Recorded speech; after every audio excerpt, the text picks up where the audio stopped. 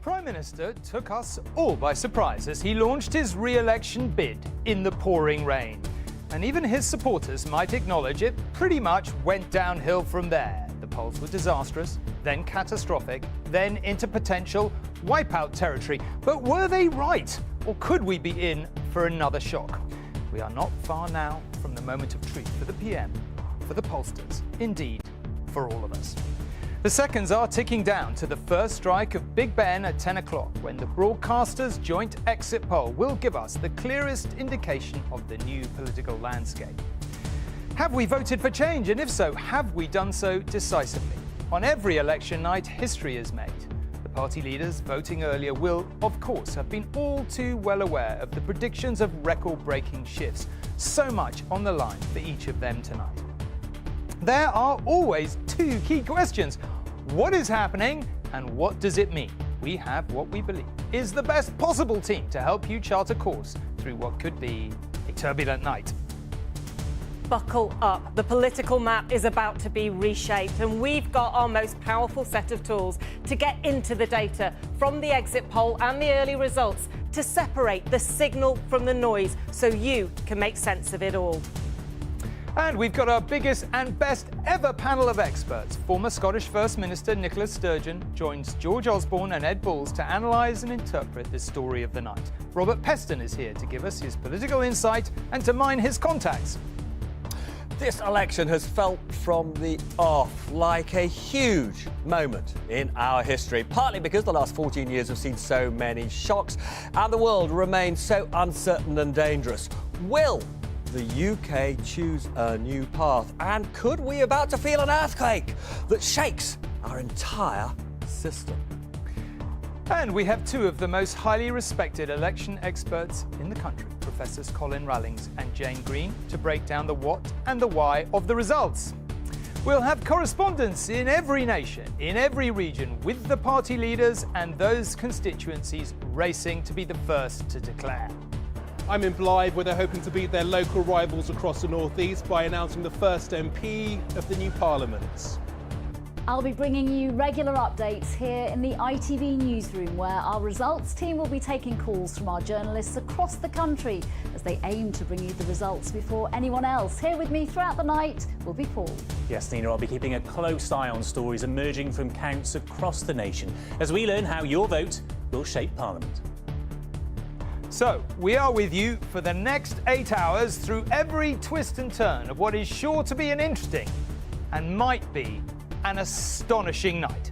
Welcome to Election 2024. The results live.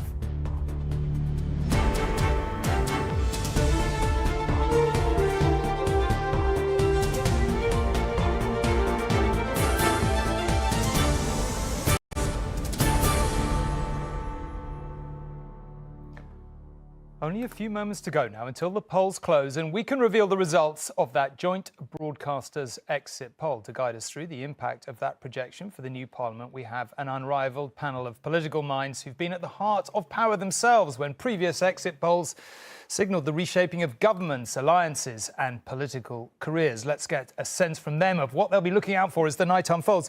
Nicola, maybe I can start with you. I mean, like, you've been a leader, you've sat there waiting. What are you thinking at this moment? As a party leader, you're feeling utterly sick at this moment. All of your worst fears are crowding into your mind.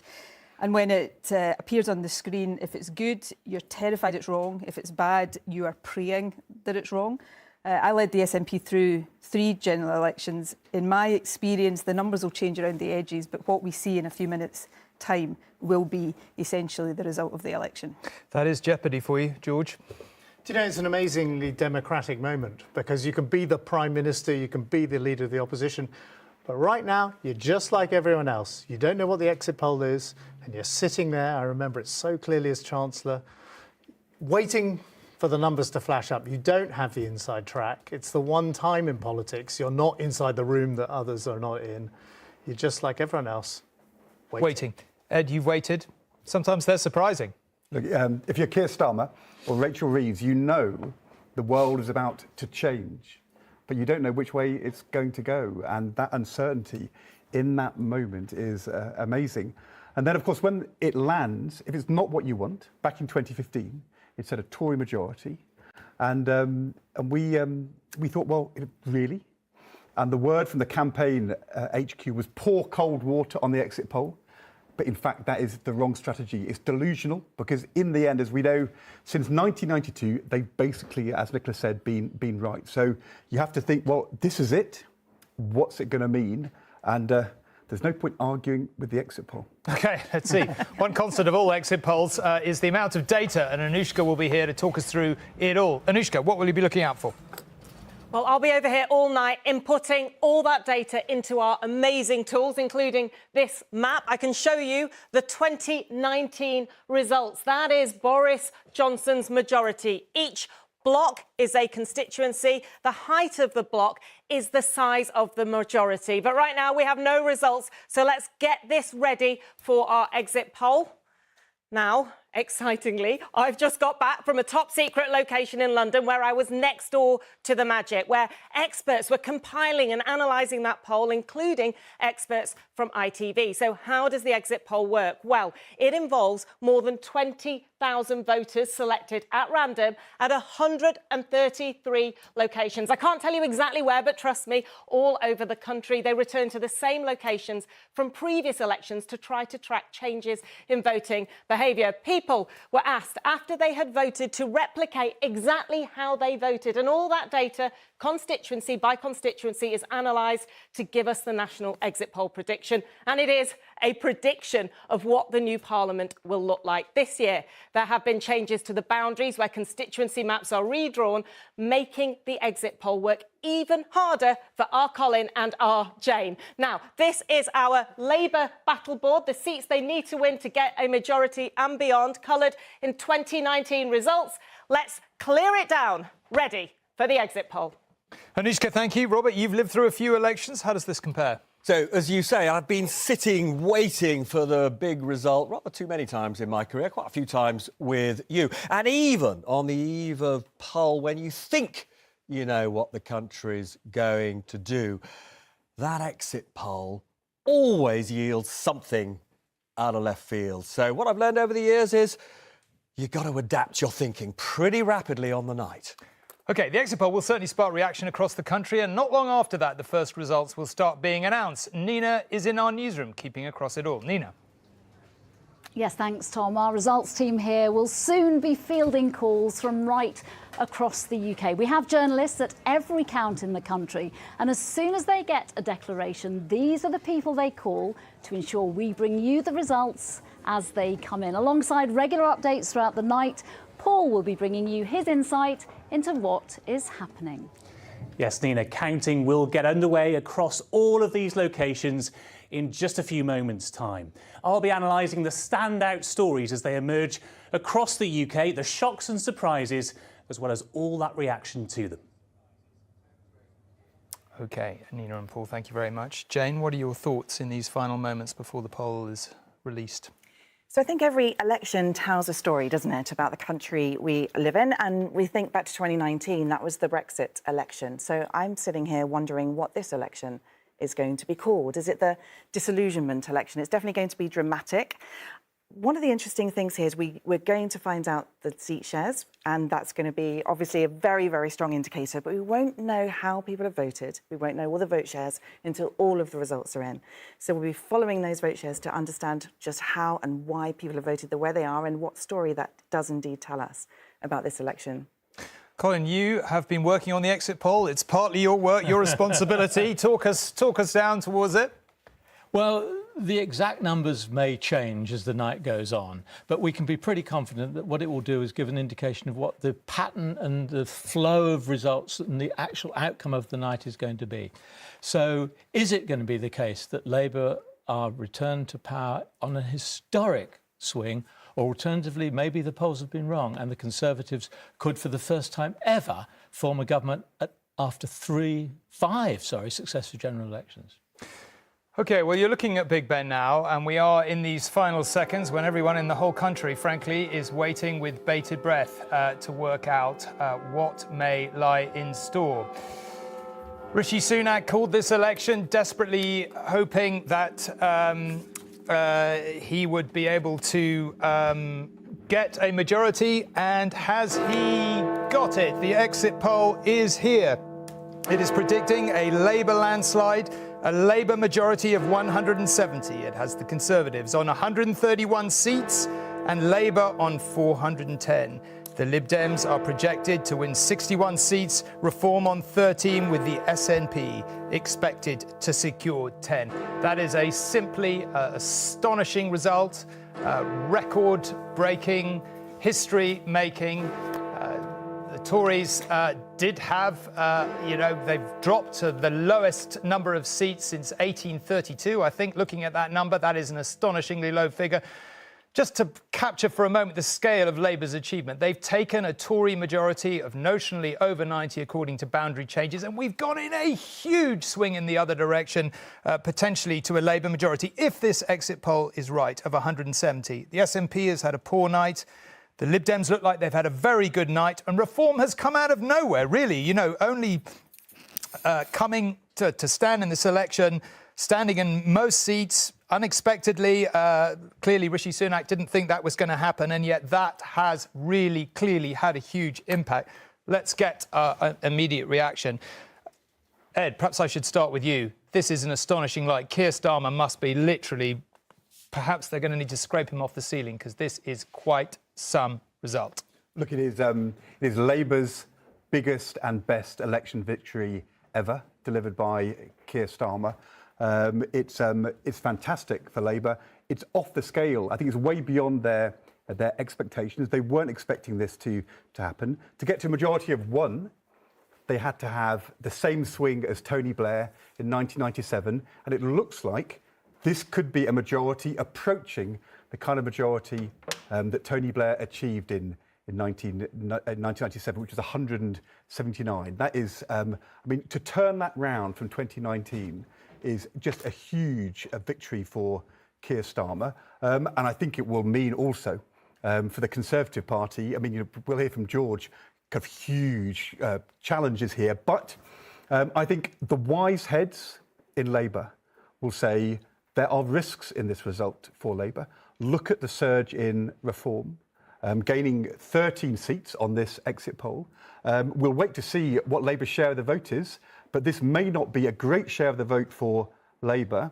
And this is a very, very volatile political time that we are in. There will be people who look across and see what Macron achieved when he won just a few years ago, and how quickly that has turned around into disaster with the rise of the far right in France. And people will be saying, Keir Starmer and Rachel Reeves, you've got to deliver in this Parliament early on trust and integrity and living standards and the National Health Service, because if not, that Reform surge, if that continues to grow, if the Conservative Party get the act together with Reform, a hideous prospect, then Labour would be vulnerable. So there'll be wise heads saying, be careful, but overall the mood will be of massive celebration. Keir Starmer, the most successful winning Prime Minister Labour's ever had.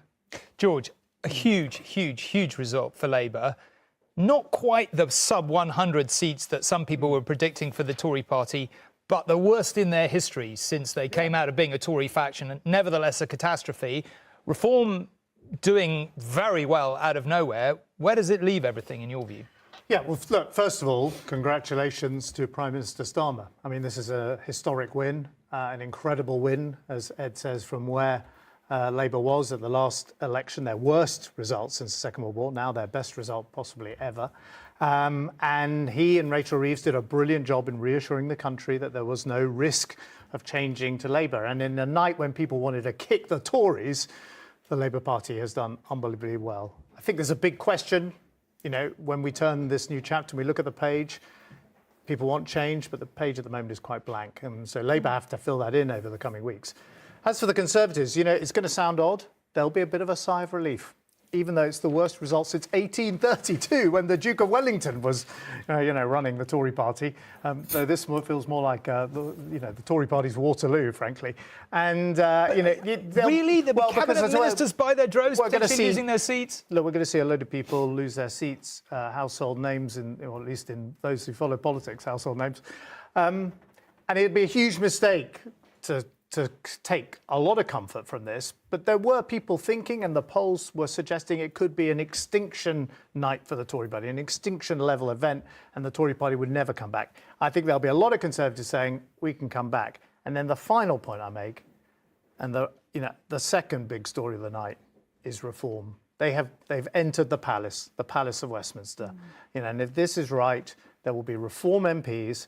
And there will be a huge conversation and argument inside the Conservative Party, which is if we can merge with Reform, then we can come back at Labour. Labour didn't get such a high share of the vote. The majority is thinner than it looks on paper. I think that's a disastrous route for the Tories to go down, but it is going to be the conversation. Nicola, a lot has happened since you left office. Some of it we can't talk about. There's a police investigation, an active one, and for legal reasons, you can't talk about it. I can't ask you about it. Nevertheless, there are going to be lots of people watching in Scotland tonight who are going to say, look, this looks like an absolutely disastrous result. And there are going to be people inside your party and perhaps out saying it's all your fault. Absolutely, I don't doubt that at all. This is at the grimmer end of expectations for the SNP if the exit poll is right. And given what I said earlier on, I suspect it will be broadly right. I'll come back to that in a minute. I think, first of all, this is seismic for Labour, and there's no getting away from that, a massive achievement for Keir Starmer.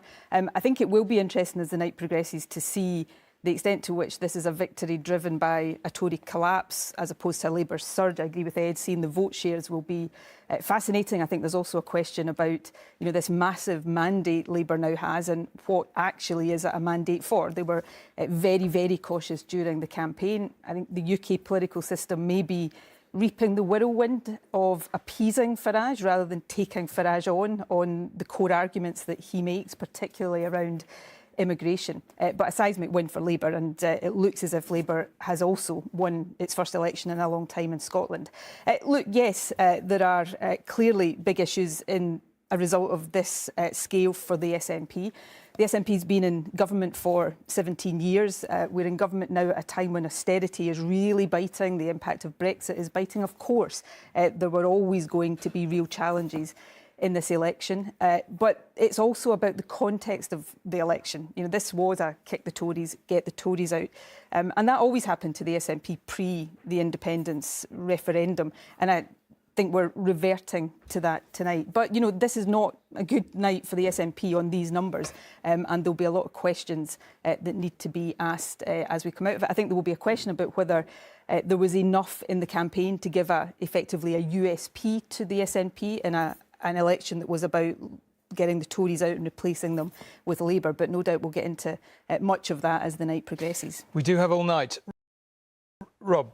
So, for me, this is the most important general election result since 1979. That was important. We discovered actually somewhat after that election date, simply because it represented such a dramatic policy shift. We don't know actually quite yet what kind of policy shift this will represent.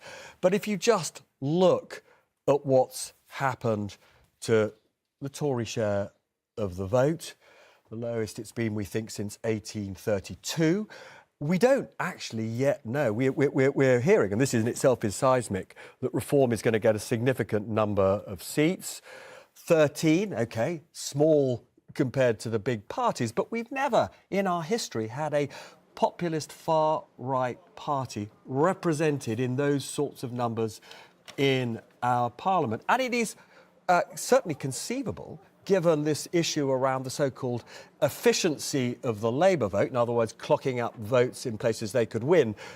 Reform didn't have long to prepare for this. We know that their vote is going to be very inefficiently spread, but their share of the overall vote may be pretty close to the Conservative Party's share of the vote. And that is also highly significant. And then the falling back, if it's right, we don't know because there are margins of error here, but if the SNP falls back to just 10 seats in Parliament, which implies that Labour is now once again the biggest party in Scotland by a margin, that will have profound implications for that debate over Scottish independence. So, as I say, for me, this is the most significant night in our political history since at least 1979.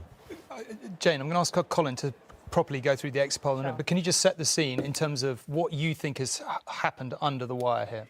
So I think the potential here for the reform share to be really quite significant is high. And the potential also, not just in those seats, and this is, as Robert said, this is a really extraordinary moment. It's a real breakthrough for reform, for Nigel Farage. But I imagine that the impact that reform is having right across the country in loads of seats where the Conservatives are being damaged is going to be really substantial.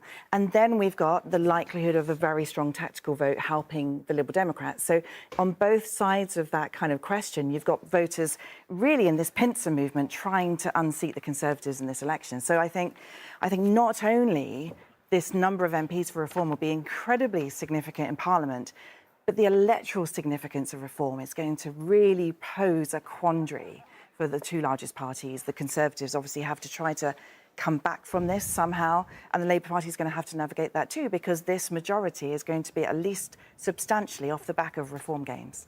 OK, Colin, the exit poll, take it away. Yes, the exit poll. Well, I think what it tells you, and Jane is sort of already hinting at this, it was everyone going, how can we best get rid of the Conservatives?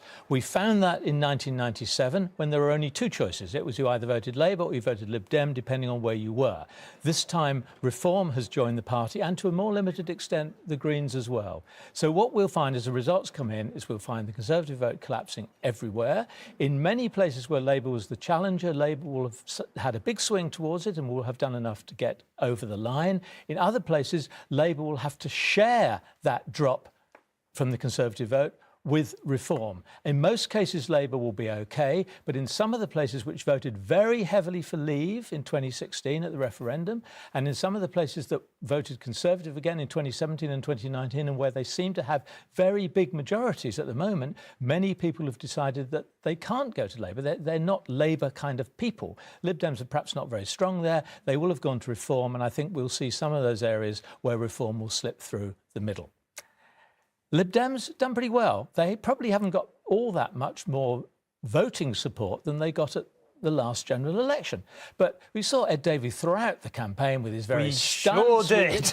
But that did its job, didn't it? And where were those stunts? Those stunts were in places where they thought and expected to win seats. And where were they going to win seats? They were going to win the seats that they used to have in the balmy days of the Blair government and Paddy Ashdown as the leader of the party. So expect to see them win a swathe of seats from southwest London right through west as far as Cornwall, and the names will come up and they'll be familiar. And you go, oh yeah, I remember when the Lib Dems used to have seats in Cornwall, or when the Lib Dems used to have seats in Somerset or Wiltshire. We'll be seeing that again, I think, tonight. So that's the basic pattern is, yes, it was a get rid of the Tories, but it has to be said, and Ed was absolutely right about this, Labour's share of the vote will look pretty disappointing and may not be all that much different when it comes to it than the 36 or so % that you got in 2005, when again, a comfortable majority, but then of course the Conservatives were quite close behind you. Now the Conservatives are a long way behind. That's why the Conservative majority is going to be so big. OK, while we've been talking, with polling stations closed, the ballot boxes can be opened, of course, and votes counted. The race is on in the North East, where being the first seat to declare has become something of a matter of pride. We'll be live shortly in Sunderland and Blyth to see how they are getting on. Well, listen, we've given you the exit poll, and we should stress repeatedly, as we will through this early part of the evening, that it could be wrong. But let's be frank, what an amazing exit poll. So many things in it. As we said, this huge change from notional Tory majority to very large potential Labour majority, and lots more to talk about. This is a very dramatic exit poll and exciting, although I should correct George, no one has yet walked into Parliament because, as you say, no votes are actually in. So I'm just going to pause you on that, and I'll have lots of caveats up here. Let's start with the map. I showed you earlier Boris Johnson's country here on the left. Let's now add the new exit poll into the right, and you can see a dramatic change. Every block is a constituency. The height is the size of the majority. I mean, this is really kicking the governments, kicking the government in Scotland, kicking the government in Westminster. Now, the way we're going to look at this through the night is through our battle board. These are the seats that Labour needed to win to try to get a majority. So we start with the very easy wins, less than 1%, 1%, 2%. Bury North, for example, a majority of 105. They needed that. Right, on we go on the board. Here we go. 3, 4, 5, 6, 7%.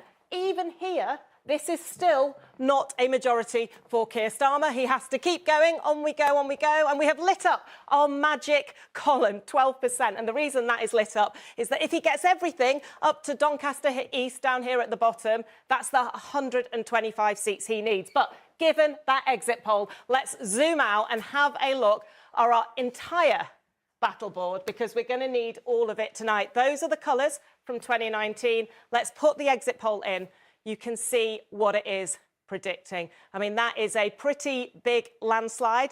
That is obviously lots of it going red. Now, I should say the exit poll gives us a prediction for every single seat. We have a probability attached to it, but we'll be very careful with that kind of information. Now, because this is looking pretty big, I'm actually going to pull over and show you even bigger swings. So we go up to 18 there. This is 19 to 29% with the exit poll in, and you can see this is suggesting that Labour are picking up seats even in that 19 to 29% swing area. We're going to continue, I think, even beyond that during the night. Now, if we just grey it out, because as I keep saying, no results are actually in, let me just show you a few areas that are interesting, starting with our red wall board, right? So this was the story of 2019, all the seats that the Tories picked up in the red wall, the north of England and the Midlands, and adding in the exit poll, have a look at that. So Keir Starmer, it looks like, has rebuilt the red wall, but there is a reform seat in there, and that is where we're going to start looking at the things Jane has been talking about just now, how much the reform effect is actually damaging the Tories in seats like this. One way to have another look at this is to look at our group of Conservative held in 2019 seats with a high Leave vote in the referendum, and we add the exit poll there. These were seats that the Conservatives did incredibly well with in 2019. And as you can see, not only are they falling to Labour, potentially some of them are falling to Reform. And given what you've been talking about, we have to look at the Scotland board and add in. So the left, you can see the SNP's dominance before tonight. If this exit poll is correct, then that is a terrible night for the SNP. One thing just to say, though, the exit poll is less accurate in Scotland. We are more worried about variation there. So we really will count that through the night very, very carefully. We've already had both myself and George referencing that if the Tories end up with a number of seats that the exit poll is predicting, you know, we're back to the 1830s, which is probably something at the start of the year we didn't necessarily think we'd be discussing. We've talked a lot about which cabinet ministers might be under threat. Can we have a look at who is particularly? Bring this up, just huge caveat on this. I told you, individual seats we're going to be careful about. These are the people who will be nervous. The exit polls suggest they're going to go, but we don't know until those results come in. So this was the cabinet. Up top left, Alex Chalk, he was always worried. Godalming, that will suggest, the exit poll is suggesting that Jeremy Hunt, the Chancellor, has lost his seat. Below him, Grant Shapps in Welwyn Hatfield. I mean, this is more really than we were expecting. We've seen scalps go like Ed Balls before. This could be a number of scalps. There you go. Mark Harper there in Penny the Forest Mordaunt of Dean, as well, and Penny Mordaunt in Portsmouth North. Yeah. Remember, lots of these people might be thinking about future leadership, and I think maybe we can show you some pictures of some of them who might be thinking about leadership, and not all of them, according to this exit poll, are going to survive the night. According to this exit poll, only James Cleverly there at the front and Kemi Badenoch at the back right will survive the night. But as I say, be careful. OK, be careful with the caveat. Right, let's get our first official reaction from Labour. We're joined in Manchester by the Deputy Leader, Angela Rayner. Angela, just wind back a little bit. Let's go back 6 months or maybe a year. You couldn't possibly have imagined a result like this. Well, we're very encouraged by the exit poll, and it shows what a tremendous job Keir Starmer has done in transforming the Labour Party and putting forward a programme for government that people can really get behind. I think it also shows that 14 years of the Conservatives, where they've had chaos and decline, people are really punishing them for that record of failure. I mean, do you think a Labour majority this big is going to feel very different in government than a smaller, much smaller Labour majority? Will it empower you to do things you wouldn't have thought of otherwise? Will it encourage you to be sort of bolder? Well, look, it is just an exit poll, and again, we haven't had any of the results through yet, so I'm not about to start counting my chickens just yet, but it is encouraging. And you know, it doesn't matter the majority. The point is that the mandate, hopefully, that Keir Starmer will have is that we can go forward now and turn the page on the chaos and the decline that we've seen under the Conservatives, and really have that programme for growth now, which will enable us to pay for our public services and get back on the right track. Look, we totally acknowledge. Sorry. That's quite all right. We wouldn't want you getting wet. It's raining. It's Manchester. Yeah. What can one say? Well, listen, we're very pleased that you've decided to join us, the rain and all. But look, in reality, I totally understand why you're being cautious. But the exit poll would have to be wrong by a factor so gargantuan that for you not to be in government when all is said and done, you must be feeling pretty amazing at this point, surely. I mean, first of all, it's incredible that so many people, it looks like, have given Labour that opportunity. And if we do have that opportunity with all of those fantastic candidates that we put forward to get them over the line, you know, I've been a Member of Parliament now for 9 years, and I've spent all of that time in opposition. To have the honour and the privilege to be able to be in government and serve the people, as Keir Starmer says, if Labour does win power tonight, it's about putting country first, party second. We're all very clear about that, is to roll up our sleeves and to deliver for the British people who desperately need that change. There are lots of other things potentially in the exit poll of considerable note, not least the rise in reform. What do you make of that? Well, I think the rise in reform is an absolute example of the Conservative failure over the last 14 years. People are absolutely fed up. I think they've had the wind knocked out of them when it comes to politics. They've had promises and slogans that have not materialised. And I think that's why Keir Starmer has been very clear that we wouldn't overpromise. We've got a programme that's credible, that's fully costed, that we could deliver on, that could get us on the right track again. We know it's not going to be easy. The inheritance is going to be difficult, but we're all very clear on what we need to do to really change the country. And the first thing is, as Rachel Reeves says, is stability is change, and about giving people that security, and that we're going to work really hard to put them first to get the country on the right track again. Angela, I'm going to let you get out of the rain in just a second, but very briefly, if I can, before you go, is the lesson of tonight, if the exit poll is right, that politics has just become more volatile? And is that something that you're going to have to think very hard about when you're actually in government yourselves? I think the message of tonight, and something that the Labour Party have learned from history, is never take voters for granted. You know, people who vote for you deserve that respect because they put their trust in you and the trust of their family and their future, and we don't take that for granted. And if we do have the honour and privilege to form the government tomorrow, then we'll all work really hard to repay that trust that the people have put in us. We're really grateful for you for braving the rain. Thank you very much indeed. Thank you. OK, let's bring that back into the studio. Rain, I feel like it's the story of this election campaign, isn't it, really? Well, she did something that Rishi Sunak should have done, which is turn up with an umbrella. Yeah. Which is... Look. Serious, before we get on to talk about the politics, there's loads of politics and we'll be talking about it all night. But before we do, can we just consider the human element here? I mean, what do you've all walked into government, right? You've won elections, you've walked into government. I mean, Nicola, you've walked in as, the highest office. What are you thinking on a night like that? And when you're actually going into your office for the first time? I mean, Labour will be jubilant tonight and, they will be ecstatic. They've just looked as if they've just recorded an absolutely overwhelming victory. But regardless of that, regardless of how good a plan you think you have for government, and I think there are big questions about whether Labour actually does have one, the overwhelming feeling that when you walk through the doors of, in Keir Starmer's case, number 10, or in my case, Bute House, is just... the weight of responsibility. You are literally overwhelmed by that in the moment, and all of the problems that you have up until that moment been commenting on and blaming somebody else for, they're suddenly in your entry, and you're the one that has to try to work out a way through them, navigate a way forward. So, I'm pretty sure they'll get to grips with that quickly. Keir Starmer's got a lot of experience in running a big organisation, so I'm pretty sure he won't be fazed by it. But the problems the country faces right now are really deep, structural, systemic problems. And they're not going to be easy to turn around quickly. And I think that's the biggest challenge an incoming Labour government has. It's, if it does have this huge majority, that comes with a massive weight of expectation.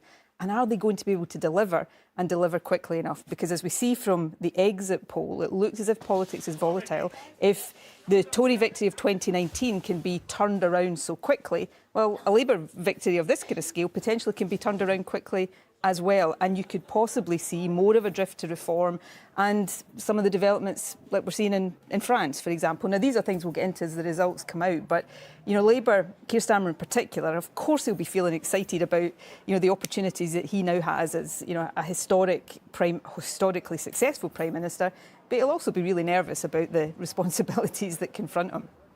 George and Ed, what did you feel when you walked in through the door for the first time? I suspect he's actually feeling a lot of relief. I mean, I certainly felt, I know David Cameron felt in 2010, that we had delivered for all of our supporters. There's an enormous sense of, thank God we did it. And even though he's been told for weeks he's going to win, I think there's something special about seeing the exit poll and kind of knowing it's happening. And I think also, I think for Labour, but Ed will speak to this as well, from the depths of 5 years ago and Jeremy Corbyn, when people were saying there'd never be another Labour government, for the moderates in the Labour Party to have carried the torch to this point, is, I think, a lesson for the Conservatives, because I think fundamentally Rishi Sunak did not, unlike Keir Starmer, confront the extremists and the demons in his party. Keir Starmer did. Jeremy Corbyn was expelled from being a candidate, and he's won. Rishi Sunak never confronted the Boris Johnson period of government and the lack of ethics in it, and he never confronted the Liz Truss period in government and the economic madness of that. And he has paid a huge price. He turned out not to be the change that the country wanted because he was too timid, he was not bold enough, he played it safe, he tried to manage the party. And in the end, it kind of drifted from being a party of aspiration that won 14 years ago to a sort of party of anger. And now it's on the receiving end of the country's anger. Do you know what this night feels like? Because in 97, you literally walked in with a majority, not just, in fact, slightly larger if the exit poll is right, but not by much. I mean, you knew you were going to win beforehand, right? You can't have been in much doubt of that. What's tonight like when you're in that position? Look, the moment of the exit poll is incredible. And in 97, it was a huge shock.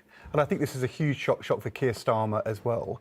And I would say that kind of the exhilaration and the anticipation will echo right across the country in Labour circles. And there'll all be people thinking about their count and are they going to win, how big their majority is. I would say for Keir Starmer, in that moment, he shifts.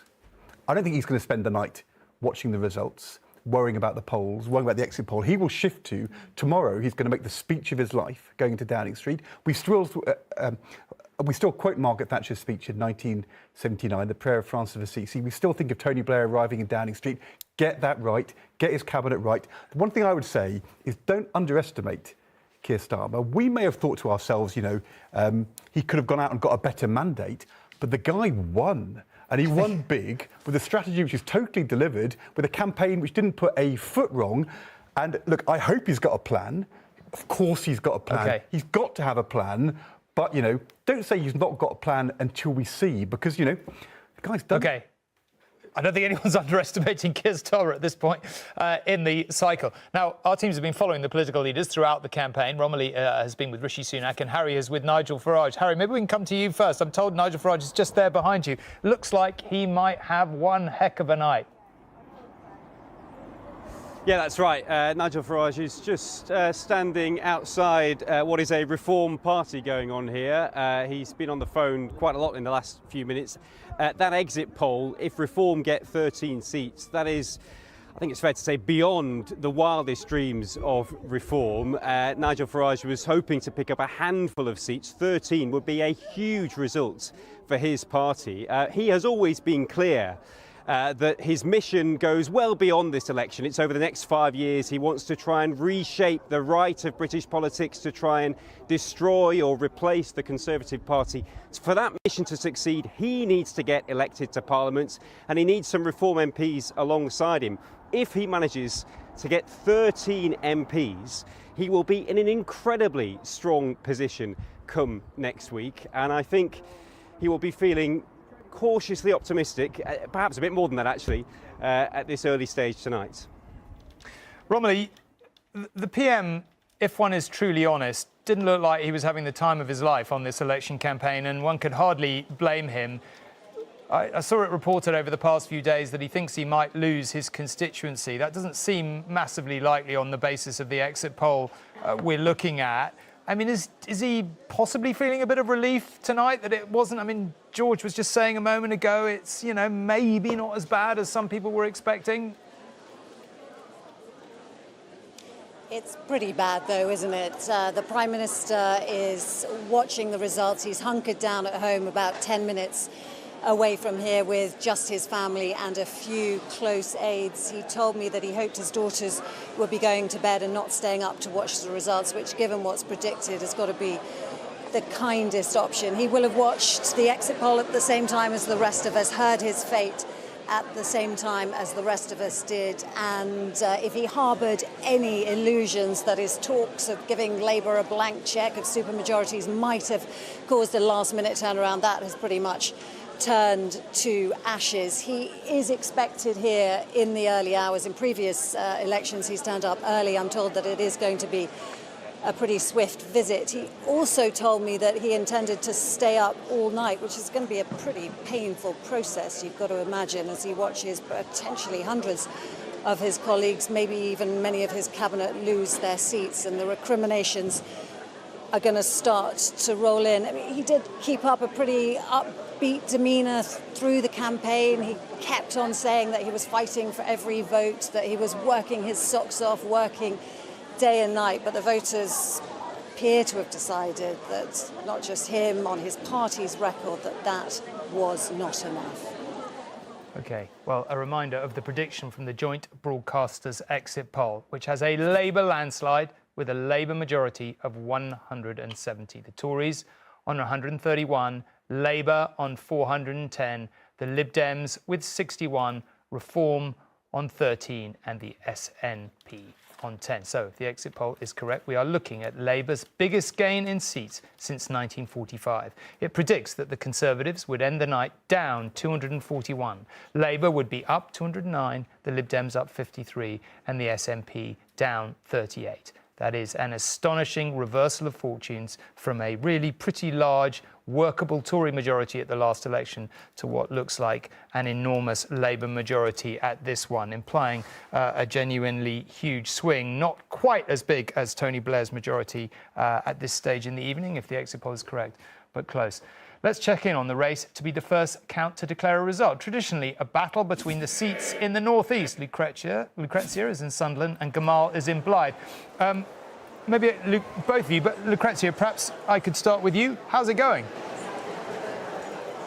Yeah, well, Tom, some fast and furious counting happening here behind me. Some of the fastest fingers in the northeast, actually. 3 seats being counted: Houghton and Sunderland South, Sunderland Central, and Washington and Gateshead South.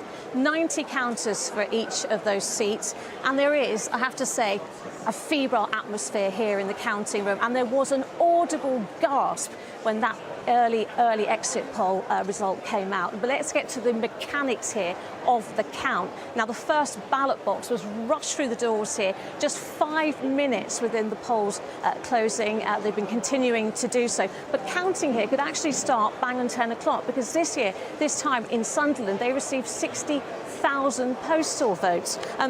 It is very much a well-oiled machine. Let's not forget why we are here in Sunderland, because they have a pretty good track record of being the first to declare at general elections. They did it between 1992 up to 2015. In fact, they still hold the record for the fastest ever declaration of a seat at a general election. That was in 2015. They did it in just 44 minutes. Now, we don't know if they're going to beat that record tonight. There are other contenders. In 2017 and 2019, it was neighbouring Newcastle who came and declared first. So bringing a bit of that football rivalry from the pitch onto the counting room floors. There's also another contender, as you say, Blyth as well, and most definitely in the running to declare first. But look, all the officials will say it's not a race. It's about accuracy. That is the priority here. It's certainly the priority for the candidates. There's going to be a lot of drama, a lot of excitement tonight, I think, over the next few hours. But I think one thing is for sure, the race is on. Yeah, the race is certainly on, and it promises to be a really exciting night here in Blyth. If you look at what's going on, the atmosphere here is palpable. Blyth was the scene of one of the more exciting moments of the last general election, with the Conservative Ian Levy winning the safe Labour seat of Blyth Valley, a seat that had been Labour since its creation in 1950, a seat that voted Leave in the general election. But the things may well have changed here, and the energy here, the atmosphere here has been absolutely palpable. Just take a look at what we've been seeing over the last half an hour or so. Election officials are running to and fro, voting papers being collected and then counting, ballot boxes being rushed from the entrance and brought onto the big tables and then emptied. Another thing that's worth factoring in is that the results here are going to be pretty interesting. Boundary changes have seen the creation of a new constituency, Blyth and Ashington. Labour hope to win that, but some of the other parties will be hoping to do well too, squeeze the Conservatives from different sides, putting even more pressure on that vulnerable 2019 Conservative electoral coalition. So yeah, a really, really big night here in Blyth. There's all going on. Two big questions that will need to be answered. Will Blyth be the first to declare, and will there be a Labour MP who'll be representing the newly formed constituency of Blyth and Ashington? We should get the answers to both those questions within the next hour or so. So do stay tuned. We will indeed. Both of you, thank you very much. So now is a good time to set out how our team here at ITV News will bring you the results. First, we have journalists at every election count across the UK. As soon as they are sure of the outcome of a count, often before the official declaration on stage, they call it in, and as a result, a strap like this, you can see that's a sample one on your screen, and it will appear along the bottom of it. Now, in 2019, we called 450 of the 650 results before any other broadcaster. So if you want to know the results first, do stay with us. Now, for more on what those exit poll figures mean, let's come into a discussion here at the desk. Jane, I can hear you tapping away in my right hand, which means you've been looking at some of the data. Yeah. What are your kind of thoughts now you've had a little more time to reflect on it all? So it's kind of funny, isn't it, that in the last election we talked a lot about Brexit, a lot about Leave areas and Remain areas, and to all intents and purposes, no one's really talked about Brexit very much. But here we are again, looking at the relationship of Conservative falls in vote shares in areas where, Leave areas, so areas where more people voted Leave in the referendum back in 2016, and also where the Brexit Party didn't stand last time. So, of course, one of the reasons that Reform UK can make such advances in this election is because they're now standing everywhere, whereas the predecessor party, the Brexit Party, didn't stand everywhere. They didn't contest Conservative races in 2019. So that seems to be one of the most significant things. I think it's also significant that if you looked at the polls in the last week, we did actually see a drop in Labour's kind of potential vote intention of around 5 points. And so it could be that just in this last week, that tactical vote decision has also been solidifying, becoming more concrete for people in areas of the country that looks like it's going to benefit the Lib Dems. I've got to say, again, we'll be looking at Remain areas. On that point, Tom, the chat in Labour circles in the last 4, 5, 6 days was reform surge. Lots of people saying there's a lot more reform on the doorstep. That was definitely happening since the weekend. And yet I still expect that Reform would be taking votes away from the Conservatives rather than the Labour Party. So that's how, that split, that splintering on the right is how we can get a kind of result that we are looking like we're going to get, where Reform is coming up, being very successful, and in damaging the Conservatives primarily. OK, I'm going to ask everyone to pick up on that in just a minute, but I'm told we have Robert Buckland. We've had somewhat of a difficult time getting leading Conservatives to appear on our programme tonight, or indeed on any broadcaster, perhaps for understandable reasons. But Robert Buckland, who is in his seat in Swindon tonight, has joined us. Robert, thank you very much indeed for sparing the time. I don't think there's any way of putting this other than to say it looks like it's been a catastrophic night for your party. Yeah, I was in the 1997 election as a candidate. I know what it feels like, and you have to brace yourself for the most horrible of defeats. And it's a defeat that will take a long time for the Conservative Party to recover from. And the question is, what now for the Conservative Party? If we come to some glib solutions that seem to suggest that we should veer even more to the right and become a party of protest and incoherent anger, that would be a huge mistake, because it seems to me the challenge now is generational. What are we saying to younger people who want to own their own home, who want to have a stake in our society? Not enough. We need to start focusing on the new generation of voters who we need to vote for us in order to get back into government. The road is going to be a very long one. It's going to be a tough one, Tom, and I'm worried that if we rush this process, we'll jump to the wrong conclusions and make the same mistakes that we did after 1997. But you'll have plenty of people in your party, surely, over the course of the next week, probably tonight, saying, look, the maths is easy. Reform have done really well. Combine the two, we have a decent chance of beating Labour next time. That'll be the logic, won't it? Yeah, but it's, I'm afraid, a flawed logic, because as we can see, Reform will be attracting votes from all different types of people, a lot of people who are disaffected with politics and the political system. This is far more complex than appears at first blush.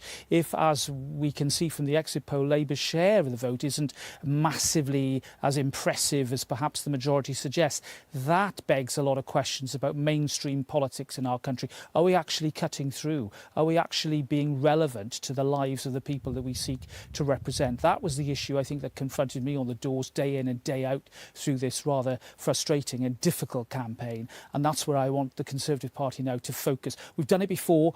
It's going to take a lot of work, but we can and must do it again. I mean, can you talk us through the atmosphere on the door? Did you, on the doorsteps, did you absolutely know this was going to be the result tonight? Well, look, I think that as an incumbent MP who's won 4 elections in a tough marginal seat, I'm glad to say there's a lot of personal support out there for me. However, it was tinged with a sense of pity and regret that perhaps they were saying goodbye to a long-serving MP. And when the electorate gets into that sort of mode of pity and regret, you know that the dice are loaded against you.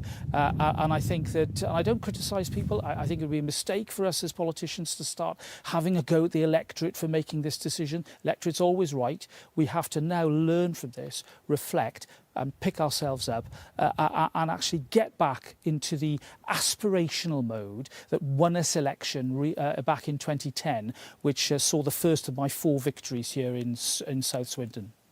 OK, Robert Buckland, thank you very much indeed for joining us. Robert. Well, unfortunately, he didn't refer to it himself, but the exit poll rather does imply that he hasn't won tonight, and we'll see the return of somebody who was a Labour MP, Heidi Alexander.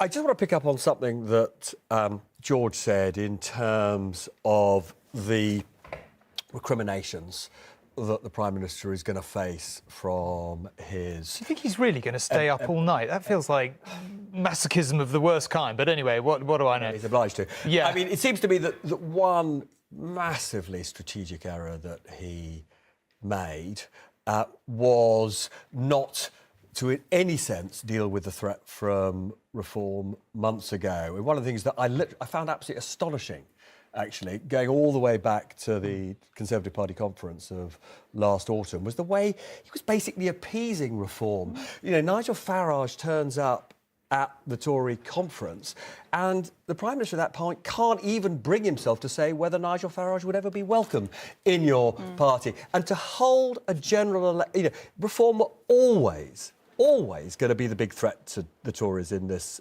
election, alongside the Labour revival, and not in any way to try and neutralise that threat before you call the election will go down in history as one of the most strategic errors that any party leader has made. Look, I mean, in some ways there were bits of the Tory campaign like a tax attack on Labour, which was quite professional, but other bits, particularly as they knew the timing, were terrible, like the betting scandal, the D-Day decision. But I think we'll never know the kind of parallel universe of Sunak staying on, waiting till the autumn, and calling the election when people expected to do. But when everybody thought Farage would go to America. No, but that's the point. You see, the reason for going early that was given by everyone privately was, we'll catch reform on the hoof. Farage isn't ready. He's not going to run. If we go early, we'll have that advantage on him. And that turns out to have been a terrible mistake, because they could have used the next 6 months to expose him. And from what I understand, we're getting, more detail on the exit poll. Two particular areas where the Tories have done badly are, one, Brexit voting areas, which shows what a short-term deal that was for the Tory party. And then second, crucially, areas with people with mortgages. And which is solid Tory territory. And if they had waited to the autumn, there would have been cuts in the mortgage rate. Why go before interest rates start to fall? Absolutely astonishingly stupid. He calls the election on the day that inflation becomes 2%, but not when the rates fall. Now, personally... That isn't actually true, by the way. That isn't actually true, because most people are now on fixed deals. Okay. Actually, what was going to happen is people's new fixed deals were going to be rising all the way through this year into the middle of next year, even if the bank was cutting interest rates. Oh, come on, Ed. Expectations are everything. No, I'm just saying that people's their monthly bills were going up, not down, all through the rest of this year. I mean, I agree that the decision to go early rather than wait till the autumn was a daft one, but I think it's for the birds to suggest it would have made a substantial difference. And isn't the problem less that Farage has been appeased over the last few weeks? The problem is that Farage has been appeased over the last few years. Totally. The Brexit referendum, through to effectively conceding with him that immigration is the big problem that the country faces. And as long as the mainstream parties continue to do that, reform's going to continue to be a problem. As Jane said, they've hurt the Tories, so it seems, in this election, but unless Labour now, with that massive majority and mandate, take them on, then at the next election it may be Labour that they're hurting. One the very substance small point, issues. though, which I think is relevant to all of this, because it reinforces what Ed was saying earlier. The lesson of the surge in reform in Brexit areas is that in the end what matters to people is delivering on what they really want, which is rising living standards. Brexit hasn't done that for those people. The discontent of those people was never really about Brexit itself. It was about the fact that they felt ignored by Westminster. They are manifesting that protest again, this time by voting for reform. And it just reinforces Ed's point that, frankly, unless Labour can conspicuously deliver for these people who voted for them, this surge may be quite short-lived. OK. It's worth saying at this point in the evening that if Rishi Sunak is staying up all night to witness all this, it's the least all of us can do to remain at our stations and perhaps for you to see what's going to happen in the course of the night. There is an awful lot to stay up for. Yes, the exit poll has predicted that Reform are going to have certainly more than 10 seats according to the poll, but are they? Is that how it will pan out? Will Nigel Farage win his seat, or will his party have a good night and he not win his seat? And what about all these cabinet ministers? Do they survive? We were just talking about some of the data there about mortgage holders. Let me put that to Anushka. Yeah, as soon as I saw that this was happening, what we did straight away was we created a group with the seats which have the highest number of mortgage holders. You can see on the left of each seat is how they voted in 2019, and it is very, very clear. These seats with high numbers of mortgage holders voted Tory. Let's see what the exit poll does to it. An absolutely massive change. You can see that difference there with all those seats going either Labour or to the Lib Dems. And it is worth saying, I was chatting today to a Conservative advisor who said to me, my mortgage has gone up. I'm really annoyed about it as well. So people are asking tonight, is that the Liz Truss effect? One thing I just wanted to throw in on, obviously the Tory results are terrible. My phone is lighting up with Conservatives saying this is not existential. I guess we will see. OK. Listening to George on ITV's election coverage. Listen, I think we have to keep it... I have pointed out it's the worst result since 1832. Since the Duke of Wellington. It's not something to be cheering about. No, but it was a straw and you clutched it. Absolutely. My favourite Duke of Wellington... I'll be doing a lot of that tonight. My favourite Duke of Wellington story was apparently when he ceased to be a military commander and had his first meeting of his cabinet. He explained to his wife afterwards, well, I'm damned if I gave them their orders, and I'm damned if they didn't want to sit around and discuss them for hours afterwards. Colin, can I ask you to pick up on the exit poll and just give us a sense of further perspective about what might happen in the course of the night, what you're looking out for, what might particularly be points of reference? This is always this rather irritating part of the evening, isn't it, when we're waiting for a result because we really don't know what's going to happen. And the first results that come in are not going to be particularly helpful. They're going to be from the northeast of England, where they often have this race that we've been talking about, who's going to be first. And we will hear, I think, for the first half dozen or so constituencies from seats that are held by Labour and which are likely to be retained by Labour. So what are we going to be looking for? We're going to be looking for the story of the exit poll. These will be places where the Brexit Party stood last time, so there's already an underlying degree of which voters who take that view of politics have had their vote taken account of, if you like. So there's less room for reform to rise than will be the case in some of these Conservative seats where they're coming from nowhere. But we'll want to see, as the Conservative vote collapses, and I think that we can be absolutely sure that's what's going to happen, where have those votes gone? So when Bridget Phillipson in Houghton and Sunderland South has her majority increased quite considerably, as I'm sure she will, right, has that been because the Conservative vote has come over to her, or has the Conservative vote gone some to her and some to Reform? And we'll see that repeated in Blyth and Ashington and in some of the Newcastle seats as well. And that will give us an indication of how well Reform might do when we see some of these more Conservative-leaning seats come in. OK, I just want to ask Jane something, actually, because I think it's going to be really central to our discussion across the course of the night. Look, we said at the start of this programme, we have gone, and we shouldn't lose sight of this in the course of the evening, we have gone from a very convincing Tory election victory in 2019. Yeah. Boundary changes changed the notional majority to over 90.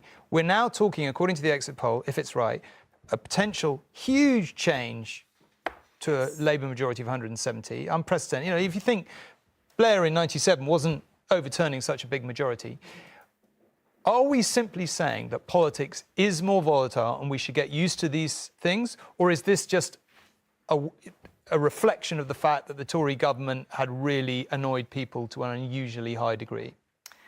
So lots of those things I think are true. So we are seeing in the British election study data, in data that we've just looked at today for the very first time, just new data, that there is more switching, we think, in this election than ever before. So that means people switching their vote choice from last election to this election. Now, what has to happen for that switching to take place? Well, first of all, people have to become a little bit more fluid, willing to look around, looking at other parties. And of course, what's really significant in this election is the smaller parties, the Liberal Democrats and Reform. The last time we saw smaller parties really eat into the two-party share was in 2015. So you kind of have to have that choice set there for people to switch to.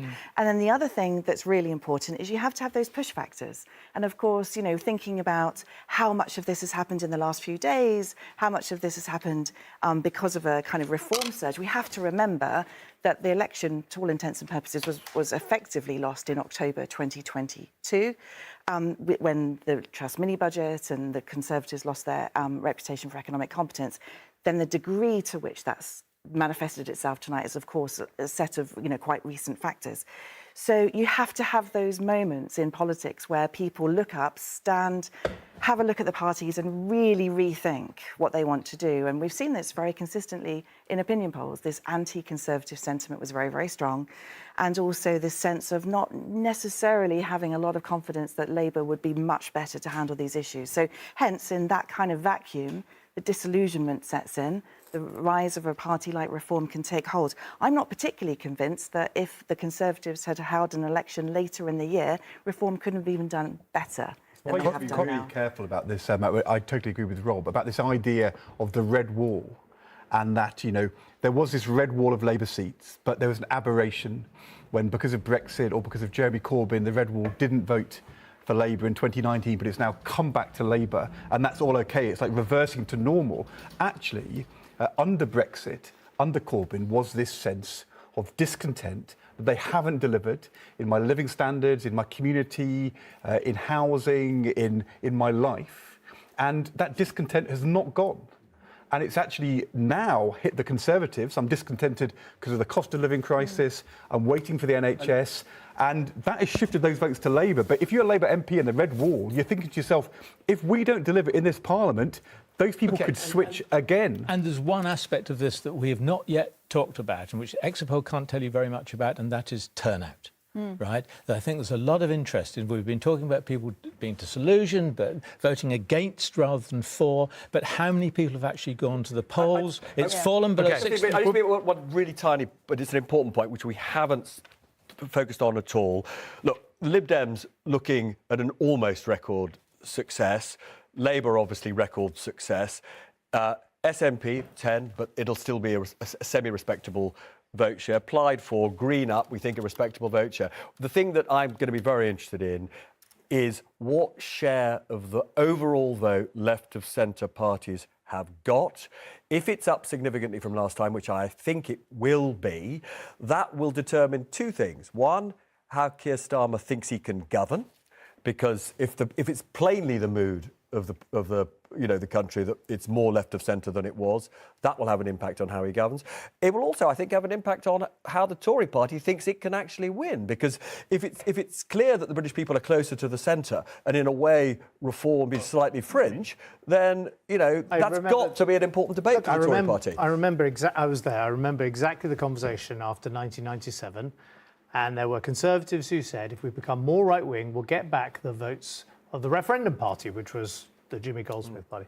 And no one seemed to say in the room, hold on, maybe it's Tony Blair who's beaten us. The Conservative Party has been beaten because Keir Starmer confronted the extremists in his party. He kicked Jeremy Corbyn out of standing as a candidate.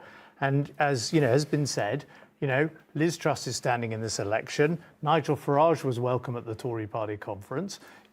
Boris Johnson appeared on the eve of poll rally. And, it was the opposite of what the Tory party needed to do, which was to move to the centre, which is where it wins elections. OK, Jeremy Corbyn's seat will be coming up at some point in the night, of course. He's not standing as a Labour candidate. He's standing as an independent candidate, and he may well win. Who knows? We could have all kinds of things ahead of us in this night. Rishi Sunak, we will be watching. We'll be here to talk about it all. Now, big discussion around the desk, as you will have seen. Let's hear what the reaction is around the rest of the country from Nina and Paul.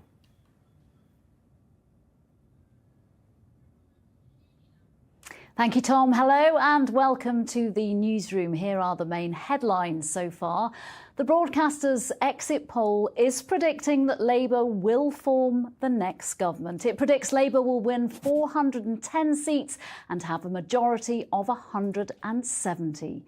The Conservatives are expected to be the second largest party, but would win just 131 seats, with the Lib Dems set for a comeback, predicted to win 61. The result would make Sir Keir Starmer only the 7th Labour Prime Minister in history.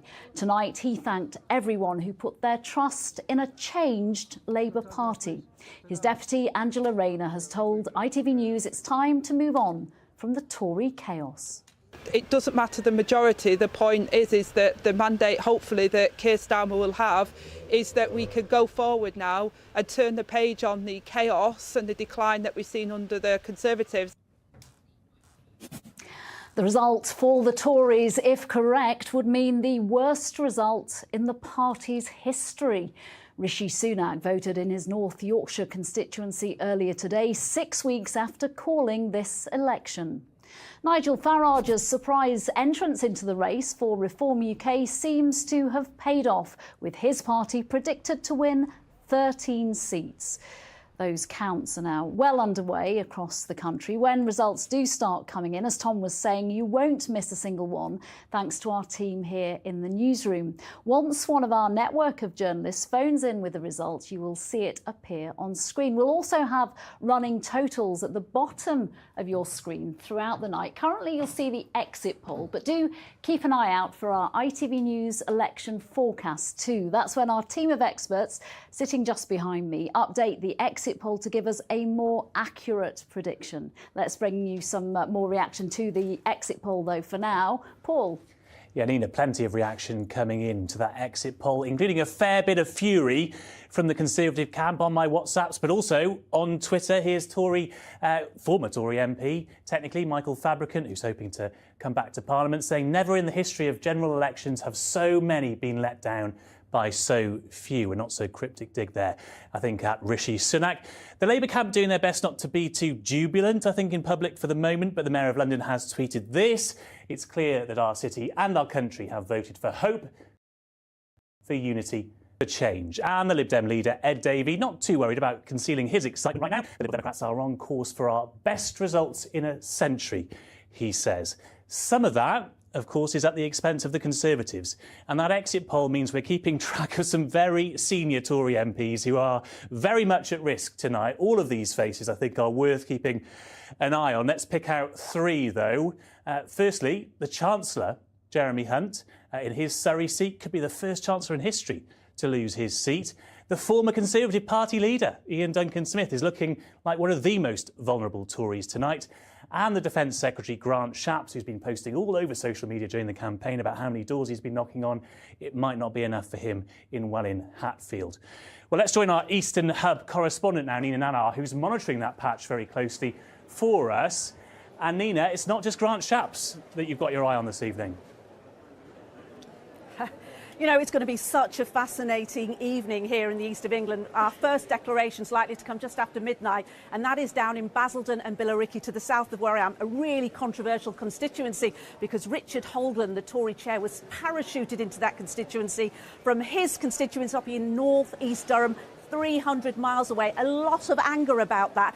Could Reform UK take that seat from him? Stephen Connolly has gone out of his way to campaign on the basis that he has been living in Essex since the 80s.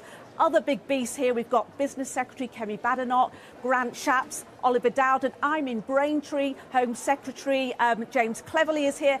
8 miles down the road, the former Home Secretary Priti Patel in Whittam. This is true blue Essex. It has been for years, but will it still be blue in the coming hours? Everything to play for. Really fascinating region. Yeah, Nina, you're going to be very busy in the hours ahead. Thanks so much for that update from the east of England. So, Nina, a lot of nervous cabinet members tonight keeping their eye on lots of different counts across the country where there really could be an historic result delivered. Yeah, we wait to see. Thank you, Paul. So those first results not far away now. At around 11:30, we could get our first declaration, possibly in Houghton and Sunderland South. And that count for Tory chair Richard Holdren in Basildon and Billericay is expected to declare at midnight. It's going to get really busy really soon here in the newsroom. Tom. OK, Nina, thank you very much indeed. Now, we've been discussing this potentially, if the exit poll is correct, quite extraordinary result. And we've been pondering, yes, we're going to get a Labour government. Doesn't seem much doubt about that at this point, unless something has gone drastically wrong. What's the new Labour government going to be like? What's Sir Keir Starmer going to be like as Prime Minister? Who better to discuss it than former Labour leader Neil Kinnock himself? Neil, thank you very much indeed for coming to join us this evening. What do you reckon then? I mean, what a night if this exit poll is correct. Yeah, a gain of 208, according to the exit poll, which is attributable directly to Keir Starmer and what he's achieved in 4 years, 2 of which, of course, were during the lockdown or virtual lockdown, when the one thing that opposition leaders depend on, contact with the public, was absent. So it's even remarkable. The biggest comeback since Lazarus. You lived through 97. How does this night potentially compare? Well, it's been a bit shorter. That time it was 18 years, thanks in some respects to me not doing it in 92. But 14 years has appeared to be a very, very, very long time. And, of course, the big difference is not just the incompetence of these 14 years, but the decadence, especially of the last 5 or 6 years, which has really offended people right across the country, which is why we're seeing such a spirit of revulsion against the Conservatives. Now, it's true that always governments lose elections rather than oppositions win them, and the same mixture occurs on this occasion. Governments lose and the opposition makes its contribution by being credible and gaining ground. But this is even more graphic, even more of an assertion of the public will that they will not put up with misconduct in government. Mistakes, everybody makes mistakes, but not misconduct. A night's like this a little bit bittersweet for you? I mean, 92 was a totally different thing, was much closer, you know, the world was different. There's not much point in making a comparison. Different age. Different age, sure. But do you watch a Labour leader about to walk into Downing Street? Is there just a tiny bit of you that at some point in the night thinks, could have been me? Well, last time round, when Tony and Cherie walked through that door, it wouldn't have been human of me not to have reflected for a millisecond, God damn, that could have been me and Glenn. But this time, I'm now ancient. And I was relatively modern then, but now I'm prehistoric. And I must say, I'm just ecstatic about the fact that an entirely dependable, fully grown-up guy, Keir Starmer, and his wife are going to go through that door tomorrow. I have unalloyed and unreserved delight. I think you might agree that it was quite a limited election campaign in the sense that Keir Starmer seemed to take the view, there's lots I don't need to do, there's lots I don't need to say, I just need to give people an idea of the basics of how we're going to be. I mean, you'd probably agree that's a fair assessment of his campaign. Yeah. He has done quite a few things that I think are a little bit surprising, like only a few days ago saying we wouldn't rejoin the EU in his lifetime. I mean, were you pleased when you heard something like that, or do you think... Well, he wouldn't expect me to be pleased by that. Well, no, I didn't think you would be. It's rather why I'm asking the question. Well, it's a realistic appraisal of still where a significant proportion of the public are.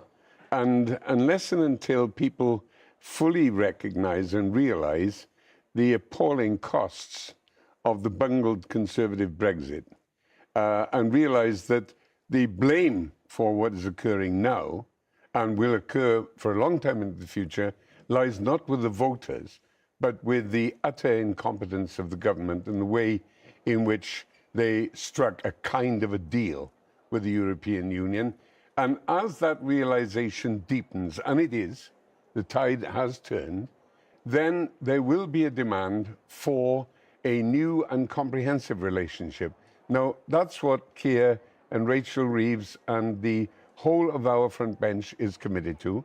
They will begin those negotiations in short order on security and the development of defense capability, on economics and trade relationships, on the movement of foodstuffs, on the exchange of visas, especially related to business and to study, including school children. You'll see those sectoral changes being openly negotiated and taking place so that the relationship will be different. And when Keir says he doesn't expect re-entry to the European Union, the single market, in his lifetime, I'm certain what he has in his mind, absolutely certain, is a different enterprise and an innovative relationship with our nearest and biggest market, and of course, our neighbours with whom we share a continent. Final question, very briefly. Looks like Reform are going to have a very good night. What's your reaction to that? It's one of, first of all, understanding. I understand why people want to show their revulsion against the Conservatives and have never been particularly friendly towards the Labour Party. And here is an alternative. What bothers me about Reform, as it does all nationalist populists, is that they offer very simple answers to very complex questions, and it invariably ends in tears. Now, I don't think it'll end in the horrors of the last occasion in which Europe was beset by populist nationalists. I don't think we live in such an era. But we have to safeguard against it. And it means that social democracy, which will become the government of this country from tomorrow, for at least 5 years, and I hope much longer, cannot afford to fail. Neil, thank you very much indeed for joining us this evening. I really do appreciate it. Now, we were talking there, obviously, about Reform, one of the discussion points in the course of this evening. They look like they're going to have a very good night. It seems a good moment to go to Anushka to talk about it. Thank you. I had to bring Professor Jane Green up for this one because we're starting to see some trends as we drill into that exit poll data, and I want to talk them through with you. So look, on the left, Boris Johnson's Britain. On the right, what looks like is going to be Keir Starmer's country tomorrow. A huge amount of red, clearly a very changed political map. And Jane, if we just focus in on in the 2019 colours, the southeast of the country. I just want to show you exactly what has happened in this particular area. This is what the southeast looked like in 2019. I mean, overwhelmingly blue, apart from some quite different seats like Brighton there and Hove in the top corner. You can see all the blue down here on the map. Just have a look at the exit poll data. So I think what's really significant here is talking again about Brexit, which I kind of thought we might be, but maybe not to this degree, right? So what's fascinating here is the Liberal Democrats picking up so much support, and that's in the southeast of the country. But if we looked at that map, we're not seeing the Liberal Democrats make gains in other areas of the country, in the Midlands or in the north. That's where the Labour Party is really doing very, very well indeed. So Labour, I think... This is a big result for Labour too. It is a big result for Labour too, absolutely. So broadening support is part of getting to that majority, not just having support in the north and in the heartlands, but also picking up support in the south. But I imagine a lot of tactical voting here to get the Tories out and the Lib Dems or Labour in. The two effects of small parties that we're talking about. Tom was just talking about reform. If I just pull up a group of seats where UKIP did very well in 2015, this is what these are predicting tonight. The left is how they voted in 2019. Loads of them were Tory seats. I mean, these are areas that really turned towards the Conservative Party under Boris Johnson. I mean, that is suggesting not only some Reform seats, a lot of Labour seats. Has Reform helped Labour in these type of seats? Exactly. So you could look at that and you just think, oh, the Labour Party is appealing to Leave voters. But what I think is happening is Reform is appealing to Leave voters, those people that voted Conservative last time. That's dampening the Conservative share. That's allowing the Labour Party to get ahead. Really significant, of course, we're looking there at Clacton. That is Nigel Farage's seat. So that obviously a huge impact. And obviously, seat by seat, we're very careful in terms of predictions. Absolutely very careful on seat-by-seat predictions. But it's going to be hugely significant that Reform are helping Labour like they are here. That's the Reform effect. And just very quickly, let me show you the Tory Remain seats. The seats with high levels of Remain support that voted Conservative last time round. And you can see lots of them changing as well to Labour and to the Liberal Democrats. Do you think tactical voting is going on there? Absolutely. So what we're imagining would be happening, and we'll be looking to see just how much it's happening in these kinds of seats, is Liberal Democrat voters, Labour voters getting behind Liberal Democrat candidates where the Lib Dems have the best chance of unseating a Conservative, or Liberal Democrat voters getting behind Labour if Labour has the best chance. And I'd imagine that's exactly what's going on in these parts of the country. Fascinating, as always, Jane. Thank you very much, Tom. Anushka, thank you very much indeed. Well, let's go and have a look at what's happening in Houghton and Blyth. We mentioned earlier that these are the two racing to be the first to declare. It has to be said that I think Houghton has done it in 44 minutes before. That certainly is the record. We ain't going to break that, sadly, but I believe we are close. Lucrezia is there. Lucrezia, how close are we? Yeah, Tom, I think we are pretty imminent. There's a significant crowd forming just here. We can see all the candidates are up here.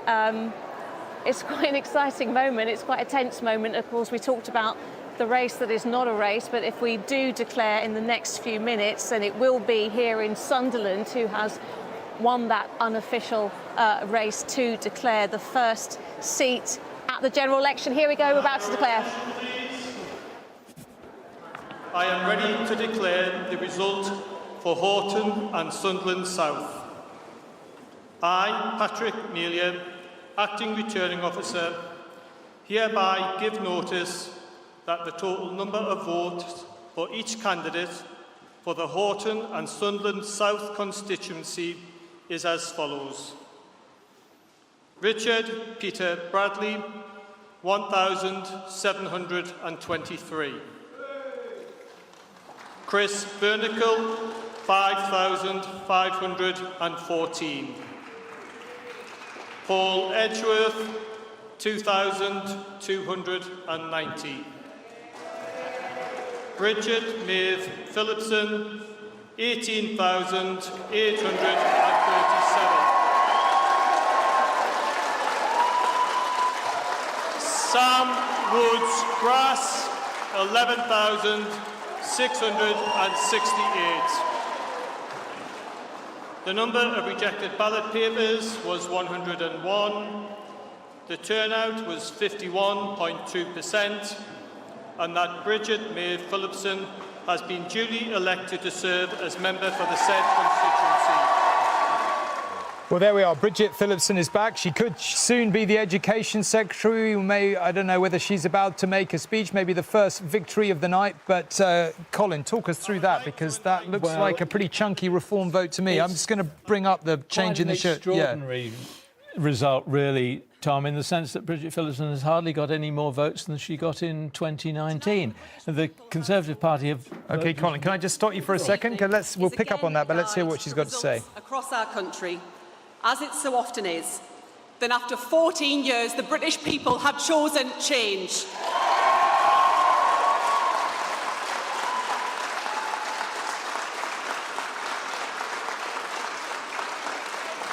They have chosen Labour, and they have chosen the leadership of Keir Starmer. Today, our country, with its proud history, has chosen a brighter future. The British people have decided that they believe, as Labour believes, that our best days lie ahead of us. Hope and unity, not decline and division. Stability over chaos. A government powered by hope, by the belief that tomorrow can not just be different from today, but better. A government of service, a government with purpose, above all to change our society for good. A government determined to build a Britain where background is no barrier, no matter who your parents are or where you are born. Determined to tear down the barriers to opportunity which hold back too many of our children.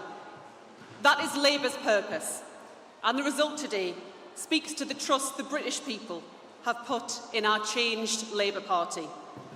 And after 14 years as your Labour MP in opposition, I am so proud to be part of a party which has tonight not just won the trust of people here in Houghton and Sunderland South, but of the people across Britain. Labour will honour the trust that you have placed in us. I will honour the trust that you have placed in me. And I will work every day to deliver the promises that Labour has made and the better future that we, each of us and all of us, deserve. From the bottom of my heart, thank you.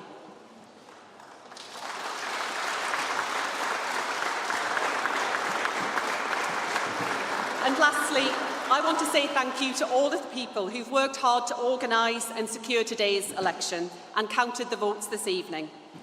You are the people who deliver our democracy, and we are grateful for your contribution. My thanks to the fellow candidates here in Houghton and Sunderland South for a good... OK, there we are. The first of what will no doubt be many Labour victory speeches in the course of the night. Bridget Phillipson, who will almost certainly be the Education Secretary. I mean, I guess to be discussed in the course of the evening, but she looks like she will be. And clearly some quite interesting movements of vote there. Colin, can I ask you to pick up? I'm just going to bring up changing the share of the vote and then swing while you're talking about it. So let's start with change. As you do, Tom, what you'll find is a quite modest increase in the Labour share. This rather reflects what the exit poll is suggesting is going to happen, actually. So quite modest increase in the Labour share of the vote. A complete collapse in the Conservative share, down from over 30% to scarcely more than 13% but since 2019. And it's Reform who are picking up those votes on a 2-to-1 basis compared with Labour, and that shows you why they think there'll be some constituencies where Reform will pip Labour to the post in places that you might think Labour would otherwise have won. So to put it simply, this is a swing from Tory to Reform, much more than a swing from Tory to Labour. It's a 13% swing, yes, absolutely. And it's a Leave area, so that's not perhaps that surprising. How reflective do we think it'll be of other areas? Well, I think it's quite reflective. But the thing that I might be banging on about quite a lot in the early part of the evening as well, turnout. Right? Last time the turnout here was 57%. This time the turnout here was 51%. So there are lots of people in Houghton and Sunderland South who decided not to bother this time. And we may be looking at the lowest turnout at a general election since 2001, which Ed, of course, will remember was the turnout when John Prescott told us all that everyone was so happy with the Labour government they didn't have to bother to go out and vote.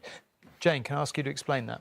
So the low turnout. I think we all thought of, maybe this is groupthink, but I think we probably thought of this election as voters being quite motivated to want to change a government, but it doesn't look like that at all, does it? So there are some common factors. When turnout goes down, it tends to be that people don't see a large difference between the parties. And so that's pretty consistent, I think, with a Labour, kind of modest Labour campaign in ideological terms. And the other factor is that if you see a foregone conclusion, if you think it doesn't really matter if I vote because it's obviously going to be a Labour win, then you're less likely to turn out to vote. So those are two factors that are potentially depressing turnout. And then, I started off the top of the programme thinking of this election as the disillusionment election. Perhaps that sense of not really seeing the real alternatives in this particular electoral context, not really having confidence that either of the two major parties was going to make a massive difference.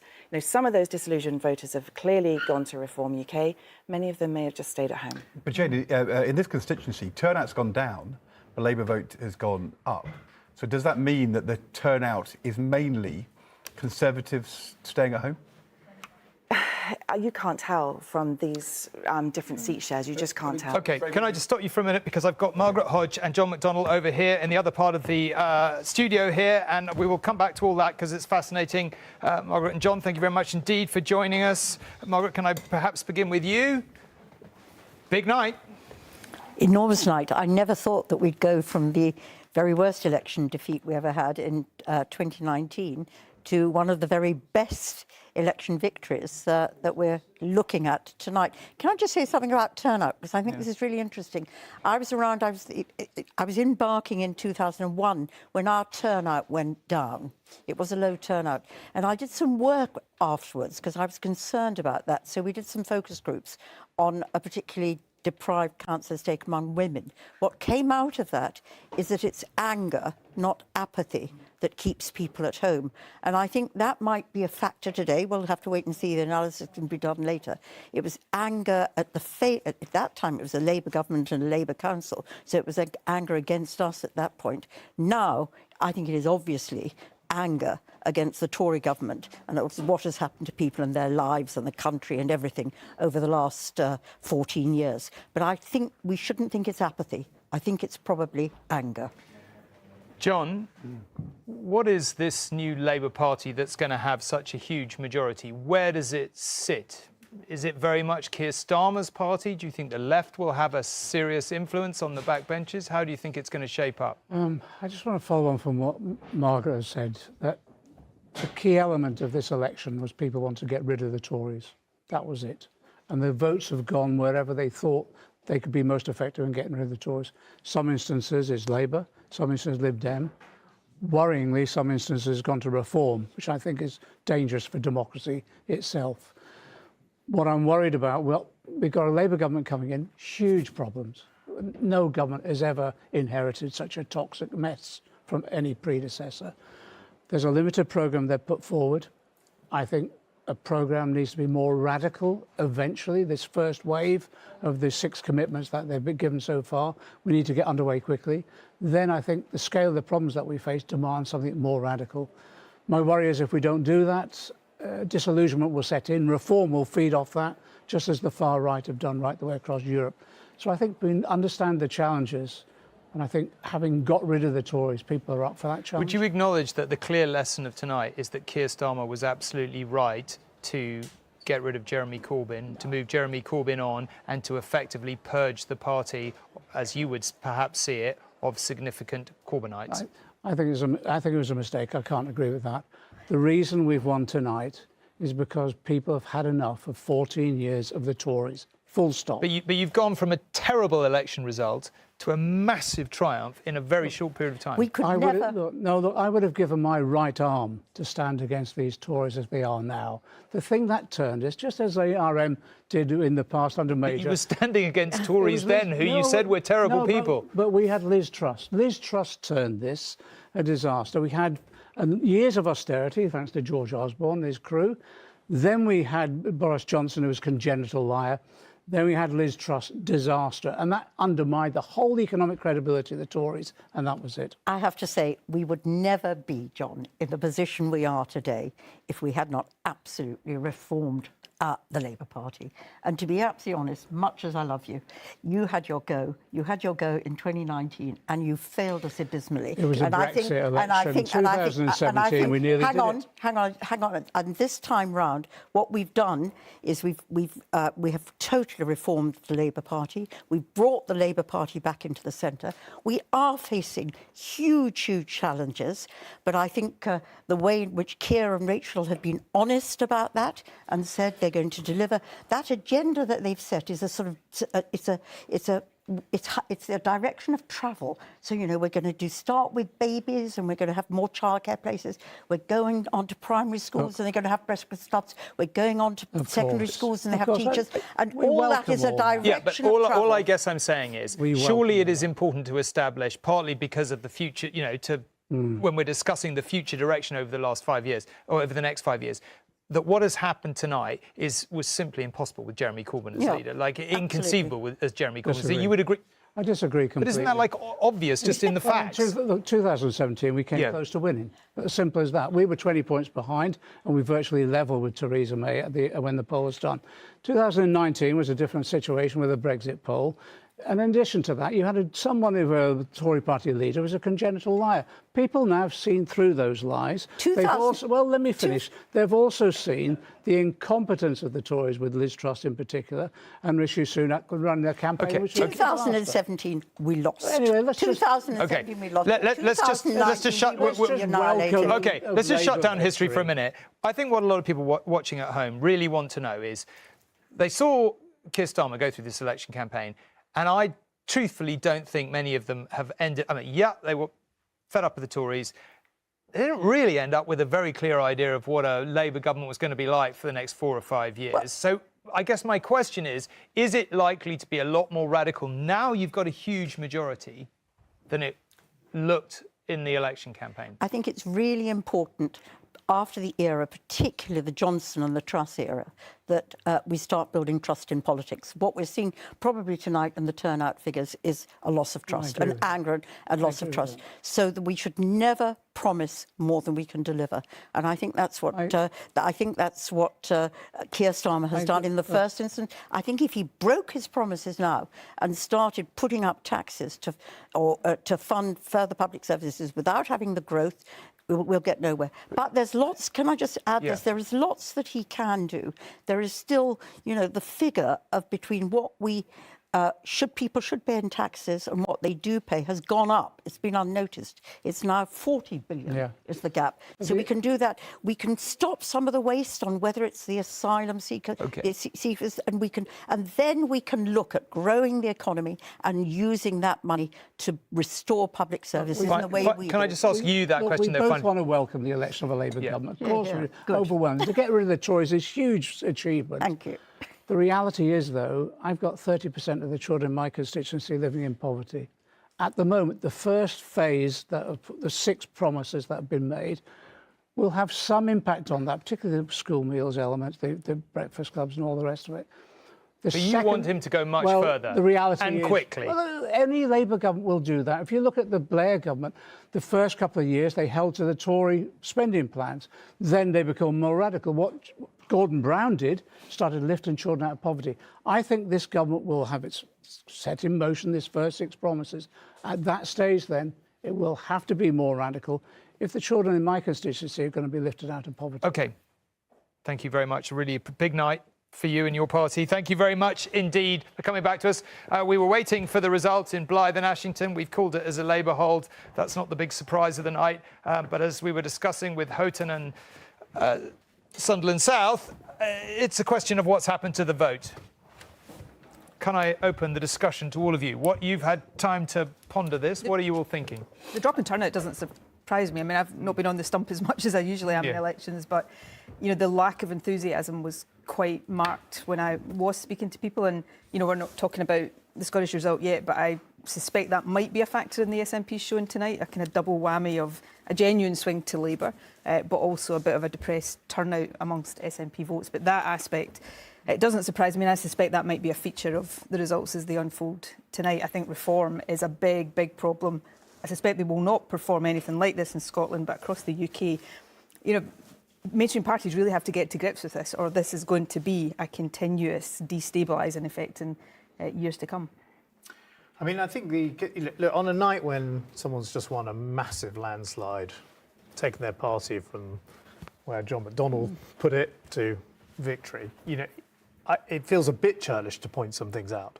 But it looks like the Labour share of the vote is going to be quite low, given the size of the majority. Keir Starmer had a negative approval rating going into polling day, which was very different from Tony Blair or indeed. Does that matter? Well, I think it matters because we're going to have to decide as a country, and to some degree the new Labour government we're about to have will shape this over the coming months. Was this a kick the Tories out, use any method possible, vote Reform, vote Liberal Democrat, vote Labour, or indeed stay at home? Or was it an endorsement of Labour? Was it a vote for Labour? Were they voting for the change or were they voting against the Tories? And if it was voting against the Tories because the Tories had not delivered, then there's a big challenge for Labour because they don't have a mandate for anything in particular. They've got to satisfy that desire for a better life. There are lots of promises the Tories made to improve life for people, but as we've heard, there was the disaster over Liz Truss. We haven't talked about the kind of promise of Brexit and then tripling immigration after it and so on.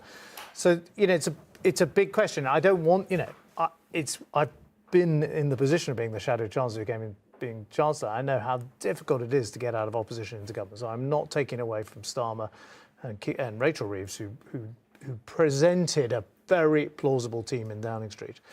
But they did, it looks like maybe it wasn't the big vote for them. It was a big vote against the Conservatives. We're just waiting for Blythe and Ashington. If you're wondering what's on screen there, we've called it, but we're waiting for the declaration. Rob, you want to get in? A couple of points.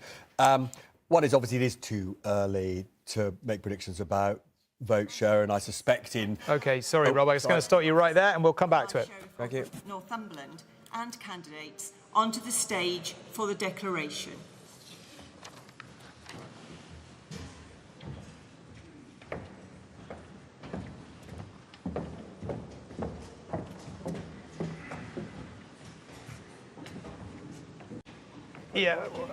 Yeah, when I said they were walking on, about to declare, they were in fact about to walk on stage and assemble themselves and maybe there for a while. I'm reluctant to... oh no, here we go. We're in. Look at that hat. Oh my... I, Lucia Bridgman, returning officer for the Blythe and Ashington parliamentary constituency, hereby give notice that the total number of votes given to each candidate was as follows. Ian Lavery, Labour Party, 20,030. Maureen Levy, the Conservative Party candidate, 6,121. Steve Leyland, the Green Party, 1,960. Mark Peart, Reform UK, 10,857. Stephen Anthony Salidas, Liberal Democrats, 1,433. And that Ian Lavery is duly elected as the Member of Parliament for the Blythe and Ashington constituency. OK, there we have it. Labour back, no surprise. But, Colin, before I ask Rob to pick up again, I just want to get you to talk through. I'm going to pull up change and then swing. Yeah. It's the same again. The Labour vote hardly up at all. Conservative vote completely collapsing, and Reform this time taking votes from the Conservatives more like, 9-1 rather than what we saw in Houghton. It's safe enough for Labour, but they actually polled fewer votes. I think if I put up swing, it'll show practically nothing, won't it? Yeah, like a Labour to Reform swing. And turn out down 4%. Yeah, so, Rob, yeah, to be sorry. clear, the vote share for Labour's only gone up because the turnout is down. The actual numbers of votes polled by Ian Lavery are down, which feels pretty significant. And again, the Reform increase is dramatic. I mean, it's, they've almost trebled the number of votes that they've won in this constituency. But I wanted to talk a little bit about this turnout issue. pretty much all the opinion polls showed very large numbers of people at the end saying they weren't going to vote. Pretty much all the some of the pollsters believed them, and some of the pollsters then actually distributed those votes in a way that in most cases showed the Tory party actually doing a bit better than other polls. Now, if the vote share is as low as it might be, then actually, I think in terms of the margin of error, in terms of the exit poll, you could end up seeing fewer Tory seats and more Labour seats, because that is what the MRPs showed with lower turnouts built into their assumptions. And I have to say, talking to people in both camps, they are fearful of that. They are fearful that, dramatic as this exit poll is in terms of the number of Labour MPs and the size of the Labour majority, it could be even bigger than this if we get, if those people who said they weren't going to vote genuinely haven't voted. These things are, to a degree, modelled into the exit poll. In fact, on the first two results we've had, Houghton and Sunderland South, and in Blyth and Ashington as well, the exit poll sort of under the radar figures are pretty similar to what's actually happening in the constituencies. Okay, I just want to pick up on one thing, just briefly, before we move on, because we talked about it a little bit.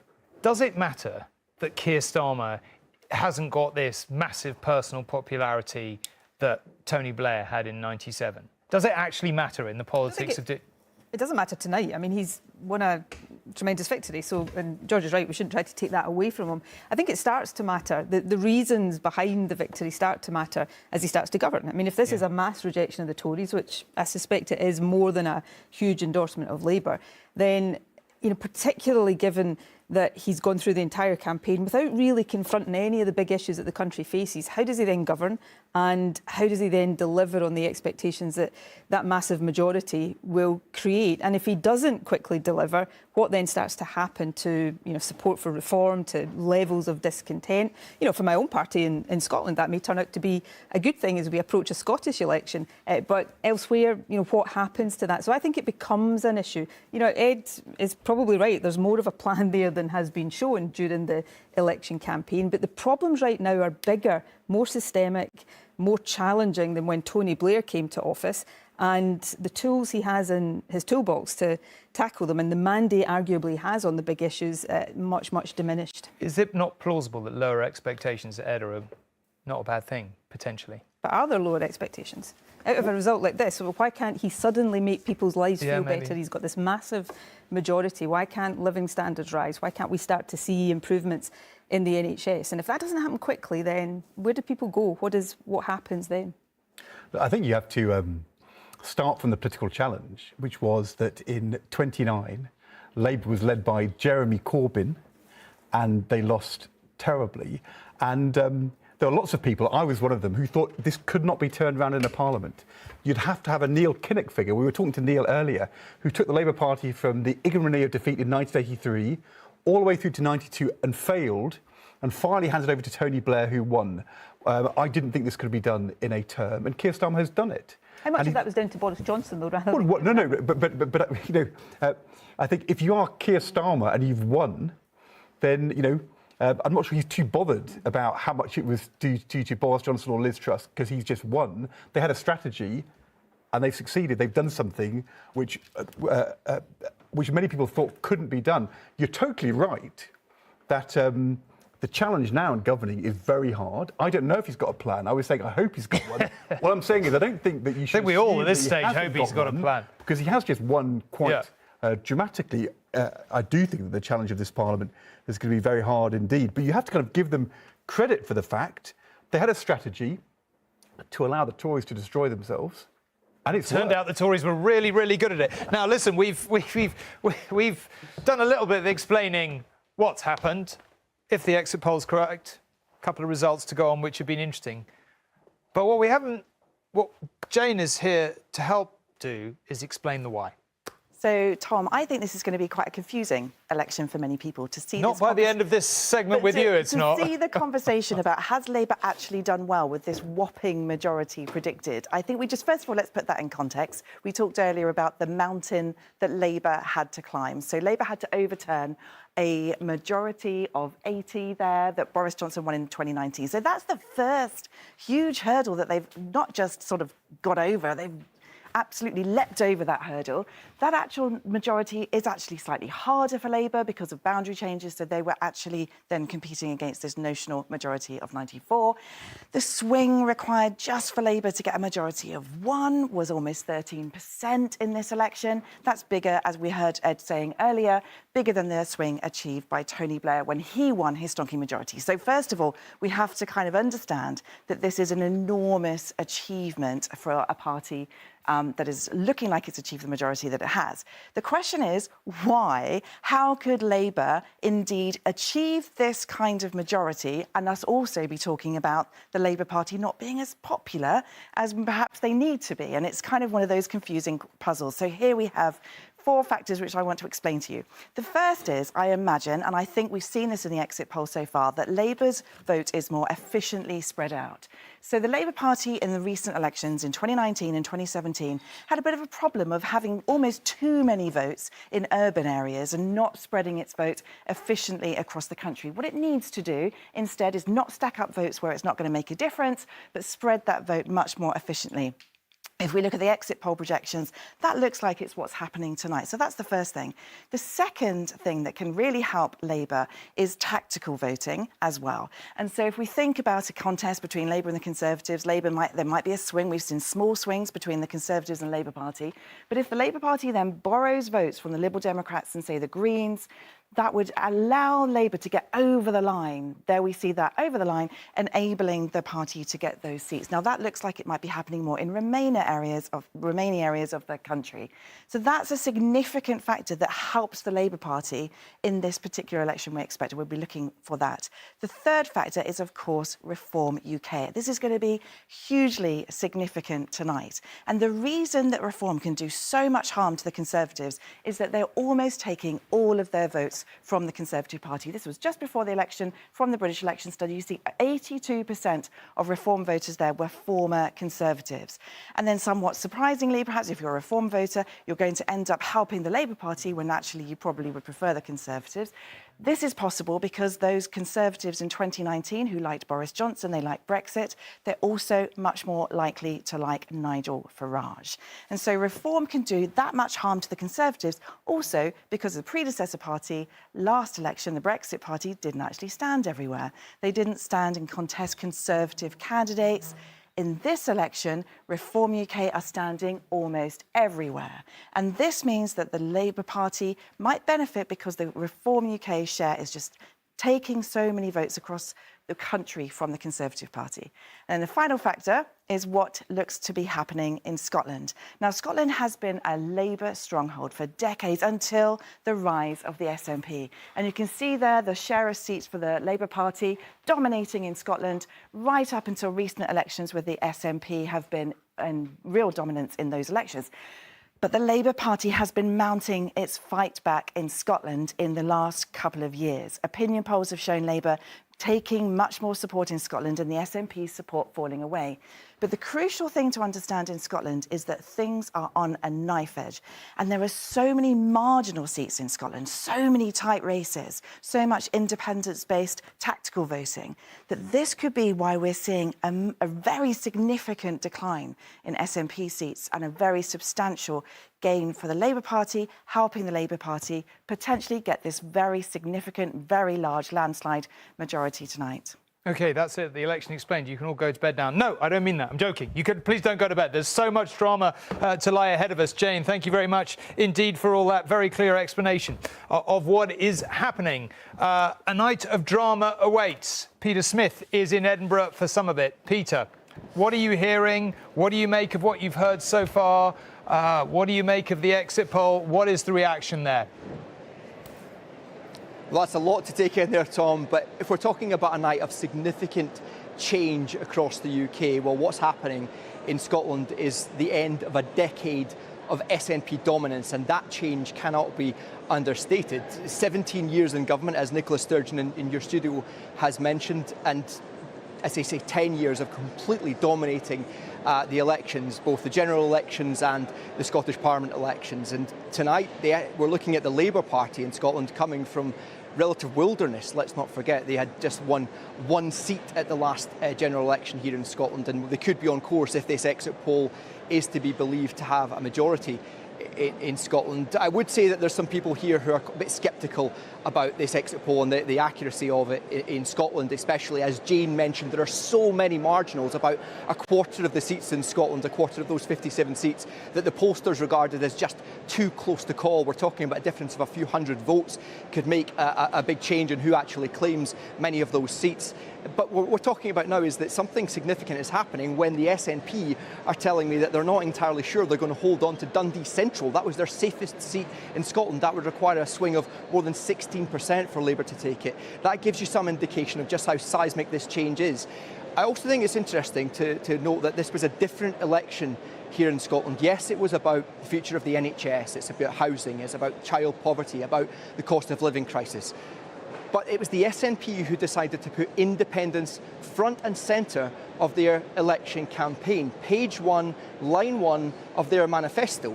The architect of putting independence front and centre of this general election campaign is in our studio tonight, Nicola Sturgeon. She was the one who said that this would be a de facto referendum on independence to give the people of Scotland the opportunity to have their say on Scotland's future in the UK, because that was an opportunity that was being denied when Prime Minister after Prime Minister said no to a second independence referendum. This general election was supposed to be that de facto referendum. Now, since Nicola Sturgeon left as party leader and First Minister of Scotland, Humza Yousaf and now John Swinney as the SNP leaders that have taken over have kind of downgraded that a little bit. But the clear message in the SNP manifesto in this election, as I say on page 1, line 1, front and centre, a vote for the SNP is a vote for independence. John Swinney told me a vote for the SNP is a vote for independence, and he told me as well a vote for any other party risks damaging the independence cause going forward. Stephen Flynn, the SNP's leader at Westminster, told me in an interview independence is on the ballot paper. Now, I'm being told by some of the people here tonight, some of the SNP staffers who are saying, well, this was about change at Westminster, we've been caught up in this election about kicking out the Tories. But the SNP set the terms. These were their terms. This was also about independence in Scotland, and if this exit poll is to be believed, the people of Scotland have had their say, and perhaps the message is that independence for them is not a priority right now. That's going to be something that's going to be carrying into the next election, because what's crucial, Tom, is that although Prime Ministers have ignored the SNP and said, no, now is not the time, now is not the time, Nicola Sturgeon was on the receiving end of a few of those messages back from starting with Theresa May after the Brexit vote, and there was a huge clamour to have another vote in Scotland. But what I think is important to remember is that if the SNP had won a majority on these terms that were crystal clear that a vote for the SNP is a vote for independence, it would have been extremely hard for Keir Starmer to shrug that off. It would have been a thorn in his side for the next 5 years. He would have to address it, have to acknowledge it, that the people of Scotland had an opportunity to have their say, and they would have backed that message. The people of Scotland had that opportunity, and it does not look like they have backed that. It's now going to be much easier for Prime Minister Keir Starmer to ignore any future calls. The SNP will say they still have a mandate for a second independence referendum going back to 2021, that Holyrood vote. The pro-independence parties have a majority at Holyrood, but it's going to look pretty weak when we're seeing such a heavy defeat when they put independence front and centre of their campaign in this election. And what I would say, Tom, is that there will be people who are watching ITV tonight who might have previously watched other channels because they're keen to hear from Nicola Sturgeon on this. With independence front and centre, to say she was the architect of putting it so prominently on this election campaign, they've been wanting to know what her analysis is. What next for not just the SNP, but next for the independence cause? What does it mean for the independence cause? And perhaps to see if there might be a mea culpa or two in that assessment. Okay, Peter, thank you very much. That feels like... I think Peter's been a wee okay. there. Okay, no. Simple question, was it a mistake? I mean, you were clearly the architect of it. You had a frustrating time. You made clear that if you won the Scottish parliamentary elections, that you would consider that a mandate for independence. You didn't get any joy, and you were in a frustrating corner. But it was your decision to continue to put it front and centre. Was it a mistake, and do you accept that this is the cause off the agenda now for perhaps at least 5 years? No, I don't, and I think that's a foolish conclusion for opposition parties to reach, but I'll come back to that in a second. I think Peter's analysis is not unexpected there. I've got a feeling he's had that pent up within him for quite some time. He's an old sparring partner of yours. He's an old sparring partner, yeah. Look, I think one of the questions out of the SNP result tonight is whether they've kind of left themselves between two stools on the independence question, because I think, in my view, it wasn't really put front and centre. Having it on the line 1, page 1 of the manifesto gave that impression and allows journalists like Peter to make the point. It was there, it was the big issue, and people have cast the verdict on that. But it was never followed through on in a sort of day-to-day basis in the campaign. We didn't hear day after day after day SNP spokespeople make the case for why, independence was an answer to the big issues at the heart of the election campaign, cost of living, Brexit, etc. So we've kind of fallen between two stools. But don't you dig yourself into an ever bigger hole if you keep saying independence is the answer and no one's going to give you a referendum and there's nothing you can do about it? Well, I mean, that's a massive challenge for democracy in Scotland, and that, if it continues to be the case that, and I'll come back to the question, does this set the independence cause back? If the SNP, has a reversal of the scale that the exit poll is suggesting, of course that will be a conclusion. But a lot of the people, if not the majority of people who in this election have shifted from the SNP to Labour, they still believe in independence. They haven't shifted their opinion on independence. So it might take the issue off of the immediate sort of agenda for Keir Starmer, but it would be, I think, foolish to suggest that the independence question has gone away in Scotland. The problem is, Tom, that there is just a problem of logic here. Problem of logic. I had this conversation on Good Morning Britain with Stephen Flynn, the SNP leader in Westminster, just a few days ago, because John Swinney said at the beginning of the campaign, if the SNP win more seats than Labour, then that is a mandate for a referendum. But logically, if they therefore don't win more seats than Labour, it's not a mandate for referendum. It's impossible to look at this result and say, if the exit poll is right, this is not a setback for independence. That's not what I was at. What you said to Peter Smith in an interview only yesterday. So I think John Swinney now accepts the logic of what you're saying. Exactly. The point, I wasn't arguing that, although to be blunt about it. But the point is, if Labour wins more seats than the SNP, because of the strategy of saying winning more seats gives a mandate. Let me cut to the quick here. So I think what I was saying is not actually arguing against that. Is if you're going to put independence at the heart of the campaign, which putting it on the line 1, page 1 of the manifesto arguably does, then to make that an effective strategy, or to try to make that an effective strategy, you've got to follow it through into the day-to-day campaigning. That's the bit I don't think the SNP. So it's a setback because your successors failed. Well, look. That's what you're saying. Well, they didn't do what you wanted in terms of making the case, and therefore they failed. And I might have failed as well. I might have put it at the heart of the campaign in a more meaningful sense, and I might have failed as well. We will never know that, because we can never put that to the test. But it is a setback. But I think if you're going to put it at the heart of the campaign, you really then have to do that in substance, not just in rhetoric. 2 questions to close this off. 1, if either of you were in government, leaving Nicola aside for a moment, over the next 10 years, is there any chance at all, in any circumstances, you would grant another Scottish referendum? The short answer is no, and I was... Because you nearly lost the first one. No, but we won it. And I think that strategy of David Cameron's to call the vote then did succeed. It stopped Scotland leaving the United Kingdom, and here we are, 10 years later, and independence is further away than ever. So that is, I think, if Nicola's party keeps arguing it and does win elections again, could you really turn around and say no? Well, to Ed's point, first of all, the SNP are doing very badly tonight.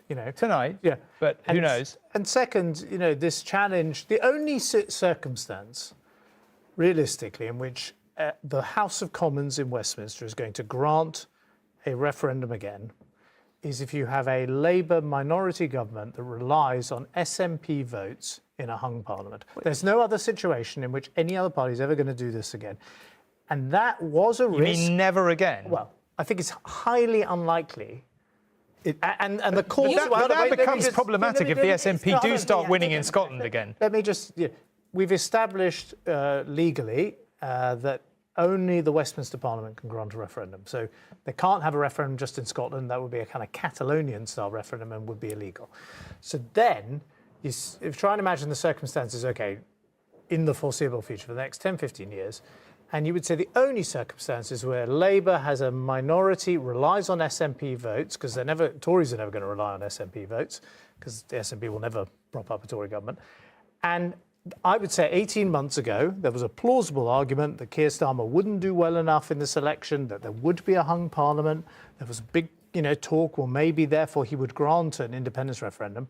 And tonight, of course, that seems further away than ever because he's won a big majority. In most independence polls, 50-50 for and against. Yeah. But you look at the demographics behind the headline figures, and in younger age groups, and this is not changing as people get older, support for independence is 60%, 65%, 70%. Further away from it. Effectively, what you're saying is there's no way, or there should be no way, for people in Scotland to express their support for independence, and that is deeply problematic. I'm part of the team that gave Scotland that chance. They had a vote, and Scotland voted to stay in the UK. Okay, could I just bring us briefly back to tonight, as it were, and the results are coming in? It's only that I'm getting reports from sort of Tories on the ground in 2 seats. So actually, I think that the exit poll would imply that Steve Baker hasn't won in Wickham, but on the ground, I'm hearing that they think he may well have won because there is a big Muslim vote there. And as I understand it, Tories on the ground think that those Muslims have voted for him. And so he may scrape through. But also, interestingly, I think there are deep fears, and we may get this result quite soon, that Richard Holden, the Tory chairman, may well have lost in Basildon and Billericay, where they are expecting a really dramatic reform surge. And he also made himself very unpopular with many Tory members, partly by parachuting himself in, but also parachuting other people in that they didn't want. Very briefly. Because we passed over it. If the exit poll shows some pretty spectacular Tory losses in Aldershot, Aylesbury, Basingstoke, City of London, Chelsea. I'm being told that my old neighbouring seat, Macclesfield, has been lost. There are going to be some quite spectacular big results. losses. OK, I'm going to get up from the desk because over there I have the man who very well might soon be running in fact, almost certainly probably will be running our foreign policy, along with the Prime Minister, of course. David Lammy, welcome. The Shadow Foreign Secretary, perhaps soon to be the Foreign Secretary. I guess congratulations are in order. You must be simply punching the air for most of this evening so far. Well, look, Tom, this is my 8th general election, and if you're a Labour supporter and you've been in Parliament 24 years, the truth is we lose more than we win. These results are encouraging, but we've only had 2 seats out of 650, so a little bit of measure at this stage. It's quite hard to be measured when the exit poll up there says you're going to have a majority of 170. No doubt about it. The exit poll will cheer lots of people across the country. But there's a lot to play out, I think, over the next few hours. We've seen the reform vote. I still can't quite believe that the Conservatives are down to the sorts of numbers that are being predicted. That's just my sense. But let us see. Let us see. What I can say is that I do think that this is a positive vote for Labour. It's a positive vote for Keir Starmer, and the way that he changed our party in order to have the promise of changing the country. And 4.5 years ago, I think it was, I remember him sitting in my kitchen at home.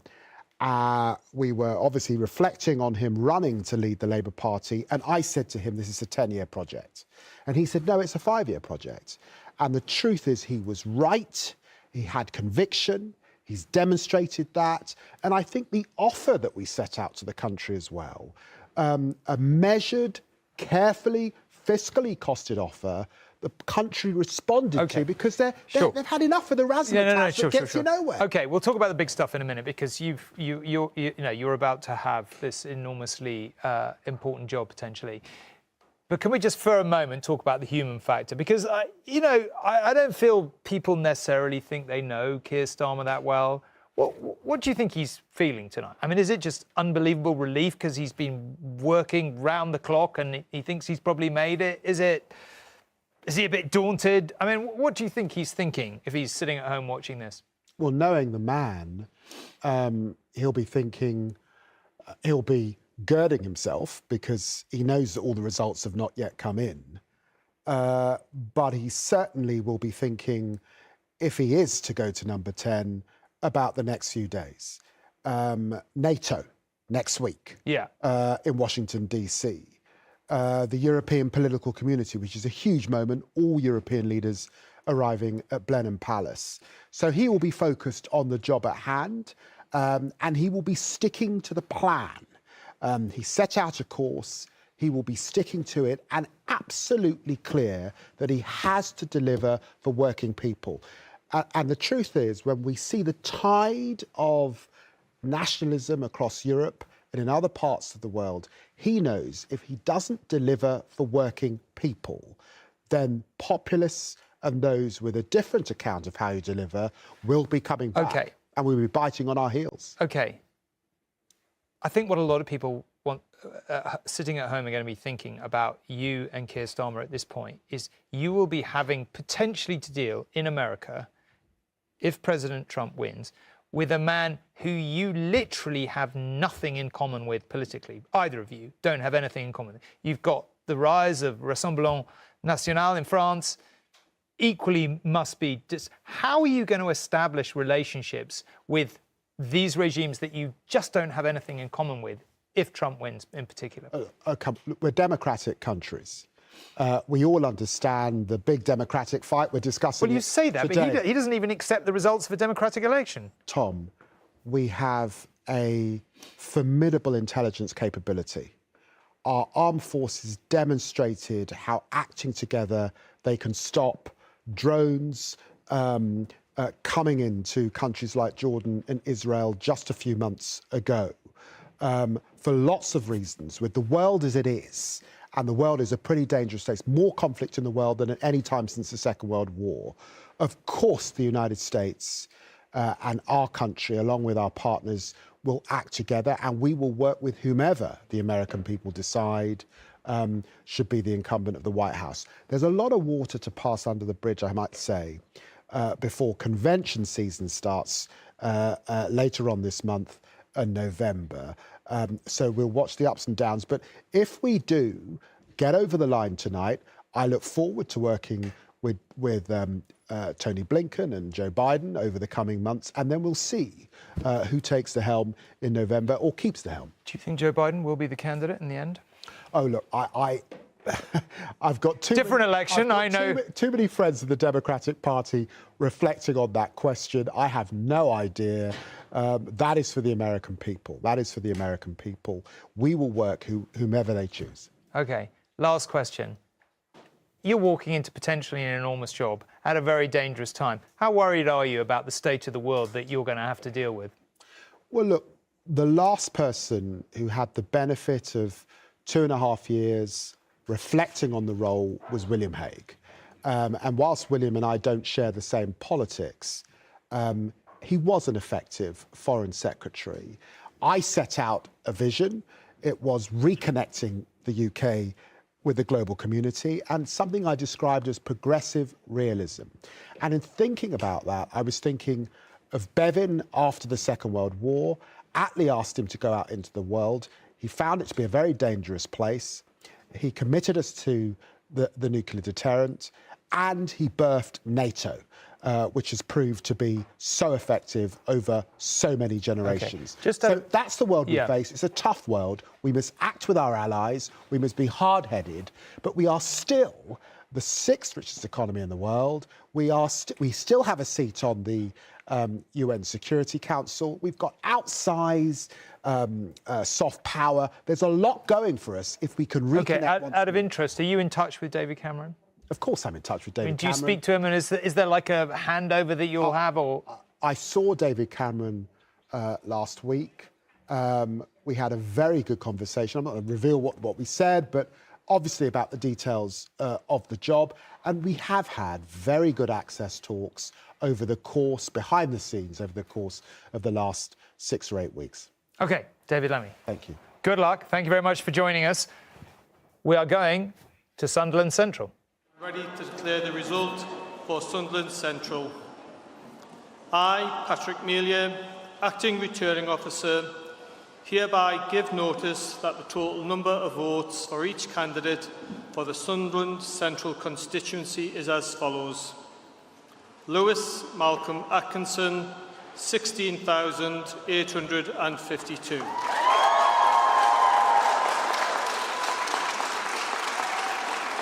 Chris Einon, 10,779.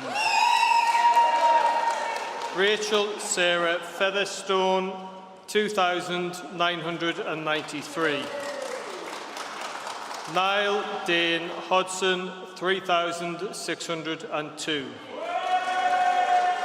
Greg Peacock, 5,731. The number of rejected ballot papers was 99.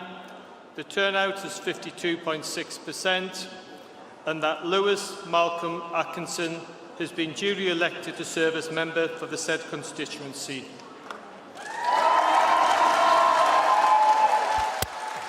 OK, there you have it, a result from Sunderland Central, but you'll have seen at the bottom of your screen there that Robert Buckland, who was speaking to us only a short time ago from his constituency in Swindon South, is out.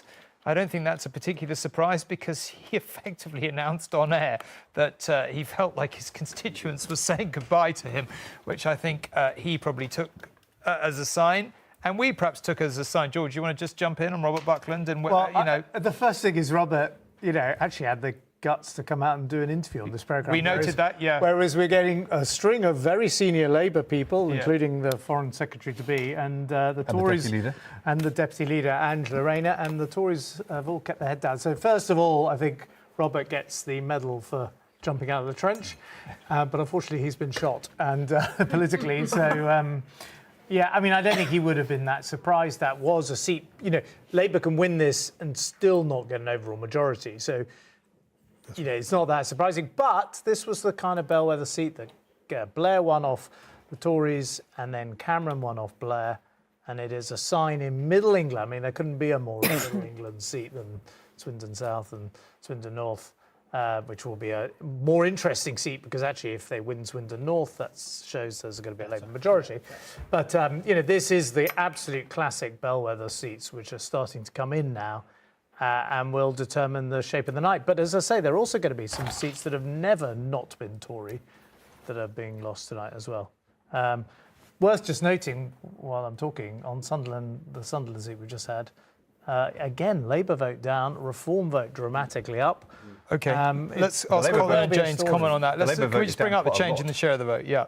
But the Labour vote's down over 2,000. Yeah. I mean, if this is happening more widely, this is more worrying for Labour, right? Well, but this is what we were suggesting from the exit poll, that Labour were doing well in places where the Conservatives were quite strong and not doing so well in their own areas. So of those three North East results we've had in so far tonight, the Labour vote is up just 3 points on 2019. Conservatives are down by 20. And Reform is up by 16. And so it just shows you that this whole, I don't know what we'd call it, Jane, the Brexit factor or something is just has not gone away, has it? It's not gone away. It's not gone away. And I think, what's interesting here is just seeing how much that Reform share is doing so much damage to the Conservatives. And, what we wait to see in a seat like Swindon South is also where Reform has the potential to make an even bigger impact because the Brexit party didn't stand last time. Can we assume that, the Labour vote, when it goes down, none of those people are switching to Reform? I mean, Reform does appeal also to disaffected Labour voters, doesn't it? I mean, this... I agree on a much smaller scale. You definitely can't assume that. If we're going to talk about the politics of the next 5-10 years... Yeah. This requires decent polling after the event to find out exactly what people have been doing in terms of switching parties or indeed staying at home. Sorry, I'm banging on about this again.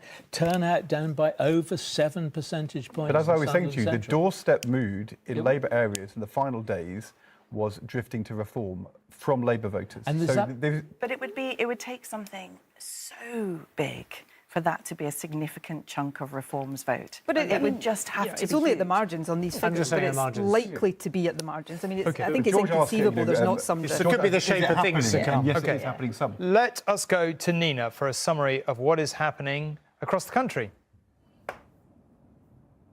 Thank you, Tom. Welcome back to the newsroom. Here are the main headlines. Labour's Deputy Leader Angela Rayner has told ITV News it's time to move on from the Tory chaos after the broadcaster's exit poll predicted Labour will form the next government. It predicts Labour will win 410 seats, the Conservatives 131, with the Lib Dems moving back to be the third biggest party in Parliament. The result would make Sir Keir Starmer the country's 7th Labour Prime Minister, working with a majority of 170.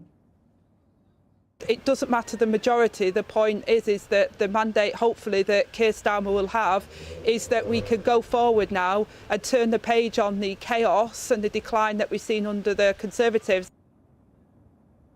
As the first results start to come in now, Houghton and Sunderland South won the race for the first declaration, and it's a shadow cabinet minister who has held her seat for Labour. Lucrezia was watching. Lucrezia, they did it. Yeah, they sure did, didn't they? Sunderland returned to former glory. They did it at precisely 12 minutes past 11, the first seat to be declared at this general election. We just had another one come in here at Sunderland Central. You can hear the Labour MP, Lewis Atkinson, just finishing up his speech. And you know what? I was speaking to Bridget Phillipson, who is MP now, again re-elected for Houghton and Sunderland South. And, you know, I asked her about what she made of her victory, but also what the exit poll was saying about this potential Labour landslide. And she says it's all down to Sir Keir Starmer. He's turned the party around. But look at the results here as well. Look what Reform is doing here in Labour heartland in Sunderland. And it'll be really interesting to see how that plays out nationally over the next few hours. Yeah, we watch and we wait. Lucrezia, thank you very much.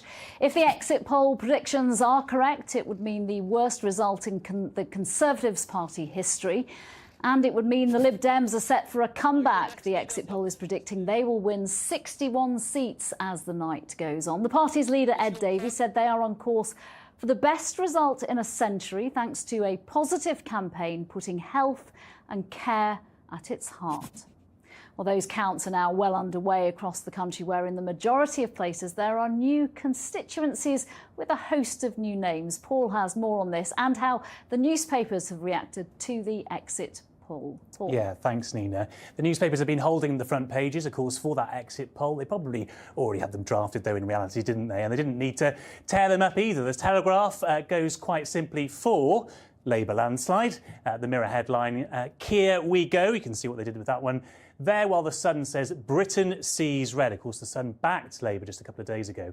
And the Daily Express says crushing blow to Tory party in election wipeout. Well, it could be a very personal wipeout for many of the most prominent Tories, including, as we've been discussing, the Chancellor, Jeremy Hunt. He faces a fight to defend one of the many new constituencies created by changes to boundaries at this election. So take, for example, his old seat of South West Surrey here, which has now become the seat of Godalming and Ash. And as you can see, it's made up of parts of 4 different constituencies at the last election. Across the country, the electoral map has been redrawn like that because of changes in population. And that means that while in 2019, Boris Johnson won a majority of 80 seats, as you can see here, actually, Rishi Sunak technically goes into this election defending a majority of 94 seats because of those boundary changes. The boundary changes really help the Conservatives far more than they help Labour.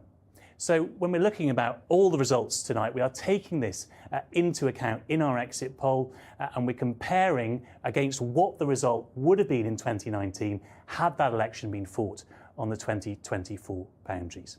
So quite a few changes, Nina, at this election, but none of those boundary changes, it looks tonight, are going to affect the most important result of all, which is, of course, the overall outcome of this election. Yeah, Paul, thank you. Lots still to come tonight then. At around 1:30, we're expecting to get the declaration for the Tory leadership hopeful, Kemi Badenoch in Essex North West. We'll start to get some key results in Scotland too at around the same time, 1:30. We're expecting a declaration from Aberdeen South. That's the count for the SNP Westminster leader, Stephen Flynn. But for now, that's all from us here in the newsroom. Tom. Nina, thank you very much indeed. Well, we've been debating over the course of the last couple of hours what the shape of this new Labour Party is. Going back 6 months or so, I don't think anyone could have imagined that in reality we would end up with an enormous Labour victory in the way that we have had tonight, and what looks like a very, very significant collapse in the number of Tory seats. But given how little really Sir Keir Starmer has said about what a Labour government is and is not going to do, I think we've all agreed his election campaign was quite limited in scope. The big question is, what is this new party? Anushka has some of the answers, and Ed has those that she doesn't. Yes, At least I'm I hope you going do. to talk to you a bit about who might be on Labour's backbenches in a minute. But just before I did, I just wanted to show this to you, Ed. Now, this is about reform, and it's where reform comes second, according to the exit poll. Now, we're being very careful with reform and the exit poll because there's huge margins of probability with them. They're a difficult actual party to judge for this. But they're going to come second, according to the exit poll, in 155 seats. So all of these, and then, have a look at this, all of these. Just to put that in context, in 2015, UKIP, on the old boundaries, came second in 120 seats only.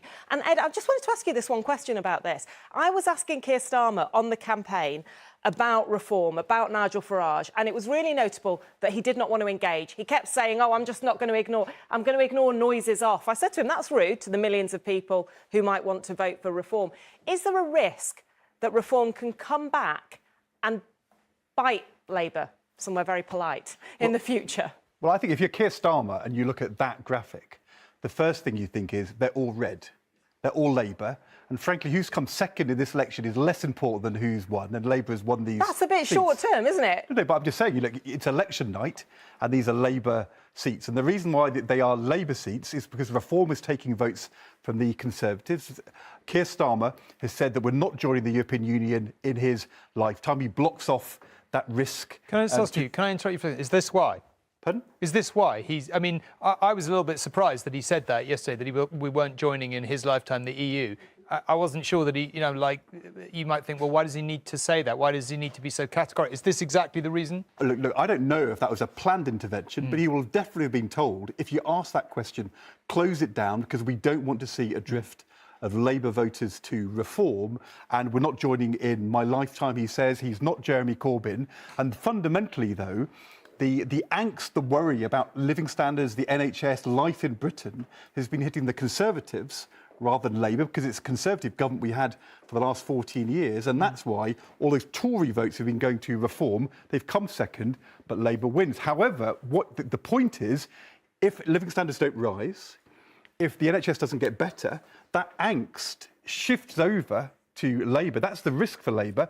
Regardless of Brexit, regardless of the leader, if things don't get better, there will be seats other than these when suddenly Labour is under a lot more pressure. I mean, speaking to the Labour strategists, one of the big reasons they say they focused on Leave voters was because it gives them that more efficient spread of the vote, which we appear to be seeing tonight. Let's just have a look at those backbenches. I think we can pull up one particular group, which you might say has been a little bit marginalised in the Labour Party, and that is the kind of group on the left over here. So this is the Socialist Campaign Group. This, not very long ago, basically ran the Labour Party. People like John McDonnell, who you're obviously speaking to, Diane Abbott, Zara Sultana. There are around 28 of them, we think, which, when you put in the context of a party of 410, doesn't feel huge. I've got to say, it's a massive achievement for the Starmer government, the way they have been so ruthless in rooting out campaign group candidates. If you go back to the Conservatives in 2010, when David Cameron and George took over the Conservative Party, pro-European centrist,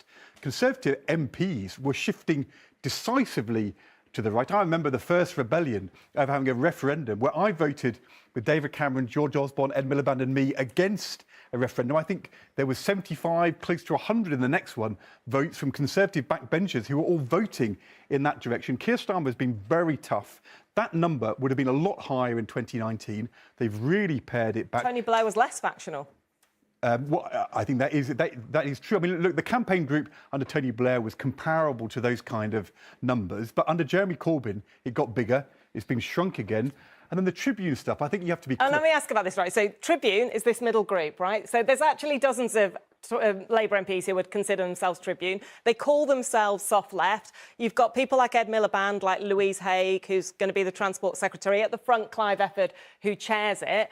I've put actually Miatta Farnborough at the back. She's going to be a new MP because somebody from each one of these groups told me that she's a rising star. But one thing they do tell me, they say Yvette Cooper, of course, is in that group as well. They do tell me that they plan to put pressure on Keir Starmer on two particular policies, wealth taxes and lifting the two-child benefit cap. Do you think that will happen? Look, I'm not quite sure who this they is. I don't think that they meet as a group with a manifesto. I wrote a column for the Tribune newspaper. Tony Blair and Gordon Brown were members of the Tribune group. As far as I understand it... Well, you have to woo them.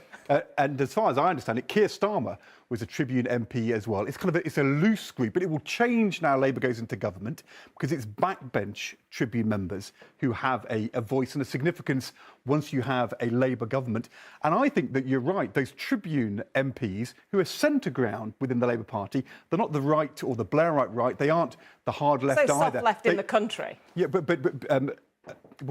within the Parliamentary Labour Party, and they will be saying we want more action on tax. But there'll be lots of them who don't like that two-child limit, and there will be pressure on Rachel Reeves and Keir Starmer from those groups. But to be honest, that's what happens in politics. Interestingly, you know, if Labour wins a lot of these seats in the South East, which maybe it's projected to do, there'll also be rather a lot of newly elected MPs in former Tory seats on the edge of cities and towns saying, Keir Starmer, Rachel Reeves, we know you want more houses, we know you want planning reform, but there's a lot of green belt in my constituency, and be a bit careful about your concreting over plans, you know, builders rather than blockers. So there'll be pressure from other areas as well. OK, we spoke to Robert Buckland earlier in the evening, a rare appearance by a senior Tory tonight, and he made it very clear he was going to lose his constituency. He has indeed, as we've already reported, lost his constituency. Let's hear what he had to say about it.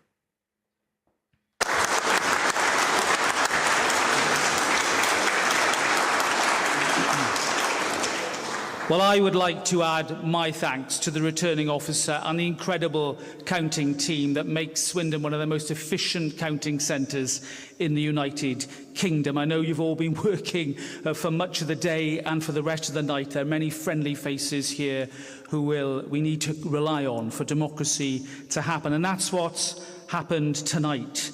I'd like to thank the people of Swindon South as well, or should I say South Swindon, the seat that I had the honour of representing for 14 years through 4 elections. Although it was not to be for a 5th time, I owe a huge debt of gratitude to the tens of thousands of fellow residents who have supported me over the years and who continue to do so at this election. And to those who didn't, I say my good wishes and that my hopes go with you for the future of our town, my home, and our country. And I want to thank Heidi for her heartfelt words, and I genuinely wish her well. She is a person who comes to this with goodwill and the right motives, and I'm glad that on a personal level she's able to serve once again. I want to thank my family, my wife, Sian, my children, who have, through the 20 years that I have been a candidate and MP here, put aside their priorities, not just for mine, but for the people who I served, and for my incredible campaign team, who ignored the national polls and worked day and night to help me in this campaign, and I owe them a huge debt of gratitude. Now, tonight's result means that I cannot, for the time being, be a direct participant in our parliamentary process, which you know I value and love dearly. I'm proud of the work that I've done to advance the cause of autistic and disabled people in our country and people who live in abusive and controlling domestic relationships and the victims of serious crime in particular. I'm deeply proud of the investment that I've helped to secure for Swindon, from the new A&E at GWH to the vitally important heritage work at the Health Hydro and the Honda site redevelopment. But there's much more, of course, to do. I wish Heidi well, and I know that she will carry on the work that I have started. Now, our very political system is... OK, Robert Buckland, a notably generous speech there to his Labour opponent. George, I'll ask for your reaction in a moment, but Colin, can I just bring you in to talk about what's actually happened here? Let's just look at the change in the share of the vote, maybe. You will see the Conservative share of the vote has halved, and we're now talking about a very different part of the world to Sunderland and Bly, the part of the world that only reasonably narrowly voted Leave. It's not what you call a big Levy area, but it seems to me that electors there, like everywhere else, have said, no, we don't want any more to do with this Conservative government, but they have found somewhere to go to express their discontent, to express their dissatisfaction with how things are going. Some of them, sure, have gone to Labour, but many of them, even here, have gone to Reform. This is somewhere where the Brexit Party did not have a candidate at the last election. And for a southern English seat, on the commuter fringes of London, you could almost say, the kind of places that you expect to take a rather different attitude to sort of Reform's policies than would be happening in some of the left behind areas of the country. This is quite extraordinary. And it just, we're back to what Ed's been talking about this evening. Is this, have they found somewhere in Reform that they can express their discontent because they didn't want to go all the way over to Labour, which means that Labour still hasn't sealed the deal, as I think Tony Blair thought he had done in 1997 in rather different circumstances? I mean, so very generous, as you say, of Robert to his Labour opponent and a model for how to concede. I just want to pick up something Ed said, because I think it's relevant to Swindon, which is, OK, so we're going to have a Labour government. What about policy? There are going to be a load of Labour MPs for Greenbelt seats across the southeast, and Keir Starmer and Rachel Reeves's big growth plan is to build on those green belts, and that is going to be very hard to deliver for these Labour MPs. There's going to be strong local objections, and it's going to be hard for the government, and it'll be a real test of whether they're prepared to be bold and risk the majority. And then second, I think European policy.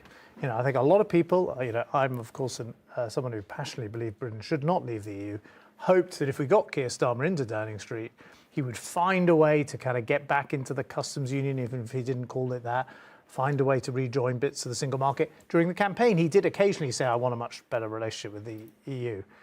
If you're the Labour political strategist, you're saying, God's sake, you can't do that. Look at Reform. It's growing. It could be a threat to us at the next election.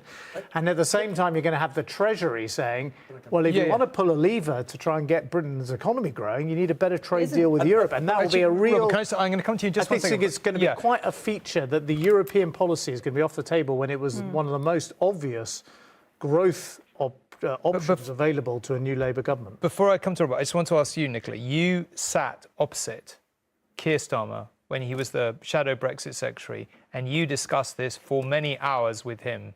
What conclusions did you reach? Well, at that time, he certainly gave a good impression of being a thoroughly pro-European politician and individual, and seemed very passionate and sincere about it. I suspect deep down inside he still is. I think George is right. Pro-European. I mean, he's definitely pro-European. It was pro-EU, Ed. I think he's probably pro-EU as well. Yeah. He's just not in favour of Britain rejoining it. I think that goes to the heart of the issue we're talking about here. I think George is right in terms of the conclusions that will be drawn from the result tonight. But I actually think it probably stores up even more difficulties because, what's driving the disaffection that has driven people into the arms of Reform, arguably what drove support for Brexit is, falling living standards, broken public services, and arguably Brexit and the fractured relationship with Europe is making it almost impossible to deal with those underlying issues. So, it's this kind of bind that politicians have got themselves into, that both Labour and the Tories have got themselves into. And, yes, it is absolutely the case that Labour will look at the Reform vote and say we can't possibly confront the relationship with Europe. But actually, if they were being really brave, they would take the majority and try to do that and then tackle some of the underlying issues that might actually deal with the reasons people are voting for Reform in the first place. Three very quick things. To George's point about building on the Greenbelt, when you've got a majority, let's say for argument's sake of 180, you can afford to annoy quite a lot of your MPs. He knows that if he's not going to put taxes up, he really has to do something pretty radical to get the growth rate up. He does need to reform. He does need really to scrap lots of the planning restrictions. They know it's going to upset quite a lot of people. But, you know, he's now in a position to say, for the good of the country, I am going to have to upset some communities. So I think that's quite likely. And the other thing just on... I hope that's right, because it's what the country needs. But then on the point about, you know, whether it's joining the customs union or the single market or the EU, one of the things that your party has pointed out fairly consistently during this campaign is the ability of Keir Starmer to change his mind pretty radically when the so-called facts change. His position is not what it was 2 years ago, and it is not beyond the realms of possibility that he adopts a rather different position on joining the EU, one closer to the one that you think is the more rational one. OK, there's only one person who I've spent more time talking about Brexit with on ITV News programmes than Robert, and that's Jane. I feel, Jane, you have things to say on this subject. So I think there's a couple of things that are interesting about reform. One is not to kind of almost caricature these voters as thinking that they're just pro-Brexit voters who don't like immigration. Voters are moving from the Conservative Party to the Reform in greater numbers if they feel economically insecure. So a lot of this is also about the economy. It's also about bread and butter issues. But we can also see, and we have a graph that we can show, just how difficult this tension is going to be for the two major parties over the coming months and years. If we thought that the Brexit divide in vote choice was over, we need to think again, because the Labour Party here on the left-hand side has over 80% of its voters who would still vote to rejoin the EU in another referendum if it happened again, whereas the Conservative Party has almost 80% of its supporters who would still vote to stay out. So the Brexit divide is alive and well. It's bubbling there below the surface, as we're seeing also with the results. It's also becoming, again, a very important factor for where the votes are going at the constituency level. So this is going to continue to be a divisive, really difficult political tension in British politics. OK, I fear we will be discussing it for many, many, many months and probably years to come. But I'm very pleased to say, to talk on a separate subject, which we haven't been talking about for a bit, Baroness Varsi is here, Tory peer, of course. Where would we start? What a catastrophe. But I think the interesting story of the night has got to be reform. I think following on from what Jane has just said, that actually for me what's fascinating is, and let's see how the night turns out, whether the votes that we're seeing for reforming these constituencies actually translates into wins. I'm not entirely confident that the number of seats that have been predicted on the exit poll may be met. Maybe I'm wrong on that. But there's something definitely going on here with the Tory vote collapsing and the Reform vote increasing. And I think it's really important for us to understand that. Understand that, one, in terms of what's happening across the country, but understand that in terms of what the Conservative Party has to do to start rebuilding from here. What is the kind of party that we want to become and we will become once this election is over? What's your answer to that question? I think first and foremost, there was, whatever you think of the politics of this, there's no doubt that the country was left with a sense that the rules were not being followed. And whether that went as far back as Partygate or more recently with the kind of betting scandal that we saw in the middle of the general election campaign. And so whoever comes to the fore has to be somebody who hasn't been mired in some scandal about leaking or briefing or bullying or whatever it may happen to be. I mean, there have been so many different issues over the last 4, 5, 6 years. And I just hope that the party is brave enough to realise that if we are going to be a responsible opposition, and we have to be a responsible opposition, because when parties of government end up with large majorities, they need sensible oppositions to hold their feet to the fire. That is going to be our first job after this general election. Then if we're going to expect the Labour Party to behave in certain ways, then our party has to be led by somebody who's beyond reproach. I mean, do you have someone in mind? It depends who's still on our benches. I mean, you can't even predict who would be making a bid for the leadership until we know who is still going to be on our benches at the end of tonight. Of course, you know, people have been talked about, but if you look at what the exit poll is saying, people like Penny Mordaunt may end up even losing their seats.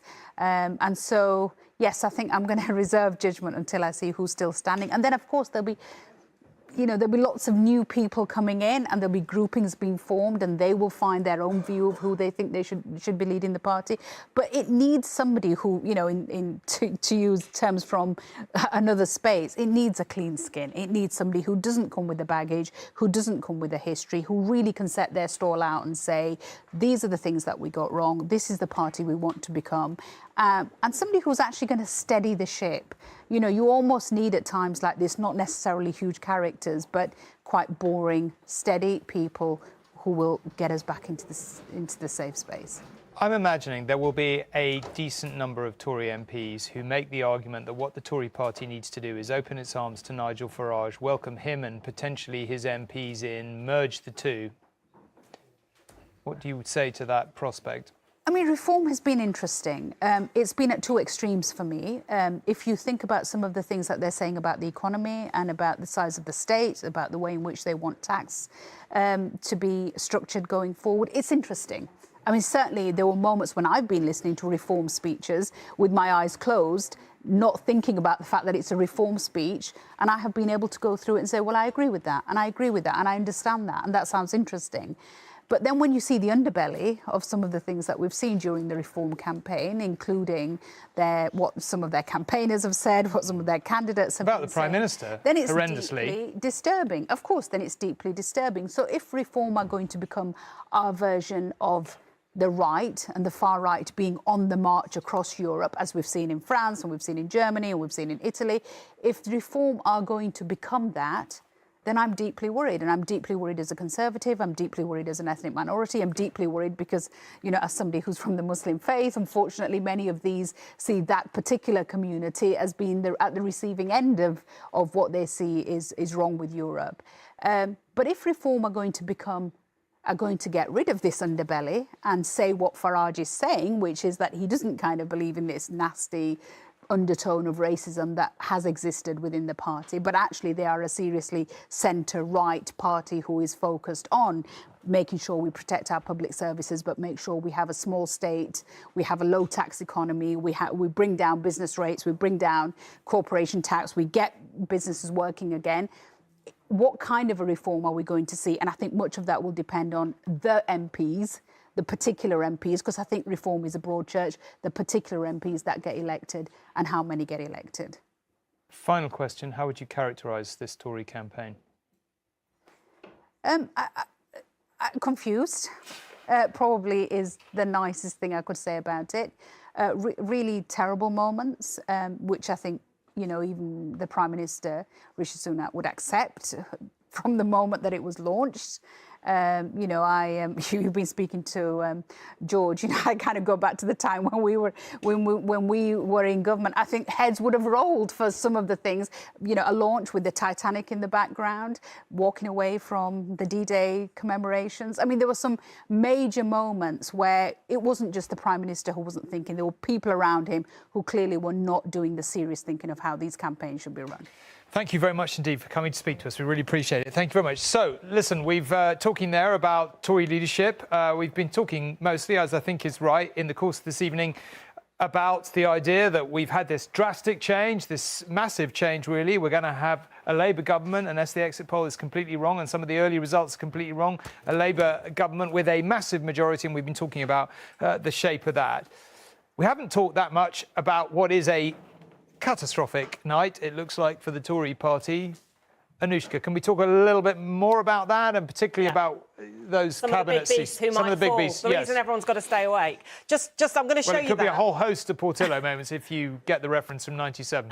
So I'm going to just show you the big battle board with a caveat before we do it. So that's all the predictions for the individual seats on the battle board. And remember, the exit poll predicts individual seats and then comes up with a total number, but it's all based on probabilities. And for each seat, we get told how high the probability is. And when I talk about individuals who may or may not go, I'm going to be very, very careful. But what we have made up for you is a board of key players in the Conservative Party. So this has some leadership hopefuls, but it also has some other people who you might think are interesting. Let's give it a go, see if you're interested in them. Obviously, even though it's nearly 1 a.m, I have to remember who is in each of these seats. But to give you an example of some of the people here. So, look, the exit poll is predicting that Kemi Badenoch is going to hold Essex North West and that Suella Braverman is going to hold Fareham. Pretty good for the right of the party. That Rossendale in between, that is Jake Berry, once chair of the party, big figure in the north. We're going to find out about 4 a.m. what's going to happen to him.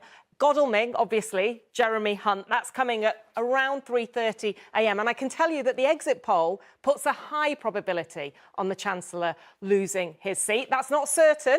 We've got to stay up and watch, but a high probability. Another one that has a high probability around the same time, 3:30. And this will be a huge scalp because another person who might fancy the leadership is Welwyn Hatfield, Grant Shapps. The exit poll suggesting that that is a higher prediction than some of the others. There were a couple of other interesting big beasts on there. So there's Penny Mordaunt in Portsmouth North. I've been talking tonight to some of the members in her team. They are very, very nervous. And I can tell you that that is predicting that she will lose, but it is too close to call. So that one is on a knife edge. And lots of people feel that if Penny Mordaunt makes it through the night, then absolutely she would have a good chance in a future leadership campaign. One more here that's too close to call, 4:30 in the morning. Where are you? Somerset? Northeast. Somerset, Jacob Northeast. Rees-Mogg. Oh, yep. Yeah. Jacob Rees-Mogg. That is also too close to call, but obviously tipping away from Jacob Rees-Mogg, which would obviously be a huge result if it comes in the middle of the night. Other people here who are looking like they are safe, like Chichester, that's Gillian Keegan, more on the left of the party, and also more on the Liberal wing of the party in the end, Tonbridge, Tom Tugendhat, who certainly would fancy himself, I think, in a leadership contest. And down here, bottom left, people had thought that he might be worried, but James Cleverly in Braintree. Oh, and Liz Truss also, I think, is up there as well. Norfolk, South West. I mean, she has a massive majority. A massive majority. I tell you, at the beginning of the night, we were looking through and the other Norfolk seat looked like it was going to be lost. And for a moment, we were like, is that Liz Truss? But at the moment, it is predicting that she will remain in place. Maybe she'll have another pop at the leadership. Blimey, that's a thought to bring us all to early silence. Keir Starmer will definitely second her nomination. George, what do you think about? You have a high opinion of Liz Truss, I seem to remember. George always starts every sentence by saying, "I actually really quite like her," before he then tells us what he thinks. Before he launches into it. I mean, no, look, Go on. If there were two things, weren't there, that really did for the Tory fortunes. The first was Partygate, which, you know, the Tories never recovered from in terms of one rule for us and one rule for everyone else, and that was Boris Johnson's nail in the coffin, and then the quasi-Kwarteng Liz Truss mini-budget, and, you know, was destroyed the Tories' economic reputation. And what Sunak has not done and didn't do in the first weeks he became the Prime Minister was to distance himself in the same way that Keir Starmer, who served in Jeremy Corbyn's shadow cabinet, essentially expelled Jeremy Corbyn. Okay, he was ruthless. I'm just going to stop you there for a moment because we're going to go to Newcastle. Have your attention, please. I am ready to declare the result for Newcastle upon Tyne, Central and West. I, Pam Smith, returning officer, hereby give notice that the total number of votes for each candidate for the Newcastle upon Tyne, Central and West Ward is as follows. Ali Afe, Liberal Democrat, 1,946. Francis Lazok, the Conservative Party, 4,228. Ashton Hector Muncaster, Reform UK, 7,815. Chi Onwurah, Labour Party, 18,875. John Pearson, Green Party candidate, 3,228. Habib Rahman, Independent, 1,636. Yvonne Ann Ridley, Independent, 3,627. And that Chi Onwurah has been duly elected to serve as a councillor, as a Member of Parliament for the Newcastle upon Tyne Central and West constituency. Thank you.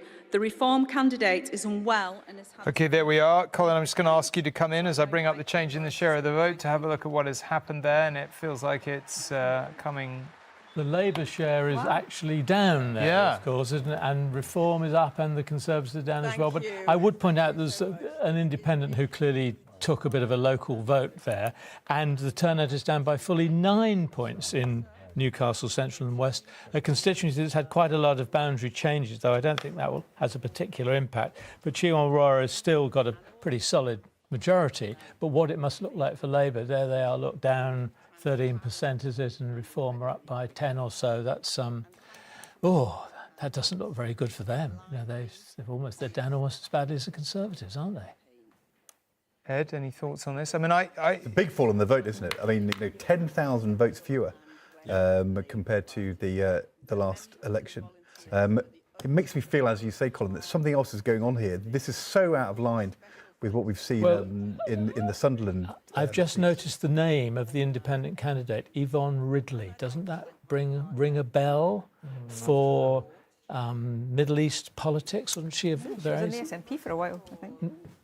No, I'm not sure. Was she an MP? Sorry, I didn't mean to get all our thinking hats on at this stage in the evening. But thinking hard about what's happened here. There's two different independents. OK, let's just pull back a little bit and ponder for a moment. I must say that I find it a little bit counterintuitive that we have repeatedly, in the course of this election campaign, stressed how hacked off people appear to be with the government, and yet turnout seems to be down.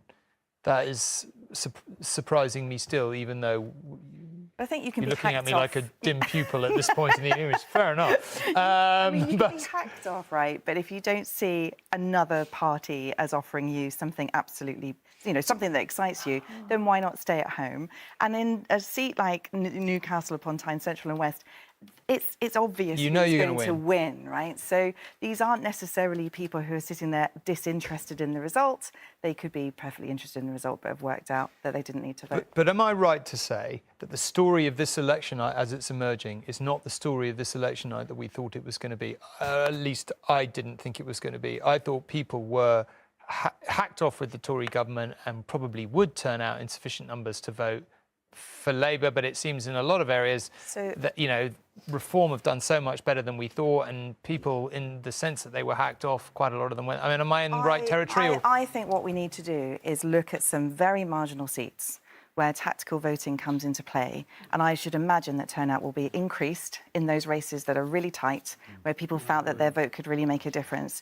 We've only had 6 declarations. One of them switched parties only. 5 of those are safe Labour seats. So I think where we're going to see the races tighter, I'd expect turnout to be a bit higher. Although in Swindon, which definitely would have been fiercely fought on the ground, turnout is also down. Yeah, but it's one seat. Yeah, but if you think of the message from the Conservatives in the last 6 or 7 days, warning of the supermajority, don't give Labour a supermajority, they weren't simply saying don't go and vote Reform.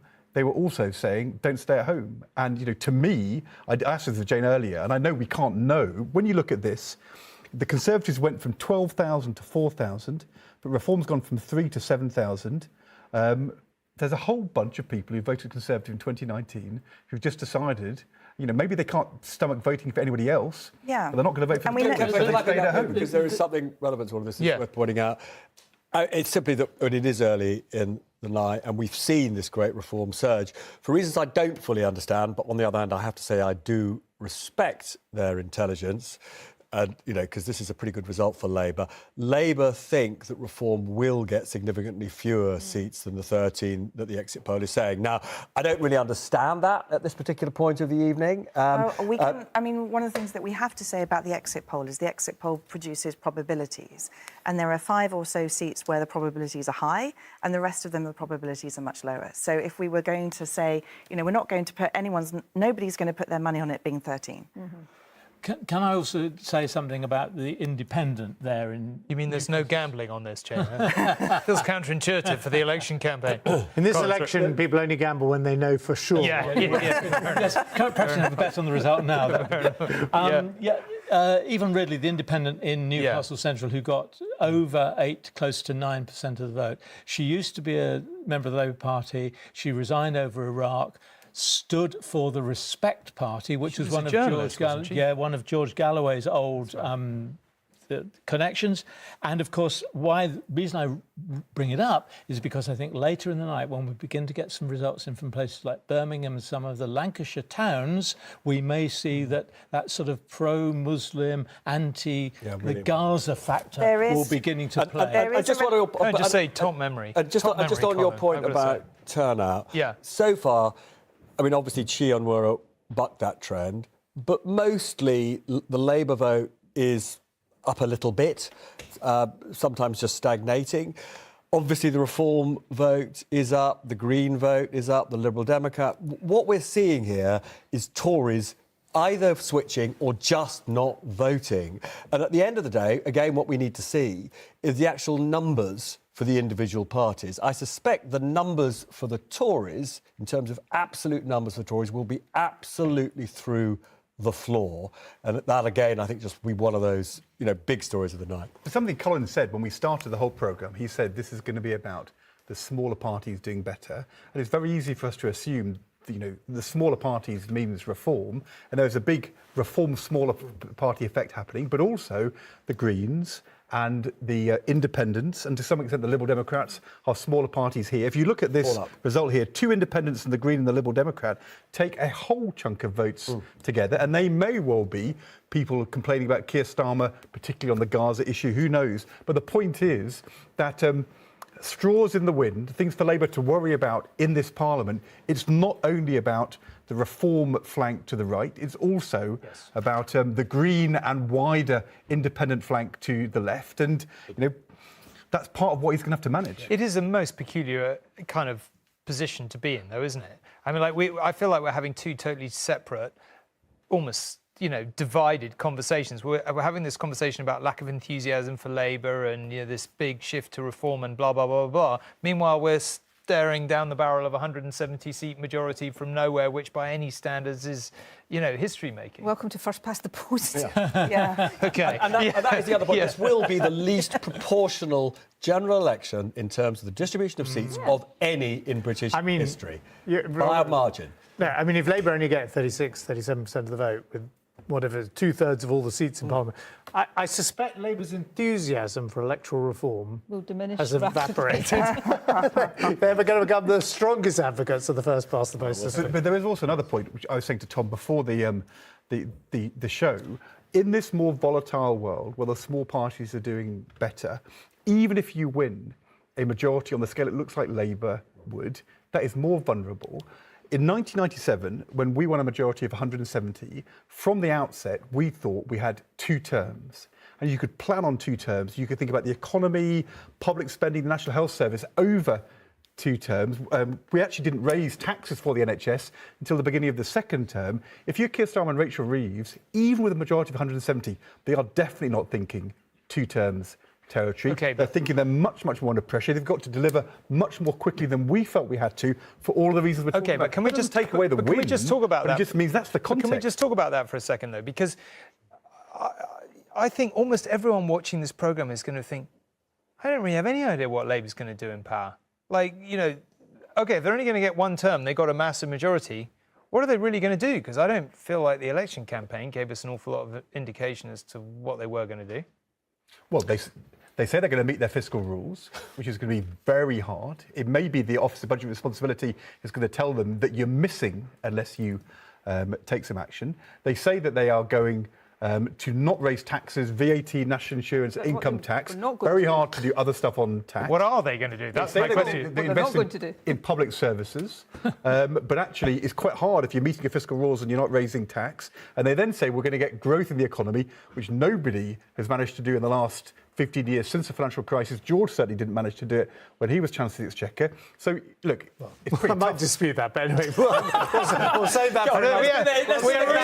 We really don't have time for that argument tonight. We will save that for another show. We'll save that argument for between 3 and 4 if you want. I think there was an interesting point that someone made to me, which is that, in fact, Keir Starmer presented a very conservative face. First of all, he looked very sensible and conservative. His economic policy was basically matching Tory spending plans and tax plans. Right? His immigration policy was tough on the small boats. His European policy was, I'm happy with the Brexit settlement largely. I'm certainly not going to rejoin the EU. He actually rode back on some of the cultural issues like gender identity. So he ended up in the end of the election basically agreeing with the Conservative government's position on things like transgender issues. I mean, he presented a very sort of conservative approach. In fact, the manifesto, I thought this was the supreme example, when Rachel Reeves and Keir Starmer was asked, what's this manifesto all about? He said, wealth creation. And that's what a Conservative leader or Chancellor would have said. And it's quite interesting. And maybe that was just reducing the target, all the ghosts of Labour victories snatched away by being too radical in the policy programme of the past. But, in some ways, you've left a blank sheet of paper. Now, the one thing about a big majority is, great, you can now start to fill it in.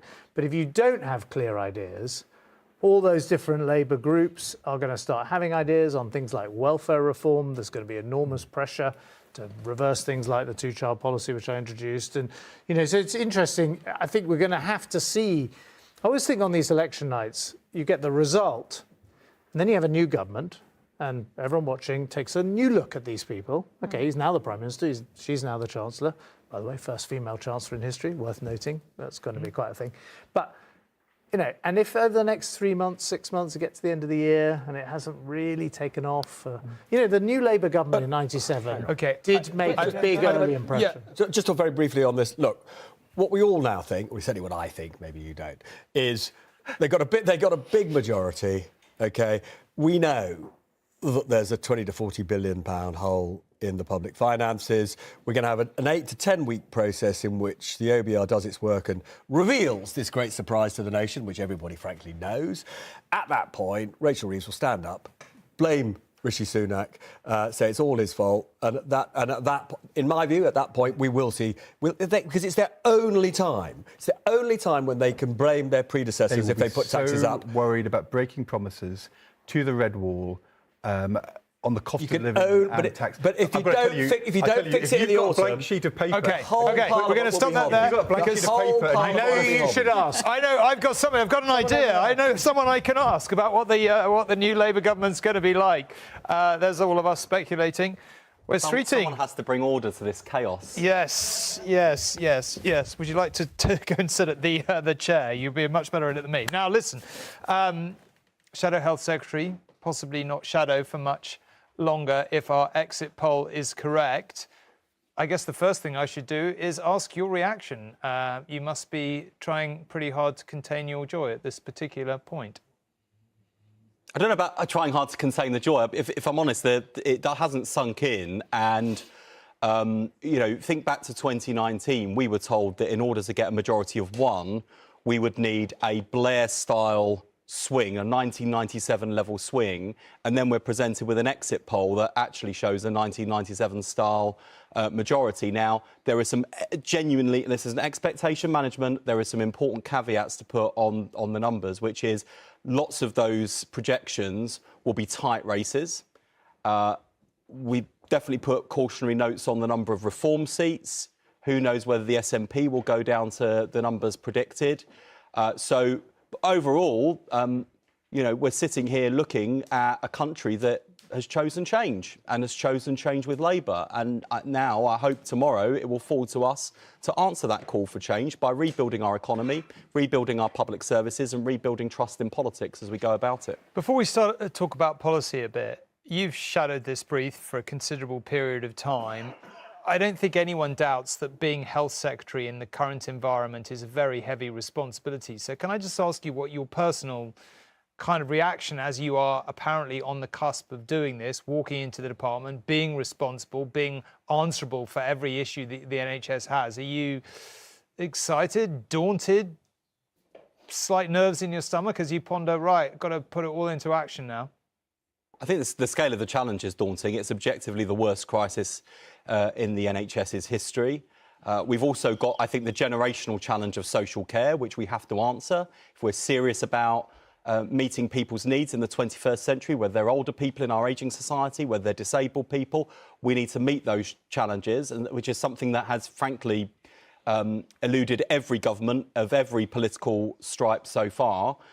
We're ready, though, and I've been working a lot with former Labour health secretaries, talking to Alan Milburn about this recently, and I say this without any disrespect to the 1997 generation whatsoever. When Alan was appointed as health minister by Tony Blair, he asked Blair what he should do, and Tony Blair said, come up with a health policy. In 1997, our keynote NHS pledge was to cut waiting lists by 100,000 by sacking a few NHS managers, which, come to think of it, was Rishi Sunak's policy at this election. We have got a much, I think, wider scope of commitments that we can deliver, promises we've made, promises we can keep and the country can afford, and a reform agenda that we will hit the ground running with, because the one thing I've had on my side, which Conservative health secretaries haven't had in recent years, is a string of successful people from my own party that I can call on who've got experience of delivering the shortest waiting times and the highest patient satisfaction in the history of the NHS. We did it before, and despite the depths of the crisis, I believe the Labour Party can do it again. Item 1, solving the junior doctors issue. How are you going to do that? Well, I think we've seen some encouraging breakthroughs in other parts of the United Kingdom, most recently in Labour-led Wales. We've been honest ahead of the election with the BMA that 35% is not a demand the country can afford. The BMA, to be fair to them, have shown a willingness to negotiate on pay. And then there are also a wider range of issues in terms of placements, rotations. I mean, the most egregious case I've seen was a junior doctor whose partner had cancer. They had 2 kids, and the NHS showed no flexibility whatsoever about where that family was placed in terms of the junior doctor's work. I mean, that's an extreme example, but it speaks to a wider culture in the NHS which treats junior doctors poorly. And I'm genuinely angry about that, and I want to work with them to solve it. And whether it's junior doctors, nurses, consultants, porters, anyone who uses the NHS, anyone who works in the NHS can see how badly it has been managed and the depths of the crisis. And it's up to us to inspire a generational effort so that those people can look back on their careers when they retire and say, hand on heart, they were the generation that took the NHS from the worst crisis in history to getting it back on its feet and making sure it's fit for the future. Wes Streeting, I think I can only say good luck, and thank you very much indeed for coming and talk to us this evening. Right, let's go and get a summary of what's happening in the rest of the country with Nina. Thank you, Tom. Welcome back to the newsroom. Let's take a look at the main headlines of the night so far. The Shadow Foreign Secretary, Labour's David Lammy, has told ITV News the country has had enough of the razzmatazz that gets you nowhere, and Sir Keir Starmer is ready to lead. He will be focused on the job at hand, and he will be sticking to the plan. He set out a course, he will be sticking to it, and absolutely clear that he has to deliver for working people. So the celebrations for Labour have started with a handful of results, and the broadcaster's exit poll predicting the party winning 410 seats on course for a 170-seat majority. If the exit poll predictions are correct, it would mean the worst result in the Conservative Party's history. The former Cabinet Minister, Baroness Varzi, says the story of the night is reform. There's something definitely going on here with the Tory vote collapsing and the Reform vote increasing. And I think it's really important for us to understand that. Understand that, one, in terms of what's happening across the country, but understand that in terms of what the Conservative Party has to do to start rebuilding from here. Well, it is looking like a significant night for Reform UK, the party that wasn't even on the ballot in the 2019 election. It is predicted to win 13 seats, and so far tonight has come second to Labour in 5 constituencies. So what to make of the Reform impact on this election and the next government? Paul, what can you tell us? Well, Nina, this is one of the breakthrough stories of the night, isn't it? And the exit poll says that the party will take 13 seats. That's more than most were predicting. We do have to be a bit cautious with the exit poll when it comes to smaller parties. Let's see how the night progresses. But, you know, certainly UKIP only had one MP at the height of its popularity. The Brexit Party never won any. Now the latest incarnation is the Reform UK Party. So let's look at how it's doing in some of these early results. And you can see it punching through here in the red wall, effectively, in the northeast. Reform UK got 29%, almost 30% of the vote here in Houghton and Sunderland South. And if you look next door in Sunderland Central, well, the result there was very similar too. Reform get 27% of the vote. They are looking in this part of the country like they are the official opposition to Labour. That is quite an achievement for them this evening. And all this indicates that it'll very likely be eighth time lucky, we presume, for party leader Nigel Farage in Clacton. Of course, he's tried 7 times before to be an MP, and tonight he has tweeted the revolt against the establishment, in his words, is underway, along with this short video. It's midnight. There are 2 results in from the northeast of England that put Reform on 30% of the vote. That is way more than any possible prediction or projection. It's almost unbelievable. And what does it mean? It means we're going to win seats, many, many seats, I think. Well, what about some of the other more recognisable Reform figures, aside from Nigel Farage? It looks from the exit poll like Richard Tice is sort of 50-50. Of course, he was the leader before Nigel Farage stepped in during the course of the election. He may well take Boston and Skegness from the Conservatives.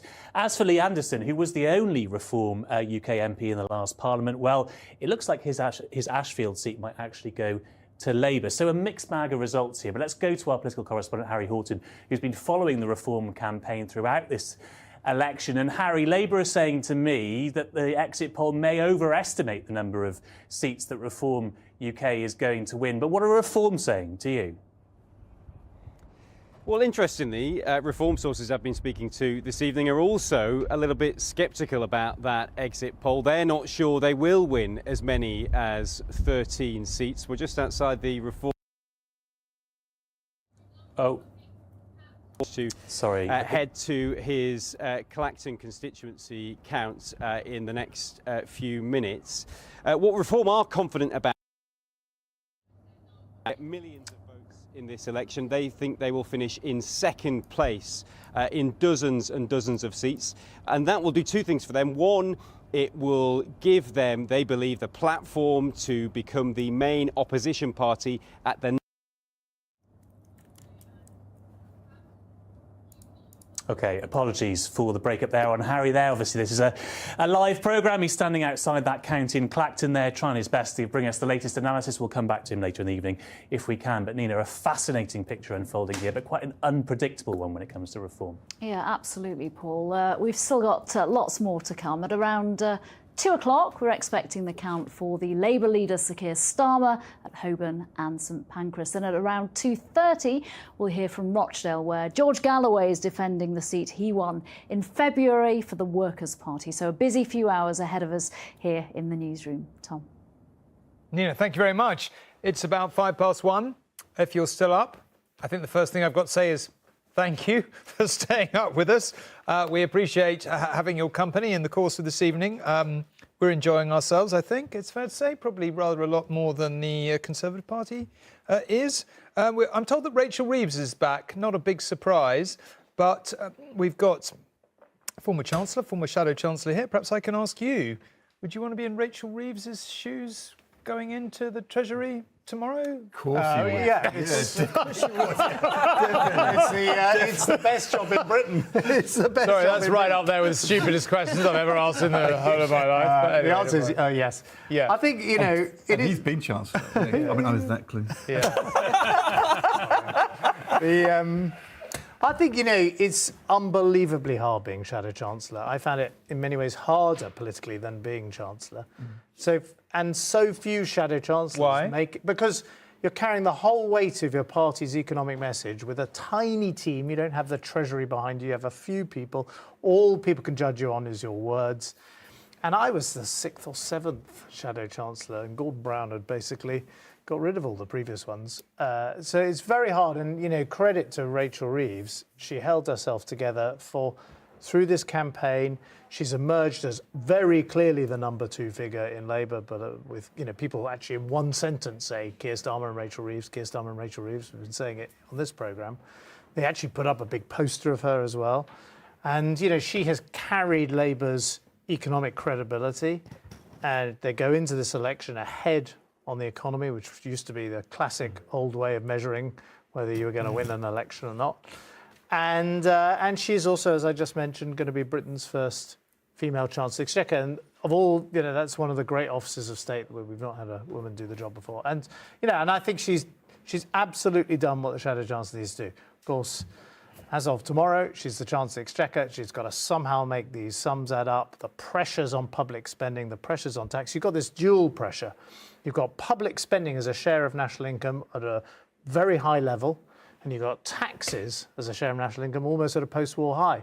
And what are you supposed to do? If you put the taxes up, it's all right to say you're going to tax billionaires a bit more, but there just aren't enough billionaires. If you want to put taxes up to raise money, it's got to be taxes that most people pay. And people are not going to want that. And if she can't find extra money, then Wes Streeting sitting there going like, I'm going to solve the NHS's problems. It's not going to do it with warm words and a bit of goodwill. We've talked about how a lot of people watching this programme won't feel they know the people who are walking into government very well. Nicola, this is a bit of an unfair question in some ways, but who impresses you and who sticks out to you when people you would be potentially up against to some degree? Who would you be worried about being up against? Who do you think is most capable? Who are going to be the stars of this new administration? Before I do try to answer that, I do think for a lot of people, the Labour ministers that will be appointed tomorrow will be largely blank sheets of paper. People they just don't know. Now that's both a challenge, but it's also a massive opportunity to make your mark and suddenly be the rising star of a new government. So I wouldn't worry too much about that if I was Labour or one of the new ministers in Labour.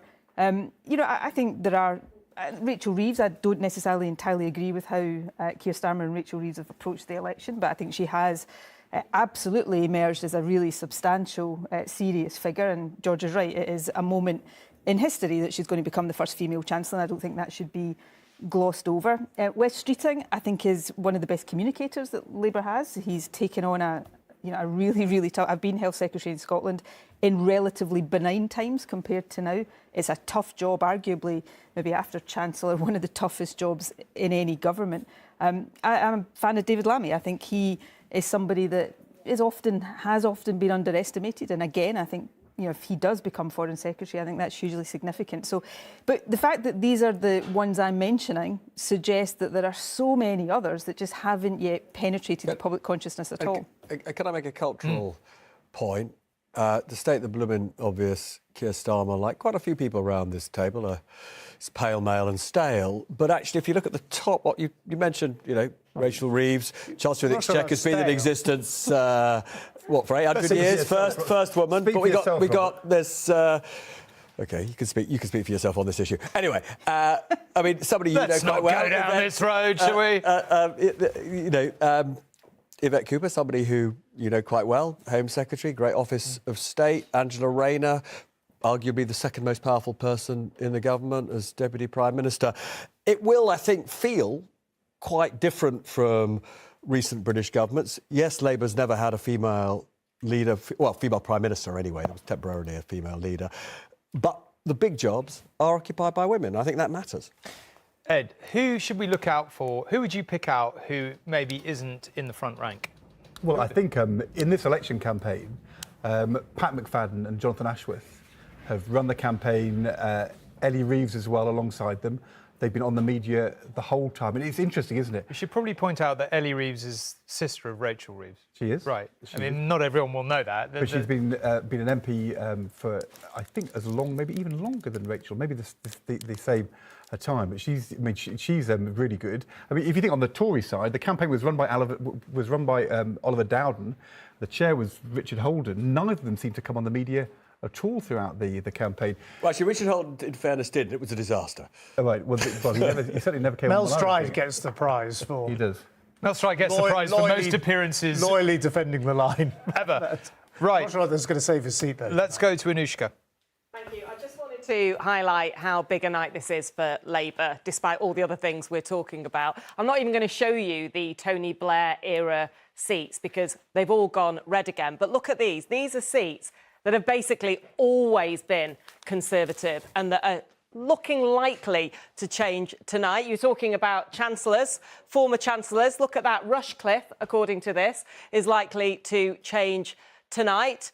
Which else do I want to show you here? Hexham here at the bottom. This was the only the only seat to remain Tory in the Blair years, I think by a majority of 222 in 1997. Chipping Barnet there, that was Therese Villiers' seat, if it goes. And I just want to mention at the end Worthing West, because I met a bloke on a train. I kid you not, I met a bloke on a train a few weeks ago, and he said to me, I'm in the Conservative Association at Worthing West, and if I was you, I'd put a bet on us losing.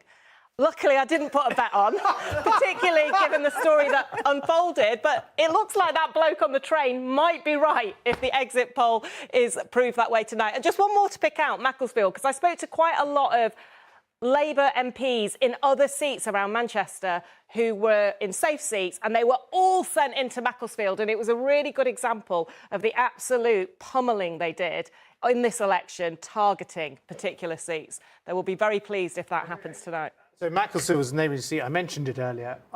All my old team in Tatton, who are also worried about the Tatton seat, say Macclesfield has definitely gone Labour. And Nicola, can I ask you, do you think Stephen Flynn is lost? I don't know yet, but I'm hearing that it's not looking entirely secure, so there is a possibility there. But I'm just trying to find out more from the ground. Because he was really impressive in the House of Commons, I thought. He's hugely impressive, and you know, look, if Stephen Flynn loses his seat tonight, it'll be a massive blow to the SNP. I'm not going to try and sugarcoat it, but it won't be the end of Stephen Flynn, and in some ways, it will ease his passage into the Scottish Parliament. Many people in my party think that Stephen is a future leader of the SNP, and I think, you know, that's a view with some credence.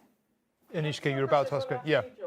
When you look at that board, do you think absolute disaster for the Tories, or do you think that is demographic change that's leading people to Labour? And also the age turnover's gone so much higher now between when people actually turn Conservative. I mean, isn't that, you say it's not existential, but isn't that potentially existential? Well, no, I mean, you know, the Conservative Party that I helped to bring out of opposition got young people voting for it. You know, it... Same number, this is a good fact, 2010, the same number of 18 to 25-year-olds voted Conservative as voted Labour. Right. So giving up on young people, giving up on, you know, people who've got college degrees, all that, that's been a hopeless strategy for the Conservatives, but that, I'm afraid, has played out over 8 years. You know, I think that, you know, because we all started tonight and said there was a possibility of a Conservative wipeout, and some of those polls during the general election said there'd only be 50 Tory seats left or 60. You know, as I said at the beginning, and I think it's true, people are still saying, well, it's not as bad as it could have been. But you've got Chelsea going Labour. You know, I mean, that is about as true blue as, you know, you could have imagined. Seats like Macclesfield. You know, I mean, it's Hitchin. You know, I'm just hearing from Hitchin, from the Conservatives there. They think they've lost. That's the old Peter leadership. Bim Afellami, who's a Treasury Minister. You know, these are seats you never, ever would have thought, even in the high days of Tony Blair, even in the big wins of Tony Blair would go. OK, so on that young person point, I think just behind me, we've got our, look at this. This is the group of seats which have a large number of young people. You can see exactly what direction they look like they're going into. And the worry for me is that the kind of Tory solution to tonight is going to be, we just got to get the reform vote back and maybe even strike a deal with Nigel Farage. There'll be definitely Tory leadership contenders who'll be saying that. Whereas you've actually got to start again and say, you know, how are we going to get young people back? How are we going to get people with college degrees back? How are we going to get people in cities back? How are we going to get people with mortgages back? I mean, you know, we've got to start winning that rather than just thinking a kind of deal in a pub with Nigel Farage is the Is there any chance of the next Tory leader being somebody who says reach into the centre ground? Well, there is possibly. Really? But I agree that there, you know, is going to be an uphill struggle because the first instinct of the Conservative Party will be to go, you didn't like what we're offering, we'll double it. You know? But that's always parties in the immediate aftermath of a defeat always make reach the wrong conclusions and make the wrong judgments. And you know, I hope my party doesn't do too much of that if the exit poll is right about us. Why? I mean, that's counterintuitive, isn't it? Like, surely when you've just lost, you should be desperately thinking, God... But you retreat into yourself a little bit and you listen to the wrong people. And there's a tendency in politics to always fight the last campaign anyway. Absolutely. And instead of actually the take a bit of time freed from the burden of governing. Yeah. And the members, if the members don't reflect the voters, and that is absolutely true in the Conservative Party, as it was for the Labour Party when Jeremy Corbyn was elected, if the members become detached from the equilibrium of your vote, then things get worse. And We have been talking about Rachel Reeves potentially being the first female Chancellor in the history of our country, and I'm very pleased to say that she joins us now. Rachel, congratulations on what clearly has been a very good night for your party. And we assume you will soon be walking into the Treasury. So before we talk about any of that, can I just ask you for your personal reaction on what looks like an epic Labour win, if the exit poll is even half right? Sorry, I struggled to hear that. But look, if the results unfold in the way that the exit polls suggest, this will clearly be an historic victory for Labour and is really testament to the leadership of Keir Starmer, who has turned around the Labour Party and put it back in the service of working people so that we are now within touching distance of forming the next government. Assuming you walk into the Treasury within the next day or two, you are pretty soon going to have some very difficult conversations with the British people, aren't you? And we all know what those are. Are you ready to be straight very early with the British people? Because some people argue you weren't really during the election campaign. I'm under no illusions about the scale of the challenge that I will inherit if I become Chancellor of the Exchequer in the next few hours, the severity of the inheritance left by the Conservatives. But you ask, am I ready? I am ready for that challenge. Keir is ready. We have put together plans to bring stability back to our economy, to bring business investment back to Britain. And if we can do those things, I do believe that we can drive the wealth creation, the prosperity in all parts of our country that we desperately need. And that's what I'm determined to do if I have that opportunity. I don't think anyone around this table, and I doubt many people watching, have any doubts that you're a very competent and serious person. I think where people do have doubts as to exactly how straight you've been with people about the choices that lie ahead in the next 6 months to a year. And I won't rehearse all the many times that you and almost every other politician was asked about the hole in the public finances and all the rest of it. But isn't the basic truth that you are going to have some very uncomfortable conversations and you're going to have to do more radical things more quickly than you gave the impression of during the election campaign? Well, we sought in this election campaign a mandate for the policies that are needed to grow our economy. They're not going to be easy. Reforming the planning system, for example, will mean tough decisions. It will mean difficult conversations. But unless we grow the economy, we're going to continue in this doom loop of higher taxes and worse public services. And I don't want to continue going down that path. And that's why economic growth is so essential. It's what we've fought this election campaign on. And it is how I will seek to lead the Treasury if I have that opportunity to grow our economy, to bring wealth and prosperity back to Britain. I know that we have huge potential as a country, as an economy. But that potential has not been properly tapped these last few years. The 14 years of chaos, division and decline, it has cost our country dearly. It's cost our economy dearly. And I'm determined to turn that round, working in partnership with business to unlock the investment that is needed to boost our productivity and our growth performance. That's what we sought a mandate to do. And that is what I will begin work on if I become Chancellor of the Exchequer tomorrow. But isn't there a danger that you have massively boxed yourself in by promising what you won't do when you clearly are almost certainly going to have to raise taxes, possibly in a number of places, in order to make everything add up? What other possible conclusion can be drawn?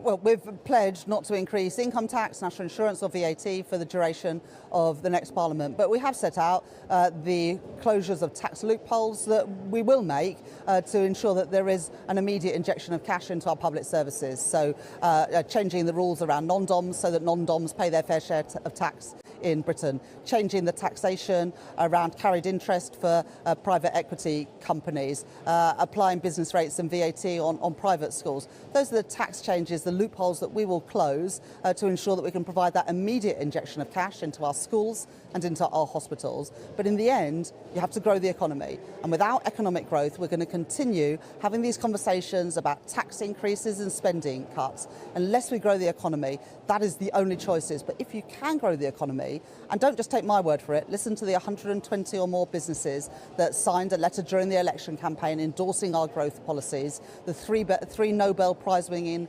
economists who backed our plans for growth. We can do this. Other countries have managed to grow the economy and therefore have the money to improve living standards and invest in public services. I'm determined to do that here in Britain. We have huge potential as an economy. I want to unlock that potential, and that's what our plans, that's what we've fought this election campaign on, that's what we're going to do. Final question. When you became Shadow Chancellor, I don't imagine that you thought you were going to be walking into the Treasury with a majority that could be, if the exit poll is right, 170 or thereabouts. On any analysis, that is a massive majority, huge change in British politics. We've been discussing that for the last 3 hours. In reality, does that mean that a Labour government governing with that kind of majority will be more radical than it would have been otherwise? Well, we've got a mandate based on our manifesto, and it's our manifesto that we will now get started on delivering. That is what we've got a mandate for, not other policies, but the ones that were in our manifesto. And you ask, 3 and a bit years ago when I was appointed as Shadow Chancellor, did I think I would be here today? I've been an MP now for 14 years. I've kept winning in Leeds West, but losing nationally. Keir Starmer has turned around the Labour Party, put it back in the service of working people, and so that we are now in touching distance of forming the government that I've wanted to see for so long, but has seemed out of reach for so long. And because of the work of Keir and others, and I'm proud to have played my part in that, we are now standing within that opportunity of turning around our country for the better, and I can't wait to get started at that. Rachel Reeves, congratulations on your victory, and thank you very much indeed in your seat, I mean, and potentially in the country. But for now, thank you very much for joining us. Robert, I'd like to come to you. You've known Keir Starmer a while. What do you make of what kind of Prime Minister he's going to be?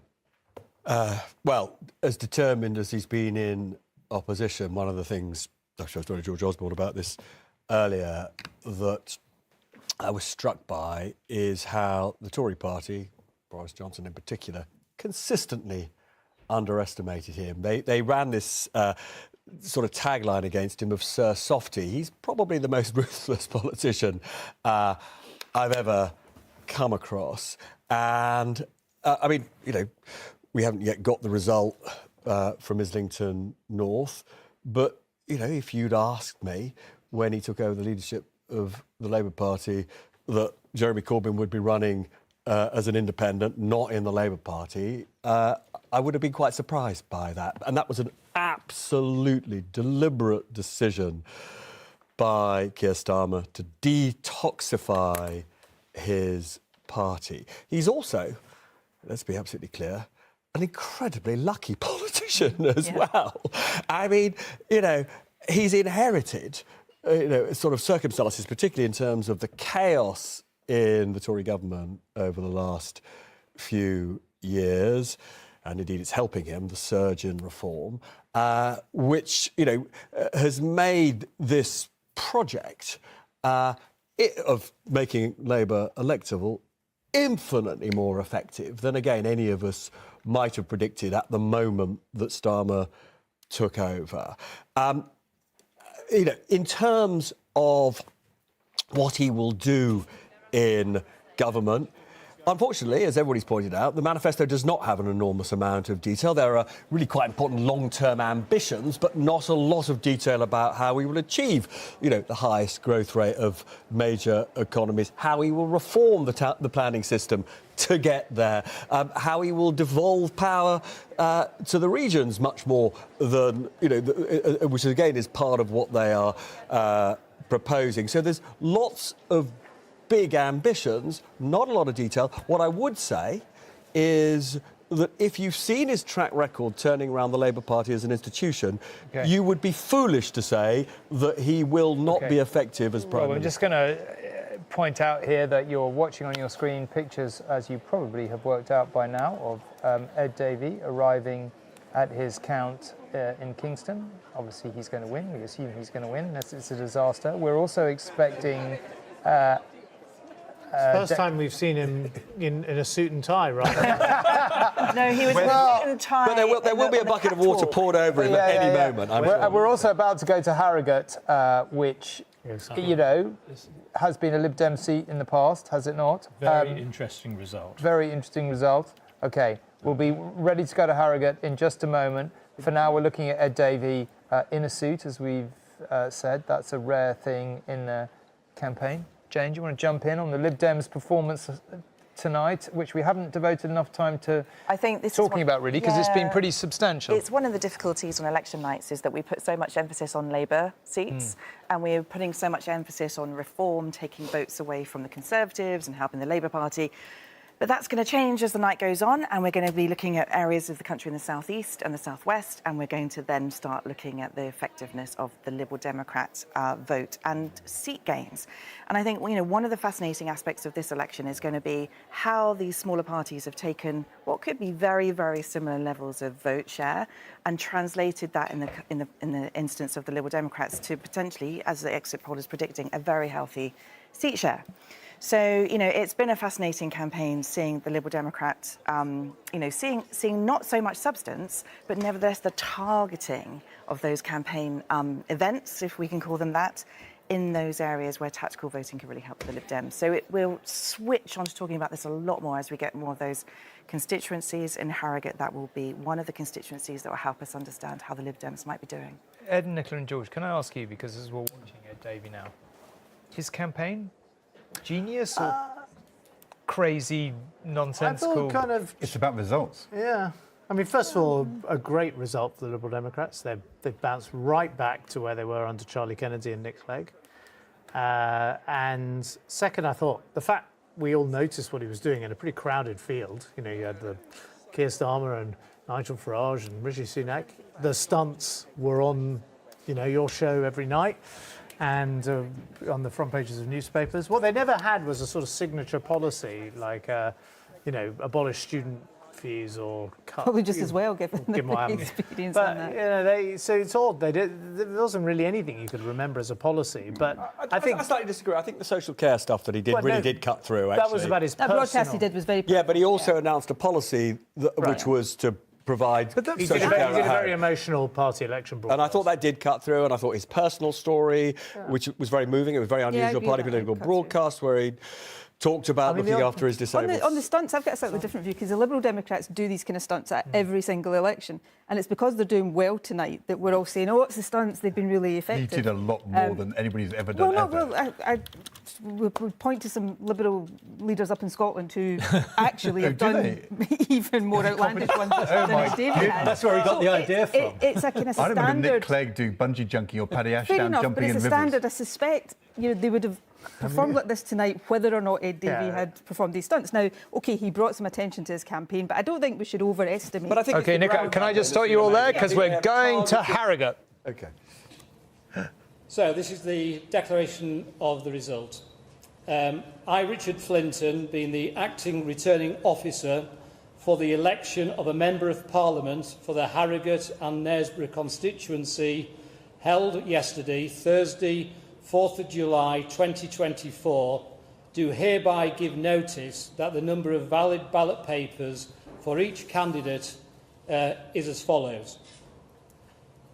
Thomas Gordon, commonly known as Tom Gordon, Liberal Democrat, 23,976.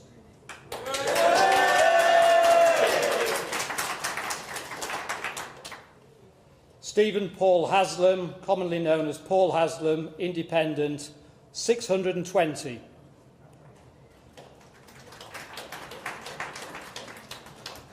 Andrew Hanson Jones, Conservative Party candidate, 15,738.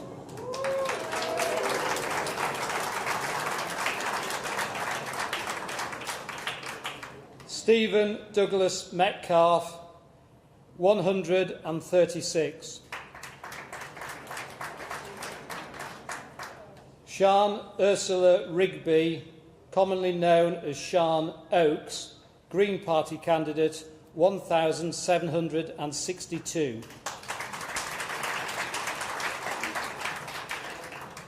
Jonathan Mark Swales, Reform UK, 5,679.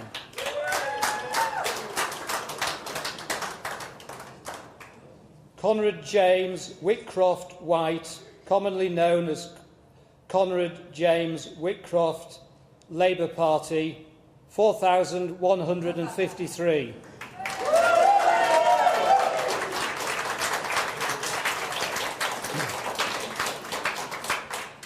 I hereby declare that Thomas Gordon is duly elected. OK, a big victory for the Lib Dems there in Harrogate. We rather suspected that would happen, but it has indeed happened. Colin, as I just jogged through changing the share of the vote, could you just talk me through what you make of this? Indeed, it's and Jane, maybe you could chip in. The first Lib Dem gain of the night that we've seen, the first seat that they've really been in contention for. It's 21 on their target list, so it's halfway towards the kind of totals that the exit poll is expecting them to get. Their vote is up by about 10 percentage points from last time. So is the Reform vote. And of course, Reform didn't contest here last time because it's been a Conservative-held seat for some time yet. The Conservative vote is down by the 20 percentage points that we have been experiencing all night long. And as we've commented earlier, this was a seat that the Liberal Democrats held in the days when they had 50, 60 seats in the House of Commons, and it looks as if that may be the case again. It's one of a classic Lib Dem area, quite affluent, strong in local government, not the kind of place that it was voted to remain. First constituency I think we've had tonight where that applies. It's classic Lib Dem territory when the Conservatives are unpopular. So it's only a very narrow Remain lead in this area, but I think you sort of have to wonder when Nigel Farage decided to enter this particular race, whether he thought he would be helping the Liberal Democrats. And that is exactly what's happened here. I mean, it's Reform standing, the Brexit Party didn't stand. The Reform share is sufficient to take away votes from the Conservative Party, and in this instance, the Liberal Democrats take the seat. OK, let's go and talk to Sarah Olney, who's the Liberal candidate for Richmond Park, and she is not in Richmond Park, as you can see. She's in our Westminster studio. And Sarah, you are wearing a very big smile, I see, after that Harrogate result. Perhaps not surprisingly. I certainly am. OK, it looks like you're going to have had a very good night. We'll wait and see, but the exit poll says. Why do you think exactly? I think it's because Ed in particular and the Liberal Democrats as a whole, we've run a really positive campaign. We've really focused on the issues that matter to voters. We've put the NHS and social care front and centre of our manifesto, and we've brought forward some ambitious plans for how we can tackle the issues that people are experiencing, getting GP appointments, getting cancer care, and obviously social care, our policy to have free personal care. And these things that have really resonated with voters. I heard you talking earlier about Ed and some of the things he's been up to on the campaign trail, but it's very much highlighting some of these issues. Things like sewage in our rivers and our beaches is something that voters are really, really concerned about. But also I think people have seen that personal side to Ed, his own experience as a carer for his mother, for his son, and they've really, really connected with that. So I think, but above all, people are really, really sick to death of this Conservative government that has taken them for granted, that has trashed the economy, and people are, voting in places like Harrogate and Knaresborough to get rid of the Conservatives. I think probably a lot of people who followed this campaign will have, in a way, perhaps slightly confused views about your leader. I think we've been discussing around this table, and I think most people who watched his interview and his party election broadcast about being a carer actually is one of the most profoundly moving things any of us have seen in politics for a very long time. He's obviously a caring and serious human being. On the other hand, there was an awful lot of very silly stunts. How do we put those two things together? Well, I mean, I think Ed himself has always expressed it as he takes the voters very seriously, he takes the issues very seriously, but he doesn't take himself very seriously. And I think, and actually, he's the only party leader throughout this campaign whose approval ratings have actually gone up. So I think that, he was bringing forward some of these messages about the serious issues that people really care about. On the one hand, he's talking about his own experiences that he struggles with caring, and he understands the struggles that other people go through. But on the other hand, he's somebody who gets stuck in, who enjoys himself. And I think a lot of people responded positively to the fact that he was having fun, that this was a fun campaign, it was an eye-catching campaign. And I think that really sums up Ed Davey, to be honest. Now, there must have been moments as you looked at some of those opinion polls in recent weeks when you dared to dream, when they were saying that you might replace the Tories as the official opposition party. There must have been a moment where you thought, my, that would be amazing. It hasn't quite happened. Not to say you haven't had a good night, but it hasn't been quite that good. It was always our ambition to become the third party in Parliament again. That's been our ambition now for several years, and it's something we've been working towards for a very long time, much longer than the span of this general election campaign. And we have very much, I think, achieved our ambition tonight, assuming that the exit poll is correct, and obviously very, very encouraged by that result there for Tom Gordon in Harrogate.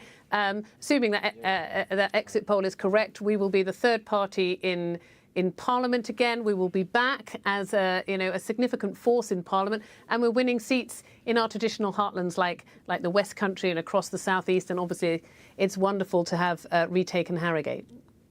OK, Sarah, thank you very much indeed for joining us. Now, as we've discussed at quite some length already, one of the emerging stories of the night has undoubtedly been the success of Reform UK. And I'm pleased to say their Deputy Leader, David Bull, is here. David, thank you very much indeed for joining us on what clearly looks like it's going to be a very good night for your party. I mean, a little bit less clear, I feel, from the exit poll, perhaps. So maybe you can begin by just telling me what you actually think is going on. I mean, look, if this exit poll is right, that is an extraordinary result for us. We are only 4 years old. We're an insurgent party. I remember Richard Tyers sitting in my kitchen when we started the party. You know, when we were the Brexit Party, we gave the Conservative Party an 80-seat majority, and then we decided that actually we'd sort of put the party on ice.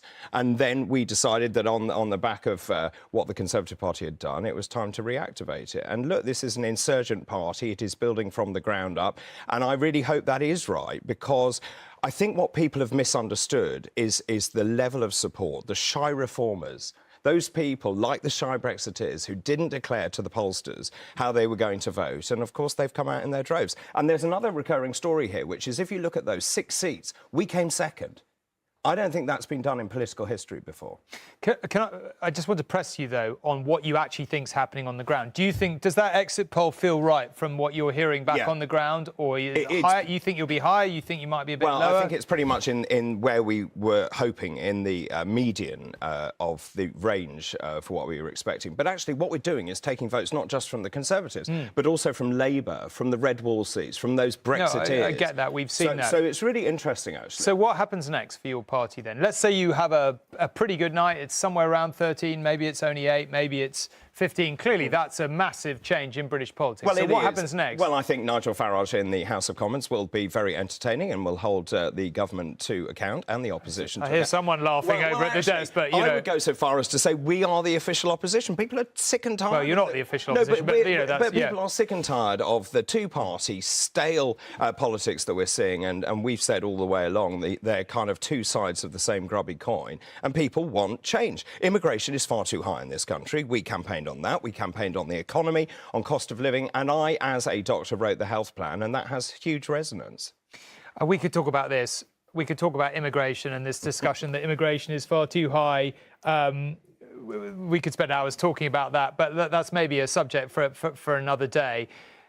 The Tory party has had a pretty awful night, and it's weird to be even talking about it in those terms, because as a result of some of those polls coming out suggesting almost total wipeout, we're sort of viewing potentially getting 130 MPs as a bit of a, you know, not quite as bad as it could have been. But let's be plain, it is clearly an absolute disaster, the worst since 1832. That's a catastrophe for them. Are you suggesting that you merge, that you go in, that you reach an agreement? What is the plan? So I think we need to look at this in the cold light of day. But there is no doubt the Conservative Party, I think, is over in its current form. We have 5 factions all pulling in different directions in the Conservative Party. So there are members who are clearly feeling they are in the wrong party and would like to join us. We'll look at that.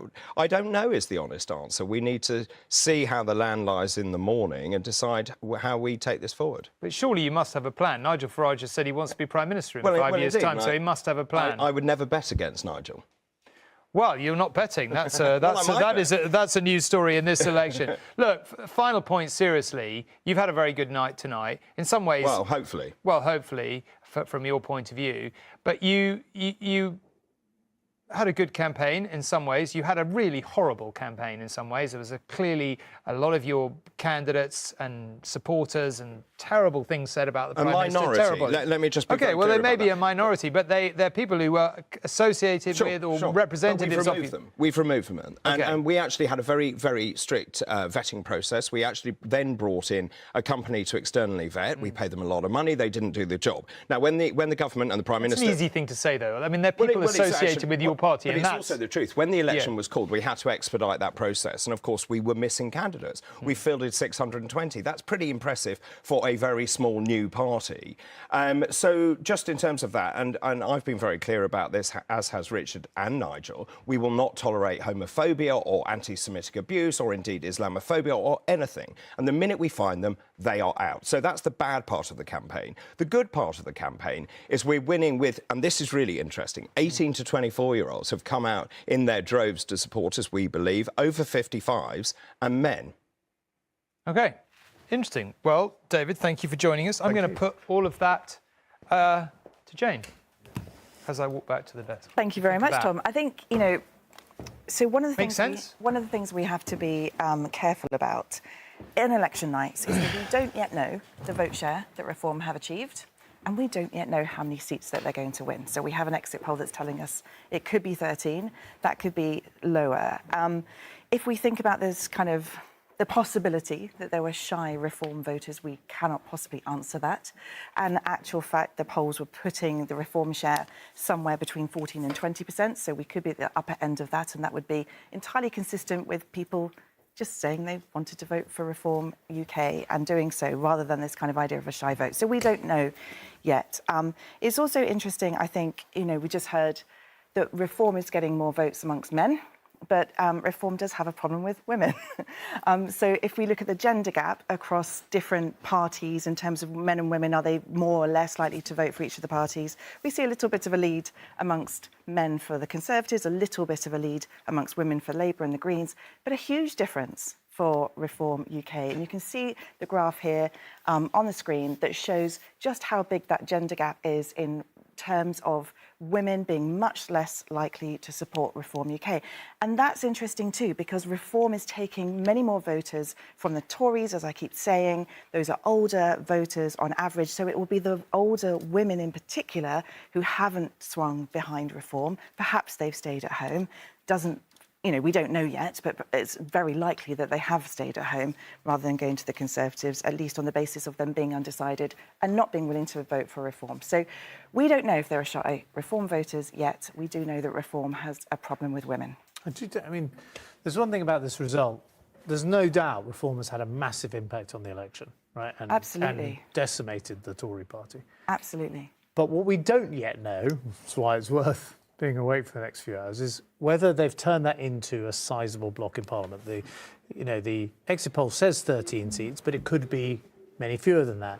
And I think that's the sort of second part of the Reform story. If they don't translate it into a sizable block in Parliament, they'll have had a big impact. There'll still be a lot of conversation about them, but there won't be a kind of menace in Parliament. There'll be a menace outside Parliament, as they've been over many years, and their different forms like Brexit and UKIP. So still a key thing in this election is, do they win these knife-edge contests? Do you actually have a sizable block? Does his claim that will be the opposition in Parliament remotely stack up, or is it actually still going to be a tiny number? But George... we don't know that yet. We don't know that, but we do know that it will be millions of people have voted for them, and that will dominate your party's election. That will dominate the election of a new leader. That will be what it's all about, how you get those votes back. The only thing I think you have to be careful about here, I mean, just looking at the seat of South Shields, Labour hold, not one we've even talked about. When you have to look at South Shields, Labour's vote down by 5,000, small rise in the Reform vote, but actually there's been a huge rise in the share of the vote for the Greens. They're actually up 11.6 percentage points. Also, Ahmed Khan, an independent, gets 2,200 votes. I mean, actually, there is another small party story aside from reform, which is Greens and Independents eating into Labour votes. For the Labour government, I would say immediately in the next 1 or 2 years, what's happening on the left, Greens and these independents, especially as foreign policy becomes more complicated, it's going to be as big an issue, a bigger issue for Keir Starmer. He'll be watching reform, watching the Tory party, worrying about delivery. Right now, what's going on with the Greens and the independents will be as big that's really important. And there are reports that Jeremy Corbyn may win in Islington North, which again will worry him. The point about watching the left and particularly the Greens, I mean, we don't have a single Scottish result yet. I don't know what's taken so long. But one of the things I'll be looking at tonight is the Green vote in seats there, standing there. Has the SNP opened a flank, with them ending the partnership agreement, sort of becoming a bit more... Stick with the Greens would be the general rule, wouldn't it, based on what happened in Scotland? I would stick with the Greens. I would have stuck with the Greens, yes, but that's my view. But I will be, it may not turn out to be the case, but I will be interested to see. What your successors do, it's so frustrating, isn't it? I'm not going to rise to your bait, Ed. Second go, maybe third time lucky. I think We've just had a tip in, Tom, that Labour has taken Nuneaton.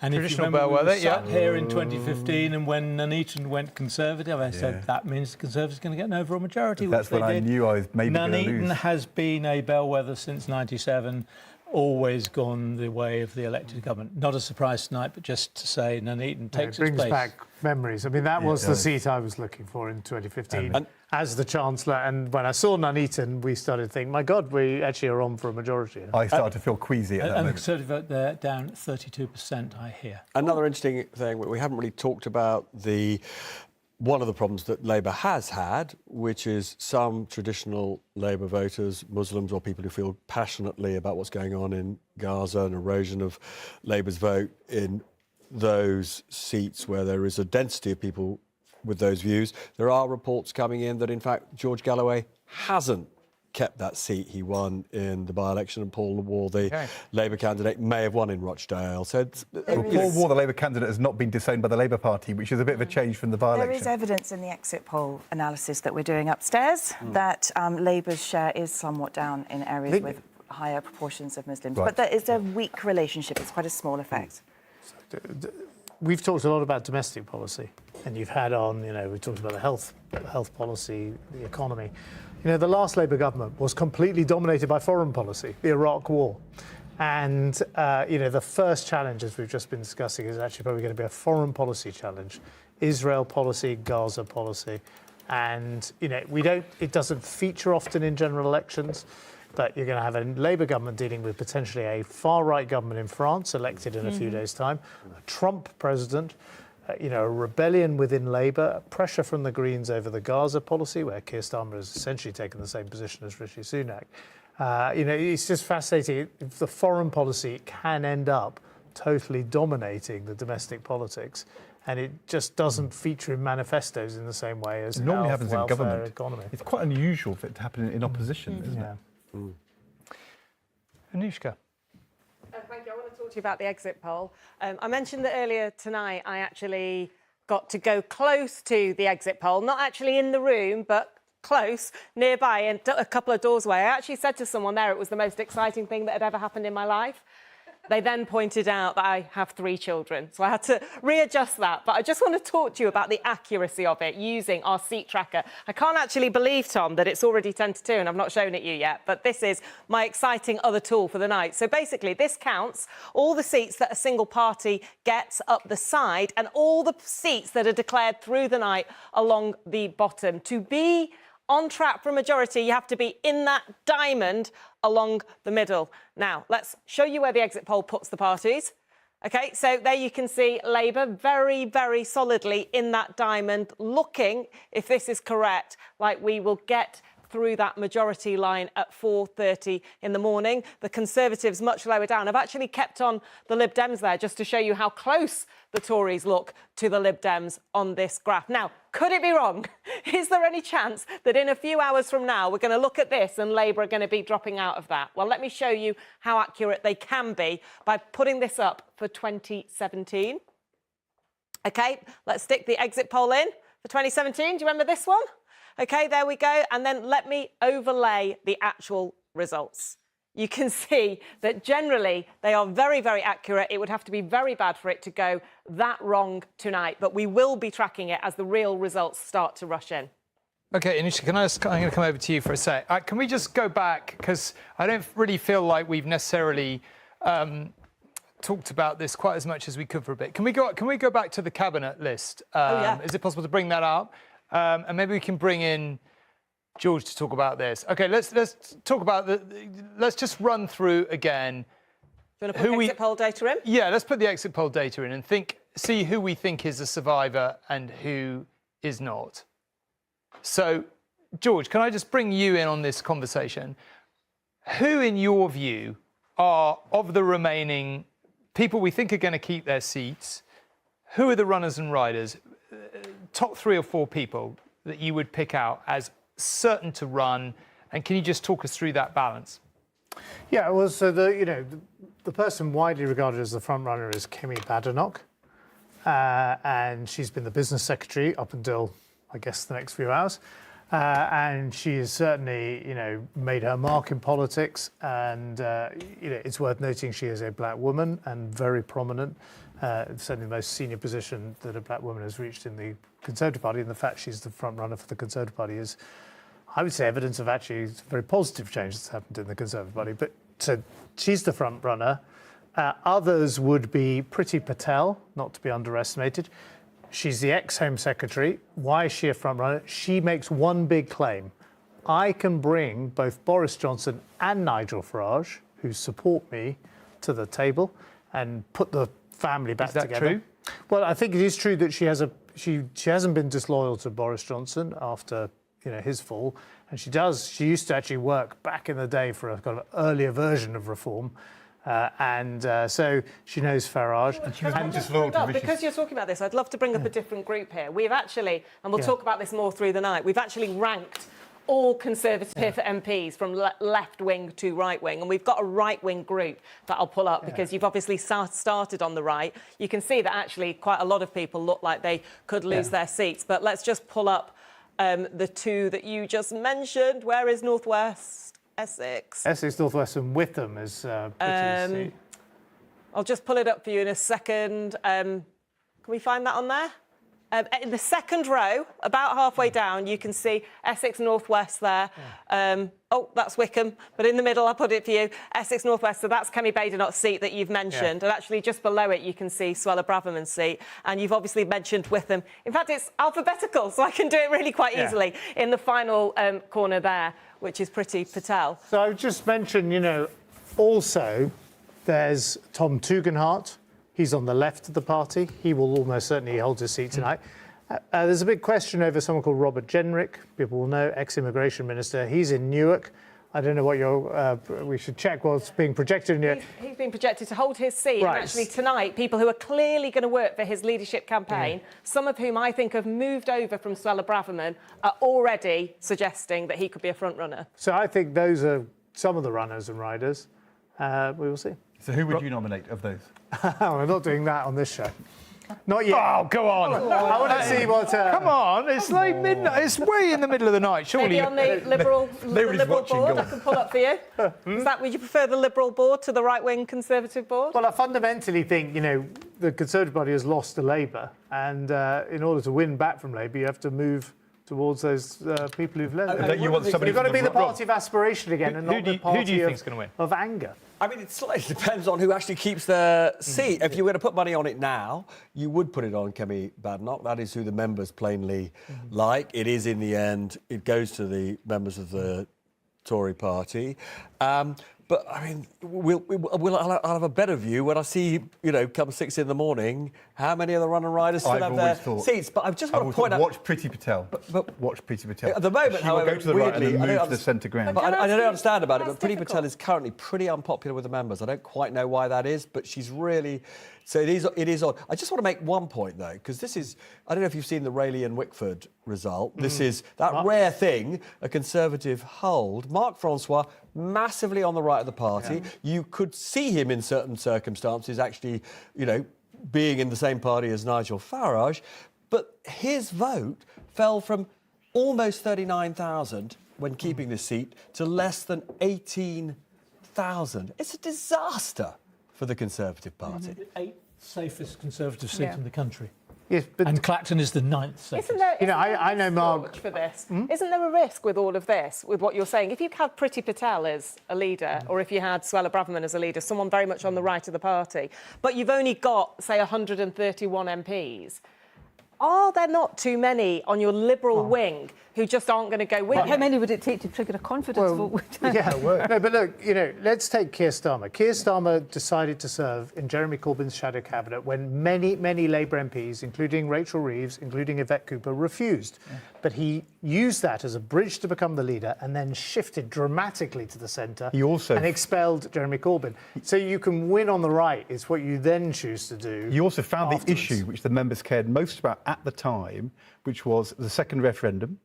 That was his base for becoming the Labour leader. And then once he became the Labour leader, his move to the centre ground also meant ditching. OK, I'm going to... Just on George's point, the candidate who I think has studied Starmer in that way, I think Jenrick is the candidate who will win from the right and then potentially move the party to the left. OK, can I just ask you all a question, though, to keep it really simple? The job that you and David Cameron did in 2005, when I first met you and you were taking over the Tory party, I mean, not to rerun everything of that era, but, I went off with David to hug huskies in a slightly absurd trip to Svalbard, which is a whole nother story. Every single thing you did was about decontaminating, as you saw it, the Tory brand, moving to the centre. In the same... Hang on, Tom. To win the election, you have to win first, and then you decontaminate. To win the election, he did deals with the right of the Conservative Party, which meant leaving the European People's Party, the centre-right group. True. True. True. That you can true. But in the end, you have to... This is my question. Do you, the three of you, in fact, all of us run the table, but let's start with the three of you politicians. Do you agree, leaving aside all political party allegiances and everything else, do you believe that in order to win again, the Tories would need to move to the centre? Or do you think things have changed? David Cameron brought two things to the party, which Keir Starmer also brought to Labour. And they're the last, one was the last opposition leader who became Prime Minister, and the other is about to become the Prime Minister. So first of all, they both looked like a Prime Minister in waiting from the first day. And there are lots of opposition leaders. It's very unfair. My great friend William Hague, Ian Duncan Smith, Ed Miliband, Jeremy Corbyn, who never, ever looked like they can be the Prime Minister. Keir Starmer on day one looked like he could be the Prime Minister. David Cameron did. Second thing is they both, won their party leadership and then shifted right to where they thought they needed to win the general election, and they were ruthless about doing it. After. And that is what, but they also came after several disastrous attempts by both the Conservative Party and the Labour Party in opposition to go further to the extreme. And so we don't know whether the next Tory leader is going to be the next Tory Prime Minister, or recent history would suggest there'll be an interim person who probably takes the party in the wrong direction, and eventually the hunger to win will overcome the ideological opposition and the kind of lunacy of, why isn't the electorate listening to us? Tom, sorry to cut in, but we've had quite an interesting result from Barnsley North, which has been held by Labour. And this is a constituency where the Brexit Party came in very close second place to Labour at the 2019 election. And the assumption was, and indeed I think in even the exit poll, the assumption was that Reform would win that. But of course, what the exit poll can't do very well, understandably, is take into account local factors. And this is one of those seats where Reform disowned their own candidate and said, even if you win, you're going to have to sit as an independent for making very distasteful, sort of racially prejudiced remarks. He clearly hasn't won. Labour apparently won by a majority of about 8,000. So the electorate at least have taken that on board, shall we say. And the mood is the same as could happen in Barnsley South as well. Yeah. Okay. And just to be clear, there's a recount in Basildon, so Holden, the party chairman, may... OK, we'll hold on Basildon. I feel like there's a phrase for that, but that's probably not it. I'm joined by a very excellent panel at this point in the evening. Miranda Green from the Lib Dems, Ayesha Hazarika, Labour peer, former aide to Harriet Harman, amongst many other things, stand-up comedian. There's a long list. Columnist Gavin Barwell, former chief of staff in Number 10 Downing Street. Where would we start? Where do any of you want to start? What a night so far. Complete catastrophe for the Tories, which somehow feels like it's not the catastrophe that we thought it was going to be. Extraordinary result for Labour, but kind of complicated when you read into the weeds about it all. Miranda, maybe you start. Great night for the Lib Dems, really great night for the Lib Dems. We perhaps haven't talked about that as much as we think. How are you reading tonight? Well, it seems to me one of the interesting things is how Labour could achieve this large majority on quite a low vote share, and the fact that voters have gone to other smaller parties, including the Lib Dems, and of course there's this reform surge. But it's almost as if there's that kind of fracturing of the electorate that we sort of saw in maybe elections to the European Parliament a few years ago, but tends to disappear at general elections as people sort of stream back towards the kind of blue and red blocs. And something quite different seems to have happened this time, maybe because people were so motivated by getting rid of the Conservative government that they kind of reached for the nearest weapon to hand. You know, it's been described as a sort of punishment-beating election for the Tories. So you use the thing to whack them with that's nearest to you locally. And I think it therefore will have a really strange and interesting outcome in terms of what those opposition benches in the House of Commons are going to be like. You know, how's that going to work? You're for the first time going to have two potentially competing voices on the right. You know, you're going to have the Lib Dems trying to work out, can they oppose Starmer from the sort of slightly less centre-left ground, or do they become a bit more bang-on centre Cleggite in their pitch? You'll potentially have these voices on the left as well, if Corbyn wins that seat where it seems to be teetering on the brink. So I think, you know, the dynamic in the House of Commons is going to be absolutely fascinating to watch as a result of all this. Aisha, I always think it's really hard on nights like, you know, here we are in the studio, it's the middle of the night, and it's quite hard to get a sense of what we're feeling when we wake up tomorrow, and kind of everything has changed. It's not just that the government has changed, to some extent it changes the whole mood of the country after such a long period of Tory rule.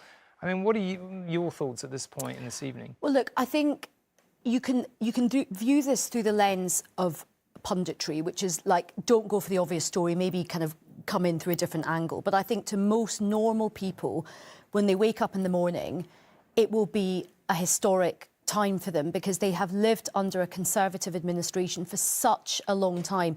There will be people, you know, who've never sort of grown up other, you know, than having a Tory government.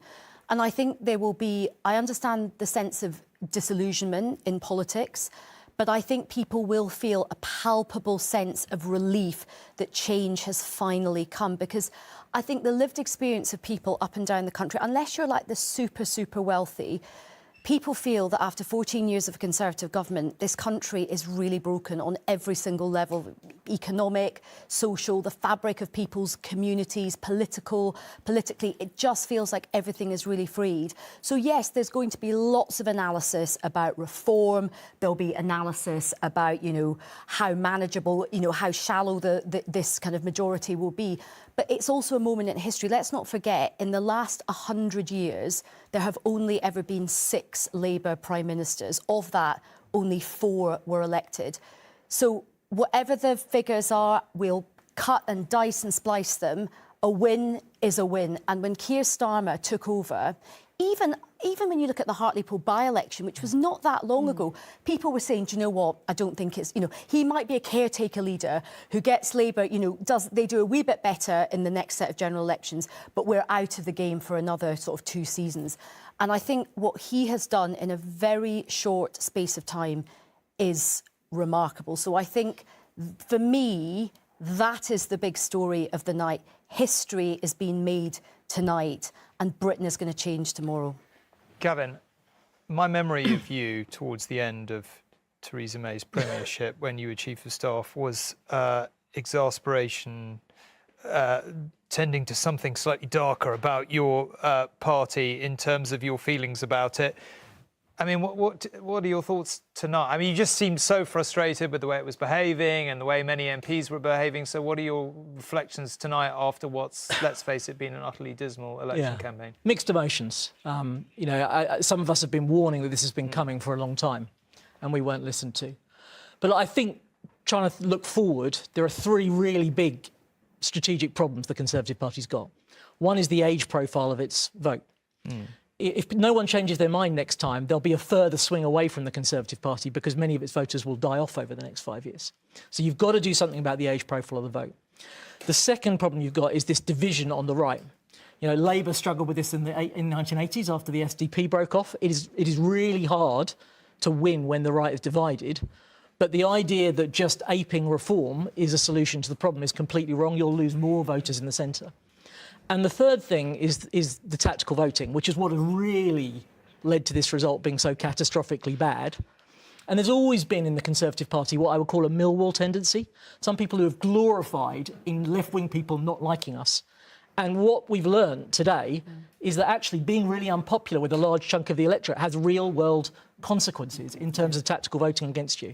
So there's three big problems there that whoever, you know, I heard George speculating on who the candidates might be. I'm less interested in personality. I want someone that's got a strategic answer to those three problems. I'm going to come right back to you, Aisha, but Swindon North is about to declare, so we're just going to go there and see what's happened. That's fine, they can come on the stage, right? It's more efficient. I know, get more room. Right, yes, I think we'll just... Ladies and gentlemen, this is the declaration of the result of poll for the election of a Member of Parliament for Swindon North. I, Sam Mowbray, being the acting returning officer at the above election, do hereby give notice that the number of votes recorded for each candidate at the said election is as follows. Andy Bentley, Green Party, 2,366. Flo Klukas, Liberal Democrat, 2,086. Debbie Hicks, Independent, 260. Scott Victor Abbas Hunter, Trade Unionist and Socialist Coalition, 139. Will Stone, Labour Party, 17,930. Justin Paul Tomlinson, the Conservative Party candidate, 13,827. Les Willis, Reform UK, 7,557. There were 124 rejected ballot papers, and the turnout at this election was 60.48%. And I do hereby declare that Will Stone... OK, interesting result there. I just don't have my magic iPad in front of me, so I'm going to ask someone else to bring up just the change in the share of the vote. Can we have a look at the change in the share of the vote for a second? Colin, can I just ask you to chip in from the other side of the studio here? Absolutely. It's a pattern that we've been seeing in many of these seats tonight, Tom. The Conservative vote down very sharply indeed, being split largely between Labour and Reform, and here again a seat where Brexit did not contest in 2019, so they're coming from a flat base, but clearly many of those Conservative voters from 2019 are as happy to vote for Reform tonight as they are for Labour. But this is the safer of the Swindon seats, and what we said about Robert Buckland applies much to Justin Tomlinson. This is southern England, has very extensive housing developments, a sort of a younger population, a different kind of demographic, and yet so Labour's back, but there's still that underlying Reform core as well. It's a better vote for Labour than we've seen in quite a lot of seats, though. I mean, this is quite a big jump in the Labour vote here. So one of the things that the exit poll has been telling us, and this is the first seat where we have a sort of exemplar of the pattern that we're expecting, is that the Conservatives would do worse in Leave areas where the Brexit Party didn't stand last time. This is the first Leave constituency where the Brexit Party didn't stand last time, and that's exactly the result that we would have been expecting. Aisha, can I come back to you? You were about to make a point which may or may not be relevant to Swindon North. I just wanted to pick up on what Gavin said, and I have lost many elections with the Labour. We're very good at losing elections. And I think what's really important for the Conservatives is not to learn the wrong lessons from this. So the comfort zone will not to be focusing on the fact that Labour has done really well. The comfort zone position will be, oh, reform. Let's all become completely obsessed with chasing reform. And we have learnt this from painful experience in the Labour Party, is that the tendency is to lean into your comfort zone. We went further to the left thinking that that's, you know, some kind of political utopia lay in that direction. And the Conservatives, I'm sure they will chase that direction on the right, but they would be absolutely wrong to do that. OK, Gavin, I'll let you pick up on that, but just before you do, James Cracknell has lost Colchester to Labour, I'm just being told. Now, James Cracknell, the Olympic rower, who put himself at the forefront of a day's news coverage in the campaign by saying something that I probably can't say even at 2:10 a.m. in the morning on our show, but it wasn't very polite, about his own party. Didn't do him much good. He hasn't won. So I completely agree with what Aish said, and I think you've got to learn the lesson of history. 1979, Labour went in the wrong direction. 1997, Conservative Party went in the wrong direction. It took 8 years until David Cameron and George Osborne finally got us starting to recover. I don't want to wait 8 years for the Conservative Party to learn this lesson.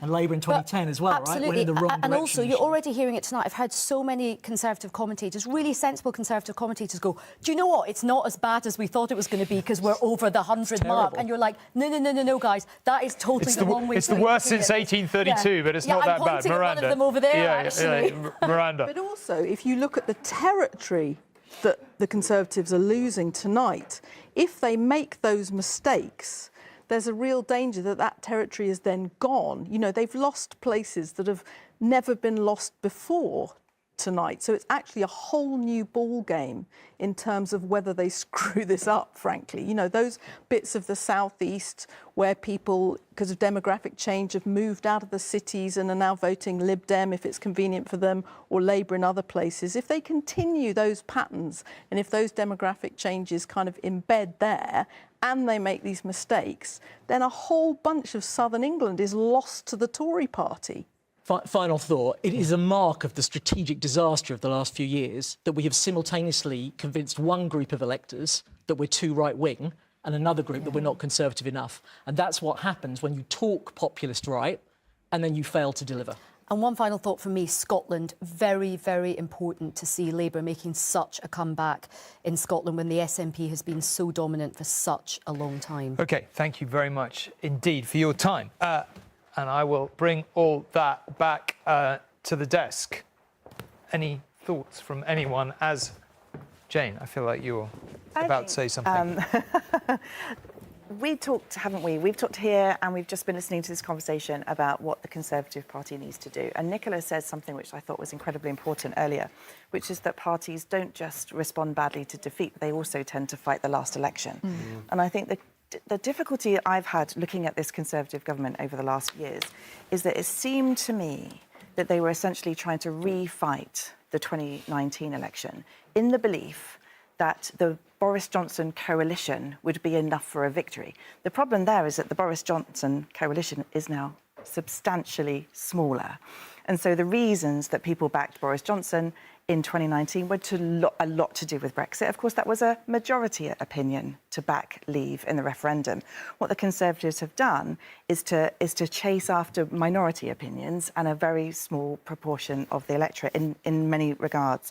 And so if you look at the age profile, and Gavin was talking about this, the average age now that you become a Tory, if you look at the kind of correlations, the relationships, is 70. And so you're not going to win an election if you appeal to the over 70s. Obviously, what we're seeing tonight as well is that's compounded by the splitting of the right. The problem is if you go chasing after those right of centre or right-wing voters, you're not going to get them all back. So you're not going to get all of those Reform voters back. At the same time, you're going to alienate those voters you're also losing to the Labour Party. So we've talked loads about Reform. The Conservative Party is also losing voters to Labour. Those are working-age voters that the Conservatives absolutely have to attract again. OK, we just got some pictures, I'm told, of Keir Starmer arriving at his count in Holborn. This is almost certainly, unless the early results in the exit poll are catastrophically wrong, which realistically I don't think they're going to be at this stage in the evening. Keir Starmer is going to be our Prime Minister in the course of tomorrow. We'll have the usual comings and goings. Rishi Sunak will be leaving Downing Street, going to the Palace, and Keir Starmer will be arriving there. Speaking of what parties need to do when they've had a bad night, Nicola, can I ask you, if this turns out to be the result we expect from the SNP, what does John You're very close to John Swinney. What does he do? I should say I'm hearing that there are a lot of recounts underway or about to be underway in Scotland. That's just what I'm hearing, but that might explain why we haven't had a single result yet. Right. I'm also hearing that things are looking better for Stephen Flynn, but again, that's only information that is second-hand. Look, I mean, first thing I would say is John Swinney's leadership is under no threat, regardless of the result tonight. He will lead the SNP into the 2026 Holyrood election. The same might not have been true had Humza Yousaf still been leader tonight, but that's not the situation we are in. And I think the mistake opposition parties will make is, if this is the result or anything like it tonight, is just assuming that the SNP is dead and buried for 2026. Yes, the SNP has to re-establish trust on some of the core competence in government issues. We've been in government for 17 years.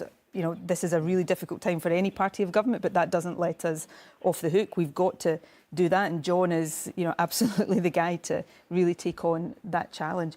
And, as I was saying earlier on independence, the independence issue has not gone away, but we need to, focus hard again on making it relevant to the issues that concern people in their day-to-day lives, which, shouldn't be beyond us, but that is the challenge. Independence is not some abstract goal. It's absolutely about how we build a better country, raise living standards, make people better off. So these are the challenges for the SNP. It will feel coming out of tonight, if the result is anything like the exit poll, that is a mountain to climb.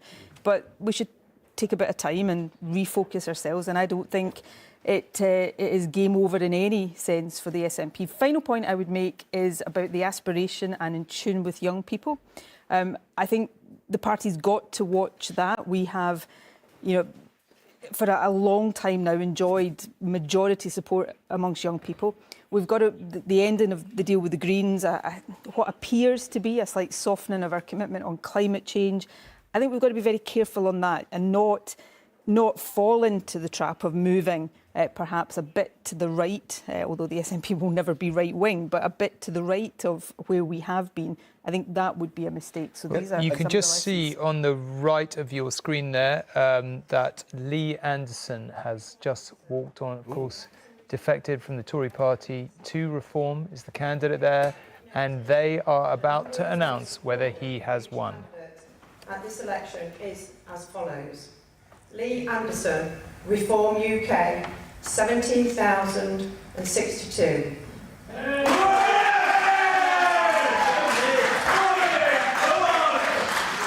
Alexander Coates, the Green Party, 1,100. Daniel Holmes, Liberal Democrats, 619.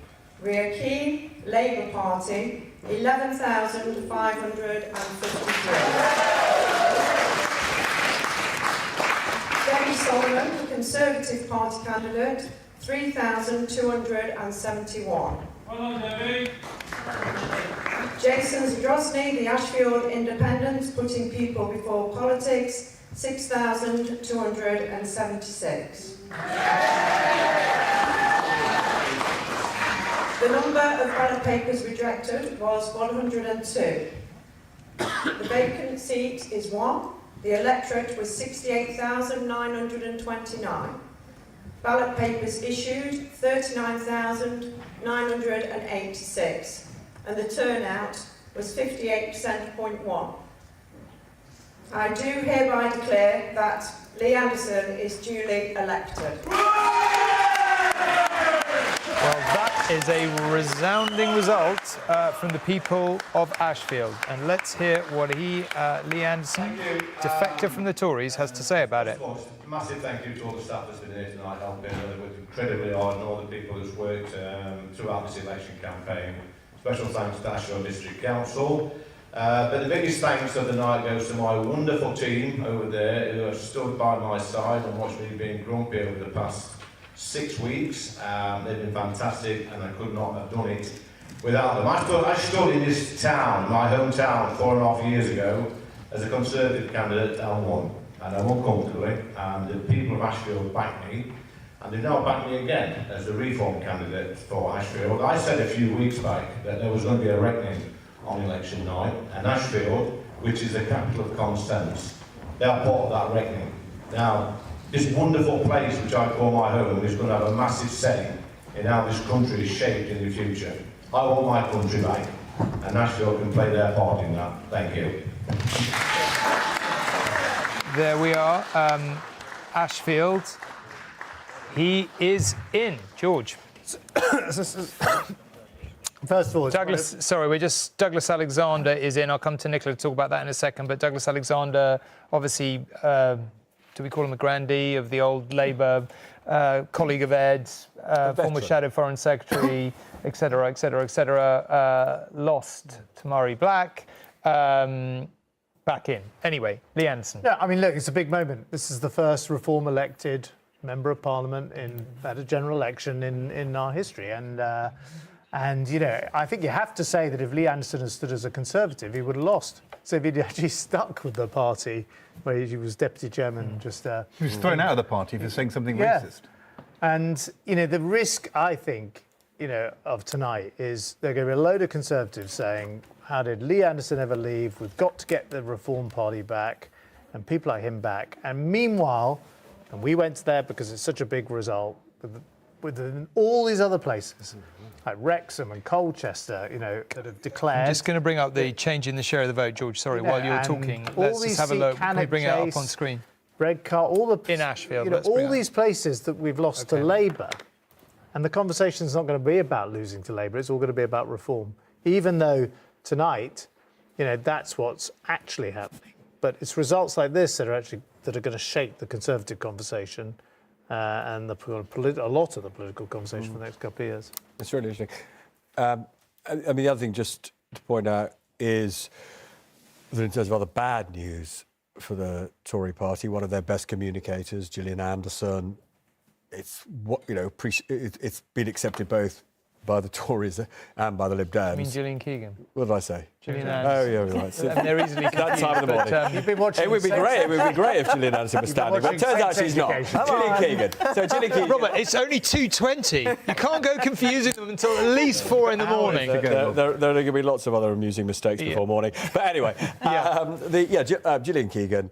She's not going to complain, to be clear about this. Sorry. Anyway, good communicator. Yeah. And she's gone. She's gone. Okay. And it hasn't been formally announced, but Lib Dems are claiming it. Tories are conceding privately. It's over. One of the interesting things about the Ashfield result is it wasn't actually one of the top results in the exit poll expected for Reform.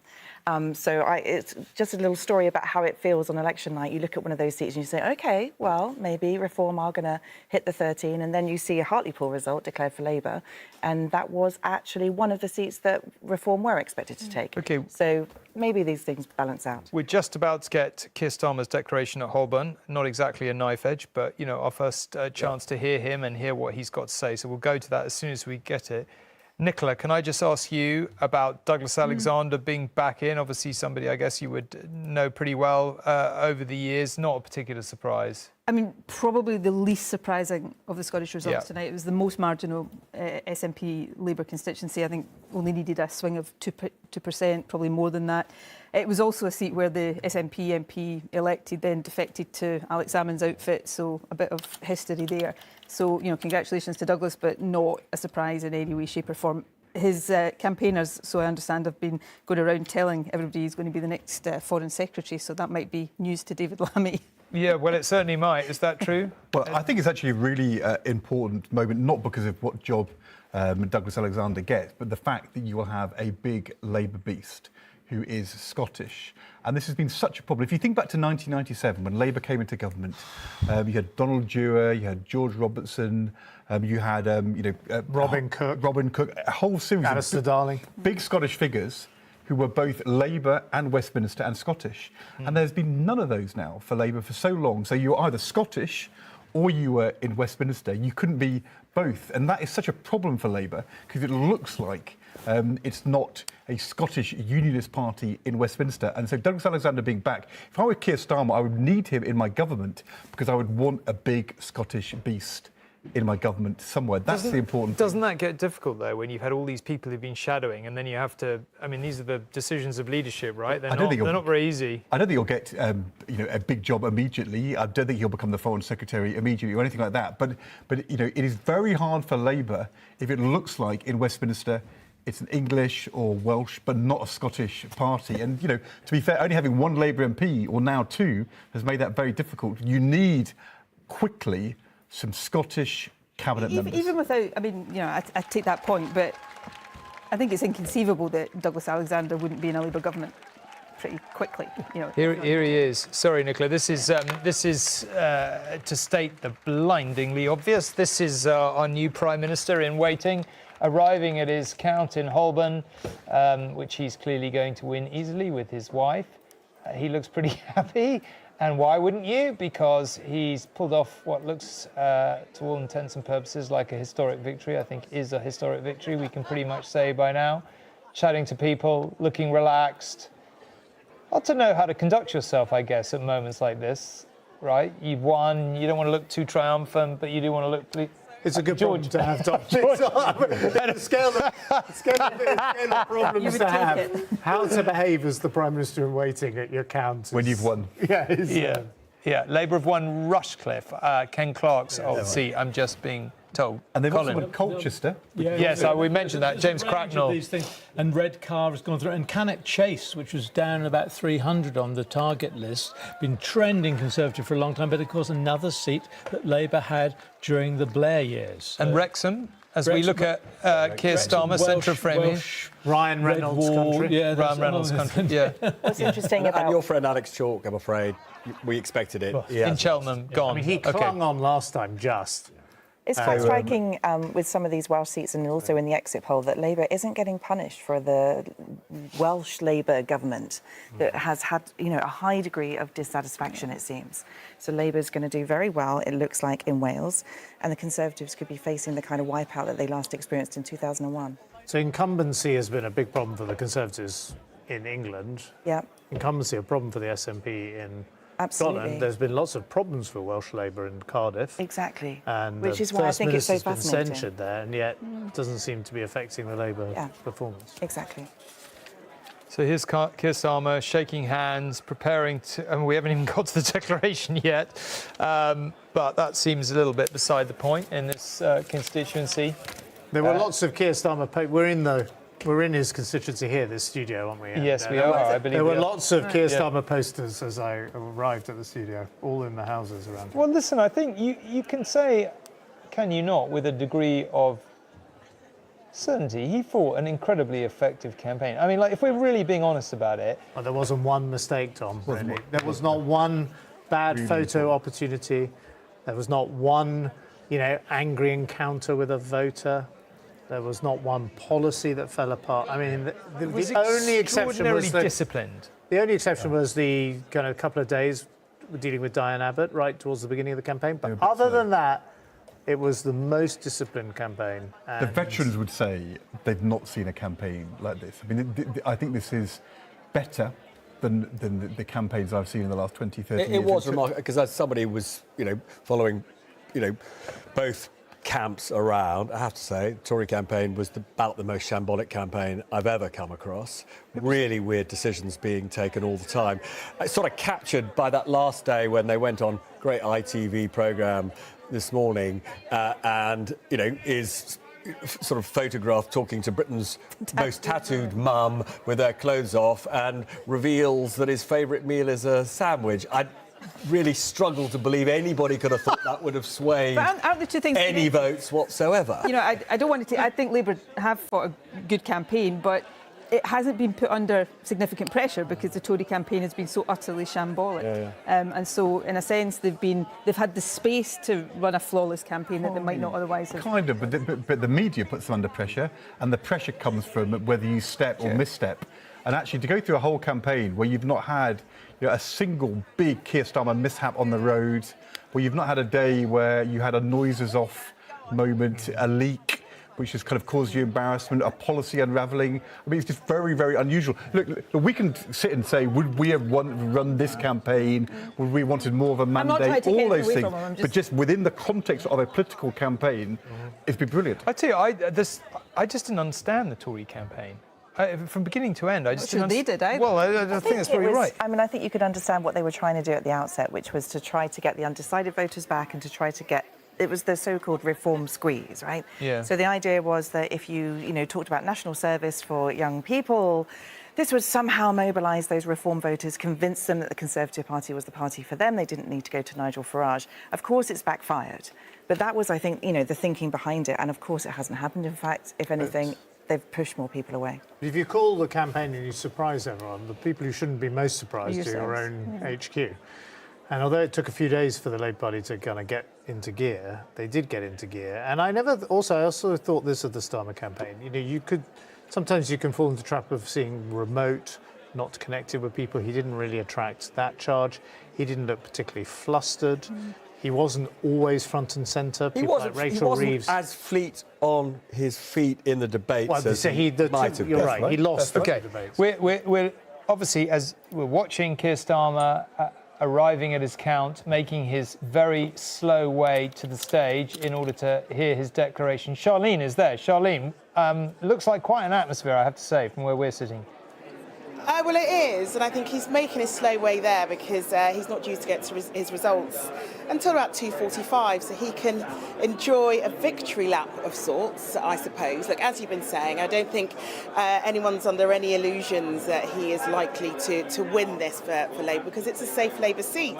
But he's surrounded by supporters. You said you don't know how someone's supposed to, act when they haven't officially won or officially become Prime Minister as yet. But I think he's doing a rather good job. He's surrounded by so many supporters here at the Holborn and St Pancras account. And as I said, in about 10 minutes or so, he'll take to that stage and he'll find out exactly what his majority is. I mean, last time round it was 27,000. So it'll be interesting to see whether that takes a dip or whether or not that has gone up. But, we are looking now, if I look at these shots now, you've got all of the press hanging around, taking pictures of him as well as the supporters. And, this is an interesting time for his wife, Victoria, of course, because she's been thrown into the spotlight in a way that we have never seen before and she's never really experienced before. So I think it's probably more of a difficult situation for her rather than him, with her husband like to become Prime Minister tomorrow. But he will take to that stage with all of the other candidates in the not too distant future and he will find out for sure exactly what his majority has been. This has been a Labour seat since 1983, since Frank Dobson, of course, until Keir Starmer took over in 2015. So, he knows he's going to win, but it'll be interesting to see whether he's done enough to gain from last time round back in 2019. But, in terms of turnout, there's been a drop turnout-wise in his constituency. I believe last time round it was 59.1%. This time round it's 54%, a slight dip, but a dip nevertheless. And as you've been explaining, Tom, throughout the programme, it's something that is reflected elsewhere in terms of constituencies. There has been a slight drop in those people that would historically come out to vote. So, the turnout taking a drop here is almost unsurprising, I suppose. But I guess what is important for Keir Starmer is to whether or not he's done enough to go up from where he was at in 2019. Because actually in 2019 he took a drop of about 3,000 from the time before. But as you've said before, he has done no missteps in terms of this campaign, and I'm guessing that his constituents will show him that, and they will have appreciated that. One would hope, he would hope that they have appreciated that, and he would hope that people have gone out and voted for him. But as I've said, we've got, let me take a look, just under 10 minutes until he finds out for sure that he has definitely done enough to win the majority here. But as you know only too well, Tom, this is a safe seat. He knows he's going to win. OK, Charlene, thank you very much indeed. Let's come back in here. Colin, you got some things to say. Rochdale is a Labour That's what I was wanting to tell you, Tom. Rochdale is... I've spoiled your surprise. No, not at all. But it was on the screen. I saw it there too, but you were concentrating so hard on what Charlene had to tell you. OK, hold on a sec. Let's take the Rochdale Declaration. Important. Ladies and gentlemen, this is a declaration of the result of the poll for the election of a Member of Parliament for Rochdale on Thursday, 4th July 2024. I, Steve Rumbelow, being the acting returning officer at the above election, do hereby give notice that the number of votes recorded for each candidate at this election is as follows. Paul Simon Ellison, the Conservative Party, 4,273. George Galloway, Workers' Party, 11,587.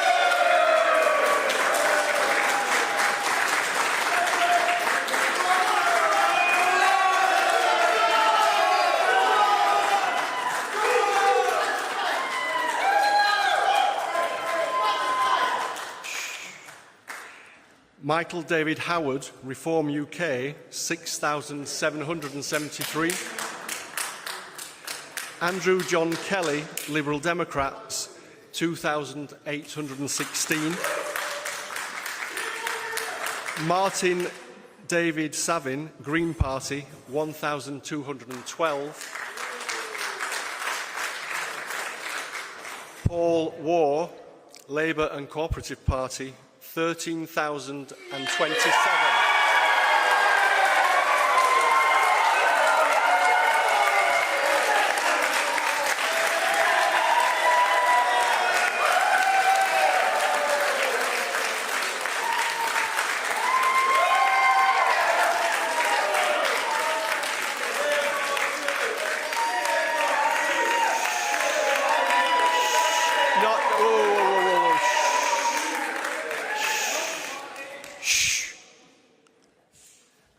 I hereby declare that Paul Waugh is duly elected.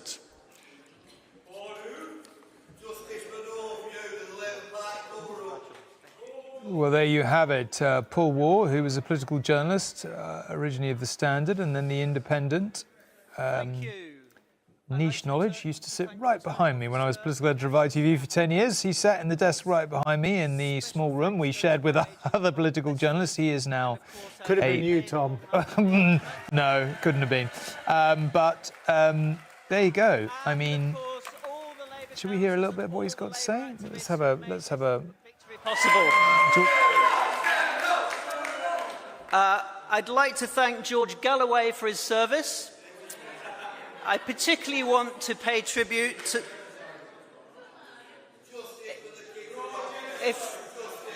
Are we going to be allowed to speak? Is this a democracy?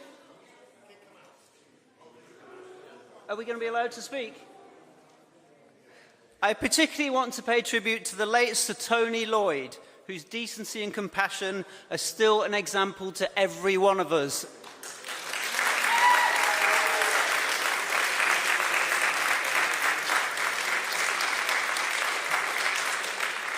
But of course, my biggest thanks go to the people of Rochdale, of Littleborough, of Wardle. OK, one way or another, that declaration didn't feel like it was going very well. George Galloway was not there. Very bad loser. He stood for the Scottish Parliament in, I think, 2011 in Glasgow, and when he sat in the car park for most of the count, and then when it was clear he wasn't getting elected, he just drove off. He didn't ever come into Okay. the I mean, council. it is a Clearly, significant he win doesn't. It's one way of dealing with losing, I suppose. I mean, I said earlier that it looked as though Labour were going to win, and they have, and this is significant for Labour. I have to say, in the last few days, talking to activists on the ground, they did think Galloway stood a very good chance of keeping the seat, so they will be deeply relieved. It's very close, and again, Reform have probably made an impact. Yeah. It is an interesting thing, though, isn't it, about our Parliament, that sometimes you can be a big significant figure on the outside, and then when you get into Parliament, you have much less impact. I mean, Jeremy Corbyn has had almost no impact in Parliament since he stopped being Labour leader and then having the Labour whip. George Galloway, as far as I can see, had no impact since he won that Rochdale seat.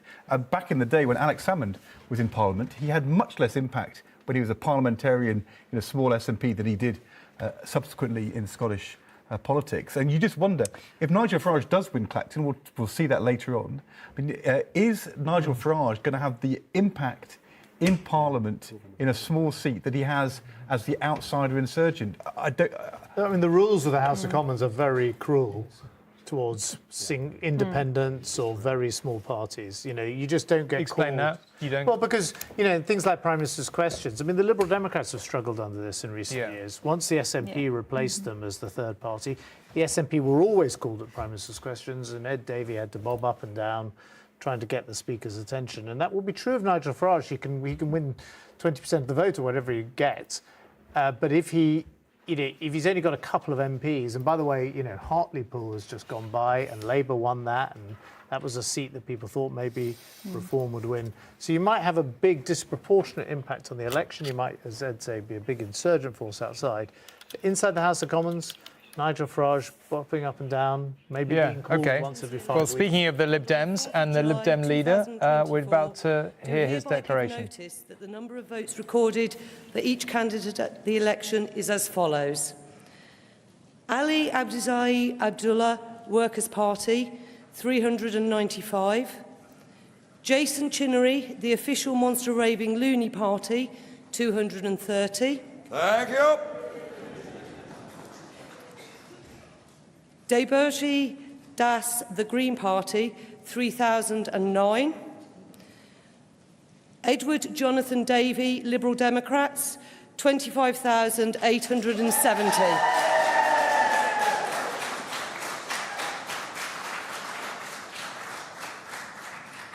Helen Margaret Edward, the Conservative Party candidate, 8,635.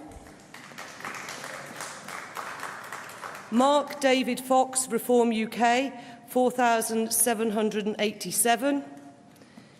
Eugene O'Dane, Labour Party, 6,561. Eunice, apologies, Eunice. Yvonne Tracy, Kingston Independent Residents Justice for Sub-Postmasters, 1,177.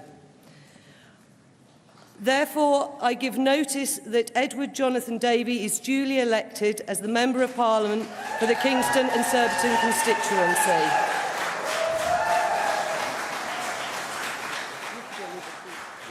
Ed Davey back in Kingston and Surbiton. No big surprise there. We'll wait in a moment and hear what he's got to say in his speech. Colin, can I just bring you in to talk about what change there is and isn't here? Let's just have a look at the change in the share of the vote. Yeah, he's down. Significant drop in turnout, I'm told. Yes, we've been seeing that all over the place tonight. Yeah. But Ed Davies Safe votes seat. down a bit. Leaders of parties usually get a bit of a boost. People like having leaders as their local members of parliament. But Davey, of course, lost this seat and won it back. OK, sorry, Colin, just to interrupt you very rudely, but let's hear what he's got to say. Surbiton and this great community over many years. And I'm humbled that you've given me the chance to serve you again. So let me start by saying a big thank you. And thank you to Sarah and all the returning officer team and to all the staff and police who've worked so hard through the night. You are the unsung heroes of our democracy. It simply wouldn't work without you. And thank you to my fellow candidates for making this a campaign we can all be proud of. I wish you all well in the future. Now, I don't know if you could tell, but I've rather enjoyed this campaign. But what I've loved most hasn't been the paddleboarding or the bungee jumping. It's been speaking to people here in Kingston and Surbiton and across the United Kingdom about the challenges they face and their hopes for the future. People who are working hard, raising families, caring for loved ones, playing by the rules, but finding it harder and harder to make ends meet. People who've had to wait hours for an ambulance, weeks to see a GP, or months for urgent cancer treatment. People who are angry at the filthy sewage being pumped into their rivers, lakes, and onto their beaches. People who feel let down and taken for granted and are desperate for change. Many of them have turned to the Liberal Democrats, in some cases for the first time at this election, and we want to be your champions. We've listened to you, and we've heard you loud and clear. We've put your concerns at the heart of our campaign. Number one amongst them, fixing the health and care crisis, so that you can see a doctor or find an NHS dentist when you need them, And so your loved ones get the high quality care when you need it, where you need it. And that's what Liberal Democrat MPs will fight for every day in the next Parliament. I've shared my own caring story during this campaign, and I've been overwhelmed by the response, especially from fellow carers. People looking after their loved ones who've got in touch to say, that's my story too. And I'm grateful that we've been able to bring caring out of the shadows in this campaign. And we will continue to stand up for a society where we value care and properly support carers, because we cannot afford not to. Let me finish by thanking my wonderful family, even though I hope they're sound asleep. Emily, I love you, and I could not have done this without you. Ellie and John, I love you so much. And to our fantastic team, thank you so much. This would not have happened without you. My election agent, Simon Drage, organiser, Cosmo Lupton.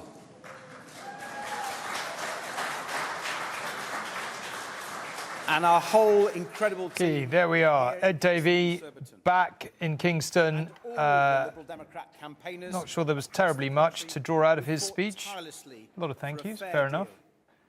George, you sat in cabinet with him. What do you think of Ed Davey? Well, he was a very serious, not terribly exciting member of the cabinet, and if I had brought my party back from nothing, or next to nothing, and had this great win, I think I would have been a bit more animated and excited. And maybe there's a reason why he didn't do so many speeches and spent more time doing bungee jumps. Okay. Ed, do you have a view on bungee jumping? Well, I was surprised he agreed to do it. Was it good tactics in the end or not? I mean, that's what I can't decide. Part of me thinks it is really hard. Like, if you're the SNP in Scotland, you're guaranteed media attention. If you're the Tory party or the Labour Party in England, you're guaranteed media attention. If you're the Lib Dems, it's always hard, right? I don't think there's anything wrong with it. I'm not criticising. I just think it's wrong to assume that because of all these stunts, that's the reason they've done well tonight. They've done well tonight because of the politics. The stunts are neither here nor there. And if they hadn't done well, we'd all be sitting here saying how silly that was and what a big mistake that was. And instead, we're sitting here saying, no, it was a stroke of genius. In actual fact, it got them attention, but it's not the reason for their showing tonight. I like the stunts, but I always kind of wanted him to take that into, the stunts get you attention, and what did you use the attention for? And Rob says he did do that on social care, but, on other things, he just sat on the fence. Do you think we should talk about the first Scottish result? No. Why? Kilmarnock is in, and it was a 22% swing from the SNP to Labour, which is it's a big result. Yeah, it's a big result. Look, I mean, I think that will be the pattern, maybe not quite to that scale, but that will be the pattern across SNP Labour seats tonight. That, interestingly, was a seat where Labour had fallen into third place in the last election, so it's a big result for Labour. But Kilmarnock is a seat that Labour used to hold. Des Brown used to be the MP for Kilmarnock. OK, here we are. Sorry to jump in, but as you can see, this is Nigel Farage arriving at his seat in Clacton. Yeah, Stevie's won, yeah. I mean, no real doubt that Nigel Farage is going to win, Colin, or do you think there is doubt? Well, you wouldn't imagine so, looking at some of these results. I mean, look for Mark Francois, who we were talking about earlier, who's all intents and purposes a kind of a Brexity member of the Conservative Party. It didn't save him from a 30% swing plus in his very safe seat in Essex. That, I think, was the 8th safest Conservative seat in the country. This is the 9th safest Conservative seat in the country. If you put the Farage factor on top of it, and apparently the Labour candidate was pulled out and sent to campaign somewhere else halfway through the election anyway. That sounds like people throwing their hands up to me. But we're still waiting to see. Stephen Flynn has held his seat in Aberdeen North, contrary to the exchange between. I think there's also just if you think about how. So we've seen Keir Starmer very controlled. No media interviews. Rishi Sunak hasn't appeared at all tonight.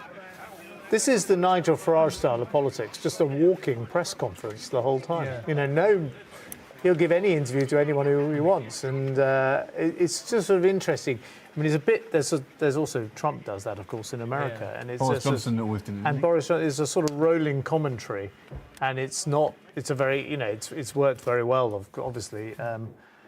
Some elections, but I hate to. It was Kirsty Blackman in Aberdeen said, but I am reliably informed Stephen Flynn has held a seat in I was going to say I was very nervous about contradicting a former First Minister about the difference between North and South Aberdeen. But it was Kirsty Blackman has held a seat in Aberdeen North, but I am reliably informed that Stephen has also held a seat in Aberdeen South. OK, now we have enough real results in from the early counts. Our psephologists are telling me we are ready to move from the exit poll to our first ITV News forecast. This is about analysing and modelling information from real results to refine the exit poll's initial projection as the night goes on. So the first ITV News forecast shows an even bigger Labour landslide than the exit poll. We are forecasting the Conservatives are on 130 and Labour with 414, up by 4 from the exit poll. The Lib Dems on 60, Reform on 10. That's down 3 from the exit poll, and the SNP on 11. Colin, you can explain a little more how we moved from exit poll to forecast. Well, when constituency results come in, we obviously look at the results themselves, but then we think about the kinds of places that they've come from, the sort of population who live there, comparison with previous elections, and then we model them against seats we haven't heard from. Remember, we've only heard from about 10% of constituencies, even at this late hour in the morning or early hour in the morning. But by modelling them statistically, you hope to be able to make a judgment about what is likely to happen through the rest of the night. So this isn't an awful long way away from what the exit poll forecast initially said, but this is now our own ITV News forecast, bringing in the skills of the team we've got working upstairs. OK. Can I just double-check something? Nicola, are we sure Stephen Flynn's back in? I am reliably informed. Told by people on the ground. I may be misinformed, but I'm being told by people on the ground. I haven't got any information to the contrary, but are these kind of people who only tell you when they're absolutely sure they're right, or are they people? I hope so. OK. So there we are. A Labour landslide. That much hasn't changed in the course of this evening. It's going up. We're very nearly at bigger than Blair majority, unless I'm misreading that. Tom, 2 more. Tom, do you think Tony Blair likes this result? It's a great Labour win, but it's one short of the majority. Yeah. And two big Lib Dem wins while we've been talking there. In Torbay, which of course they've held before, and Chelmsford, which they've been pretty close to in the past, but I don't think they have held either. OK, well, listen, one change on the screen, as you can see there, is that there has been a little bit of a dip in what we're predicting for Reform. We said 13, now we're saying 10. Even I can do the maths that's down at this stage in the evening. Anushka, explain why. What's going on? There's lots of chatter online at the moment about what is going on with Reform UK, what was going on with the exit poll. These are our seats that have been declared so far. They are coming in thick and fast, 69, 70, I think, now. Now, the thing that everyone's talking about is that some of the seats that were predicted for Reform, for example, Barnsley North, here on the left, has actually gone to Labour. And if I highlight Barnsley South, just below it, it has actually gone to Labour. And also, if we have a quick look at Hartlepool as well, it has also gone to Labour. And Ashfield, which has gone to Reform UK, didn't come up as Reform UK on the exit poll. So I think one thing people are asking is what is going on with this? And just to kind of explain it, the exit poll gives a prediction for every seat, as I've been saying, and it gives a probability. Loads of them are too close to call. And in fact, when we first got the spreadsheets, there were fewer than the 13 Reform UK seats predicted on the list actually coloured up as Reform. So how do they end up there? Well, Colin will tell you more about the very complicated way in which they actually calculate all the different probabilities and come up with those seat numbers and bring it down. But Reform is particularly difficult to try and judge. It hasn't been a party before. It's a small number, and that's one of the reasons this is happening. Does that mean that Reform UK are not having a big impact tonight? It does not. So, in fact, I don't know what the updated number is, but loads and loads and loads of these seats, which have actually declared, have Reform in second place. And I can show you the change in vote share across the seats that we've seen so far, and you can see it there. So look at that. Tories down 19.6, Labour up 1.7, the Reform vote up 13.4%, and also an increase there for the Green Party. So everyone's talking about it and we're just trying to understand it, but that's to explain to viewers why we think we are where we are at the moment. So the reform, you know, there's quite a possibility of further change is really what we're saying in the reform seat number. Everything, there's a lot of things out there that are a bit too close to call. I think there's loads of seats that are too close to call, and it is very difficult, in particular with reform, to understand what's happening. But I think the one thing I do want to say is that they are clearly having an impact on the race more clearly. One thing that some of the experts were talking to us about before was the fact that there are more and more seats now where you have three parties, and the introduction of the third party is actually letting Labour up through the middle in some of these seats, and that's one thing that we're seeing happening. OK, we're just looking at a live shot of Clacton there. Nigel Farage, you saw arriving just a little minute ago. We were talking about the fact that he likes to have a rolling press conference wherever he went, so he was sort of talking to journalists as he arrived. I think at this stage we're probably assuming he has a very good chance of winning Clacton, but who knows? We will see. We are also about to go and have the declaration at Holborn, where Keir Starmer will, of course, win, but it will be, presumably, I would imagine he's spent a long time working on his speech. It's the first time we'll have heard him effectively as victor.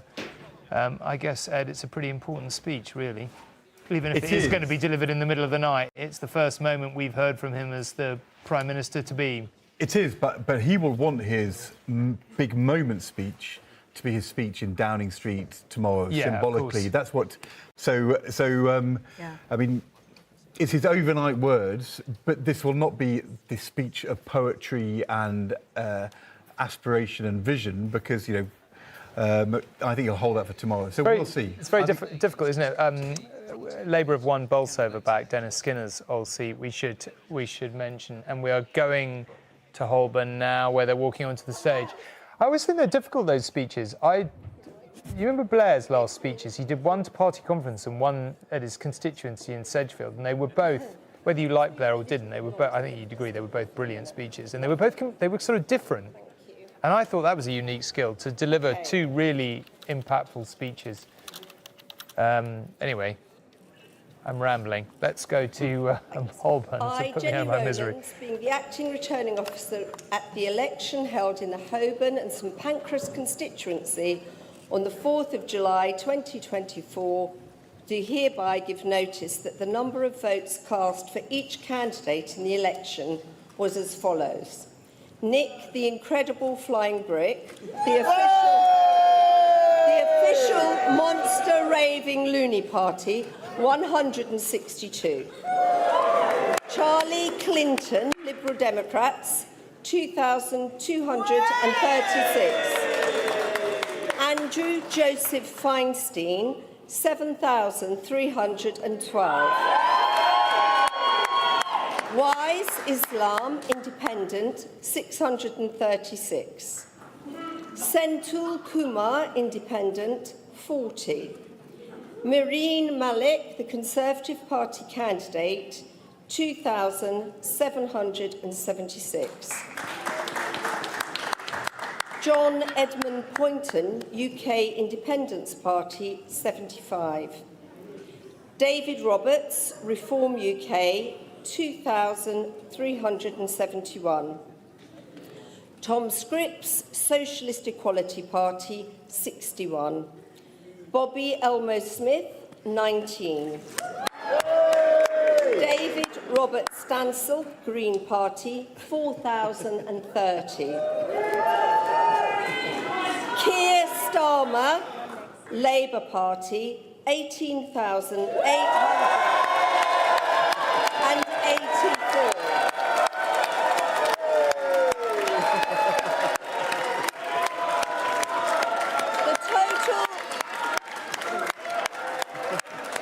The total number of votes cast across Holborn and St Pancras constituency at the UK parliamentary election on the 4th of July 2024 was 38,602. The total number of ballot papers rejected was 223, and they were rejected for the following reasons: want of official mark, 0, voting for more than one candidate, 73, writing or mark by which the voter can be identified, 2. Unmarked or void for uncertainty, 148. Therefore, I hereby declare that Keir Starmer has been duly elected as the Member of Parliament for Holborn and St Pancras constituency. There we are. Keir Starmer is back in Holborn, but as we've just been scratching our heads about here, we think his vote is 10,000 or so down, which more than 10,000 down. Let's take his speech and then we'll talk about it. It is a huge privilege to be re-elected to serve this constituency, the incredible community of Holborn and St Pancras. My home, where my kids have grown up, where my wife was born. And I have to thank Vic and my family more than anyone for their love and support and for keeping me totally grounded. Thank you, Vic. And thank you so much to the police and the returning officer for making sure every voice is heard and every vote is counted. And thank you to Andy White, a fantastic agent, the campaign team, the local party, and all the volunteers who've worked so hard over the last 6 weeks and beyond. Every door knocked, every leaflet delivered, every conversation had, it makes a massive difference. And lastly, I'd like to pay tribute to my fellow candidates who put themselves forward for public service. Because in this room, right here, beats the heart of our democracy. Not in Westminster or Whitehall, but in town halls and community centres up and down the country, in polling stations and voting booths, and most of all, in the hands of the people who hold the power of the vote. It all starts here. And it starts with you. Change begins in this community, with the people who came together to make life better, like the fantastic councillors who work so hard for our area. Service starts in this neighbourhood. The groups, the faith communities, the local organisations who serve week in, week out. And hope starts with that one kid from Somerstown who dares to believe that the future belongs to her. And with Labour, it will. Because I promise this, whether you voted for me or not, I will serve every person in this constituency. The mothers I sat with who've lost children to knife crime. The pensioners who can't get the doctor's appointments they desperately need. The local businesses who've struggled so hard to keep their head above water. I will speak out for you, have your back, fight your corner every single day.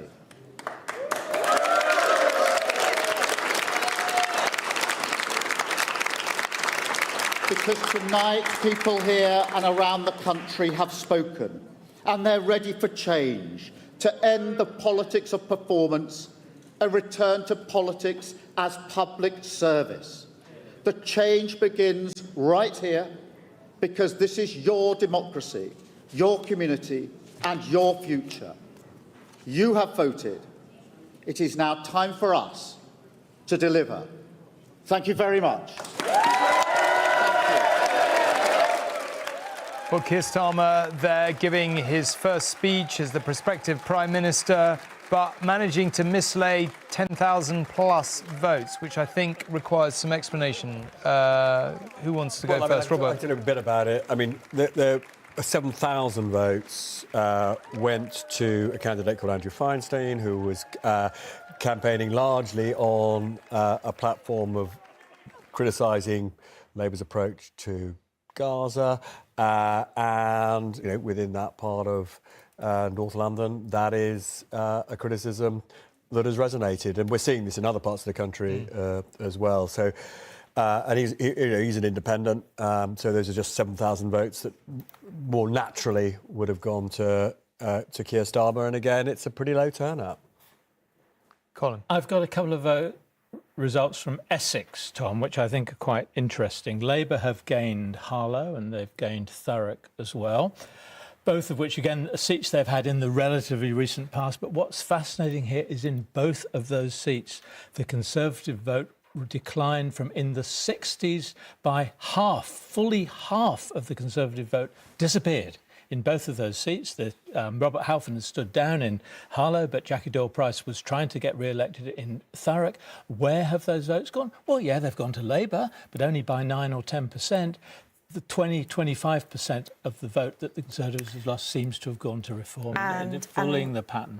Yeah, and the Brexit Party didn't stand there last time, so this is exactly where we're going to see the Reform Party have the biggest impact. In Leave areas, Harlow voted 66% to Leave. Absolutely. Can I just pick up on that a sec? But I just want to see, we can see a reaction to Alex Chalk losing his duly elected seat as in the Member of Cheltenham. Parliament for Cheltenham constituency.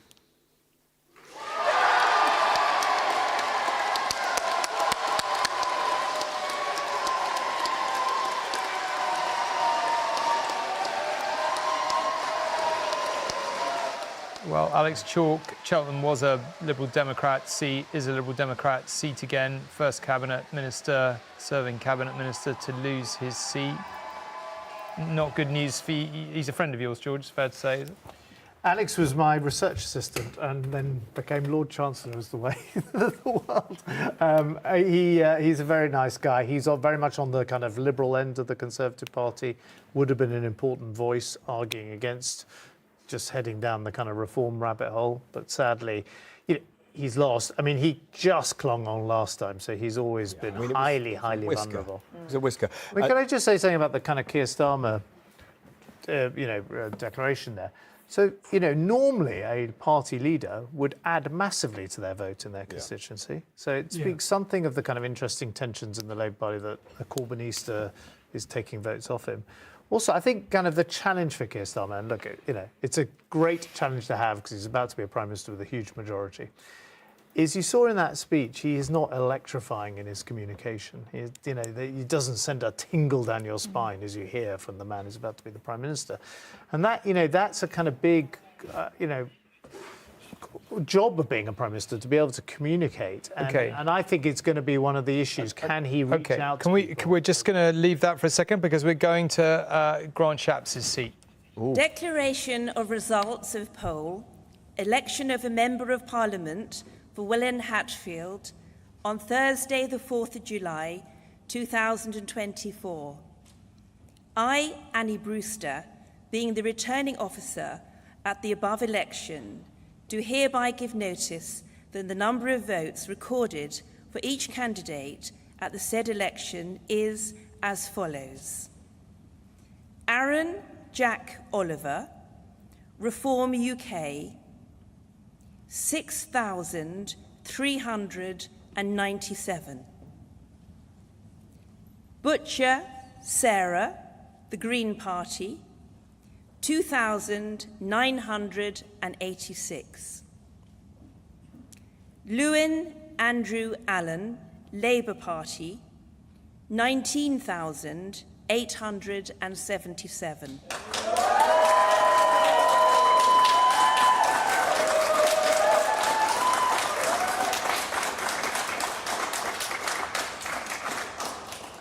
Munro John Peter, Liberal Democrats, 3,117. Shapps Grant, the Conservative Party candidate, 16,078. The number of ballot papers rejected was as follows. Want of an official mark, 0. Voting for more than one candidate, 46. Writing or mark by which voter could be identified, 0. Unmarked or void for uncertainty, 146. The total being 192. The electorate was 75,259.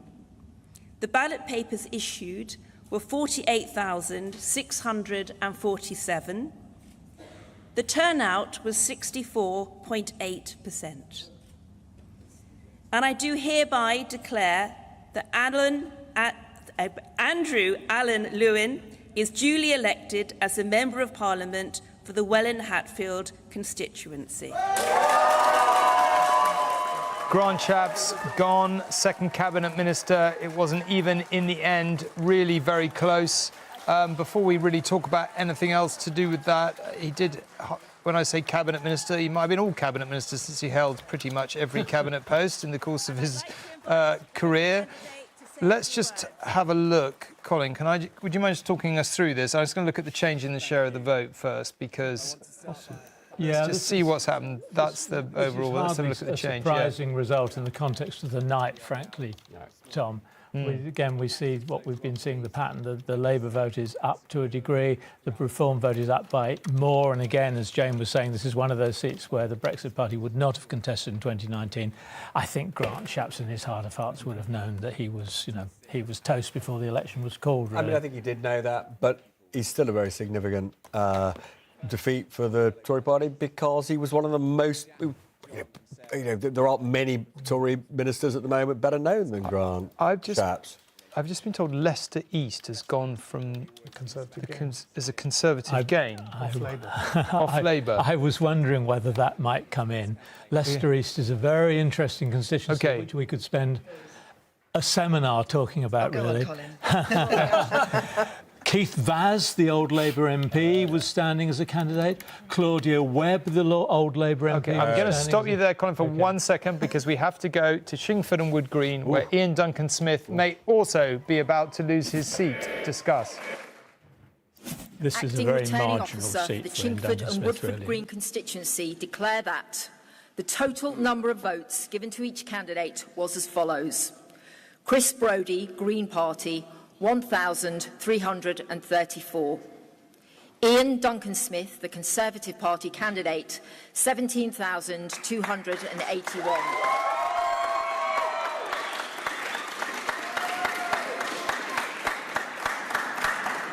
Josh Hadley, Liberal Democrats, 1,275. Paul Lugery, Reform UK, 3,653. Faiza Shaheen, Independent, 12,445.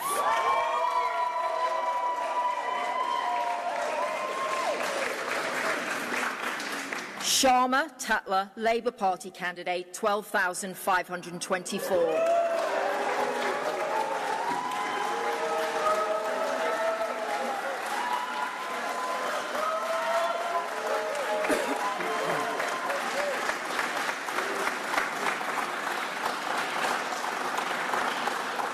Therefore, I give public notice that Ian Duncan-Smith is duly elected as a Member of Parliament for Chingford and Woodford Green constituency. Well, blimey. Ian Duncan-Smith, close friend of George Osborne. If you can't see me, you're probably not noticing the sarcasm in my voice. George is smiling at me. Has held on, leading proponent of Brexit over many years, Eurosceptic, as we used to once call Leader them. of the Conservative Party. Leader of the Conservative Party. Quiet man turning up the volume. Maybe we can hang on to hear what he's got to say in a minute. George, you want to jump in? Well, he won here because the Labour Party deposed its candidate, who thought was too left-wing. She stood, Faiza Shaheen, and she got 12,000 votes, and she completely split the Labour vote. So there's Starmer's ruthlessness kind of not paying off. They didn't win the seat, but maybe he's glad she's not. People watching the programme will have strong views, but I would tell you the Starmer team will say price worth paying. That's what they'll say. They'll say we won a big majority. We had to show change from the past. OK, let's just hear a little bit of what he's got to say. Efficiency and also not a little humour during the course of the night.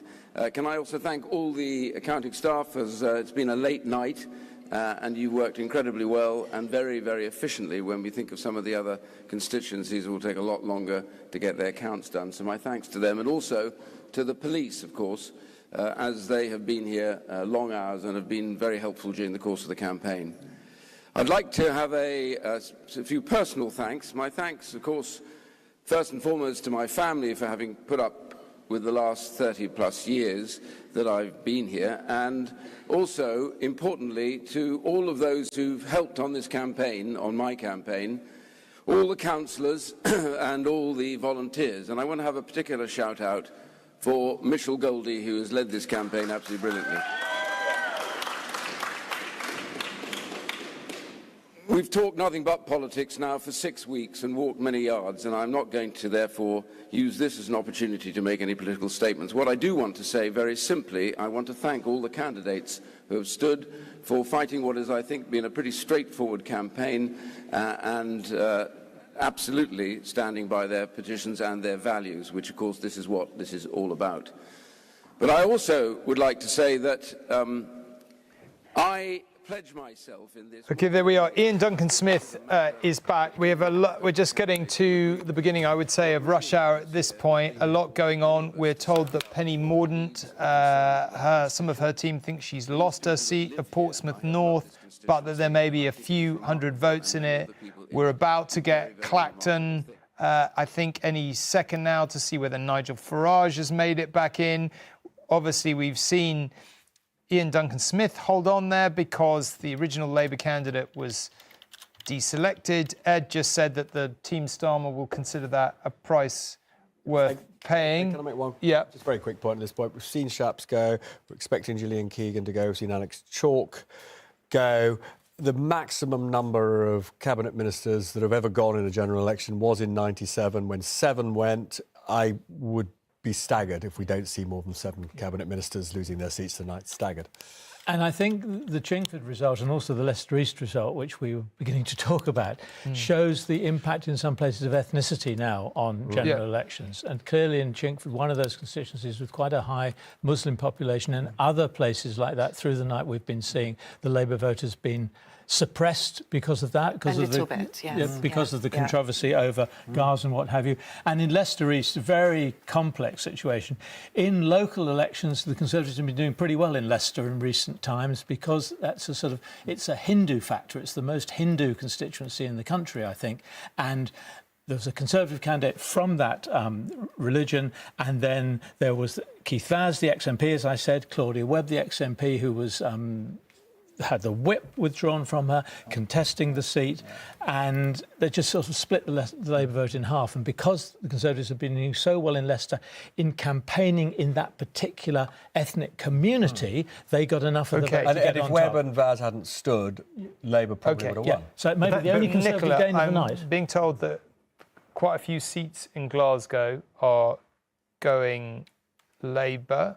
Yeah. Which is not surprising. This is presumably what you've heard. Yeah. I think the SNP will lose, all of these SNP Labour seats to Labour tonight. I'm deeply disappointed and upset about that. A lot of my good friends are losing their seats tonight. And remember, every MP who loses has got a team of staff who are also losing their jobs. So we should remember the human impact of that. But, in Scotland, we'll need to see the shakedown of the results and how the votes have gone. But, yes, there have been issues about the SNP, and it would be wrong for me to say otherwise, but the context of this election in Scotland was overwhelmingly kick the Tories, get the Tories out, and the SNP will have suffered from that tonight. It is interesting though, isn't it? Because if you go back a year and a half, when Boris Johnson was very unpopular, when Liz Truss was very unpopular, I think people thought Labour could get to 10 to 20 seats, and they're going to do a lot better than that. So it's either because compared to a year ago, the Tories are even more unpopular, or that the events in the SNP since you departed have caused a bigger problem for the SNP. I mean, which of those is it? Is it the Tories? It may be a mix of the two. I think the Tories are more unpopular. I think there has been a cumulative effect in terms of public views of the Tories. And remember, the Tories start from a lower base in Scotland, although they've been boosted a bit by unionist sentiment in recent years. And of course, events in the SNP, the fact that the SNP is a government of such longevity, and this is a tough time to be in government. So all of that is playing in a perfect storm, if you like, for the SNP. But there's a real resilience as well to the SNP vote that I suspect we'll see over the next couple of years. And as long as we don't learn the wrong lessons from what happens tonight, I would still be, confident might be too strong a word right now tonight, but I would still be optimistic that the SNP will be re-elected to government in... But it's better for Labour than I thought. It's worse. Look, it's worse than you expected. So, throughout this campaign, I have been expecting what has unfolded tonight. I think we've had private conversations over the last couple of days where I've been predicting that. So it's not a surprise to me in the context of the campaign. I think the SNP fought a spirited campaign. I've already, talked about some of the things that I think there might be reflections on. But yeah, maybe 6 months ago we would have been hopeful of a better result than this, but I think the context of this election has always meant that this was going to be a really tough night for us. Yeah, I've got some news that Ed will want to hear, which is Andrea Jenkins, who is the Conservative candidate who beat him, has lost, and Labour has retaken your old seat. Oh, the new version of your old seat. How do you feel about that, Ed? Underwhelming. Thank God, Ed looks so thrilled. Well, if you're missing the close-up on his face, Dame Andrea Jenkins. Okay. May I say that George Osborne chose to have Dame Andrea Jenkins introduce his conference speech in 2015 after she defeated me, and since then he's become less of a fan of hers. Well, I did actually. She did put a quote from me on her leaflets, which obviously didn't work in Leeds. She was the only one. She was the only one who asked. So, in all seriousness, though, because Nicola was just saying, at the end of the day, this is a great night if you're winning and a terrible night if you're losing. I know you didn't actually get to lose and be fired because you managed to walk away at the right time, but Ed lost his seat. George, you effectively knew your political career. I lost many elections before I started winning, though, so I know what it feels like to lose. But what are you feeling when you lose? I mean, your career. Both of you know instant career finish. It was funny. I think for me, actually, there was a particular moment when it really hit home because I wasn't expecting to lose, and then sat on my own in a Premier Inn room for 7 hours as the results unfolded, and you rationalise it, and you think actually it's a majority government, better to be out. Worked out my speech, was whisked away. Actually, I said to my campaign team, who were kind of all being very kind of despondent, you had a good time. I said to him, I've not died.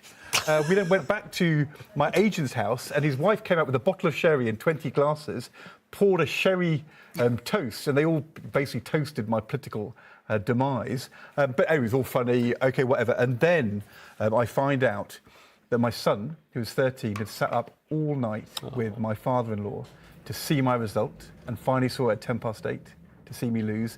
My daughter had a GCSE in drama, and she'd gone off to school and turned round and came back because she said, unless I know this result, I can't do my exam.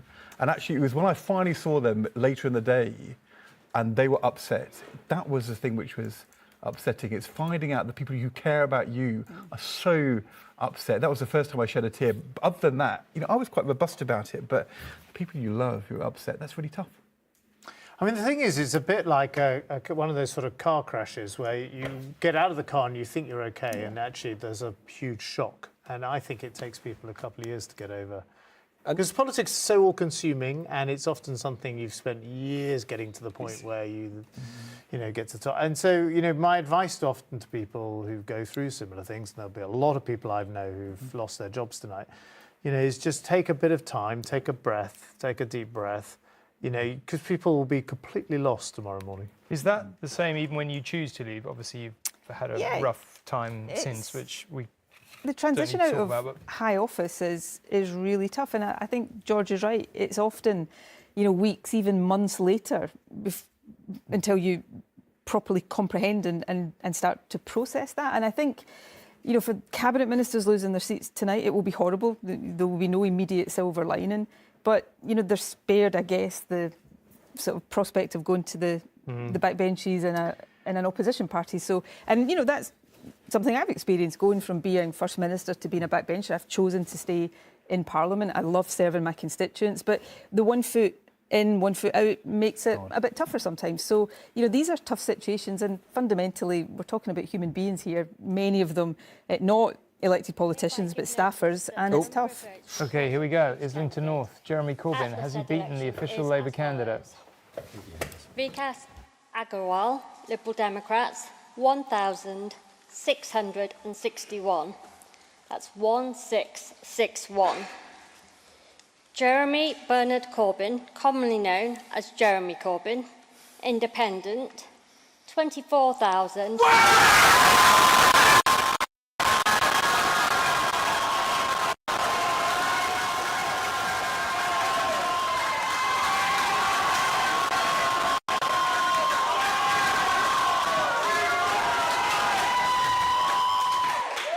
That's 24,120. That's 24120.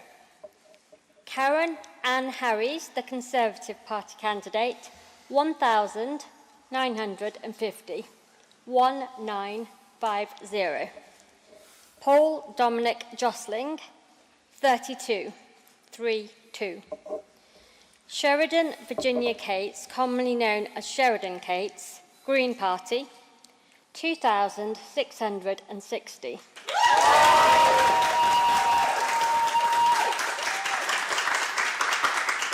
That's 2660. Prafull Nagan, Labour Party, 16,870.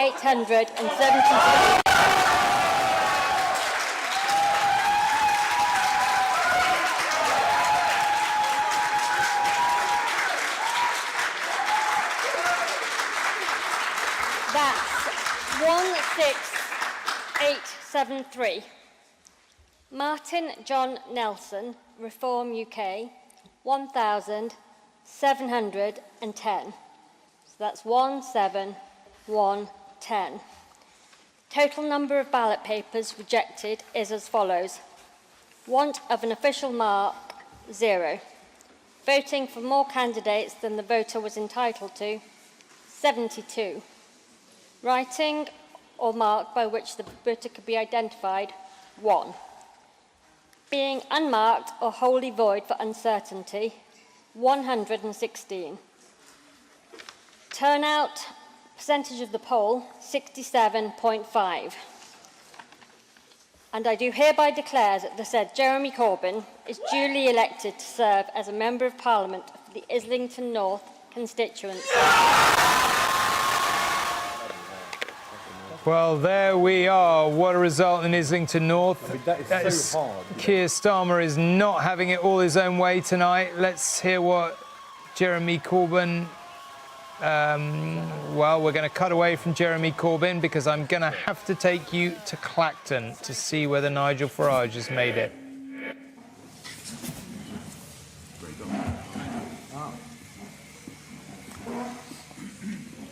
OK. I am now going to declare the result of the Clacton constituency Member of Parliament.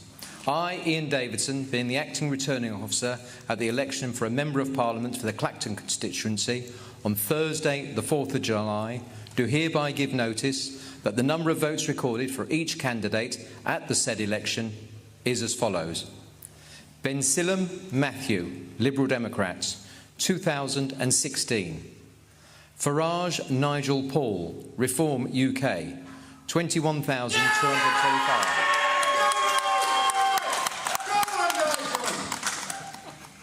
Jameson Craig, Climate Party, 48. Mac Tony, Independent, 317. Osborne Natasha, Green Party, 1,935. Owusa Nepal Jovan, Labour Party, 7,448.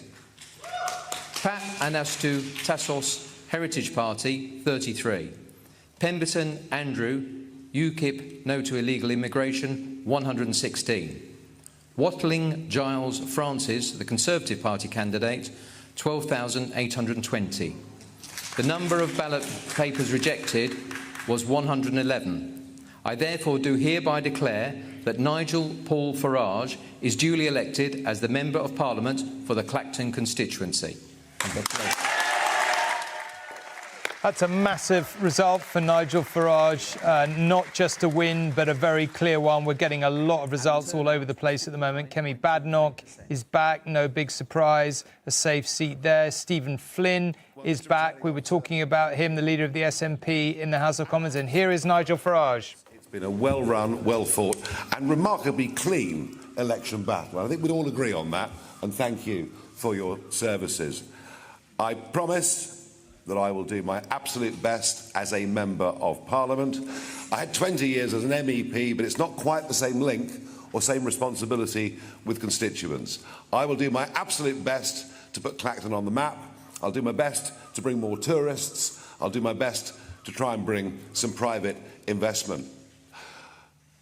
It's over 30 years ago that I fought my first parliamentary by-election. I've fought lots of them over the years, and I've had big successes in European elections and perhaps less so under first past the post, which is a very demanding, very, very demanding problem for smaller parties. I will say this, it's 4 weeks and 3 days since I decided to come out of retirement and throw my hat in the ring. I think what Reform UK has achieved in those just few short weeks is truly extraordinary. Given that we had no money, no branch structure, virtually nothing across the country, we are going to come second in hundreds of constituencies. How many seats we're going to win, I don't know. But to have done this in such a short space of time says something very fundamental is happening. It's not just disappointment with the Conservative Party. There is a massive gap on the centre-right of British politics, and my job is to fill it. And that's exactly what I'm going to do. But it's not just what we do in Parliament as a national party that matters, it's what we do out round the country.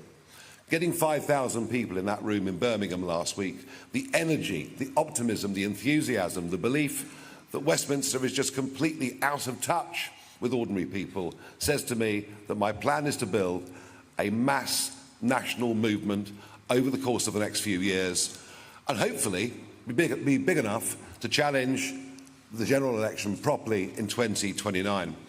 What is interesting is there's no enthusiasm for Labour, there's no enthusiasm for Starmer whatsoever. In fact, about half of the vote is simply an anti-Conservative vote.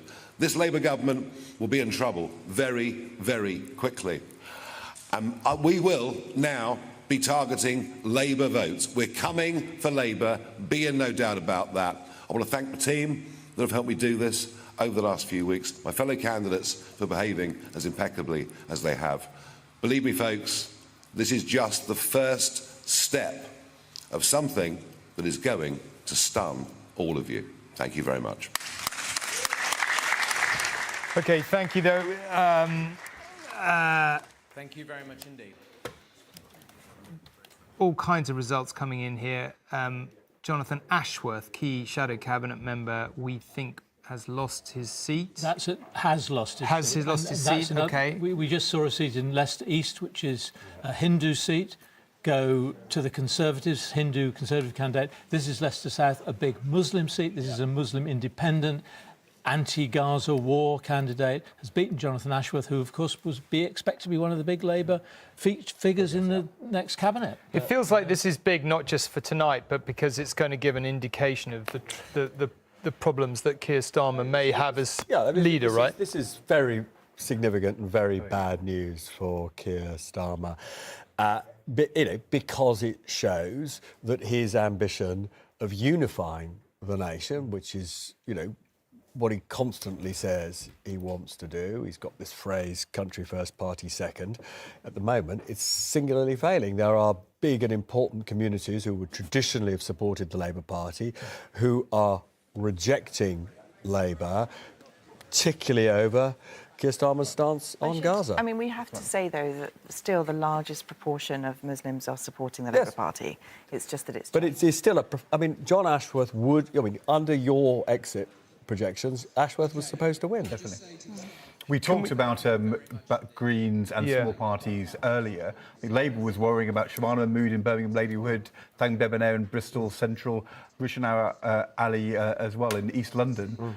Jonathan Ashworth, though, was not on the radar of where the risks were. I mean, and it's not something that I had heard talk of. And, I was saying earlier with the Chingford seat, that Keir Starmer's people, I said to you, that they will think it's a price worth paying, but actually it may be quite a big price which Keir Starmer is going to pay in this Parliament. So these tensions I'll tell you one thing which is quite interesting about this, because I've obviously been talking to Labour a lot about the actual mechanics of the campaign. I suspect one of the reasons Ashworth has lost is because it wasn't on their radar as a seat that was at risk. They only had limited resources and they ploughed them into the seats they needed to take from the Tories in order to get over the line. And I suspect what happened was they sort of thought, it's, you know, Ashworth's a done deal, we don't have to worry about it. I mean, I think, look, first of all, I feel sorry for him because he's run this campaign. Yeah. He's a bit like Chris Patten. Yes. 30 years ago, helps mastermind a win and loses himself. I think there are lots of clues of the problems Labour are going to have, despite the big majority. The vote share is not going to be high. It may be less than Corbyn got even in 2019 and certainly less than 2017. And, Jeremy Corbyn's election in Islington, these problems we're just seeing, the sort of shape of things to come. And then I just thought, there was Nigel Farage saying, general election 2029. He doesn't want to talk about the 2024 election anymore. 2029, I'm coming after Labour. And I think that is going to be the story, of British politics, unless the Conservative Party can get its act together in the next few years. And, I just sort of felt, gosh, we're going, maybe we're all going to be sitting around this table again in 4 or 5 years' time. And, is it really going to be Farage's big push against Labour? And will the left coalition have started to fray in the way you've just had little tiny straws of tonight, even on a night when Labour's won so OK, well? I just want to mention, because we haven't talked about Northern Ireland at all yet tonight, that Jeffrey Donaldson's old seat of Lagan Valley, a DUP seat has been lost. Now, Jeffrey Donaldson's obviously not standing for the reasons you all know, but that is clearly a blow to the DUP. Would have perhaps hoped. Who's won it, though? That I will tell you as soon as I am informed. But the APNI, the Alliance were in second place there, but it was quite a significant swing they needed. But I think there's another seat that the Alliance might win in Belfast East, with their leader Naomi Long is standing, and that's the DUP leader Gavin Robinson. So this could be the DUP thrown up in the air yet again. Wow. And interestingly, Great Yarmouth, that was a Labour target. Previously a Labour seat. Yes. We're calling that for reform. So that is reform beating Labour to a seat rather than the Tories. And a little footnote there, the reform candidate, there's a chap called Rupert Lowe, who's the chair of Southampton Football Club, Rishi's favourite affiliation. Yep. We have not heard a word from Rishi Sunak tonight. Completely disappeared. No tweet, nothing. No. Not really from any senior. Well, I think, to be fair, you don't tend to say anything as the Prime Minister until you go to your own count. And unfortunately, he's got one of the most rural and largest seats in the country. So it's going to be quite late by the time they've got all the ballot boxes together. What I notice, certainly on this show, is that we've got the people who are going to be the Foreign Secretary, the Chancellor of the Exchequer, the Health Secretary coming on this show, the Deputy Prime Minister. And apart from Robert Buckland, who did the honourable thing at the beginning, come on, the Conservatives don't want to talk. OK, Diane Abbott is back. Not a surprise. Could we just listen to Jeremy Corbyn's speech now? Should we just go back and have a listen to what he's got to say? Which as an independent is hard. Yeah. But it's quite an achievement for Jeremy Corbyn to do that. It was a positive one. Our campaign did not get into the gutter of politics, as is too often happening in this country. Ours is a positive campaign trying to bring hope to people who are in housing stress, who are homeless, who are going through mental health difficulties, who are worried about their future. And the political system has to produce answers to those concerns and those worries. Demonising refugees, demonising people from other countries won't solve those problems. The only way we solve the problems of our community is by uniting our communities. And our campaign was utterly determined to bring that degree of unity to it. And so this result is, to me, a resounding message from the people of Islington North that they want something different, they want something better, and in the new government that's coming in, they're looking for an end to things like the two-child benefit policy cap. They're looking for regulation of the private rented sector. And if I may say so, they're also looking for a government that on the world stage will search for peace, not war, and not allow the terrible conditions to go on that are happening in Gaza at the present time. So this was a grassroots campaign that isn't going to disappear, isn't going to go away. It's brought together people from all walks of life, from all ethnic communities, from all languages and all ages, in a determination to get something better in our society. My job in Parliament will be, as it's always been, to deal with the individual problems that many of our people face, but to speak up where necessary in criticism in order to bring about the social changes that this country needs and my constituency needs. And I'm humbled and proud and very grateful to the people of Islington North, who I've represented for so long and have taught me so much. I owe my life and my learning and my abilities entirely to the people of Islington North. This victory is a dedication to them, and steadfastness in the face of opposition, steadfastness in the face of abuse. We have shown what kinder, gentler, more sensible, more inclusive politics can bring about. I couldn't be more proud of my constituency than I am tonight. I'm proud of our team that brought this result. Thank you very much, Islington North, for the result that we've achieved tonight. Thank you. Quite emotional, Jeremy Corbyn. I think at the end there, perhaps no surprise, given there's a big victory for him against the odds, one might say. Ed, does the party have no choice at some point but to welcome him back in, or hell would freeze over before Keir Starmer will ever even contemplate such a thing? Well, so far, Jeremy Corbyn has not been willing to do what Keir Starmer wanted him to do in order to come back in, and I don't think Keir Starmer is the kind of guy who's minded to give much ground on this issue. So my instinct is a long standoff, but it will become increasingly painful standoff. I'm not sure. Do you really think it's going to be painful for Starmer? He's a sort of, he'll be a lone critical voice, but he can't really make. He'll make common cause with others, though, won't he? Inside the party. But I mean, how many? But how many actually in Parliament? I should just point out one thing, though. He did this thing saying it was a wholly positive campaign. Actually, his campaign was mostly about highlighting how the Labour candidate had made a lot of money out of private healthcare. And so I wouldn't say that was hugely positive in terms of an agenda for Britain, but there we are. Do you think also this Gaza-Israel is going to be the first big policy issue that hits Starmer like tomorrow? You know, I mean, you've got Joe Biden trying to negotiate a peace deal in Israel. Sorry, we're in Milton. We're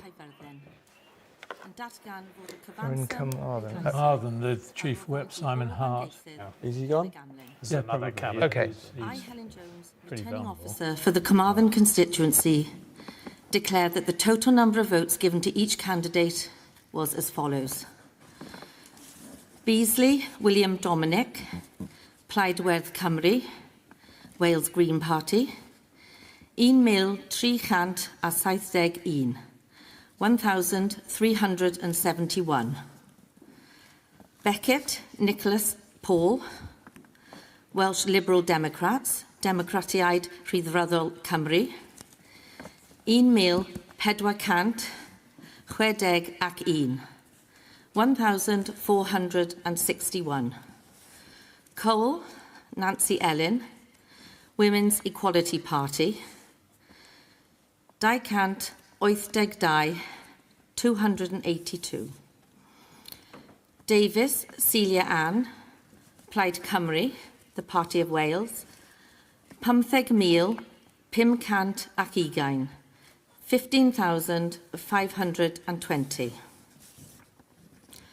Evans David Mark, Workers' Party of Britain, 216, 216. Hart Simon Anthony, Ceidwadwyr Cymreig, Welsh Conservatives, 8,825, 8,825. Holton Bernard, Reform UK, 6,944, 6,944.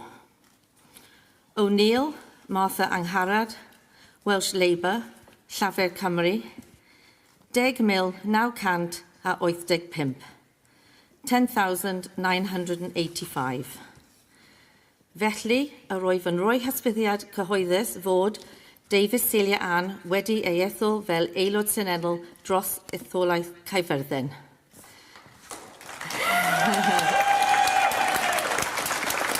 Therefore, I give public notice that Davies Celia Ann is duly elected as the Chief Whip, Simon Hart, is out. Plaid Cymru's second seat in Wales. We've also just been told that the Greens have won a seat in Bristol, Bristol Central. Thangam Debonair is out. The Shadow Culture Secretary, Carla Denyer, the joint Green leader, is in. Colin, that's a pretty big development. The Greens are targeting 4 seats in this election. I think this is the first one we've actually heard from, and they've won Bristol Central, I suspect, probably quite handily.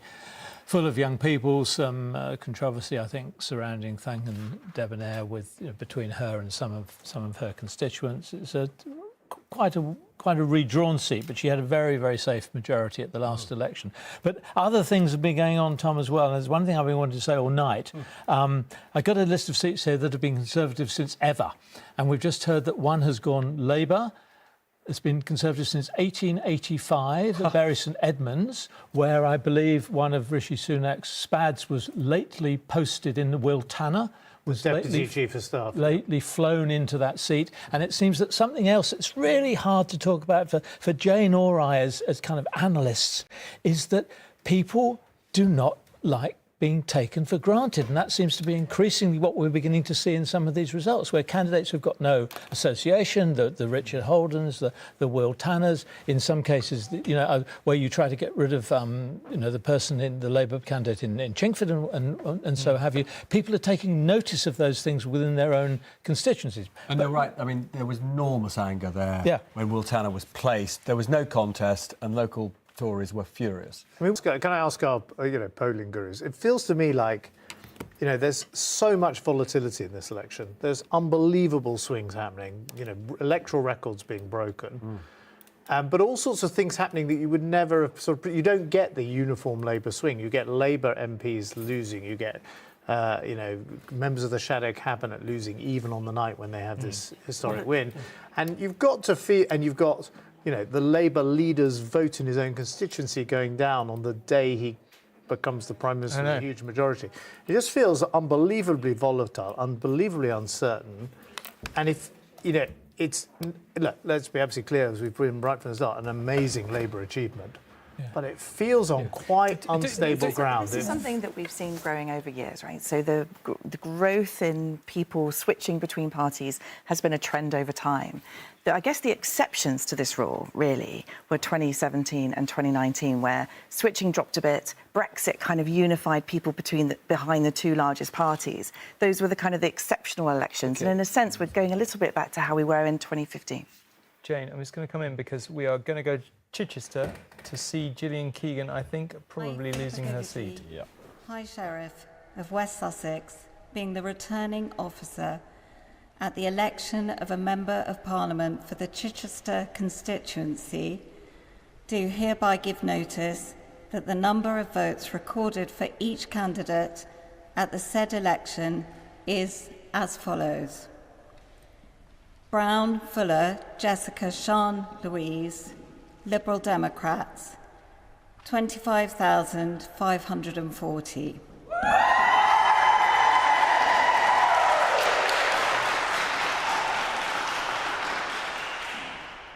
Collinge, Thomas, Labour Party, 3,175.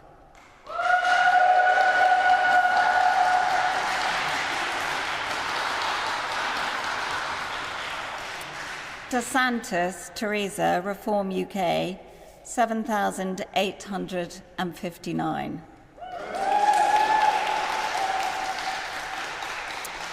Emerson, Andrew, Independent, 190. Keegan, Gillian, the Conservative Party candidate, 13,368.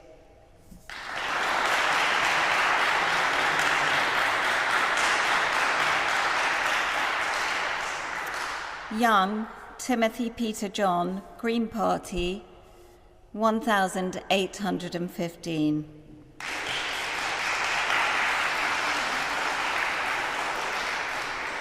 The number of ballot papers rejected was as follows. Voting for more candidates than voter was entitled to, 23. Writing or mark by which voter could be identified, 6. Being unmarked or wholly... Gillian Keegan not out by a bit. That is a pretty overwhelming result. There was a lot of discussion that Chichester would be pretty close, that even in a big swing election that she would lose, but, you know, and that's a big loss. Again, somewhere where there's been some local government activity by the Lib Dems, which is often what they do to build up their performances. We've also heard that Wokingham, John Redwood's old seat, has gone to the Lib Dems. But even for me, an interesting thing about the Chichester result, if you wander down to the English Channel in Gillian Keegan's ex-constituencies and gaze out south across the water, you will find the Isle of Wight, and Labour have just gained a seat on the Isle of Wight. But in Chichester, what we're seeing here is this anti-Conservative vote. So we're seeing a Reform increase because Reform didn't stand there last time, but we're also seeing the Green and the Labour vote share go down. So that's very likely to be tactical voting to get the Liberal Democrats in first place to oust a Conservative. The Green vote, of course, you know, being very, very slightly down there, because of tactical voting, doesn't negate the fact that that Green victory in Bristol is a really big deal for the Greens, who have been trying to get that additional seat for a really long time. And their vote share is very likely substantially up on what it was last time. So the Greens were just under 3% nationally last time, probably double that this time, which in the big scheme of things, 6 doesn't sound like a lot, but a double in your vote share and having an influence right across the board too. I mean, just worth pointing out, and partly because you were talking to the Reform Party's deputy leader earlier.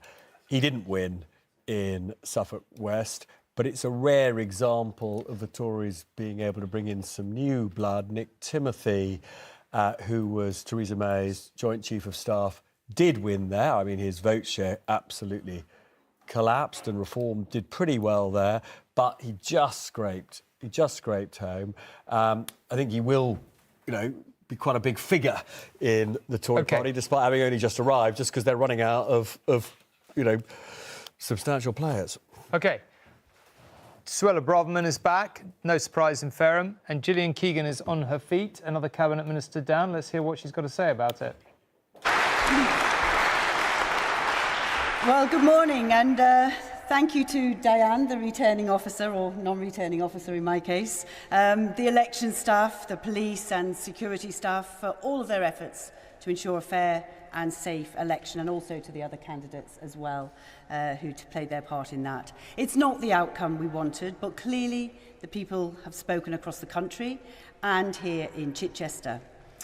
I admire anybody who puts themselves forward to stand for Parliament, but we all understand how the system works, albeit it does appear more volatile than ever. I want to place on record my thanks to my amazing team who have worked so hard for the people here in Chichester, in the whole constituency. Thank you, you are amazing. And also my agent Susan, and for all those who have supported me. I wish everybody in Chichester and in our country the very best for the future, and thank you for giving me the opportunity to serve you for the past 7 years. This year will mark my 40th year of working full-time, and I can honestly say I've loved every minute of serving the people of Chichester. I've given it my all, and I've really enjoyed it, even the difficult bits like tonight. I wish my successor the very best as the new MP for Chichester, and I want to thank you all. Gillian Keegan giving her farewell speech there. But let's, there's been an awful lot going on for the last half hour or so. So let's ask Anushka to make sense of it all. Well, let's start, Tom, by just having a look at the battle board, because it is now quite full. You can see red in the right direction for Labour, largely. If we just zoom in on that majority point here, you can see that a lot of these seats, you can see Grant Shapps there to the left. You can see a Glasgow seat above it. Hexham, which I mentioned earlier, has not been ever anything other than Tory, and even Tony Blair didn't win it. And across on the other side, can you see Folkestone down there in the bottom corner? Folkestone's quite an interesting type of seat where they only had one seat in Kent before. Oh yeah, there you go. That only one win in Kent before now. Anushka, I'm going to have to ask you to pause for a moment because we're going to Basildon.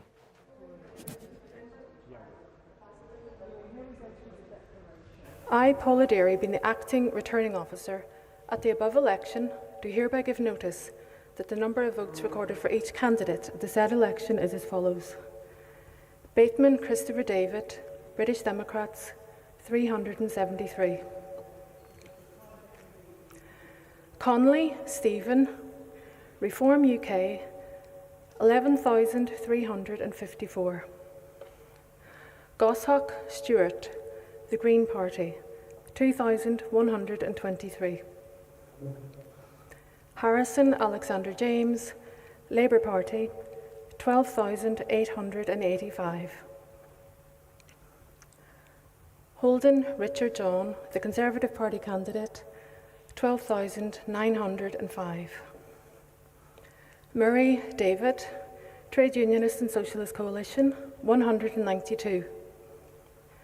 Sainsbury Edward Krishnan, Liberal Democrats, 2,292. The number of ballot papers rejected was 176. The turnout was 57.26%, and I do hereby declare that Holden Richard John is duly elected. Well, he is back, but by 20 votes. How about that? That is close, close, close. Colin, can I ask for your comment on... Well, oh, no, yes, hold on a sec. Sorry, can I stop you for a second? We're going to Boston. The votes recorded for each candidate as follows. Dickerson David, English Democrats, deport all illegal immigrants, 518. Forbert Alexandra, Labour Party, 7,629. Gilbert Michael William, Blue Revolution for People, Not Parties, 397. Lloyd Richard Gordon, Liberal Democrats, 1,375. Moore Christopher Michael, the Green Party, 1,506. Tice Richard, Reform UK, 15,520. Warman Matthew Robert, the Conservative Party candidate, 13,510. The number of ballot papers rejected was as follows. Unmarked or void for uncertainty, 121. Voting for more candidates than entitled to, 7. I hereby declare that Richard Tice is duly elected Member of Parliament for the Boston and Skegness constituency.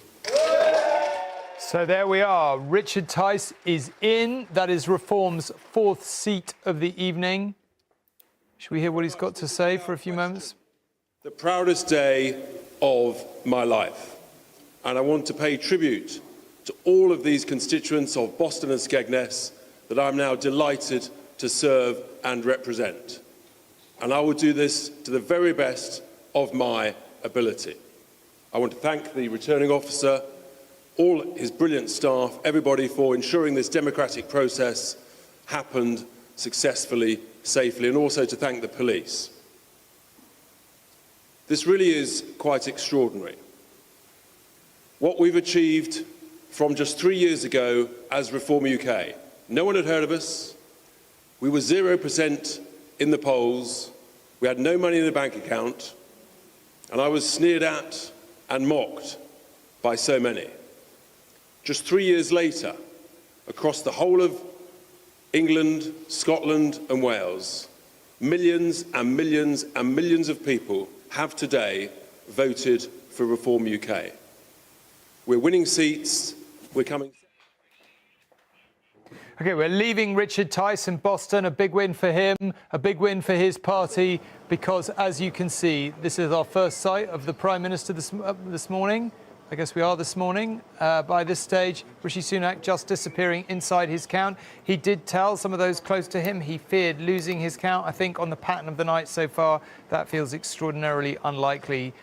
But we have had some surprises, so who knows? Maybe that will be another. Anushka, let's just finish where we were, and then we'll pick up with the various results that have come through. Well, I showed you the battleground board, and obviously Labour is having a very good night and doing well, and this is the kind of majority area. They are well over it. They are on track for that landslide that we've been talking about. But they have had a couple of difficult results. Two people who were, shadow cabinet members, Thangam Debonair in Bristol and also Jonathan Ashworth in Leicester, where there was a very high Muslim population. And interestingly, I spoke to contacts at Labour HQ. They were not expecting Jonathan Ashworth to lose. In fact, they had 12 Muslim seats, which when I say Muslim seats, high Muslim population seats, which I understand they were throwing more resource into because there were 12 seats where they were very genuinely worried that they could actually lose in some of them. They included it's just going to come up in a minute. They included seats like Birmingham, Ladywood, where Shabana Mahmood is fighting for, seats in Tower Hamlets, seats in other parts of the country, not Leicester South, in fact. And hopefully, if I can just pull it up for you, I can just show you what's happening here. OK, we might not be able to pull this up, but basically what they said to me was they had to throw resource into these seats. There is one of them that they're particularly worried about tonight. It's not come in yet. It's Dewsbury, but the same thing seems to have happened in Leicester South, so that is a worry. Whilst in other parts of the country, obviously in the Red Wall and even more so in Scotland, the Labour share has been going up by a higher amount. This is an issue that's likely to be exacerbated as soon as they're in government, right? Because it's one thing taking a stance on a very, very, what's the right word? Middle of the night, controversial, divisive conflict in opposition. But when you're doing it in government and you've got real government policy to decide, it's 10 times harder. Well, I think two things have happened, right? I think, on the one hand, Labour have deliberately had a policy where they've moved towards the centre and in doing so probably lost voters in some of their safer seats. But specifically, and here are actually those seats with very high Muslim voters share, and the particular ones I've picked out here that I know Labour were throwing more money into. You know what? I went around the country and I spoke to people about these. I went to these type of seats. They were the seats that Keir Starmer did not visit very deliberately because people were angry about his position on Gaza. But what I found was it was not just about Gaza. In a way, I felt this was like a new red wall. These are voters who have voted Labour for decades and continue to vote Labour. They voted Labour locally and they voted Labour nationally, and they were very badly hit by austerity. And do you know what? When I was out in Birmingham talking to Muslim voters, they were as likely to say, we want the two-child benefit cap to be lifted as they were to say, we're really unhappy with Labour's position on Gaza. And the Labour Party was worried about these voters a year before October the 7th. So it's just more complicated and quite interesting. Now, it is my understanding that they're quite confident that they are going to hold most of these seats, but Dewsbury is the one that right now they're quite worried about. OK, we are joined by Jacob Rees-Mogg from his constituency in North East Somerset. Good evening to you. Good evening, or good morning. I guess it probably is good morning. Probably not a very good morning for you and your party. Oh, you could say that. I think the Conservative Party has had better mornings in its long and distinguished history. Why? What would you put this bad, possibly historically terrible result down to? Yes, I think this is an occasion when you can use words like terrible in terms of the Conservative Party result without hyperbole. I think it's because we abandoned our core voters, and our core voters have gone off to reform, and that we have no divine right to a particular set of voters. We need to appeal to them afresh in every general election. We appealed to them in 2019, and then by 2024 they felt let down, and that we hadn't delivered on key Conservative pledges.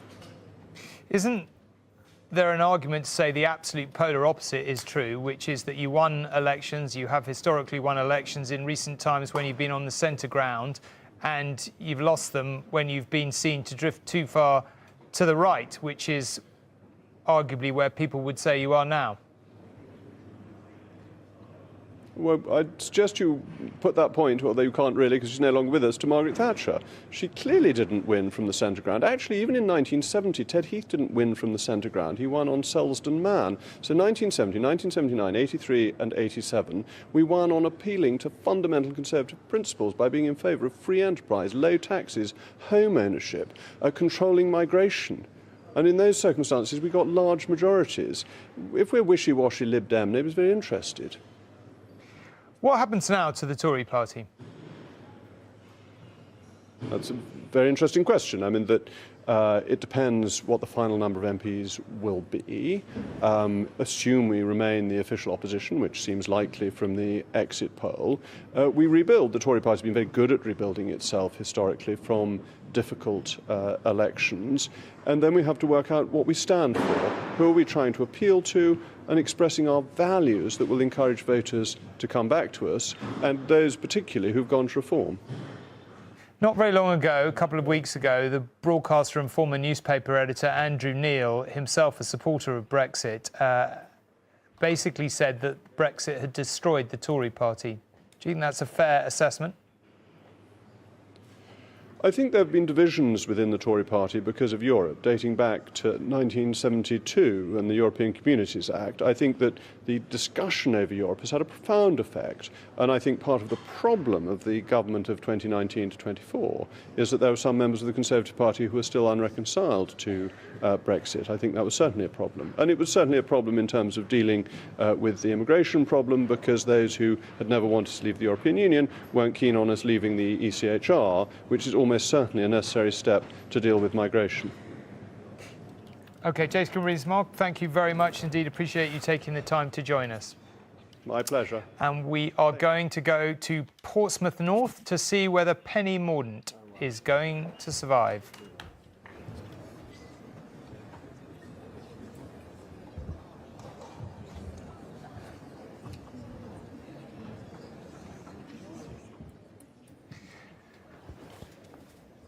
When I said we were going to Portsmouth North, we were going to Portsmouth North, but we weren't. It looks like they are holding on for something. No, I think here we go. Penny Mordaunt, we're told it's very close, possibly only a few hundred votes, but let's see.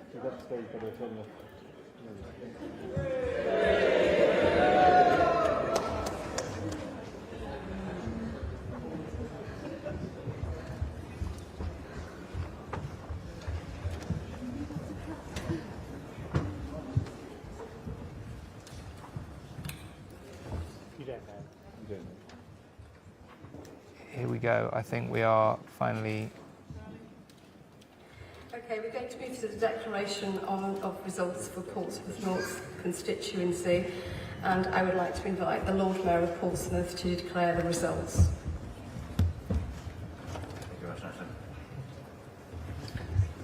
I, Councillor Joseph Zacherley, returning officer for the Portsmouth North constituency, hereby declare that the total number of votes given to each candidate was as follows.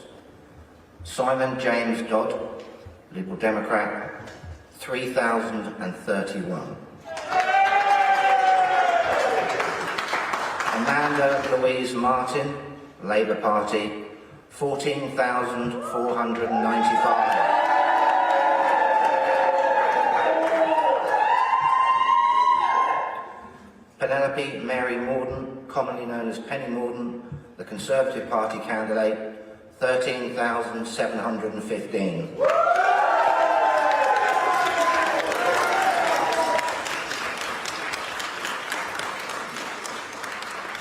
Duncan Stewart Robinson, the Green Party, 1,851.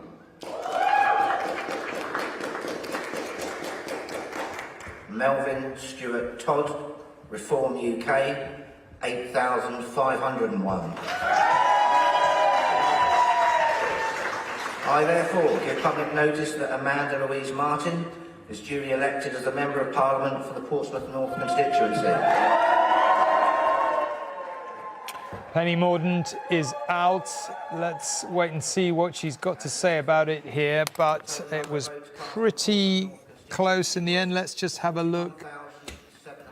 Colin, can you just talk us through the change in the share of the vote here if I bring it up? Well, again, rather what we've been seeing all night long, I'm getting rather, bored saying this to you all, that the Conservative vote is down by almost a half, from 61% down to just 33%. Labour's vote up a little bit, 8%, but enough to see them through the top. And Reform, not having stood here as Brexit in 2019, as Jane's been reminding us all night long, quite rightly, get 20% of the vote, and Penny Mordaunt can claim, I think with some justification, that they have cost her her seat. And not much tactical voting there from the Lib Dems or the Greens, which you would have expected to help Labour a bit. So it really is a large story about reform. Johnny Mercer is also out in Plymouth Moorview, the Veterans Minister.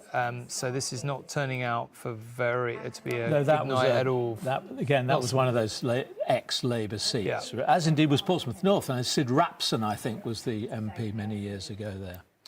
David Owen was the... And in Plymouth, yeah. So, yeah, Sid Rapson in Portsmouth, David Owen in Plymouth. What does it mean, Penny Mordaunt not being around? I mean, she was, would you have called her a sort of centrist, the centrist candidate, or... Well, I think the thing about Penny has been that it's been quite hard to pin her down ideologically, but that's also a source of strength if you're trying to lead a party. So you can attract votes from across the piece.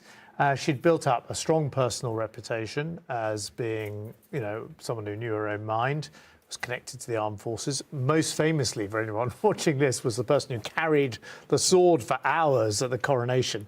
And I think if you'd sort of forced me to guess who was going to win a Tory leadership contest, I would have said her, actually, over Kemi Badenoch, although Kemi Badenoch's sort of regarded as the favourite, because she could kind of draw votes from everywhere, and she seems to be, had sort of popular appeal, although obviously not enough in her own seat in Portsmouth. And so her going, and politics is a brutal business, even on a night like this, there'll be some Tories who are thinking about the leadership contest thinking, good, one of my rivals is out. James Cleverly sort of occupies the same position as her, so I don't think he'll be shedding too many tears. Back in 2022, I think that Penny Mordaunt was the candidate Labour feared most, more than Rishi Sunak, more than Liz Truss. And if you remember, she was neck and neck with Liz Truss. There was a big campaign against her from within the Conservative Party. I remember Dominic Lawson in particular really kind of going for her in his columns, and she just failed to meet it. It was partly because she was a good performer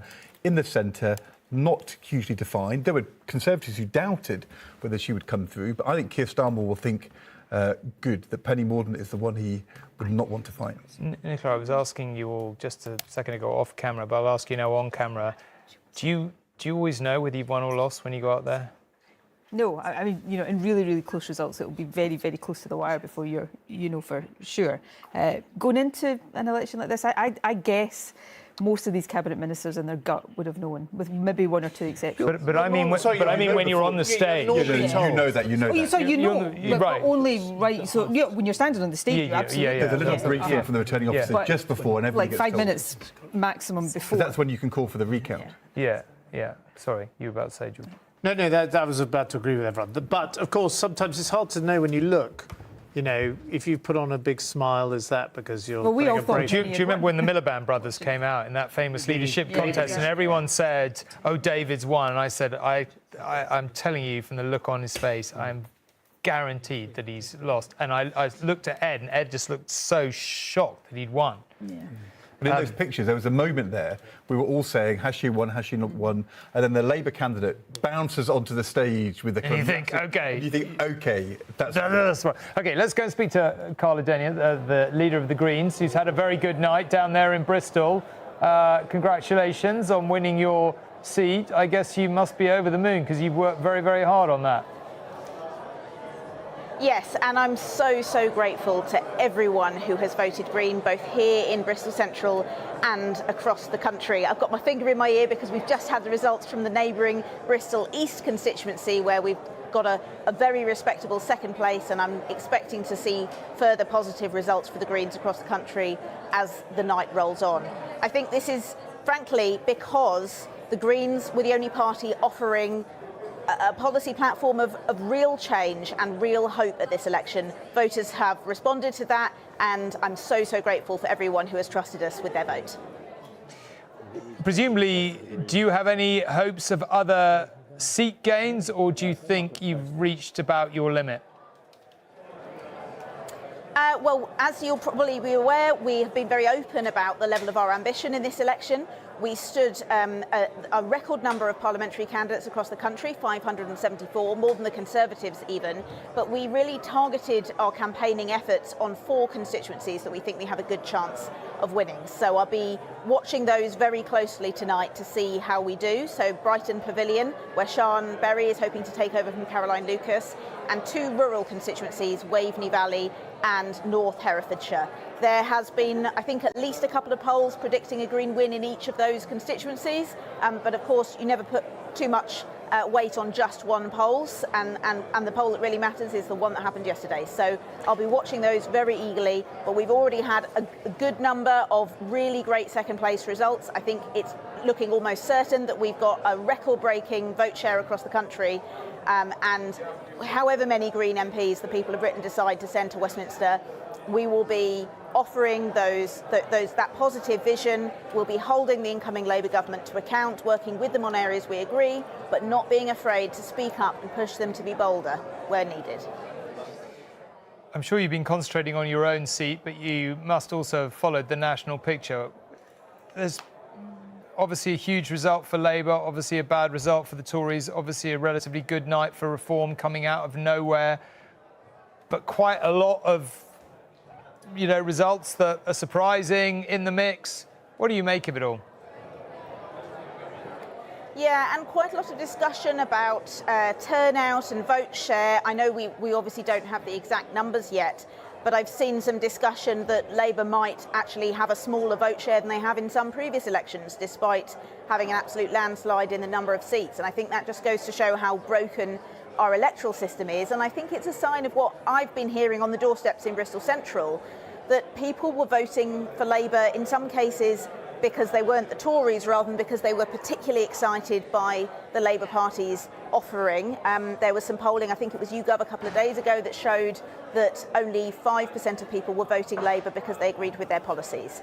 Now, we know in the Greens, people say to us all the time that they agree with our policies, and if they did have hesitation over whether to vote Green, it was because they thought that we couldn't get in. But I think we've demonstrated over the last 5 years of local elections, and now in this general election, that if you want more Greens in Westminster, you can vote Green, and increasingly you'll get more Greens elected.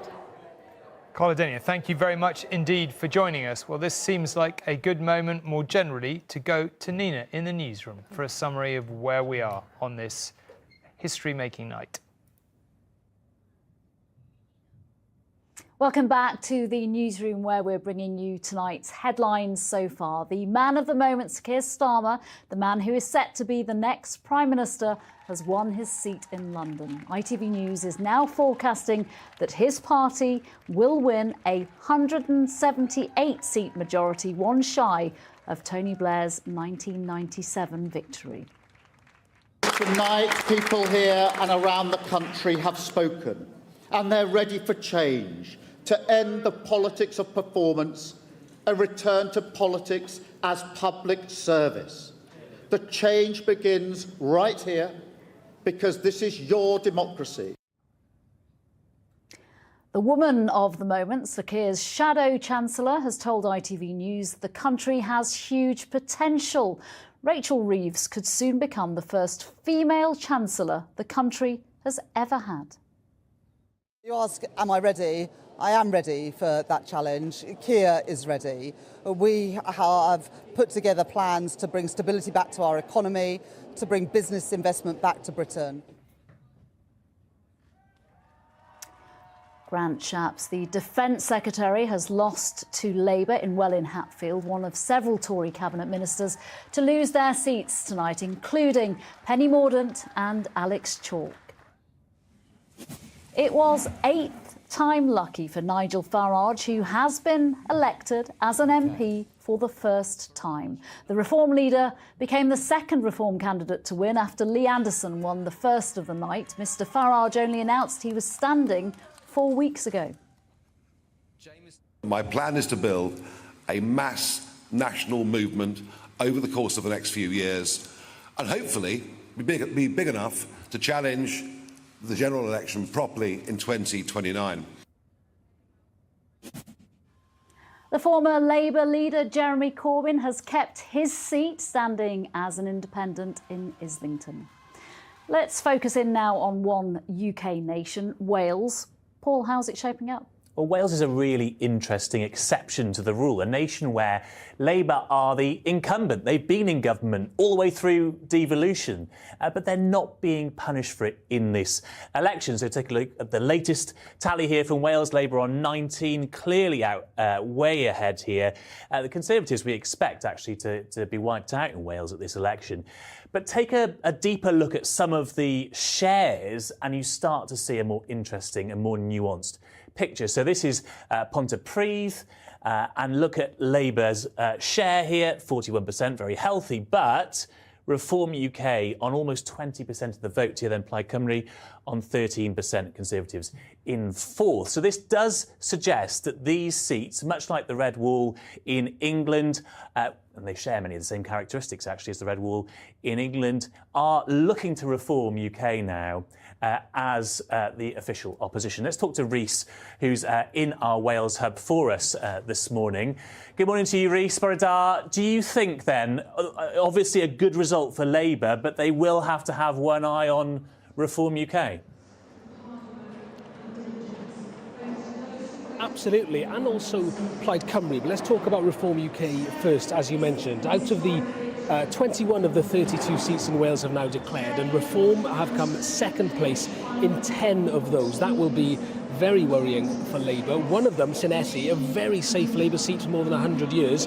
They came within just 1,500 votes. And then you've got Plaid Cymru as well. Ynys Môn and Caerfyrddin, two Labour Plaid marginals that, and Caerfyrddin in particular, Labour threw the kitchen sink at it. As a reminder, Keir Starmer was there on the last day of the campaign and Plaid won it comfortably. As a reminder, at the Senedd elections in 2026, there will be a new expanded Senedd, 96 seats, and it will be fully proportional. With this kind of share of the vote that Reform are getting, we could have a quarter of the Senedd of Reform members in 2026. So certainly some pause for thought for the Welsh Labour Party tonight. All right, Rhys, I think we can hear some more declarations taking place in the background there, so I'll let you get back to monitoring those counts. Thanks very much, Sunina. Wales, a fascinating picture, and as Rhys said, could be one of the first places that Reform make a really significant breakthrough, aside from this UK parliamentary breakthrough that they've made this evening. Paul, thank you very much. There is a huge number of seats expected to declare in the next hour or so. In around 8 minutes' time, at 4:30, the declaration in Doncaster North for the Shadow Climate Change Secretary Ed Miliband is expected. And we just heard from him. We could also get the result from Jacob Rees-Mogg's count in North East Somerset. But for now, that's all from us. Nina, thank you very much indeed. I've just been told that one Yvette Cooper is back. Don't know who I should ask about that. Well, you know, one would be good news. Accidental, but two would be catastrophic. So. Okay. Enough said. We don't need to say any more about that. Robert, I think I'm going to ask Colin and Jane to up some in a minute about where they think we are in this fast-moving night.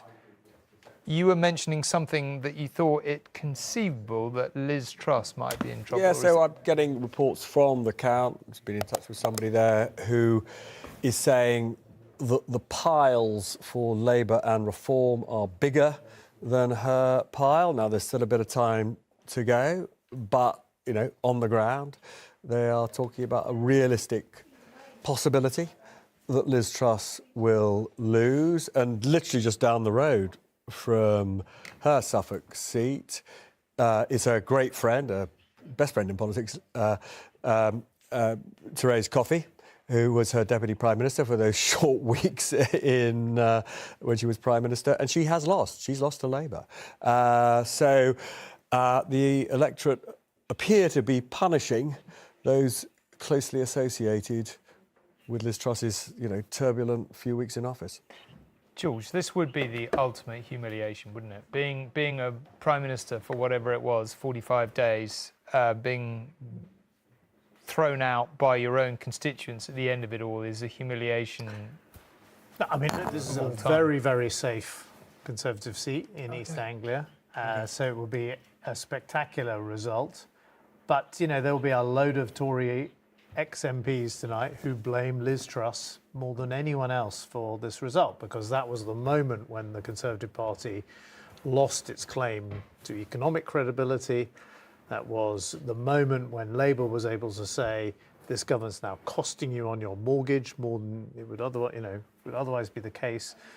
And, you know, there's a debate about whether Rishi Sunak could ever have pulled it back from that point. I mean, he of course came in as the, you know, extraordinarily, he just lost to Liz Truss, and then he, you know, and was planning, you know, was actually looking for jobs.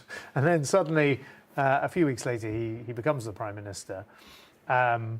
So, you know, is that the kind of Black Wednesday moment, the winter of discontent moment? Sometimes you get these moments in politics which parties not only don't recover from at the next election, but sometimes can hang over them for several elections afterwards.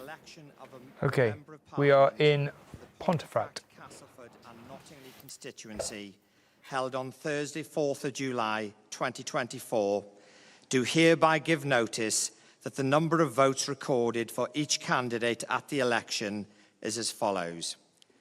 Yvette Cooper, Labour Party, 17,089.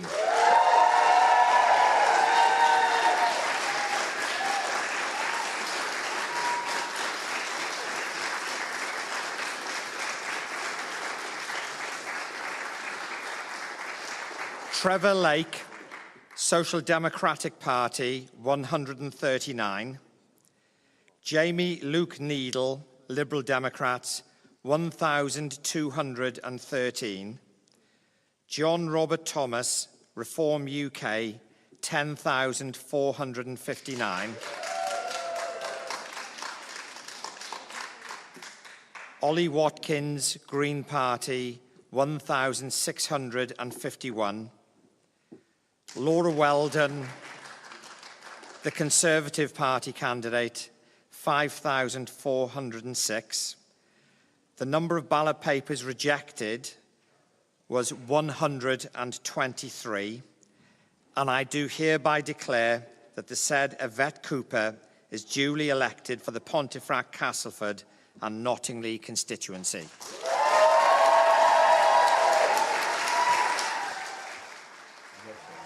Okay, Yvette Cooper is back.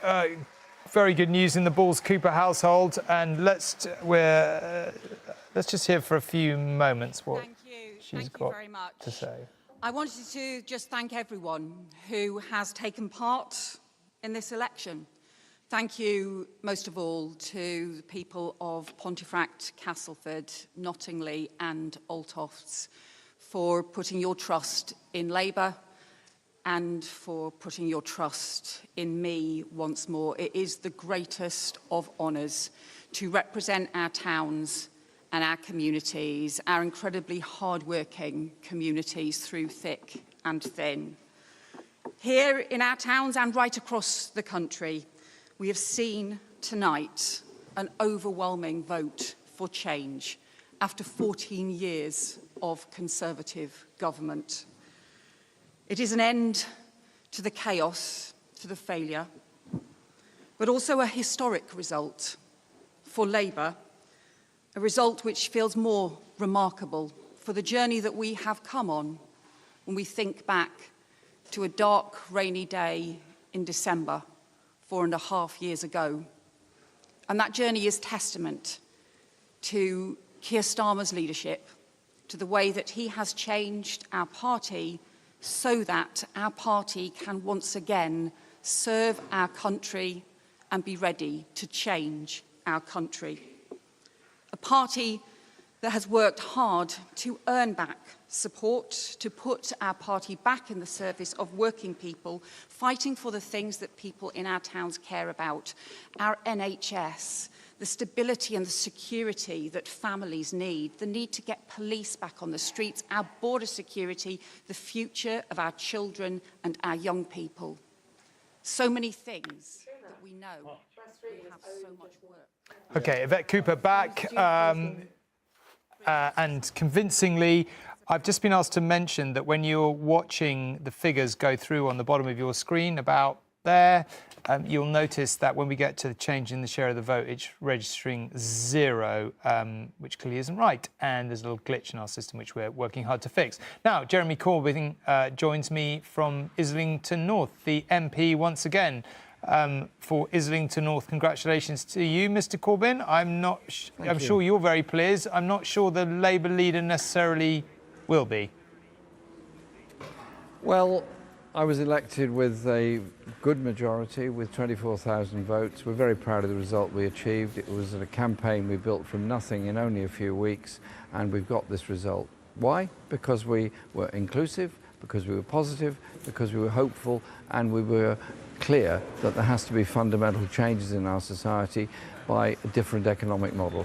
And I'm very proud of that result. We didn't get into the gutter, we didn't blame minorities, we stood up for people. And the response of the constituency was amazing. I was, as you know, prevented from even being considered as a Labour candidate, and at that point I was encouraged by many people saying, look, put your name in, you've got to stand up on this thing. So I did, and this is the result we've achieved. I'm very proud of it. Would you ultimately like to be back in the Labour Party? Are you happy to be outside the Labour Party? It feels like you and the Labour Party are in a bit of a standoff. How is that going to be resolved? I've been given a mandate by the people of Islington North on a manifesto I presented to them as an independent candidate. I said that if elected, I would obviously work with MPs of all other parties in Parliament. You can't get anything done unless you do work with other MPs. But I've been elected as an independent. I wasn't elected as a Labour candidate. The Labour Party contested this election and got a defeat, a big defeat. In fact, one of the worst defeats in Islington North has ever been. In fact, the only Labour defeat in Islington North since 1937. They brought that on themselves by not allowing the local party to act in a democratic manner and choose its candidate. It was the imposition that brought this about. And so I've been elected as an independent. I will proudly serve as an independent.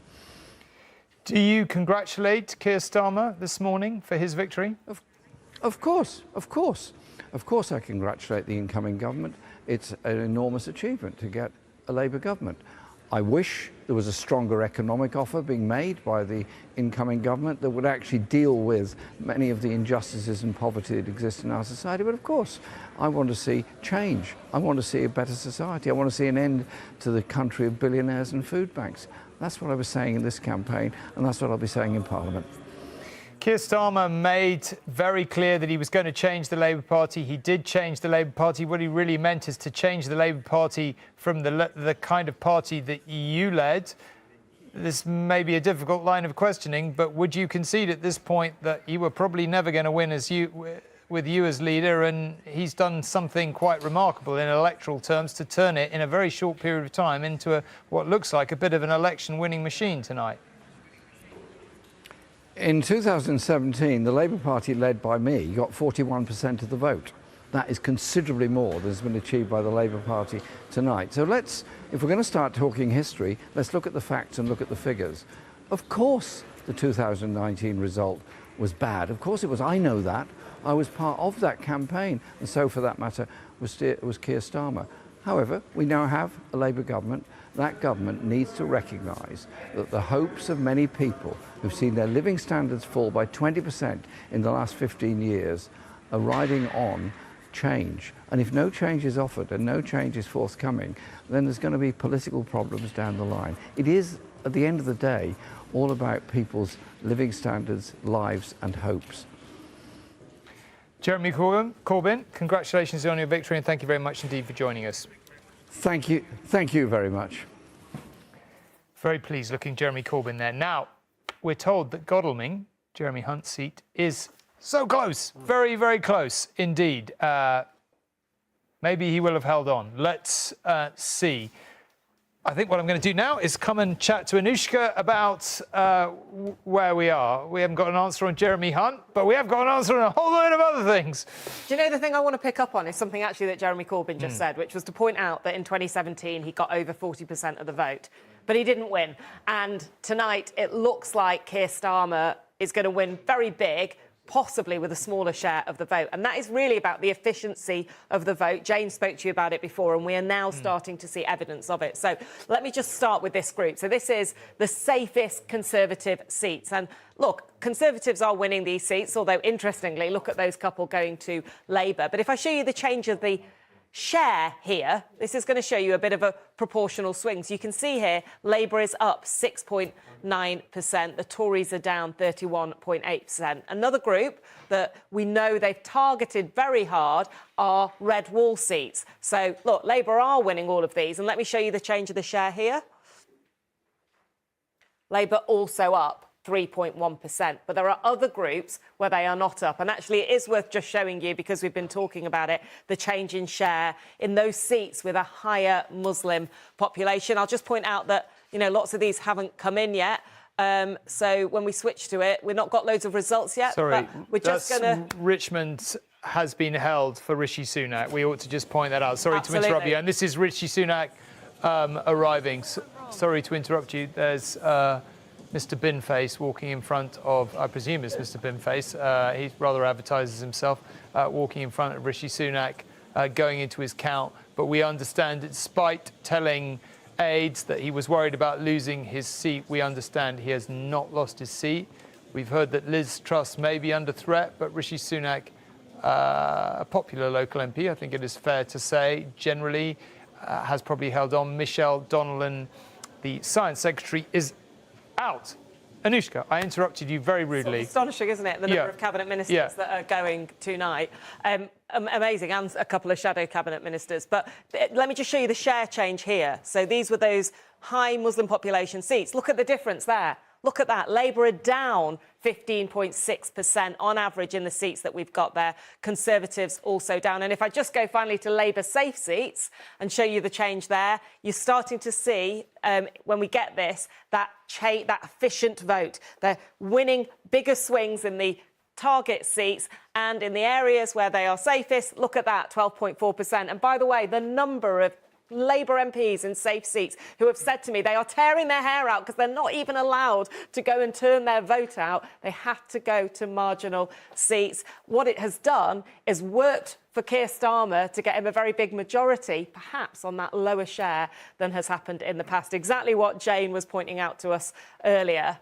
Do you want me to... Can we talk about Scotland? Yeah, I'd like to talk about Scotland. It's worth just showing you the share on Scotland as well as the board. We'll come back to the board. Let me just show you the share change on Scotland as well, because hugely efficient. And look at that, Labour up 19.3%. Now, they were coming from a very low base, but it just shows the recovery. And then we can pull back onto the board, and you can actually see on the map that central belt, you know, the area, Nicola, that you represented.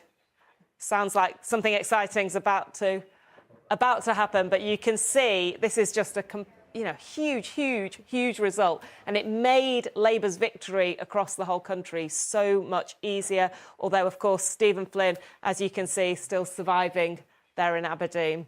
OK, I'd like to talk about Scotland in a minute, a little bit more with Nicola, but let us go to Godalming, where you can see that they are... I am speaking very slowly because I'm trying to work out what is going on in that picture, but we think that they are about to declare. Now, we've been told it's very close. Let's see if Jeremy Hunt has held on.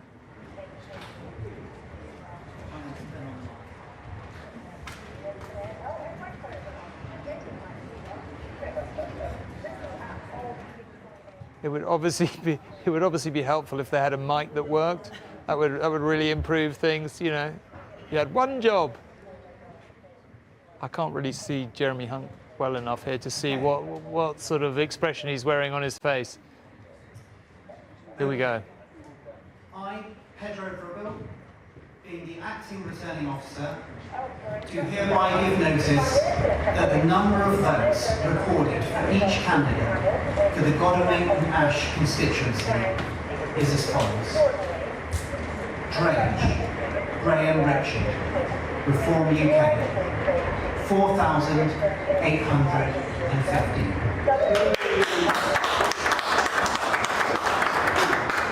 Follows, Paul David, Liberal Democrats, 22,402.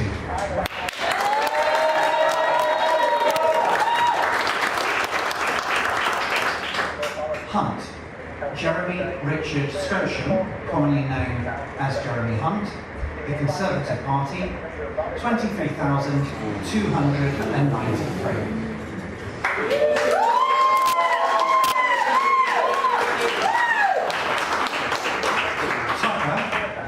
Tucker, Ruby Alice Gabrielle, commonly known as Ruby Tucker, Green Party, 1,243. Walsh, James Lawrence, Labour Party, 2,748. Williams, Harriet, Women's Equality Party, 195. Okay, so Jeremy Hunt has held on whilst we wait for his speech. I just want to bring you in, George. This feels like a really big moment. Actually, I will come back to you about that because we need to go to Rishi Sunak's constituency Barry Carr, in being the Richmond. Deputy Acting Returning Officer for the election of a Member of Parliament for the Richmond and Northallerton constituency held yesterday, Thursday the 4th of July 2024, do hereby give notice that the number of valid ballot papers for each candidate was as follows. Jason Barnett, Independent, 27. Daniel George Callaghan, Liberal Democrats, 4,322. Angela Eileen Campion, commonly known as Angie Campion, Independent, 33. Louise Ann Dickens, Workers' Party of Britain, 90. Kevin Foster, the Green Party, 2,058. Rio Sebastian Justin Goldhammer, commonly known as Rio Goldhammer, Yorkshire Party, 132.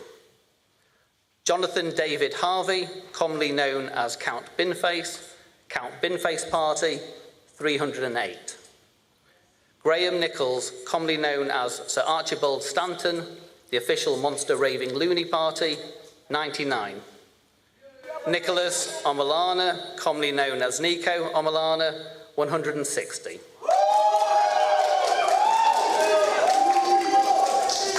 Brian Neil Richmond, Independent, 222.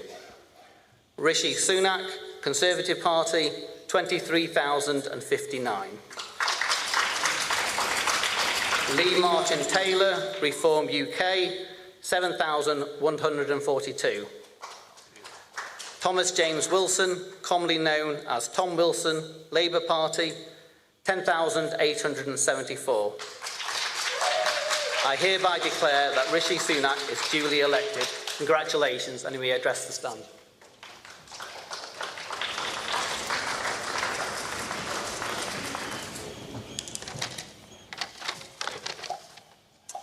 Good morning. Could I start by thanking the returning officer and all the team who've been working here at the count and at the polling stations today. You make our democracy possible. I'd also like to thank the police who have ensured that we can conduct this ballot here in North Yorkshire, but also across the country in safety. On this difficult night, I'd like to express my gratitude to the people of the Richmond and Northallerton constituency for your continued support. Since I moved here a decade ago, you have made me and my family feel so at home, and I look forward to continuing to serve as your Member of Parliament. It is an enormous privilege. I'm grateful to my agent and constituency team, and I congratulate my opponents here on the energetic and very good-natured campaigns that they have run. The Labour Party has won this general election, and I have called Sir Keir Starmer to congratulate him on his victory. Today, power will change hands in a peaceful and orderly manner, with goodwill on all sides. That is something that should give us all confidence in our country's stability and future. The British people have delivered a sobering verdict tonight.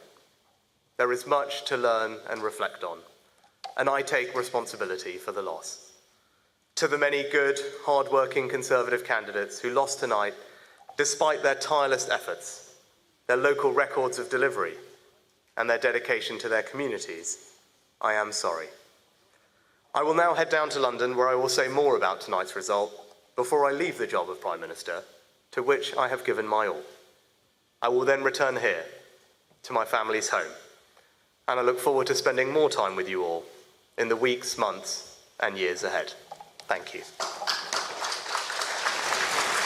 There we are, Rishi Sunak conceding the election, Jeremy Hunt squeaking back. George, felt like two quite significant moments there.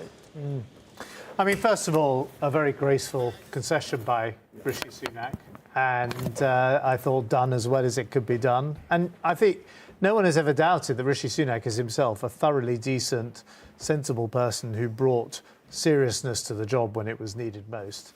And, I think he will be able to say, I rescued the British economy at a moment when my predecessor had almost destroyed it and got inflation down and did my best. I mean, I suspect he'll say there was a limit to what I could do given what had come before me.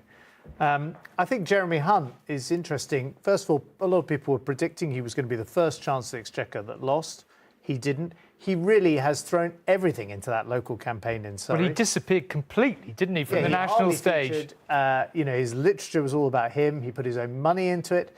And he's passionate about being a local MP. And I think he's, in all the kind of conversations we've been having about the future of the Tory party, and Kemi Badenoch this, and Tom Tugendhat that, I would just note that Jeremy Hunt is going to be quite a big voice in all of that, particularly in a smaller Tory parliamentary party. And he will be a voice for moderation, for not chasing reform's tail, for keeping the party where he has won his election in Surrey. And so he obviously is a big figure because he's been the Chancellor and done other jobs before that. But I think he's got a big role to play in the Conservative Party in the future. George, could I just ask you about something that Rishi Sunak said? He said he was going to remain in his Richmond constituency. It implies that what he said during the campaign is right, that he's going to remain as an MP for a while. Lots of people thought he would pack it in immediately and go to California. What do you think he'll do now? And also, lots of Tory MPs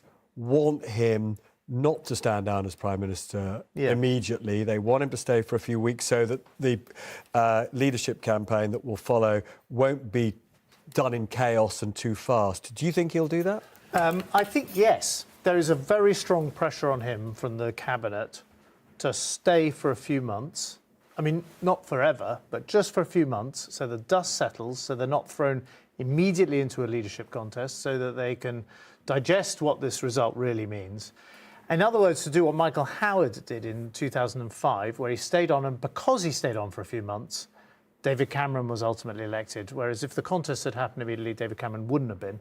In 2001, that didn't happen, and Ian Duncan Smith was elected. And so I think Rishi Sunak will agree to do that, would be my guess. I certainly don't know. And it's interesting. Everyone assumes he wants to get off to California. He's got a house in Santa Monica.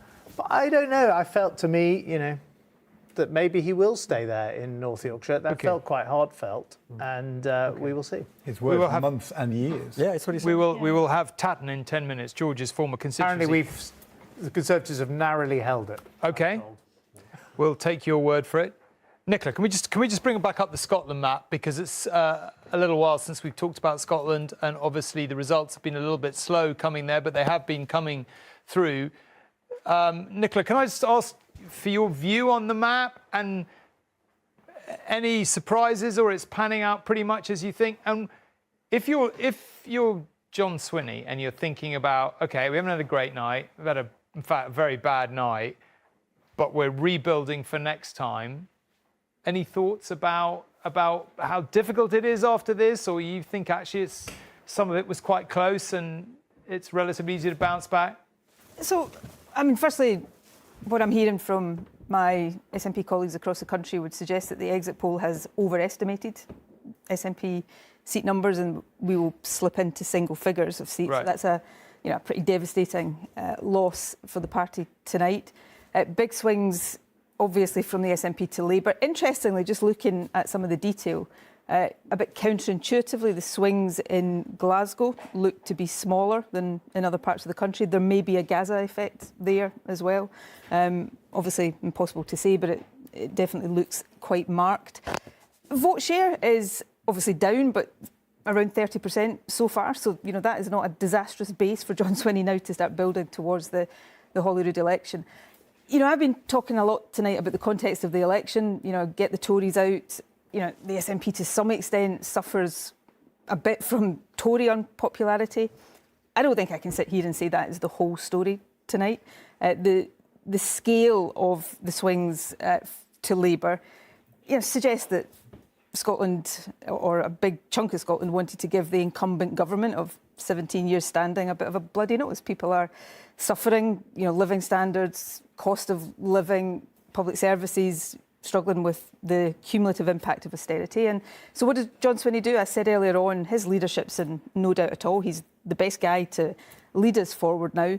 But we've got to reflect on how we regain that trust with people on core issues of delivery, and also re-inject a bit of hope for the future. Is that going to be easy after a result like tonight? Undoubtedly not. I think it would be bizarre for me to suggest otherwise.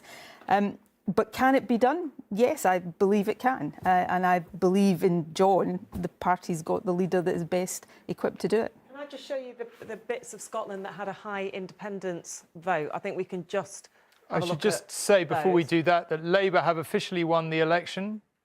I think I'm right in hearing that they have officially gone to 326 and therefore they have won this election. We can probably show you that on the tracker if you want. OK, let's do it if we can. Let's try it. OK, let's leave that for a minute. Let's just finish this discussion Let me just show you this. Look at how many seats in very high independence areas have gone to Labour. And the one thing, Nicola, I'm just interested in is you decided to make this very high stakes on independence. Initially, you with a de facto referendum suggestion. Later, the party saying, this is our negotiating mandate. Yeah. There was an MP who said, if you don't get that, then the debate around independence is over. That does not look good, does it? No, I mean, so we discussed this earlier on. The SNP in this election put independence first line of the first page of the manifesto. I suppose my reflection earlier on was that I don't think it's sufficiently followed through from that into the day-to-day campaigning to, very, very meaningfully and proactively make the case for independence. It's not enough to say something is the centrepiece of your campaign. And would that have worked? I don't know. Perhaps it was always going to be a get the Tories out, vote Labour, a bit of a verdict on public services. But it would have given, I think, the SNP more of a unique selling point that, the way to move on from the Conservatives to tackle some of these underlying issues was to keep the momentum going for independence. So I think that will be a reflection. Obviously, the main reflection is for the party that's, just taken a bit of an electoral kicking tonight, and that's the SNP. I do think, particularly for Labour, it would be a mistake to think this kills independence, because so many of these voters who have voted Labour for the first time yesterday instead of SNP, they haven't stopped supporting independence. They have just in the short term thought that the reason they support independence to get a better Scotland might be an objective better served by getting the Tories out and voting Labour. But that support, and all the polls bear this out, that support for independence hasn't gone. Now, there's no doubt making the immediate case for independence is a harder sell off the back of a result like this. But that support is there. The demographics of that support are very, very stark. The SNP has to reflect now on how it gets back on the front foot in the independence case. Whether is this the bottom for the SNP, or is there further to fall? So it's a good question. One of the things I've been reflecting on during the campaign is this is maybe not the right terminology to use, but what is the kind of floor of SNP support given the sort of linkage with support for independence. Now, had that stayed at 35%, then we probably wouldn't have had quite the number of seat losses. Tonight's result, we'll see where the ultimate vote share ends up. It's round about 30% just now. So I would suggest that is probably. Now, I think it would be horribly complacent for any party to assume you can't fall further, and we're seeing that tonight. But I do think that gives a foundation for the SNP now to shake itself down, to think hard about some of the factors of this result tonight and rebuild towards that election. The other thing, you know, we'll see. And Ed's right to point out we've got to see what Keir Starmer is made of as Prime Minister and what Labour do. But if, you know, my gut is right and that Labour very quickly kind of run into cynicism and disillusionment, you know, that's going to make that task for the SNP over the next couple of years a little bit easier. So it's, you know, it's a really bad night for the SNP. You know, as I said earlier on, there's a lot of my really good friends and their members of staff who are also friends are losing their jobs tonight. That's heartbreaking, but the party's got to pick itself up and dust itself down and get on with it. I think the Labour people wondered, would they ever come back in Scotland? And on the basis of tonight, they're back. Well, one of the lessons of, I think, for all of us tonight in different ways, and it may have been George that made this point earlier on,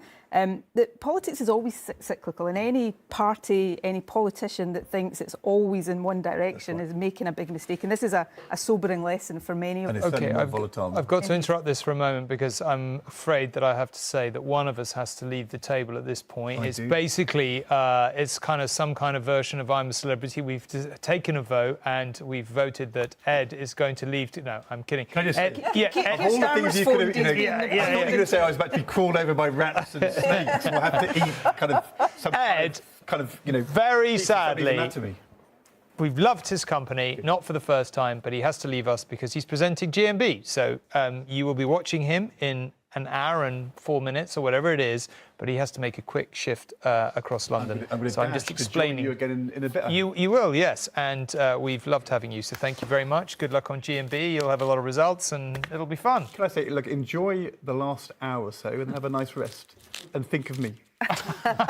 we will, but we will, but probably not that much. But no, we I'm kidding. We will, of course. Yeah, I have no idea. Yeah. I'm a GMB presenter, get me out of here. Yeah, GMB presenter, get me out of here. Okay, let's move on. Let's come back to this side of the desk, and maybe we've been waiting for a while to kind of up some Colin and Jane with you. I feel like we've had a lot of stuff. All kinds of things have happened. Great night for Labour, bad night for the Tories. Some cabinet ministers have lost their seats. Some cabinet ministers have survived. Surprisingly, Jeremy Hunt still waiting to hear. Liz Truss, obviously not a cabinet minister, but waiting to see what happens to her. Still a lot in the mix.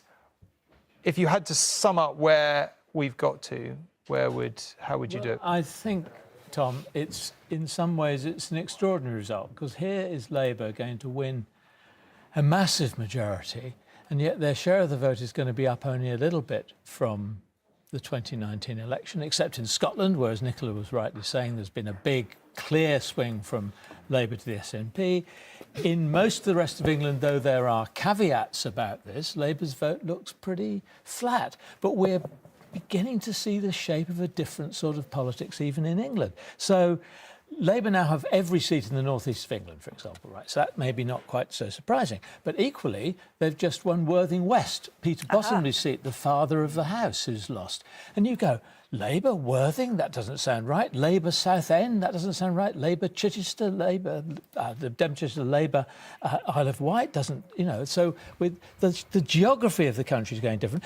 But on the other hand, on the minus side for Labour, we've now also seen a number of independent candidates contesting against the Labour Party in Labour seats and winning, despite the general flow towards Labour, by emphasising ethnic interests in those constituencies, and particularly controversy over the situation in Gaza and in the Middle East. And we've heard, for example, that Jess Phillips, who's the MP for Birmingham Yardley, has won her seat, but only by about 700 votes. Wow. And there's a very challenging Muslim independent candidate in Birmingham, Ladywood, against Shabana Mahmood, who again is an important figure in the Starmer Labour Party, and a Muslim herself, but is being challenged on sort of policy issues and how well local people think the Labour Party is representing their interests. So Labour's done fantastically well in terms of seats. Its vote share, I think, on balance has been disappointing, and it too has threats on its left in the same way as the Conservatives have been completely decimated tonight by the threats on the right from the Reform Party. So I think there are kind of three key messages that this election is giving us. And I agree with Colin, it is a really extraordinary result in so many ways. I think the first thing to say is that we may be rivaling the lowest ever turnout we've had in a general election. So that was 59% in 2001. and we may be around the same level. So that's a very, very low turnout election.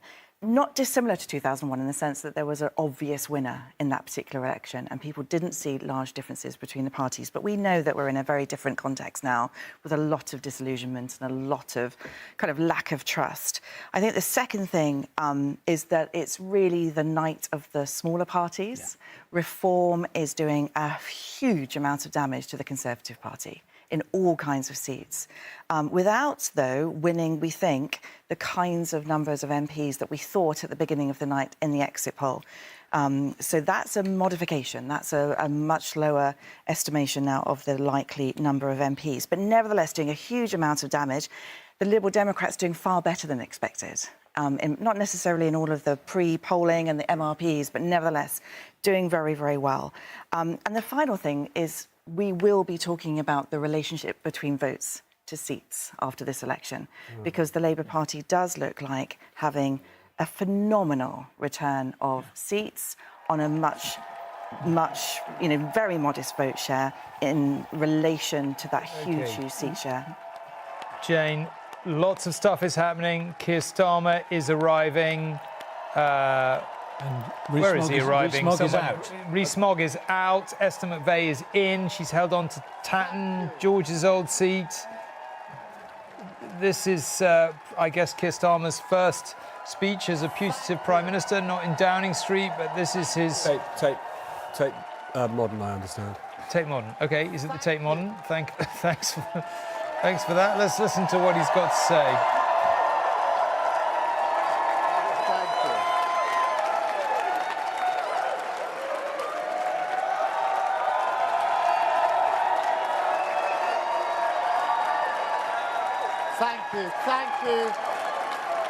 Thank you so much for that reception. What an amazing reception. We did it!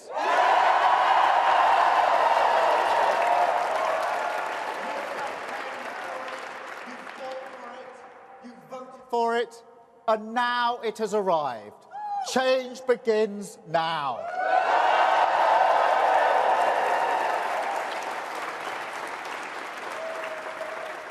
And it feels good, I have to be honest.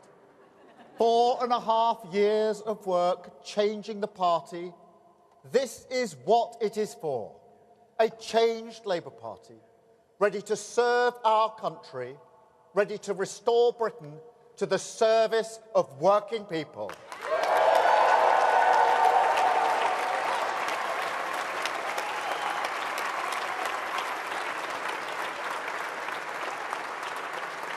And across our country, people will be waking up to the news, relieved that a weight has been lifted, a burden finally removed from the shoulders of this great nation. And now we can look forward again, walk into the morning, the sunlight of hope, pale at first, but getting stronger through the day, shining once again on a country with the opportunity, after 14 years, to get its future back.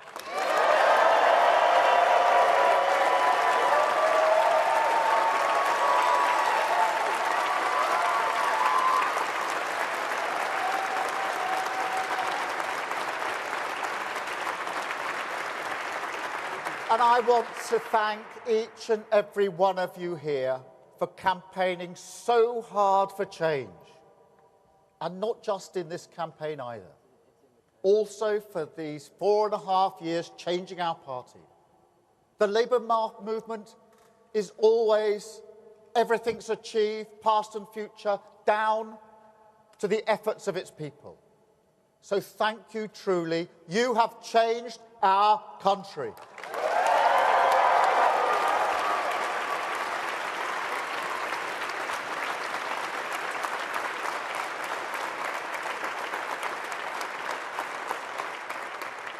But a mandate like this comes with a great responsibility.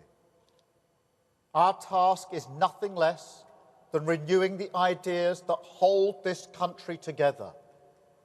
National renewal. Whoever you are, wherever you started in life, if you work hard, if you play by the rules, this country should give you a fair chance to get on. It should always respect your contribution, and we have to restore that.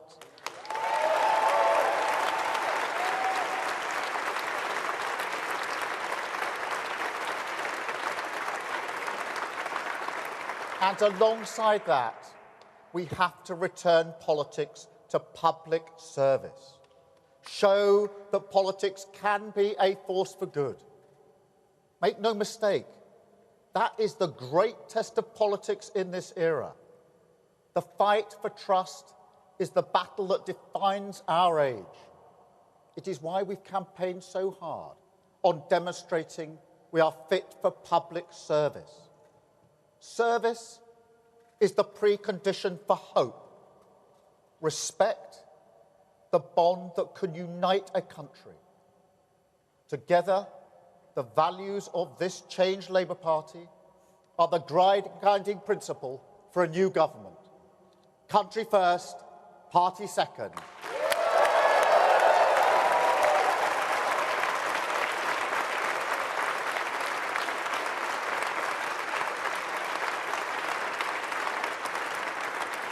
That is the responsibility of this mandate.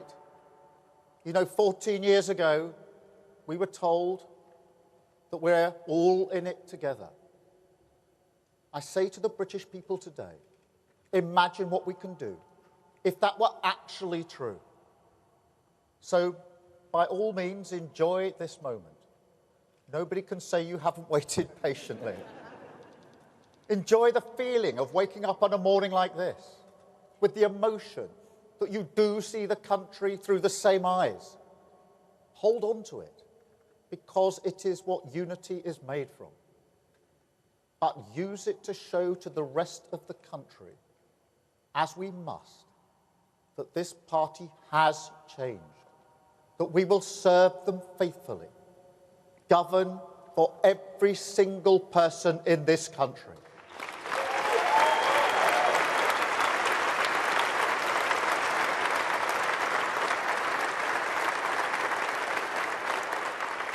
But also, don't forget how we got here. This morning, we can see that the British people have voted to turn the page on 14 years. But don't pretend that there was anything inevitable about that. There's nothing preordained in politics. Election victories don't fall from the sky. They're hard won and hard fought for. And this one could only be won by a changed Labour Party.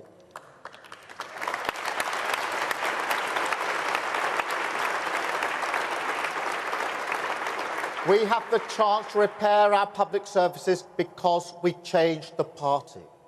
We have the chance to make work pay because we changed the party. We have the chance to deliver for working people, young people, vulnerable people, the poorest in our society, because we changed the party.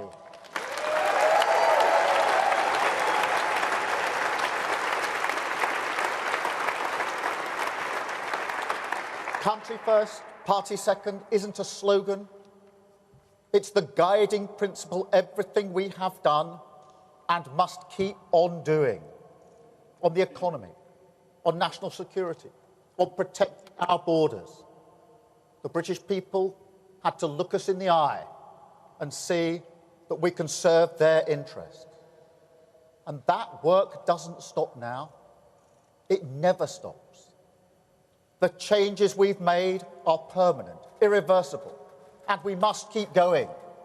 We ran as a changed Labour Party, and we will govern as a changed Labour Party.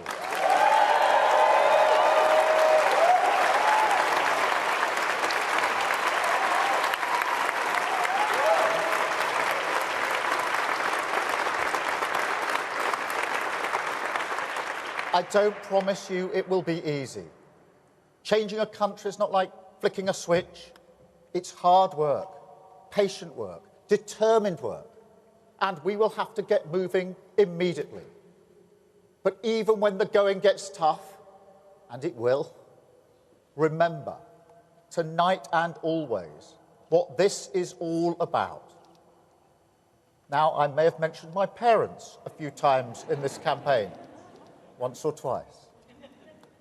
But the sense of security we had, the comfort they took from believing that Britain would always be better for their children, the hope, not high-minded, not idealistic, but a hope that working-class families like mine could build their lives around.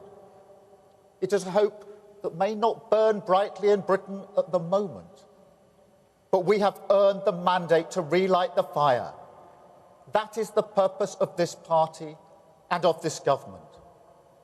We said we would end the chaos, and we will. We said we would turn the page, and we have. Today we start the next chapter, begin the work of change, the mission of national renewal, and start to rebuild our country. Thank you.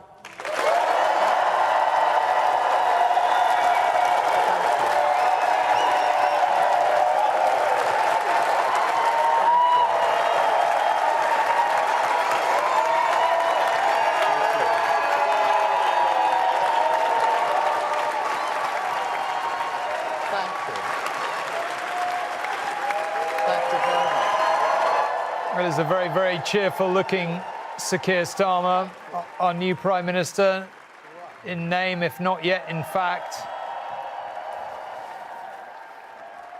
He's worked very hard for this moment. As we've discussed all evening, a ruthless campaign, ruthlessly efficient, almost no missteps.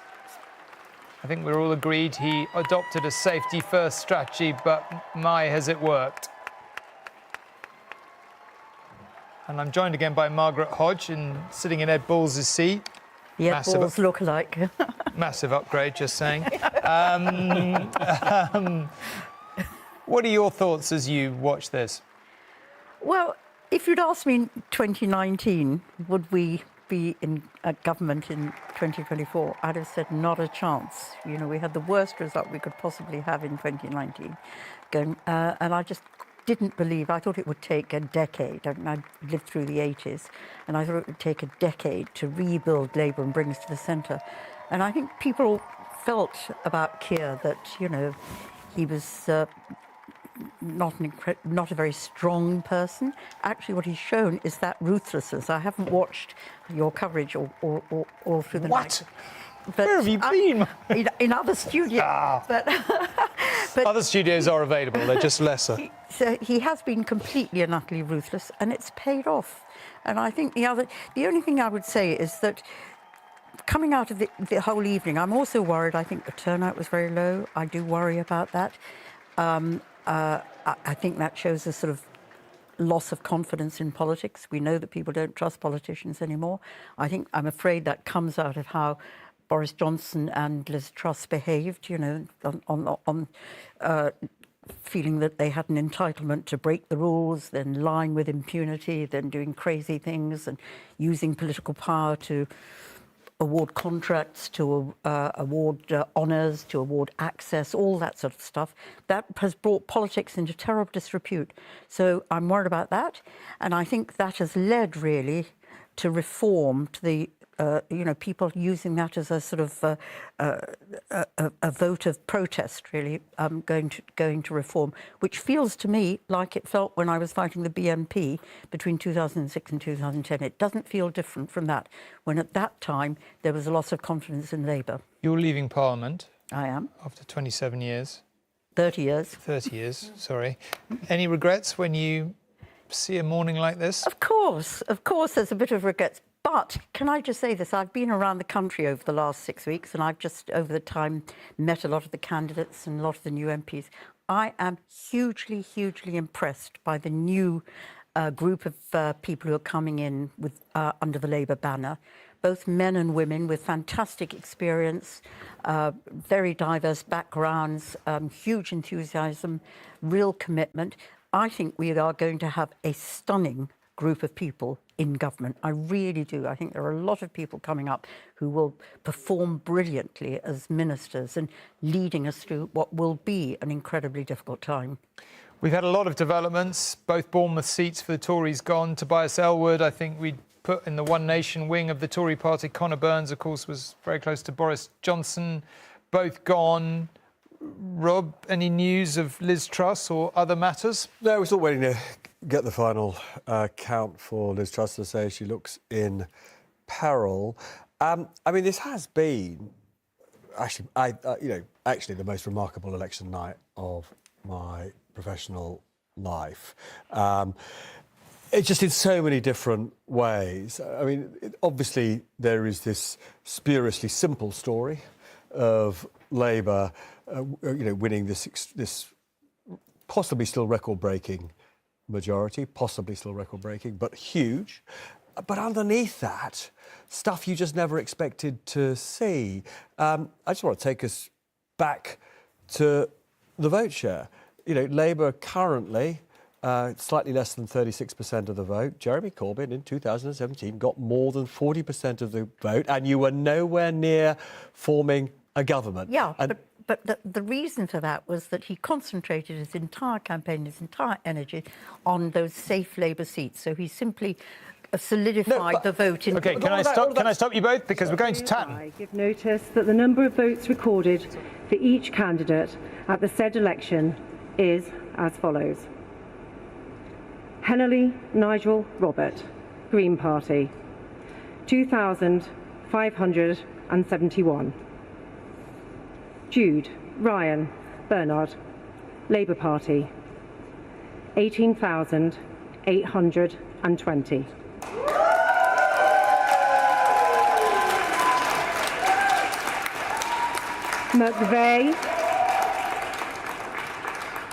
McVeigh Esther Louise, the Conservative Party, 19,956.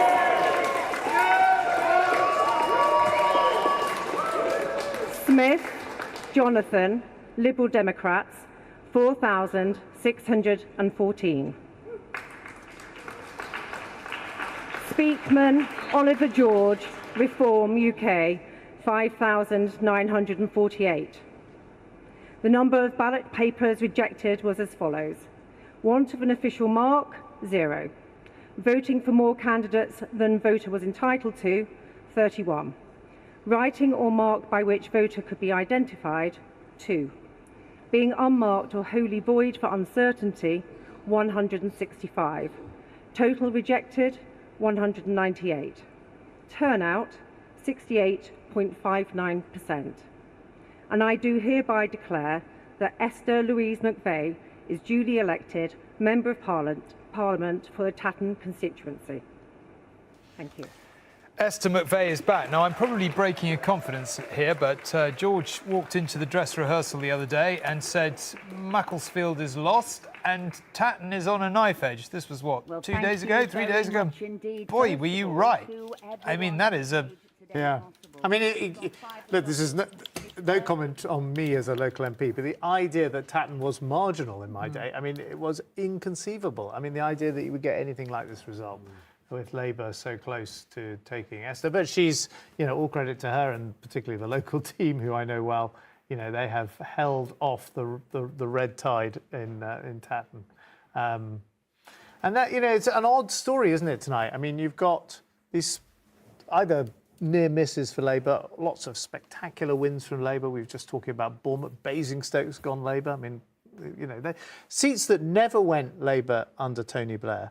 And yet, the Labour share of the vote is going to be one of the lowest for a governing party. The turnout is down.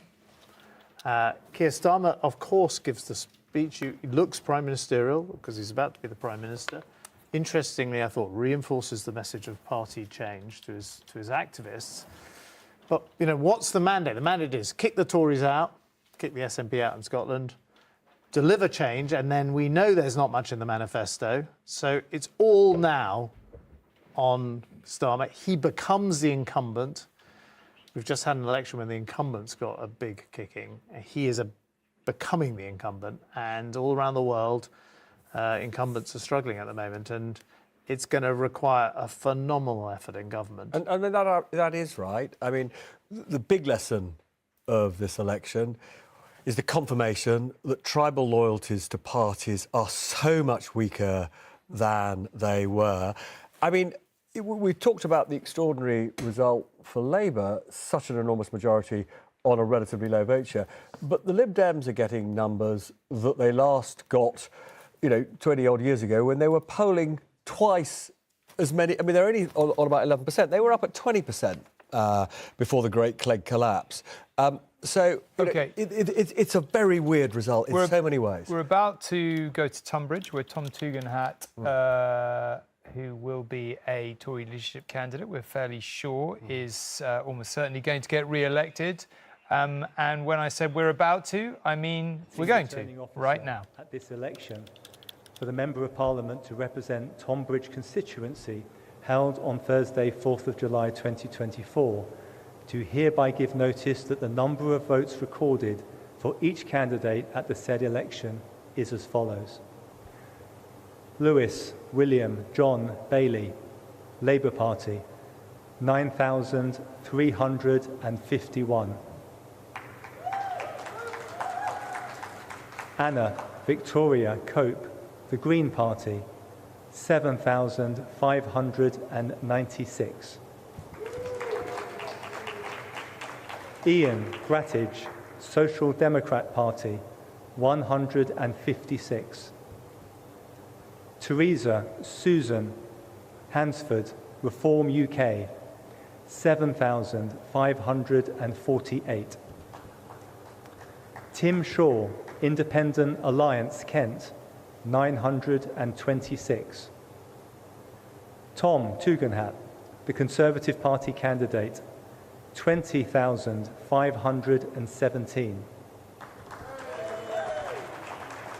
John Walcombe, Liberal Democrat, 4,234.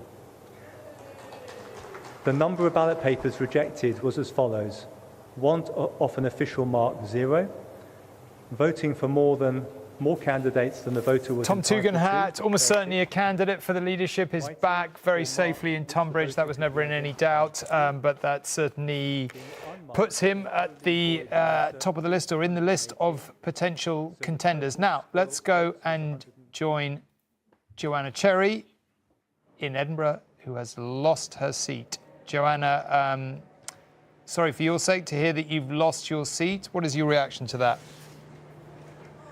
Well, it's politics, isn't it? I mean, I've had a good innings, 3 election victories in a row, and I think this is Labour's night. Obviously, it's an outstanding landslide, and what's basically happened, so far as I can see in Edinburgh at least, is that the Conservative vote has pretty much collapsed and gone largely to Labour rather than to the SNP.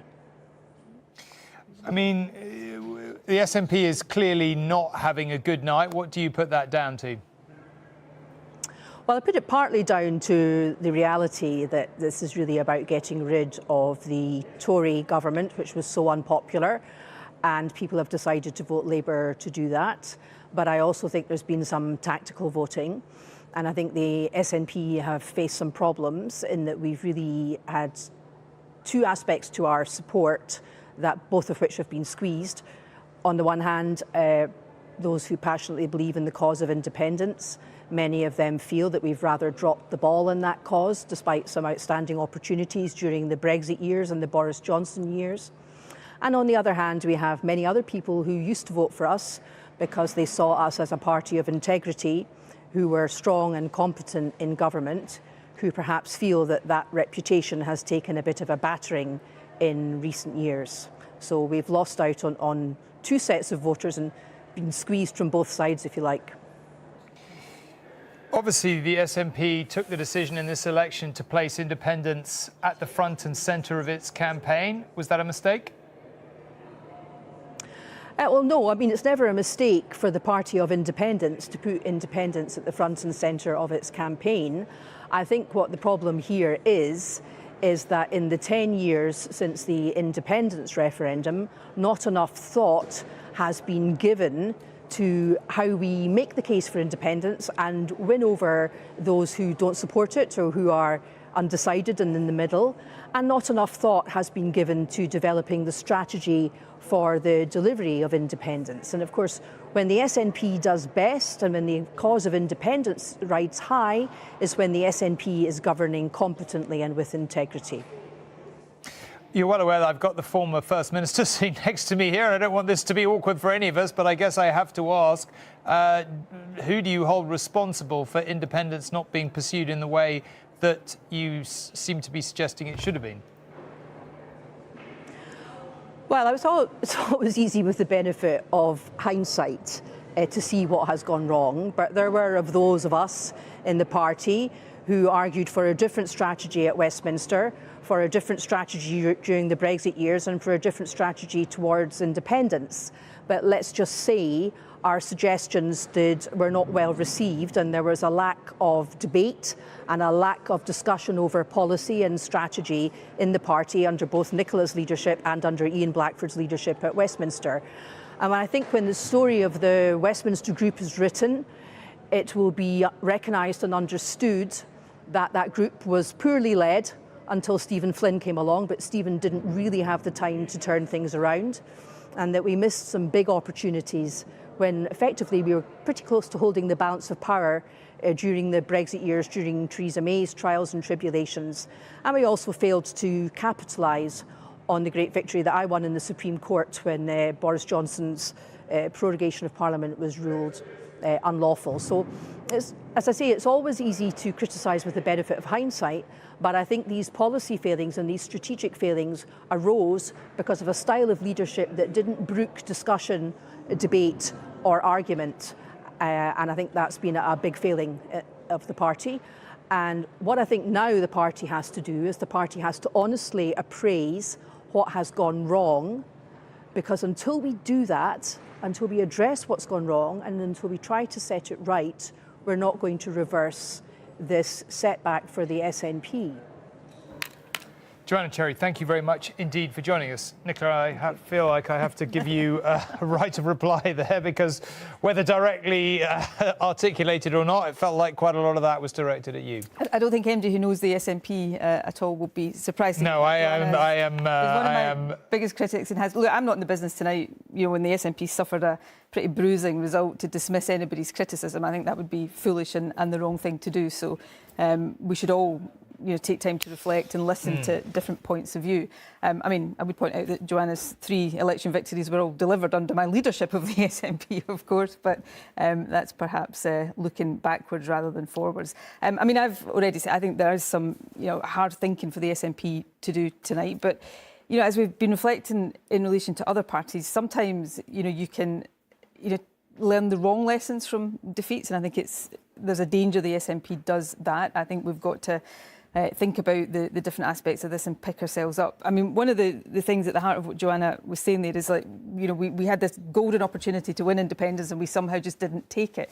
You know, I tried very hard as SNP leader to progress the independence case and to find a route to allowing people to have to take that decision again. The problem we've got is that there is, with a Westminster undemocratic veto, the lack of a legal route at the moment. And there's no magic wand that can make that disappear. And what was perhaps missing from Joanna's interview there was any suggestion of how that should have been overcome. So that's one of the things the SNP's got to grapple with. Can I just say I'm sorry that Joanna's lost her seat. I'm sorry that every SNP defeated candidate tonight has lost. But we need to think carefully and learn the right lessons from this. For one final point on this, I feel like this has turned into quite a lot tougher night for the SNP and perhaps for you than we thought at the start. And I'm assuming you can't fail to feel some responsibility for that. I mean, you know, you were the leader for a long time. Maybe your supporters might say, well, it all fell apart after you left. I mean,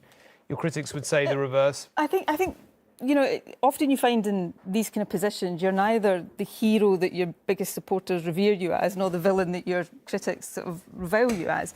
I delivered 8 consecutive election victories for the SNP as leader, 3 general election victories.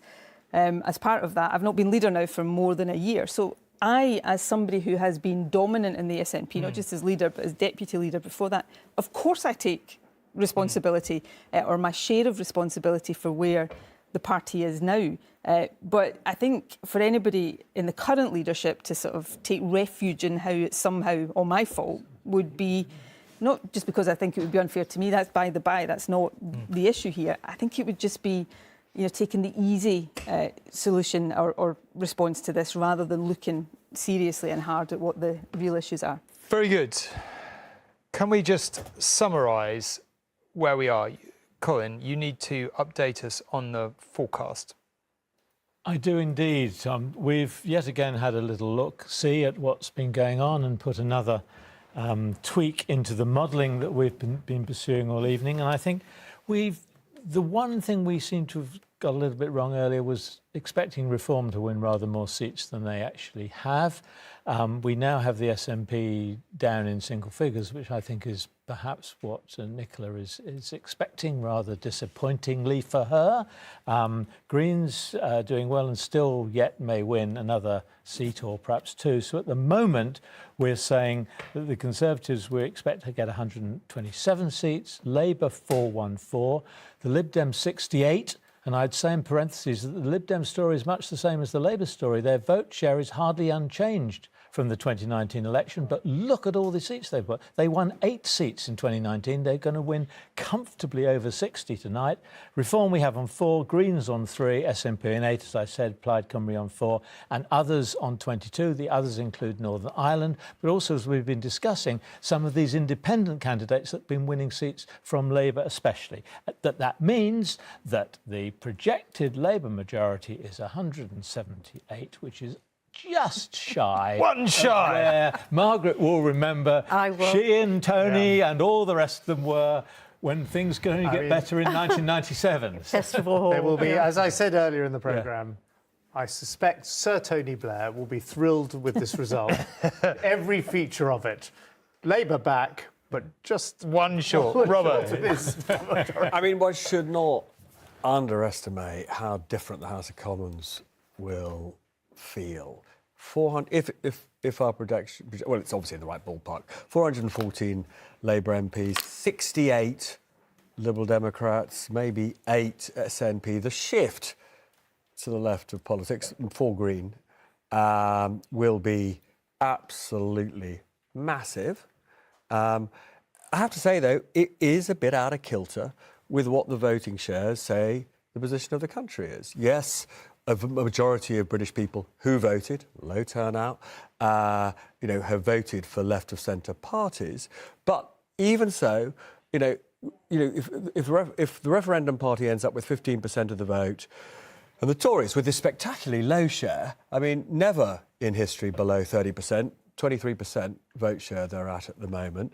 That is still a sizable number of British people who feel that they're on the right of politics and they will not feel properly represented by this Parliament. And that is a challenge for Keir Starmer. OK, well, to pick that up in a minute, but we just need to go and get a summary of how the country is reacting, as I guess people are starting to wake up. Seems a bit intuitive because we've counterintuitive because we haven't actually gone to sleep, but clearly some people decided they would, and they're waking up. So let's see how people have been reacting.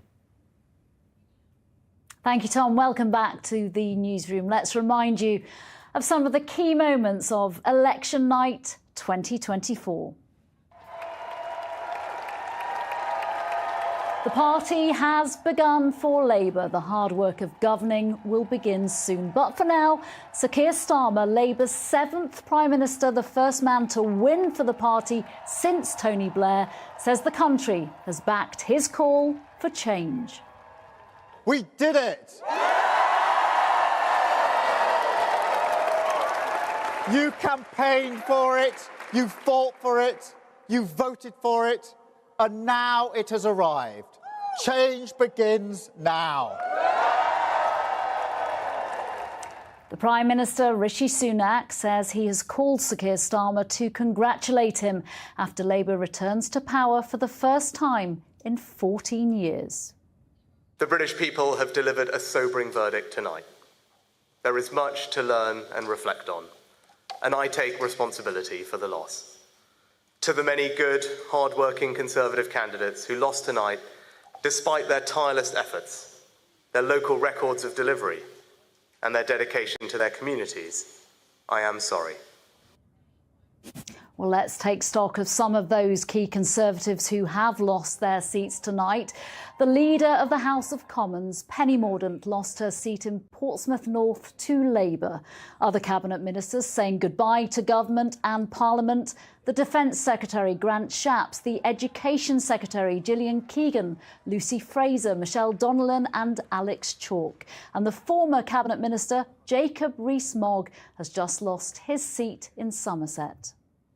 If there were to be a Tory leadership contest, potential contenders Kemi Badenoch, Suella Braverman won, and so did Tom Tugendhat, as did narrowly the Chancellor, Jeremy Hunt, in Godalming and Ash. In Scotland, the ITV News forecast is now predicting the SNP will win 8 seats, down from 48 seats in 2019. Its leader, John Swinney, said it's been a very poor night. It's been a good night for the Lib Dems, forecast to win 60 seats, a good night for Reform, and a good night for the UK's independent candidates. Paul, take us through some of the independent winners. Yeah, Nina, this has been one of the big breakthrough stories of this election. Labour have been concerned about independent candidates for a while, and they were right to be. In fact, independents may end up with the same number of seats as Reform UK. These are some of the big stories of this evening. So Jeremy Corbyn, unsurprisingly, won Islington North. Of course, he's got a huge profile there. That was to be expected, but this was a surprise. Jonathan Ashworth, a key member of the Shadow Cabinet, lost his seat of Leicester South to an independent who campaigned on Gaza. And I wondered if he looked a bit worried when he was on our programme earlier this evening. Wes Streeting came within 500 votes of losing his seat in Ilford North. Another name that many of you will recognise, Jess Phillips, also run very closely in her Birmingham seat too. And as you can see in the constituency of Chingford and Woodford Green, there are cases as well where independents have helped the Conservatives to hold the seat. So here, Ian Duncan-Smith was, under our exit poll, expected to actually lose this seat, but he didn't because Labour and this independent candidate here got virtually the same share of the vote, allowing him to come through the middle. This has been the pattern in Yorkshire too, so let's cross to John Ray, who's there for us this evening. And John, what is the latest in Yorkshire? I believe another independent has won a seat there.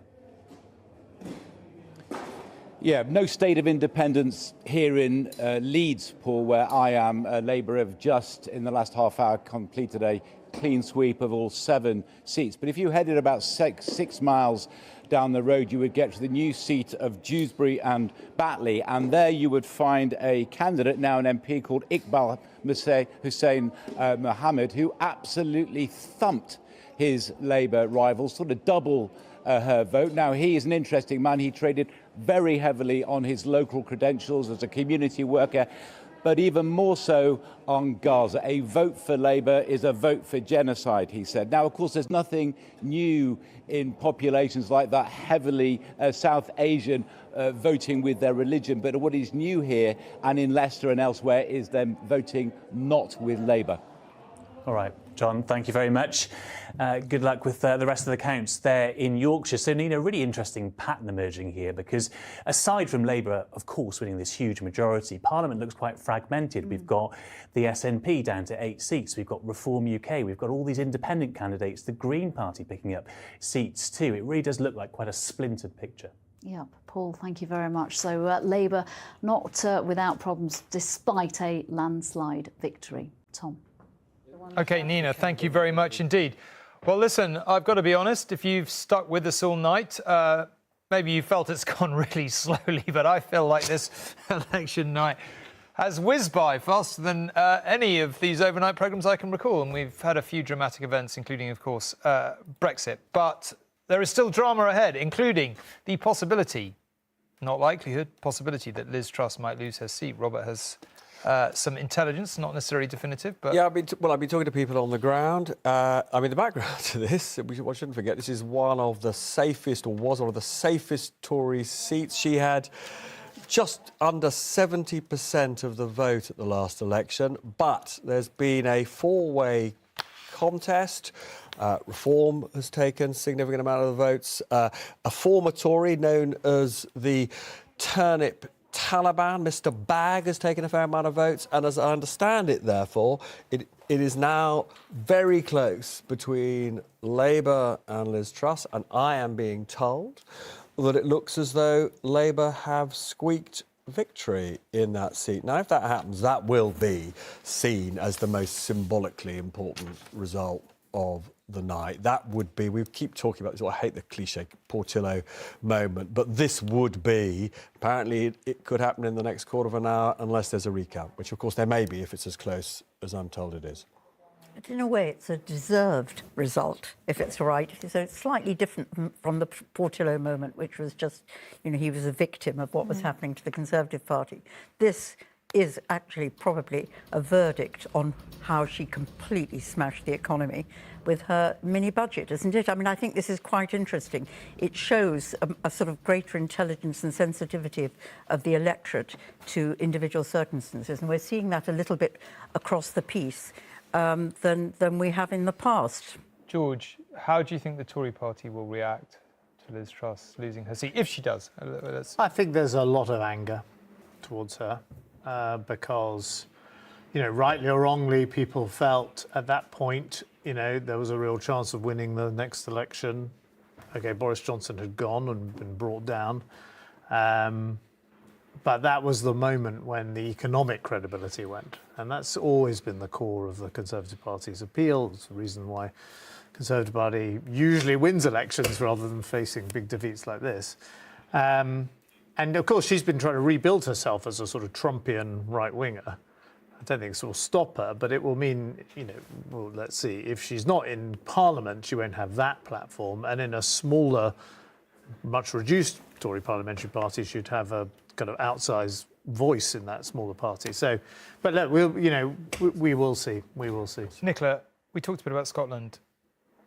Taking a step back, what do you think about the rest of the UK? And I mean, it's like, it's been, I think one of the reasons it's flown by, at least for me, is that it's been so, I mean, we've just been told the Greens have now won 4 seats.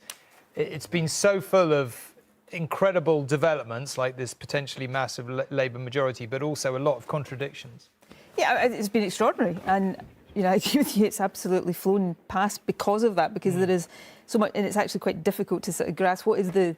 Obviously, the big story is Labour winning a landslide in terms of seats, but you know, I think very notable is the Labour vote share being as low as it is. You know, that says something about the broken electoral system we've got, but that's not a new thing, and I suspect Labour will have no motivation now to change the electoral system. Not now. But it is volatility. It is, I think Colin said, it's that breakdown of tribal loyalty to parties. It's people voting on the basis of issues, so for smaller parties because of the Gaza issue in some respects. So it's a really complex picture. It's a fascinating picture, and I think what it says for an incoming Labour government is there's going to be no time to sort of sit back and work out what they're going to do. They're going to be under pressure from day one, and nothing can be taken for granted. You know, this is an electorate that is prepared to move in different directions, and the pressure on Starmer now to deliver, you know, meaningful change and improvement to people's experience of life is going to be really significant. I mean, it's interesting, is Labour's vote share, I don't know, is now drifting down towards 35%. You know, but look, massive majority. 35% and a majority of 170. I mean, you couldn't have made... I mean, the SNP's had a terrible night in Scotland, right. But we're hovering around 30% of the vote. You know, Labour, Labour in Scotland have done better than that, but Labour's about to win a historic landslide on, you know, just a few percentage points more than the SNP's got, and it's a disastrous night. Yeah. That says something profound about how broken first past the post is.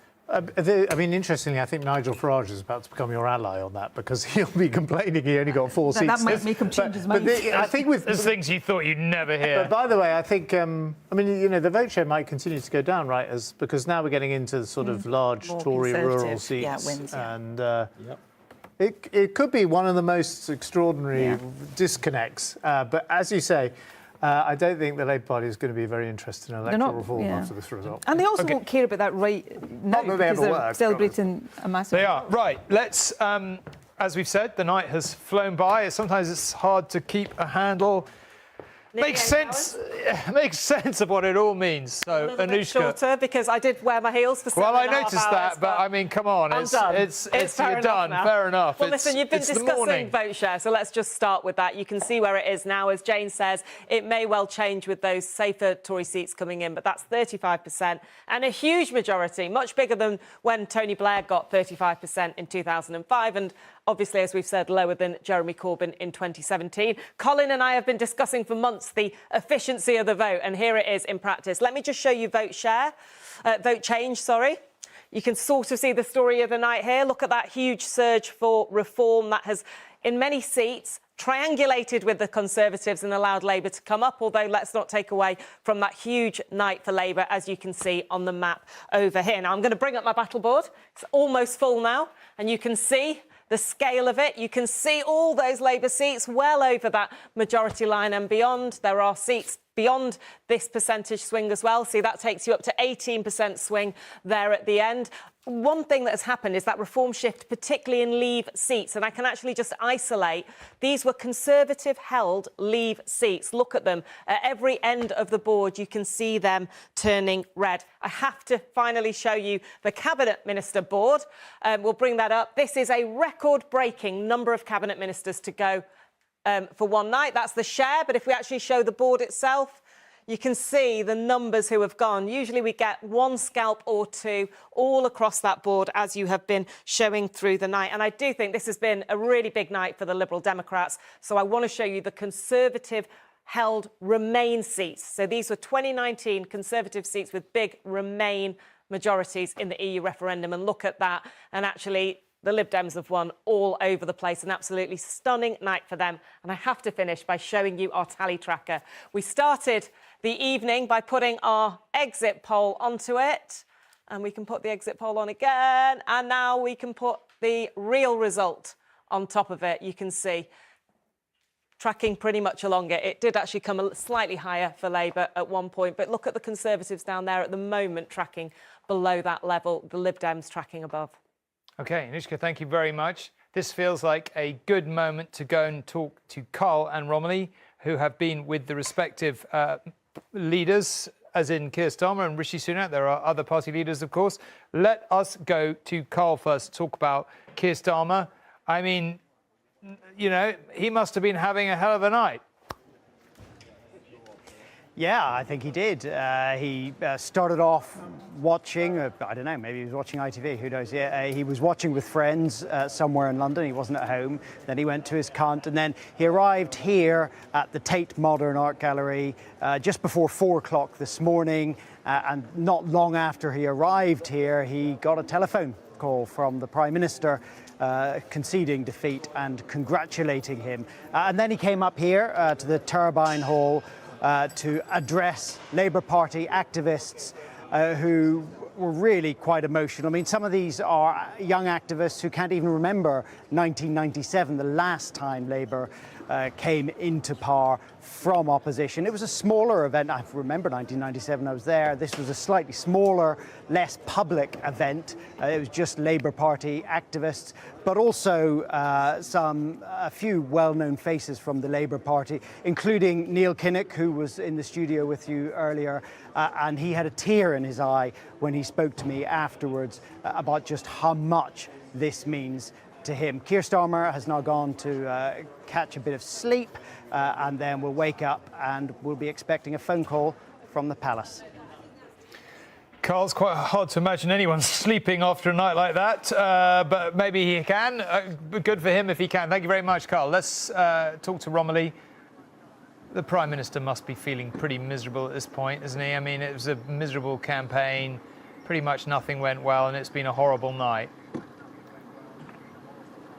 Yeah, absolutely. No sleep for him either. He is heading up to London, no doubt reflecting on the resignation speech that he is about to give. He was an absolutely unrecognisable Rishi Sunak who appeared on stage here about an hour ago. So different from the person full of vim and energy that we've seen in the campaign. He looked absolutely devastated as he conceded defeat and said that he was sorry to all the candidates who've lost their seats. It seems pretty clear he's going to take the criticism head on, and there is going to be plenty of it coming his way. During the campaign, he really didn't want to acknowledge any mistakes apart from the obvious one of D-Day, but there is going to be dissection now of his decision to call an early election, of not to take on reform more aggressively. He did get re-elected here. There will be some consolation in that. He said it is an enormous privilege to serve, but he is going to be serving as a backbencher now in a party which pretty clearly is going to get down to the business of tearing itself apart. OK, Romilly, thank you very much indeed. And just while we've been talking, we've heard that Liam Fox has lost his seat, the neighbouring seat to Jacob Rees-Mogg, who has also lost his seat. And as we've just been through with Anushka, there is a really substantial number of Tory big beasts, as we might call them now, who have gone. Now, we are going to go to Dan Rivers in Washington to talk a little bit about how America may be viewing this. Dan, good morning. Trying to work out. No, it's middle of the night with you. Good evening, whatever it is. How do you think America is going to wake up to this news? I mean, not surprised, presumably. No, I don't think so. I have to be frank, this hasn't been dominating the headlines here in the US in the way that obviously it has been in the UK. There's a small matter of the future of President Biden that has been generating a few headlines over here, combined with the fact it's the 4th of July, so it's a national holiday. There are fireworks going off all across Washington, so people have had their minds on other things. But look, Keir Starmer hasn't really got a profile here yet. He's about to get one. He'll be here in Washington on Tuesday for the NATO summit, the 75th anniversary. There's some big decisions and big talks to happen around Ukraine, around funding, whether Labour can, come up with the money to meet a sort of 2.5% of GDP target. There's Gaza rumbling along, of course. What's going to happen with China and how the UK deals with that. The special relationship, obviously. But I think there is an ideological soulmate in Joe Biden. The big question, of course, is if Joe Biden doesn't win or isn't running and it ends up being a Trump second term, how is Keir Starmer going to deal with that? OK, Dan, thank you very much indeed. Well, in a moment, we will get the final thoughts of our panel. But before that, let's take a few moments to look back on what has been quite a night. Everyone in the whole country, frankly, is waiting with bated breath. The exit poll is here. It is predicting a Labour landslide, a Labour majority of 170. That is a simply astonishing result. This is a historic win from where Labour was at the last election. The opportunity to serve the British people and to bring about that change that they're desperate for would be an absolute privilege for me, but I'm not counting my chickens. It looks like it's been a catastrophic night for your party. You have to brace yourself for the most horrible of defeats. That is just a huge victory for Keir Starmer. That exit poll, that is beyond the wildest dreams of reform. The race is on in the northeast, where being the first seat to declare has become a matter of pride. Bridget Maid Phillipson has been duly elected. The first of what will no doubt be many Labour victories. Ian Lavery, duly elected.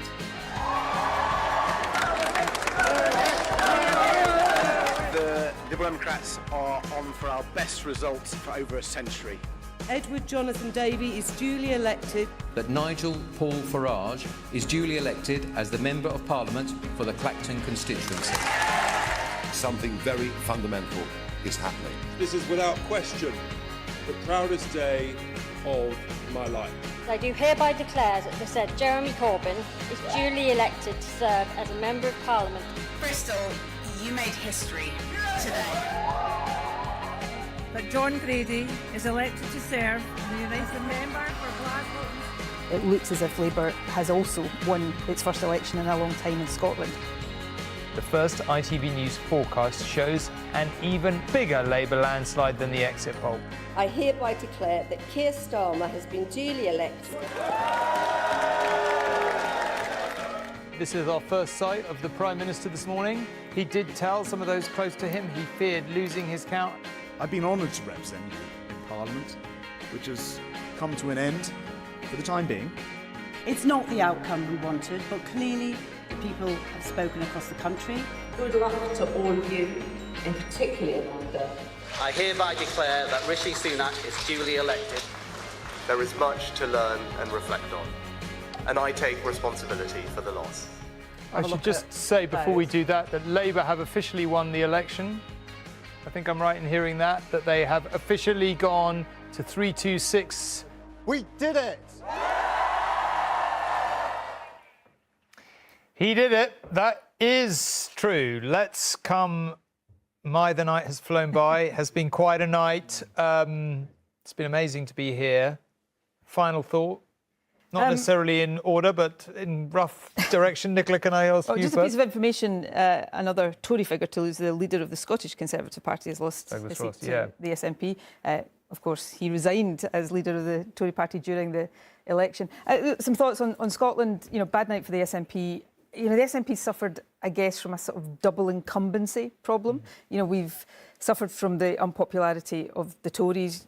People have voted Labour to get the Tories out, but we've also suffered from being an incumbent government ourselves. So, as I've said on a couple of occasions, there's lots of reflection for the SNP. I think the SNP can rebuild from this and compete to win in 2026, but we've got to learn the right lessons. UK-wide, I won't repeat everything that's been said. I think one of the big strategic decisions for Keir Starmer is how he deals with Nigel Farage and reform.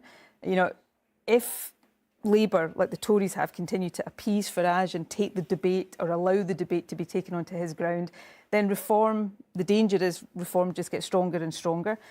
So this is a moment, I think, Labour, Keir Starmer, should stand up and take them on, take Farage on and start to deal with the underlying problems that are perhaps driving voters into the arms of Farage. George?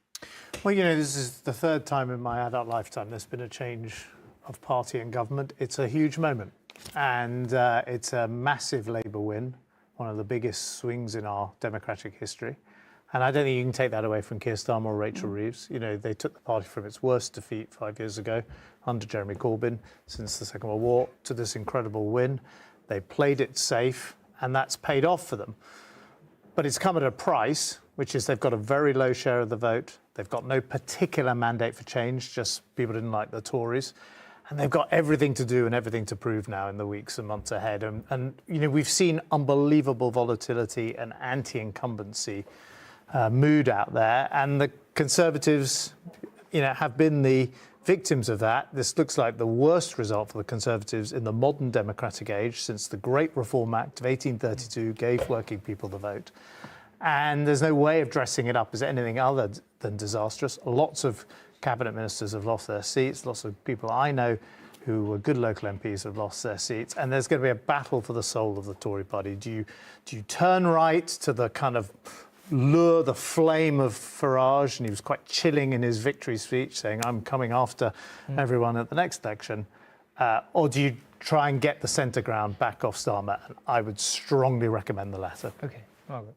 Well, I agree with a lot of what George has said there. For me, it's been an unbelievable night. I just didn't believe we would do as well as we've done. So I'm exhilarated by that.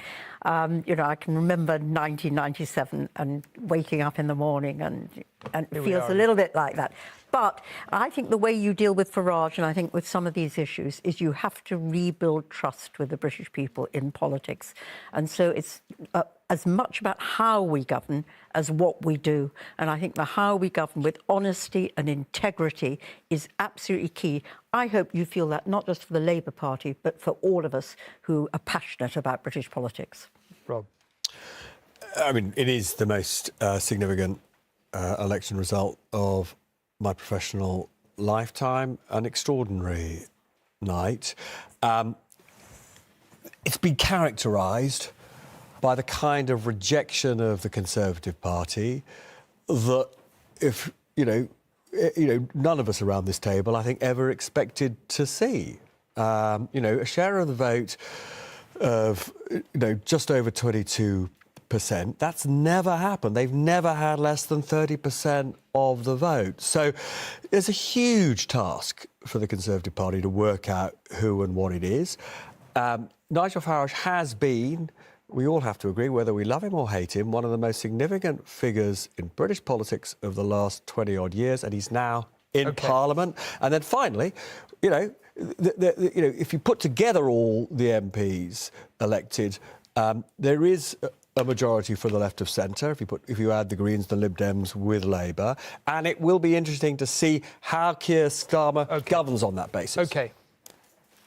It's going to have to be very brief, I'm afraid, because we're almost handing over to GMB. 30 seconds each on where we are. I think the UK was on the track of increasing fragmentation and moving away from the two major parties. We're back there again. So we deviated from that in 2017 and 2019. I think this is the lowest two-party share we've ever seen. Almost definitely the lowest, if not almost the lowest, turnout we've ever seen. So this really is a rejection of the two major parties, but with this phenomenal majority for Labour. I'll be very brief, Tom. This is going to be, in my mind anyway, forever remembered as the votes seats election. Yeah. So that. Oh, I love it. We've given it a name. The votes seats election. More votes than Lib Dems. 15 times fewer seats. We're not going to hear Nigel Farage shut up about that for a long time. OK, now, if you happen to start watching us at 9:50 p.m. and you're still here, I congratulate you and thank you for seeing through what has been an absolutely fascinating, gripping and, dare I say, occasionally entertaining night. It has been quite remarkable. I think all you can say is what a night. Massive Labour majority, but not on a huge vote share. Terrible result for the Tories, which ended up being not quite as bad as we expected. That's all we have time for. I hand you over to GMB. Thank you. Thanks, Tom. You join us as Britain wakes up to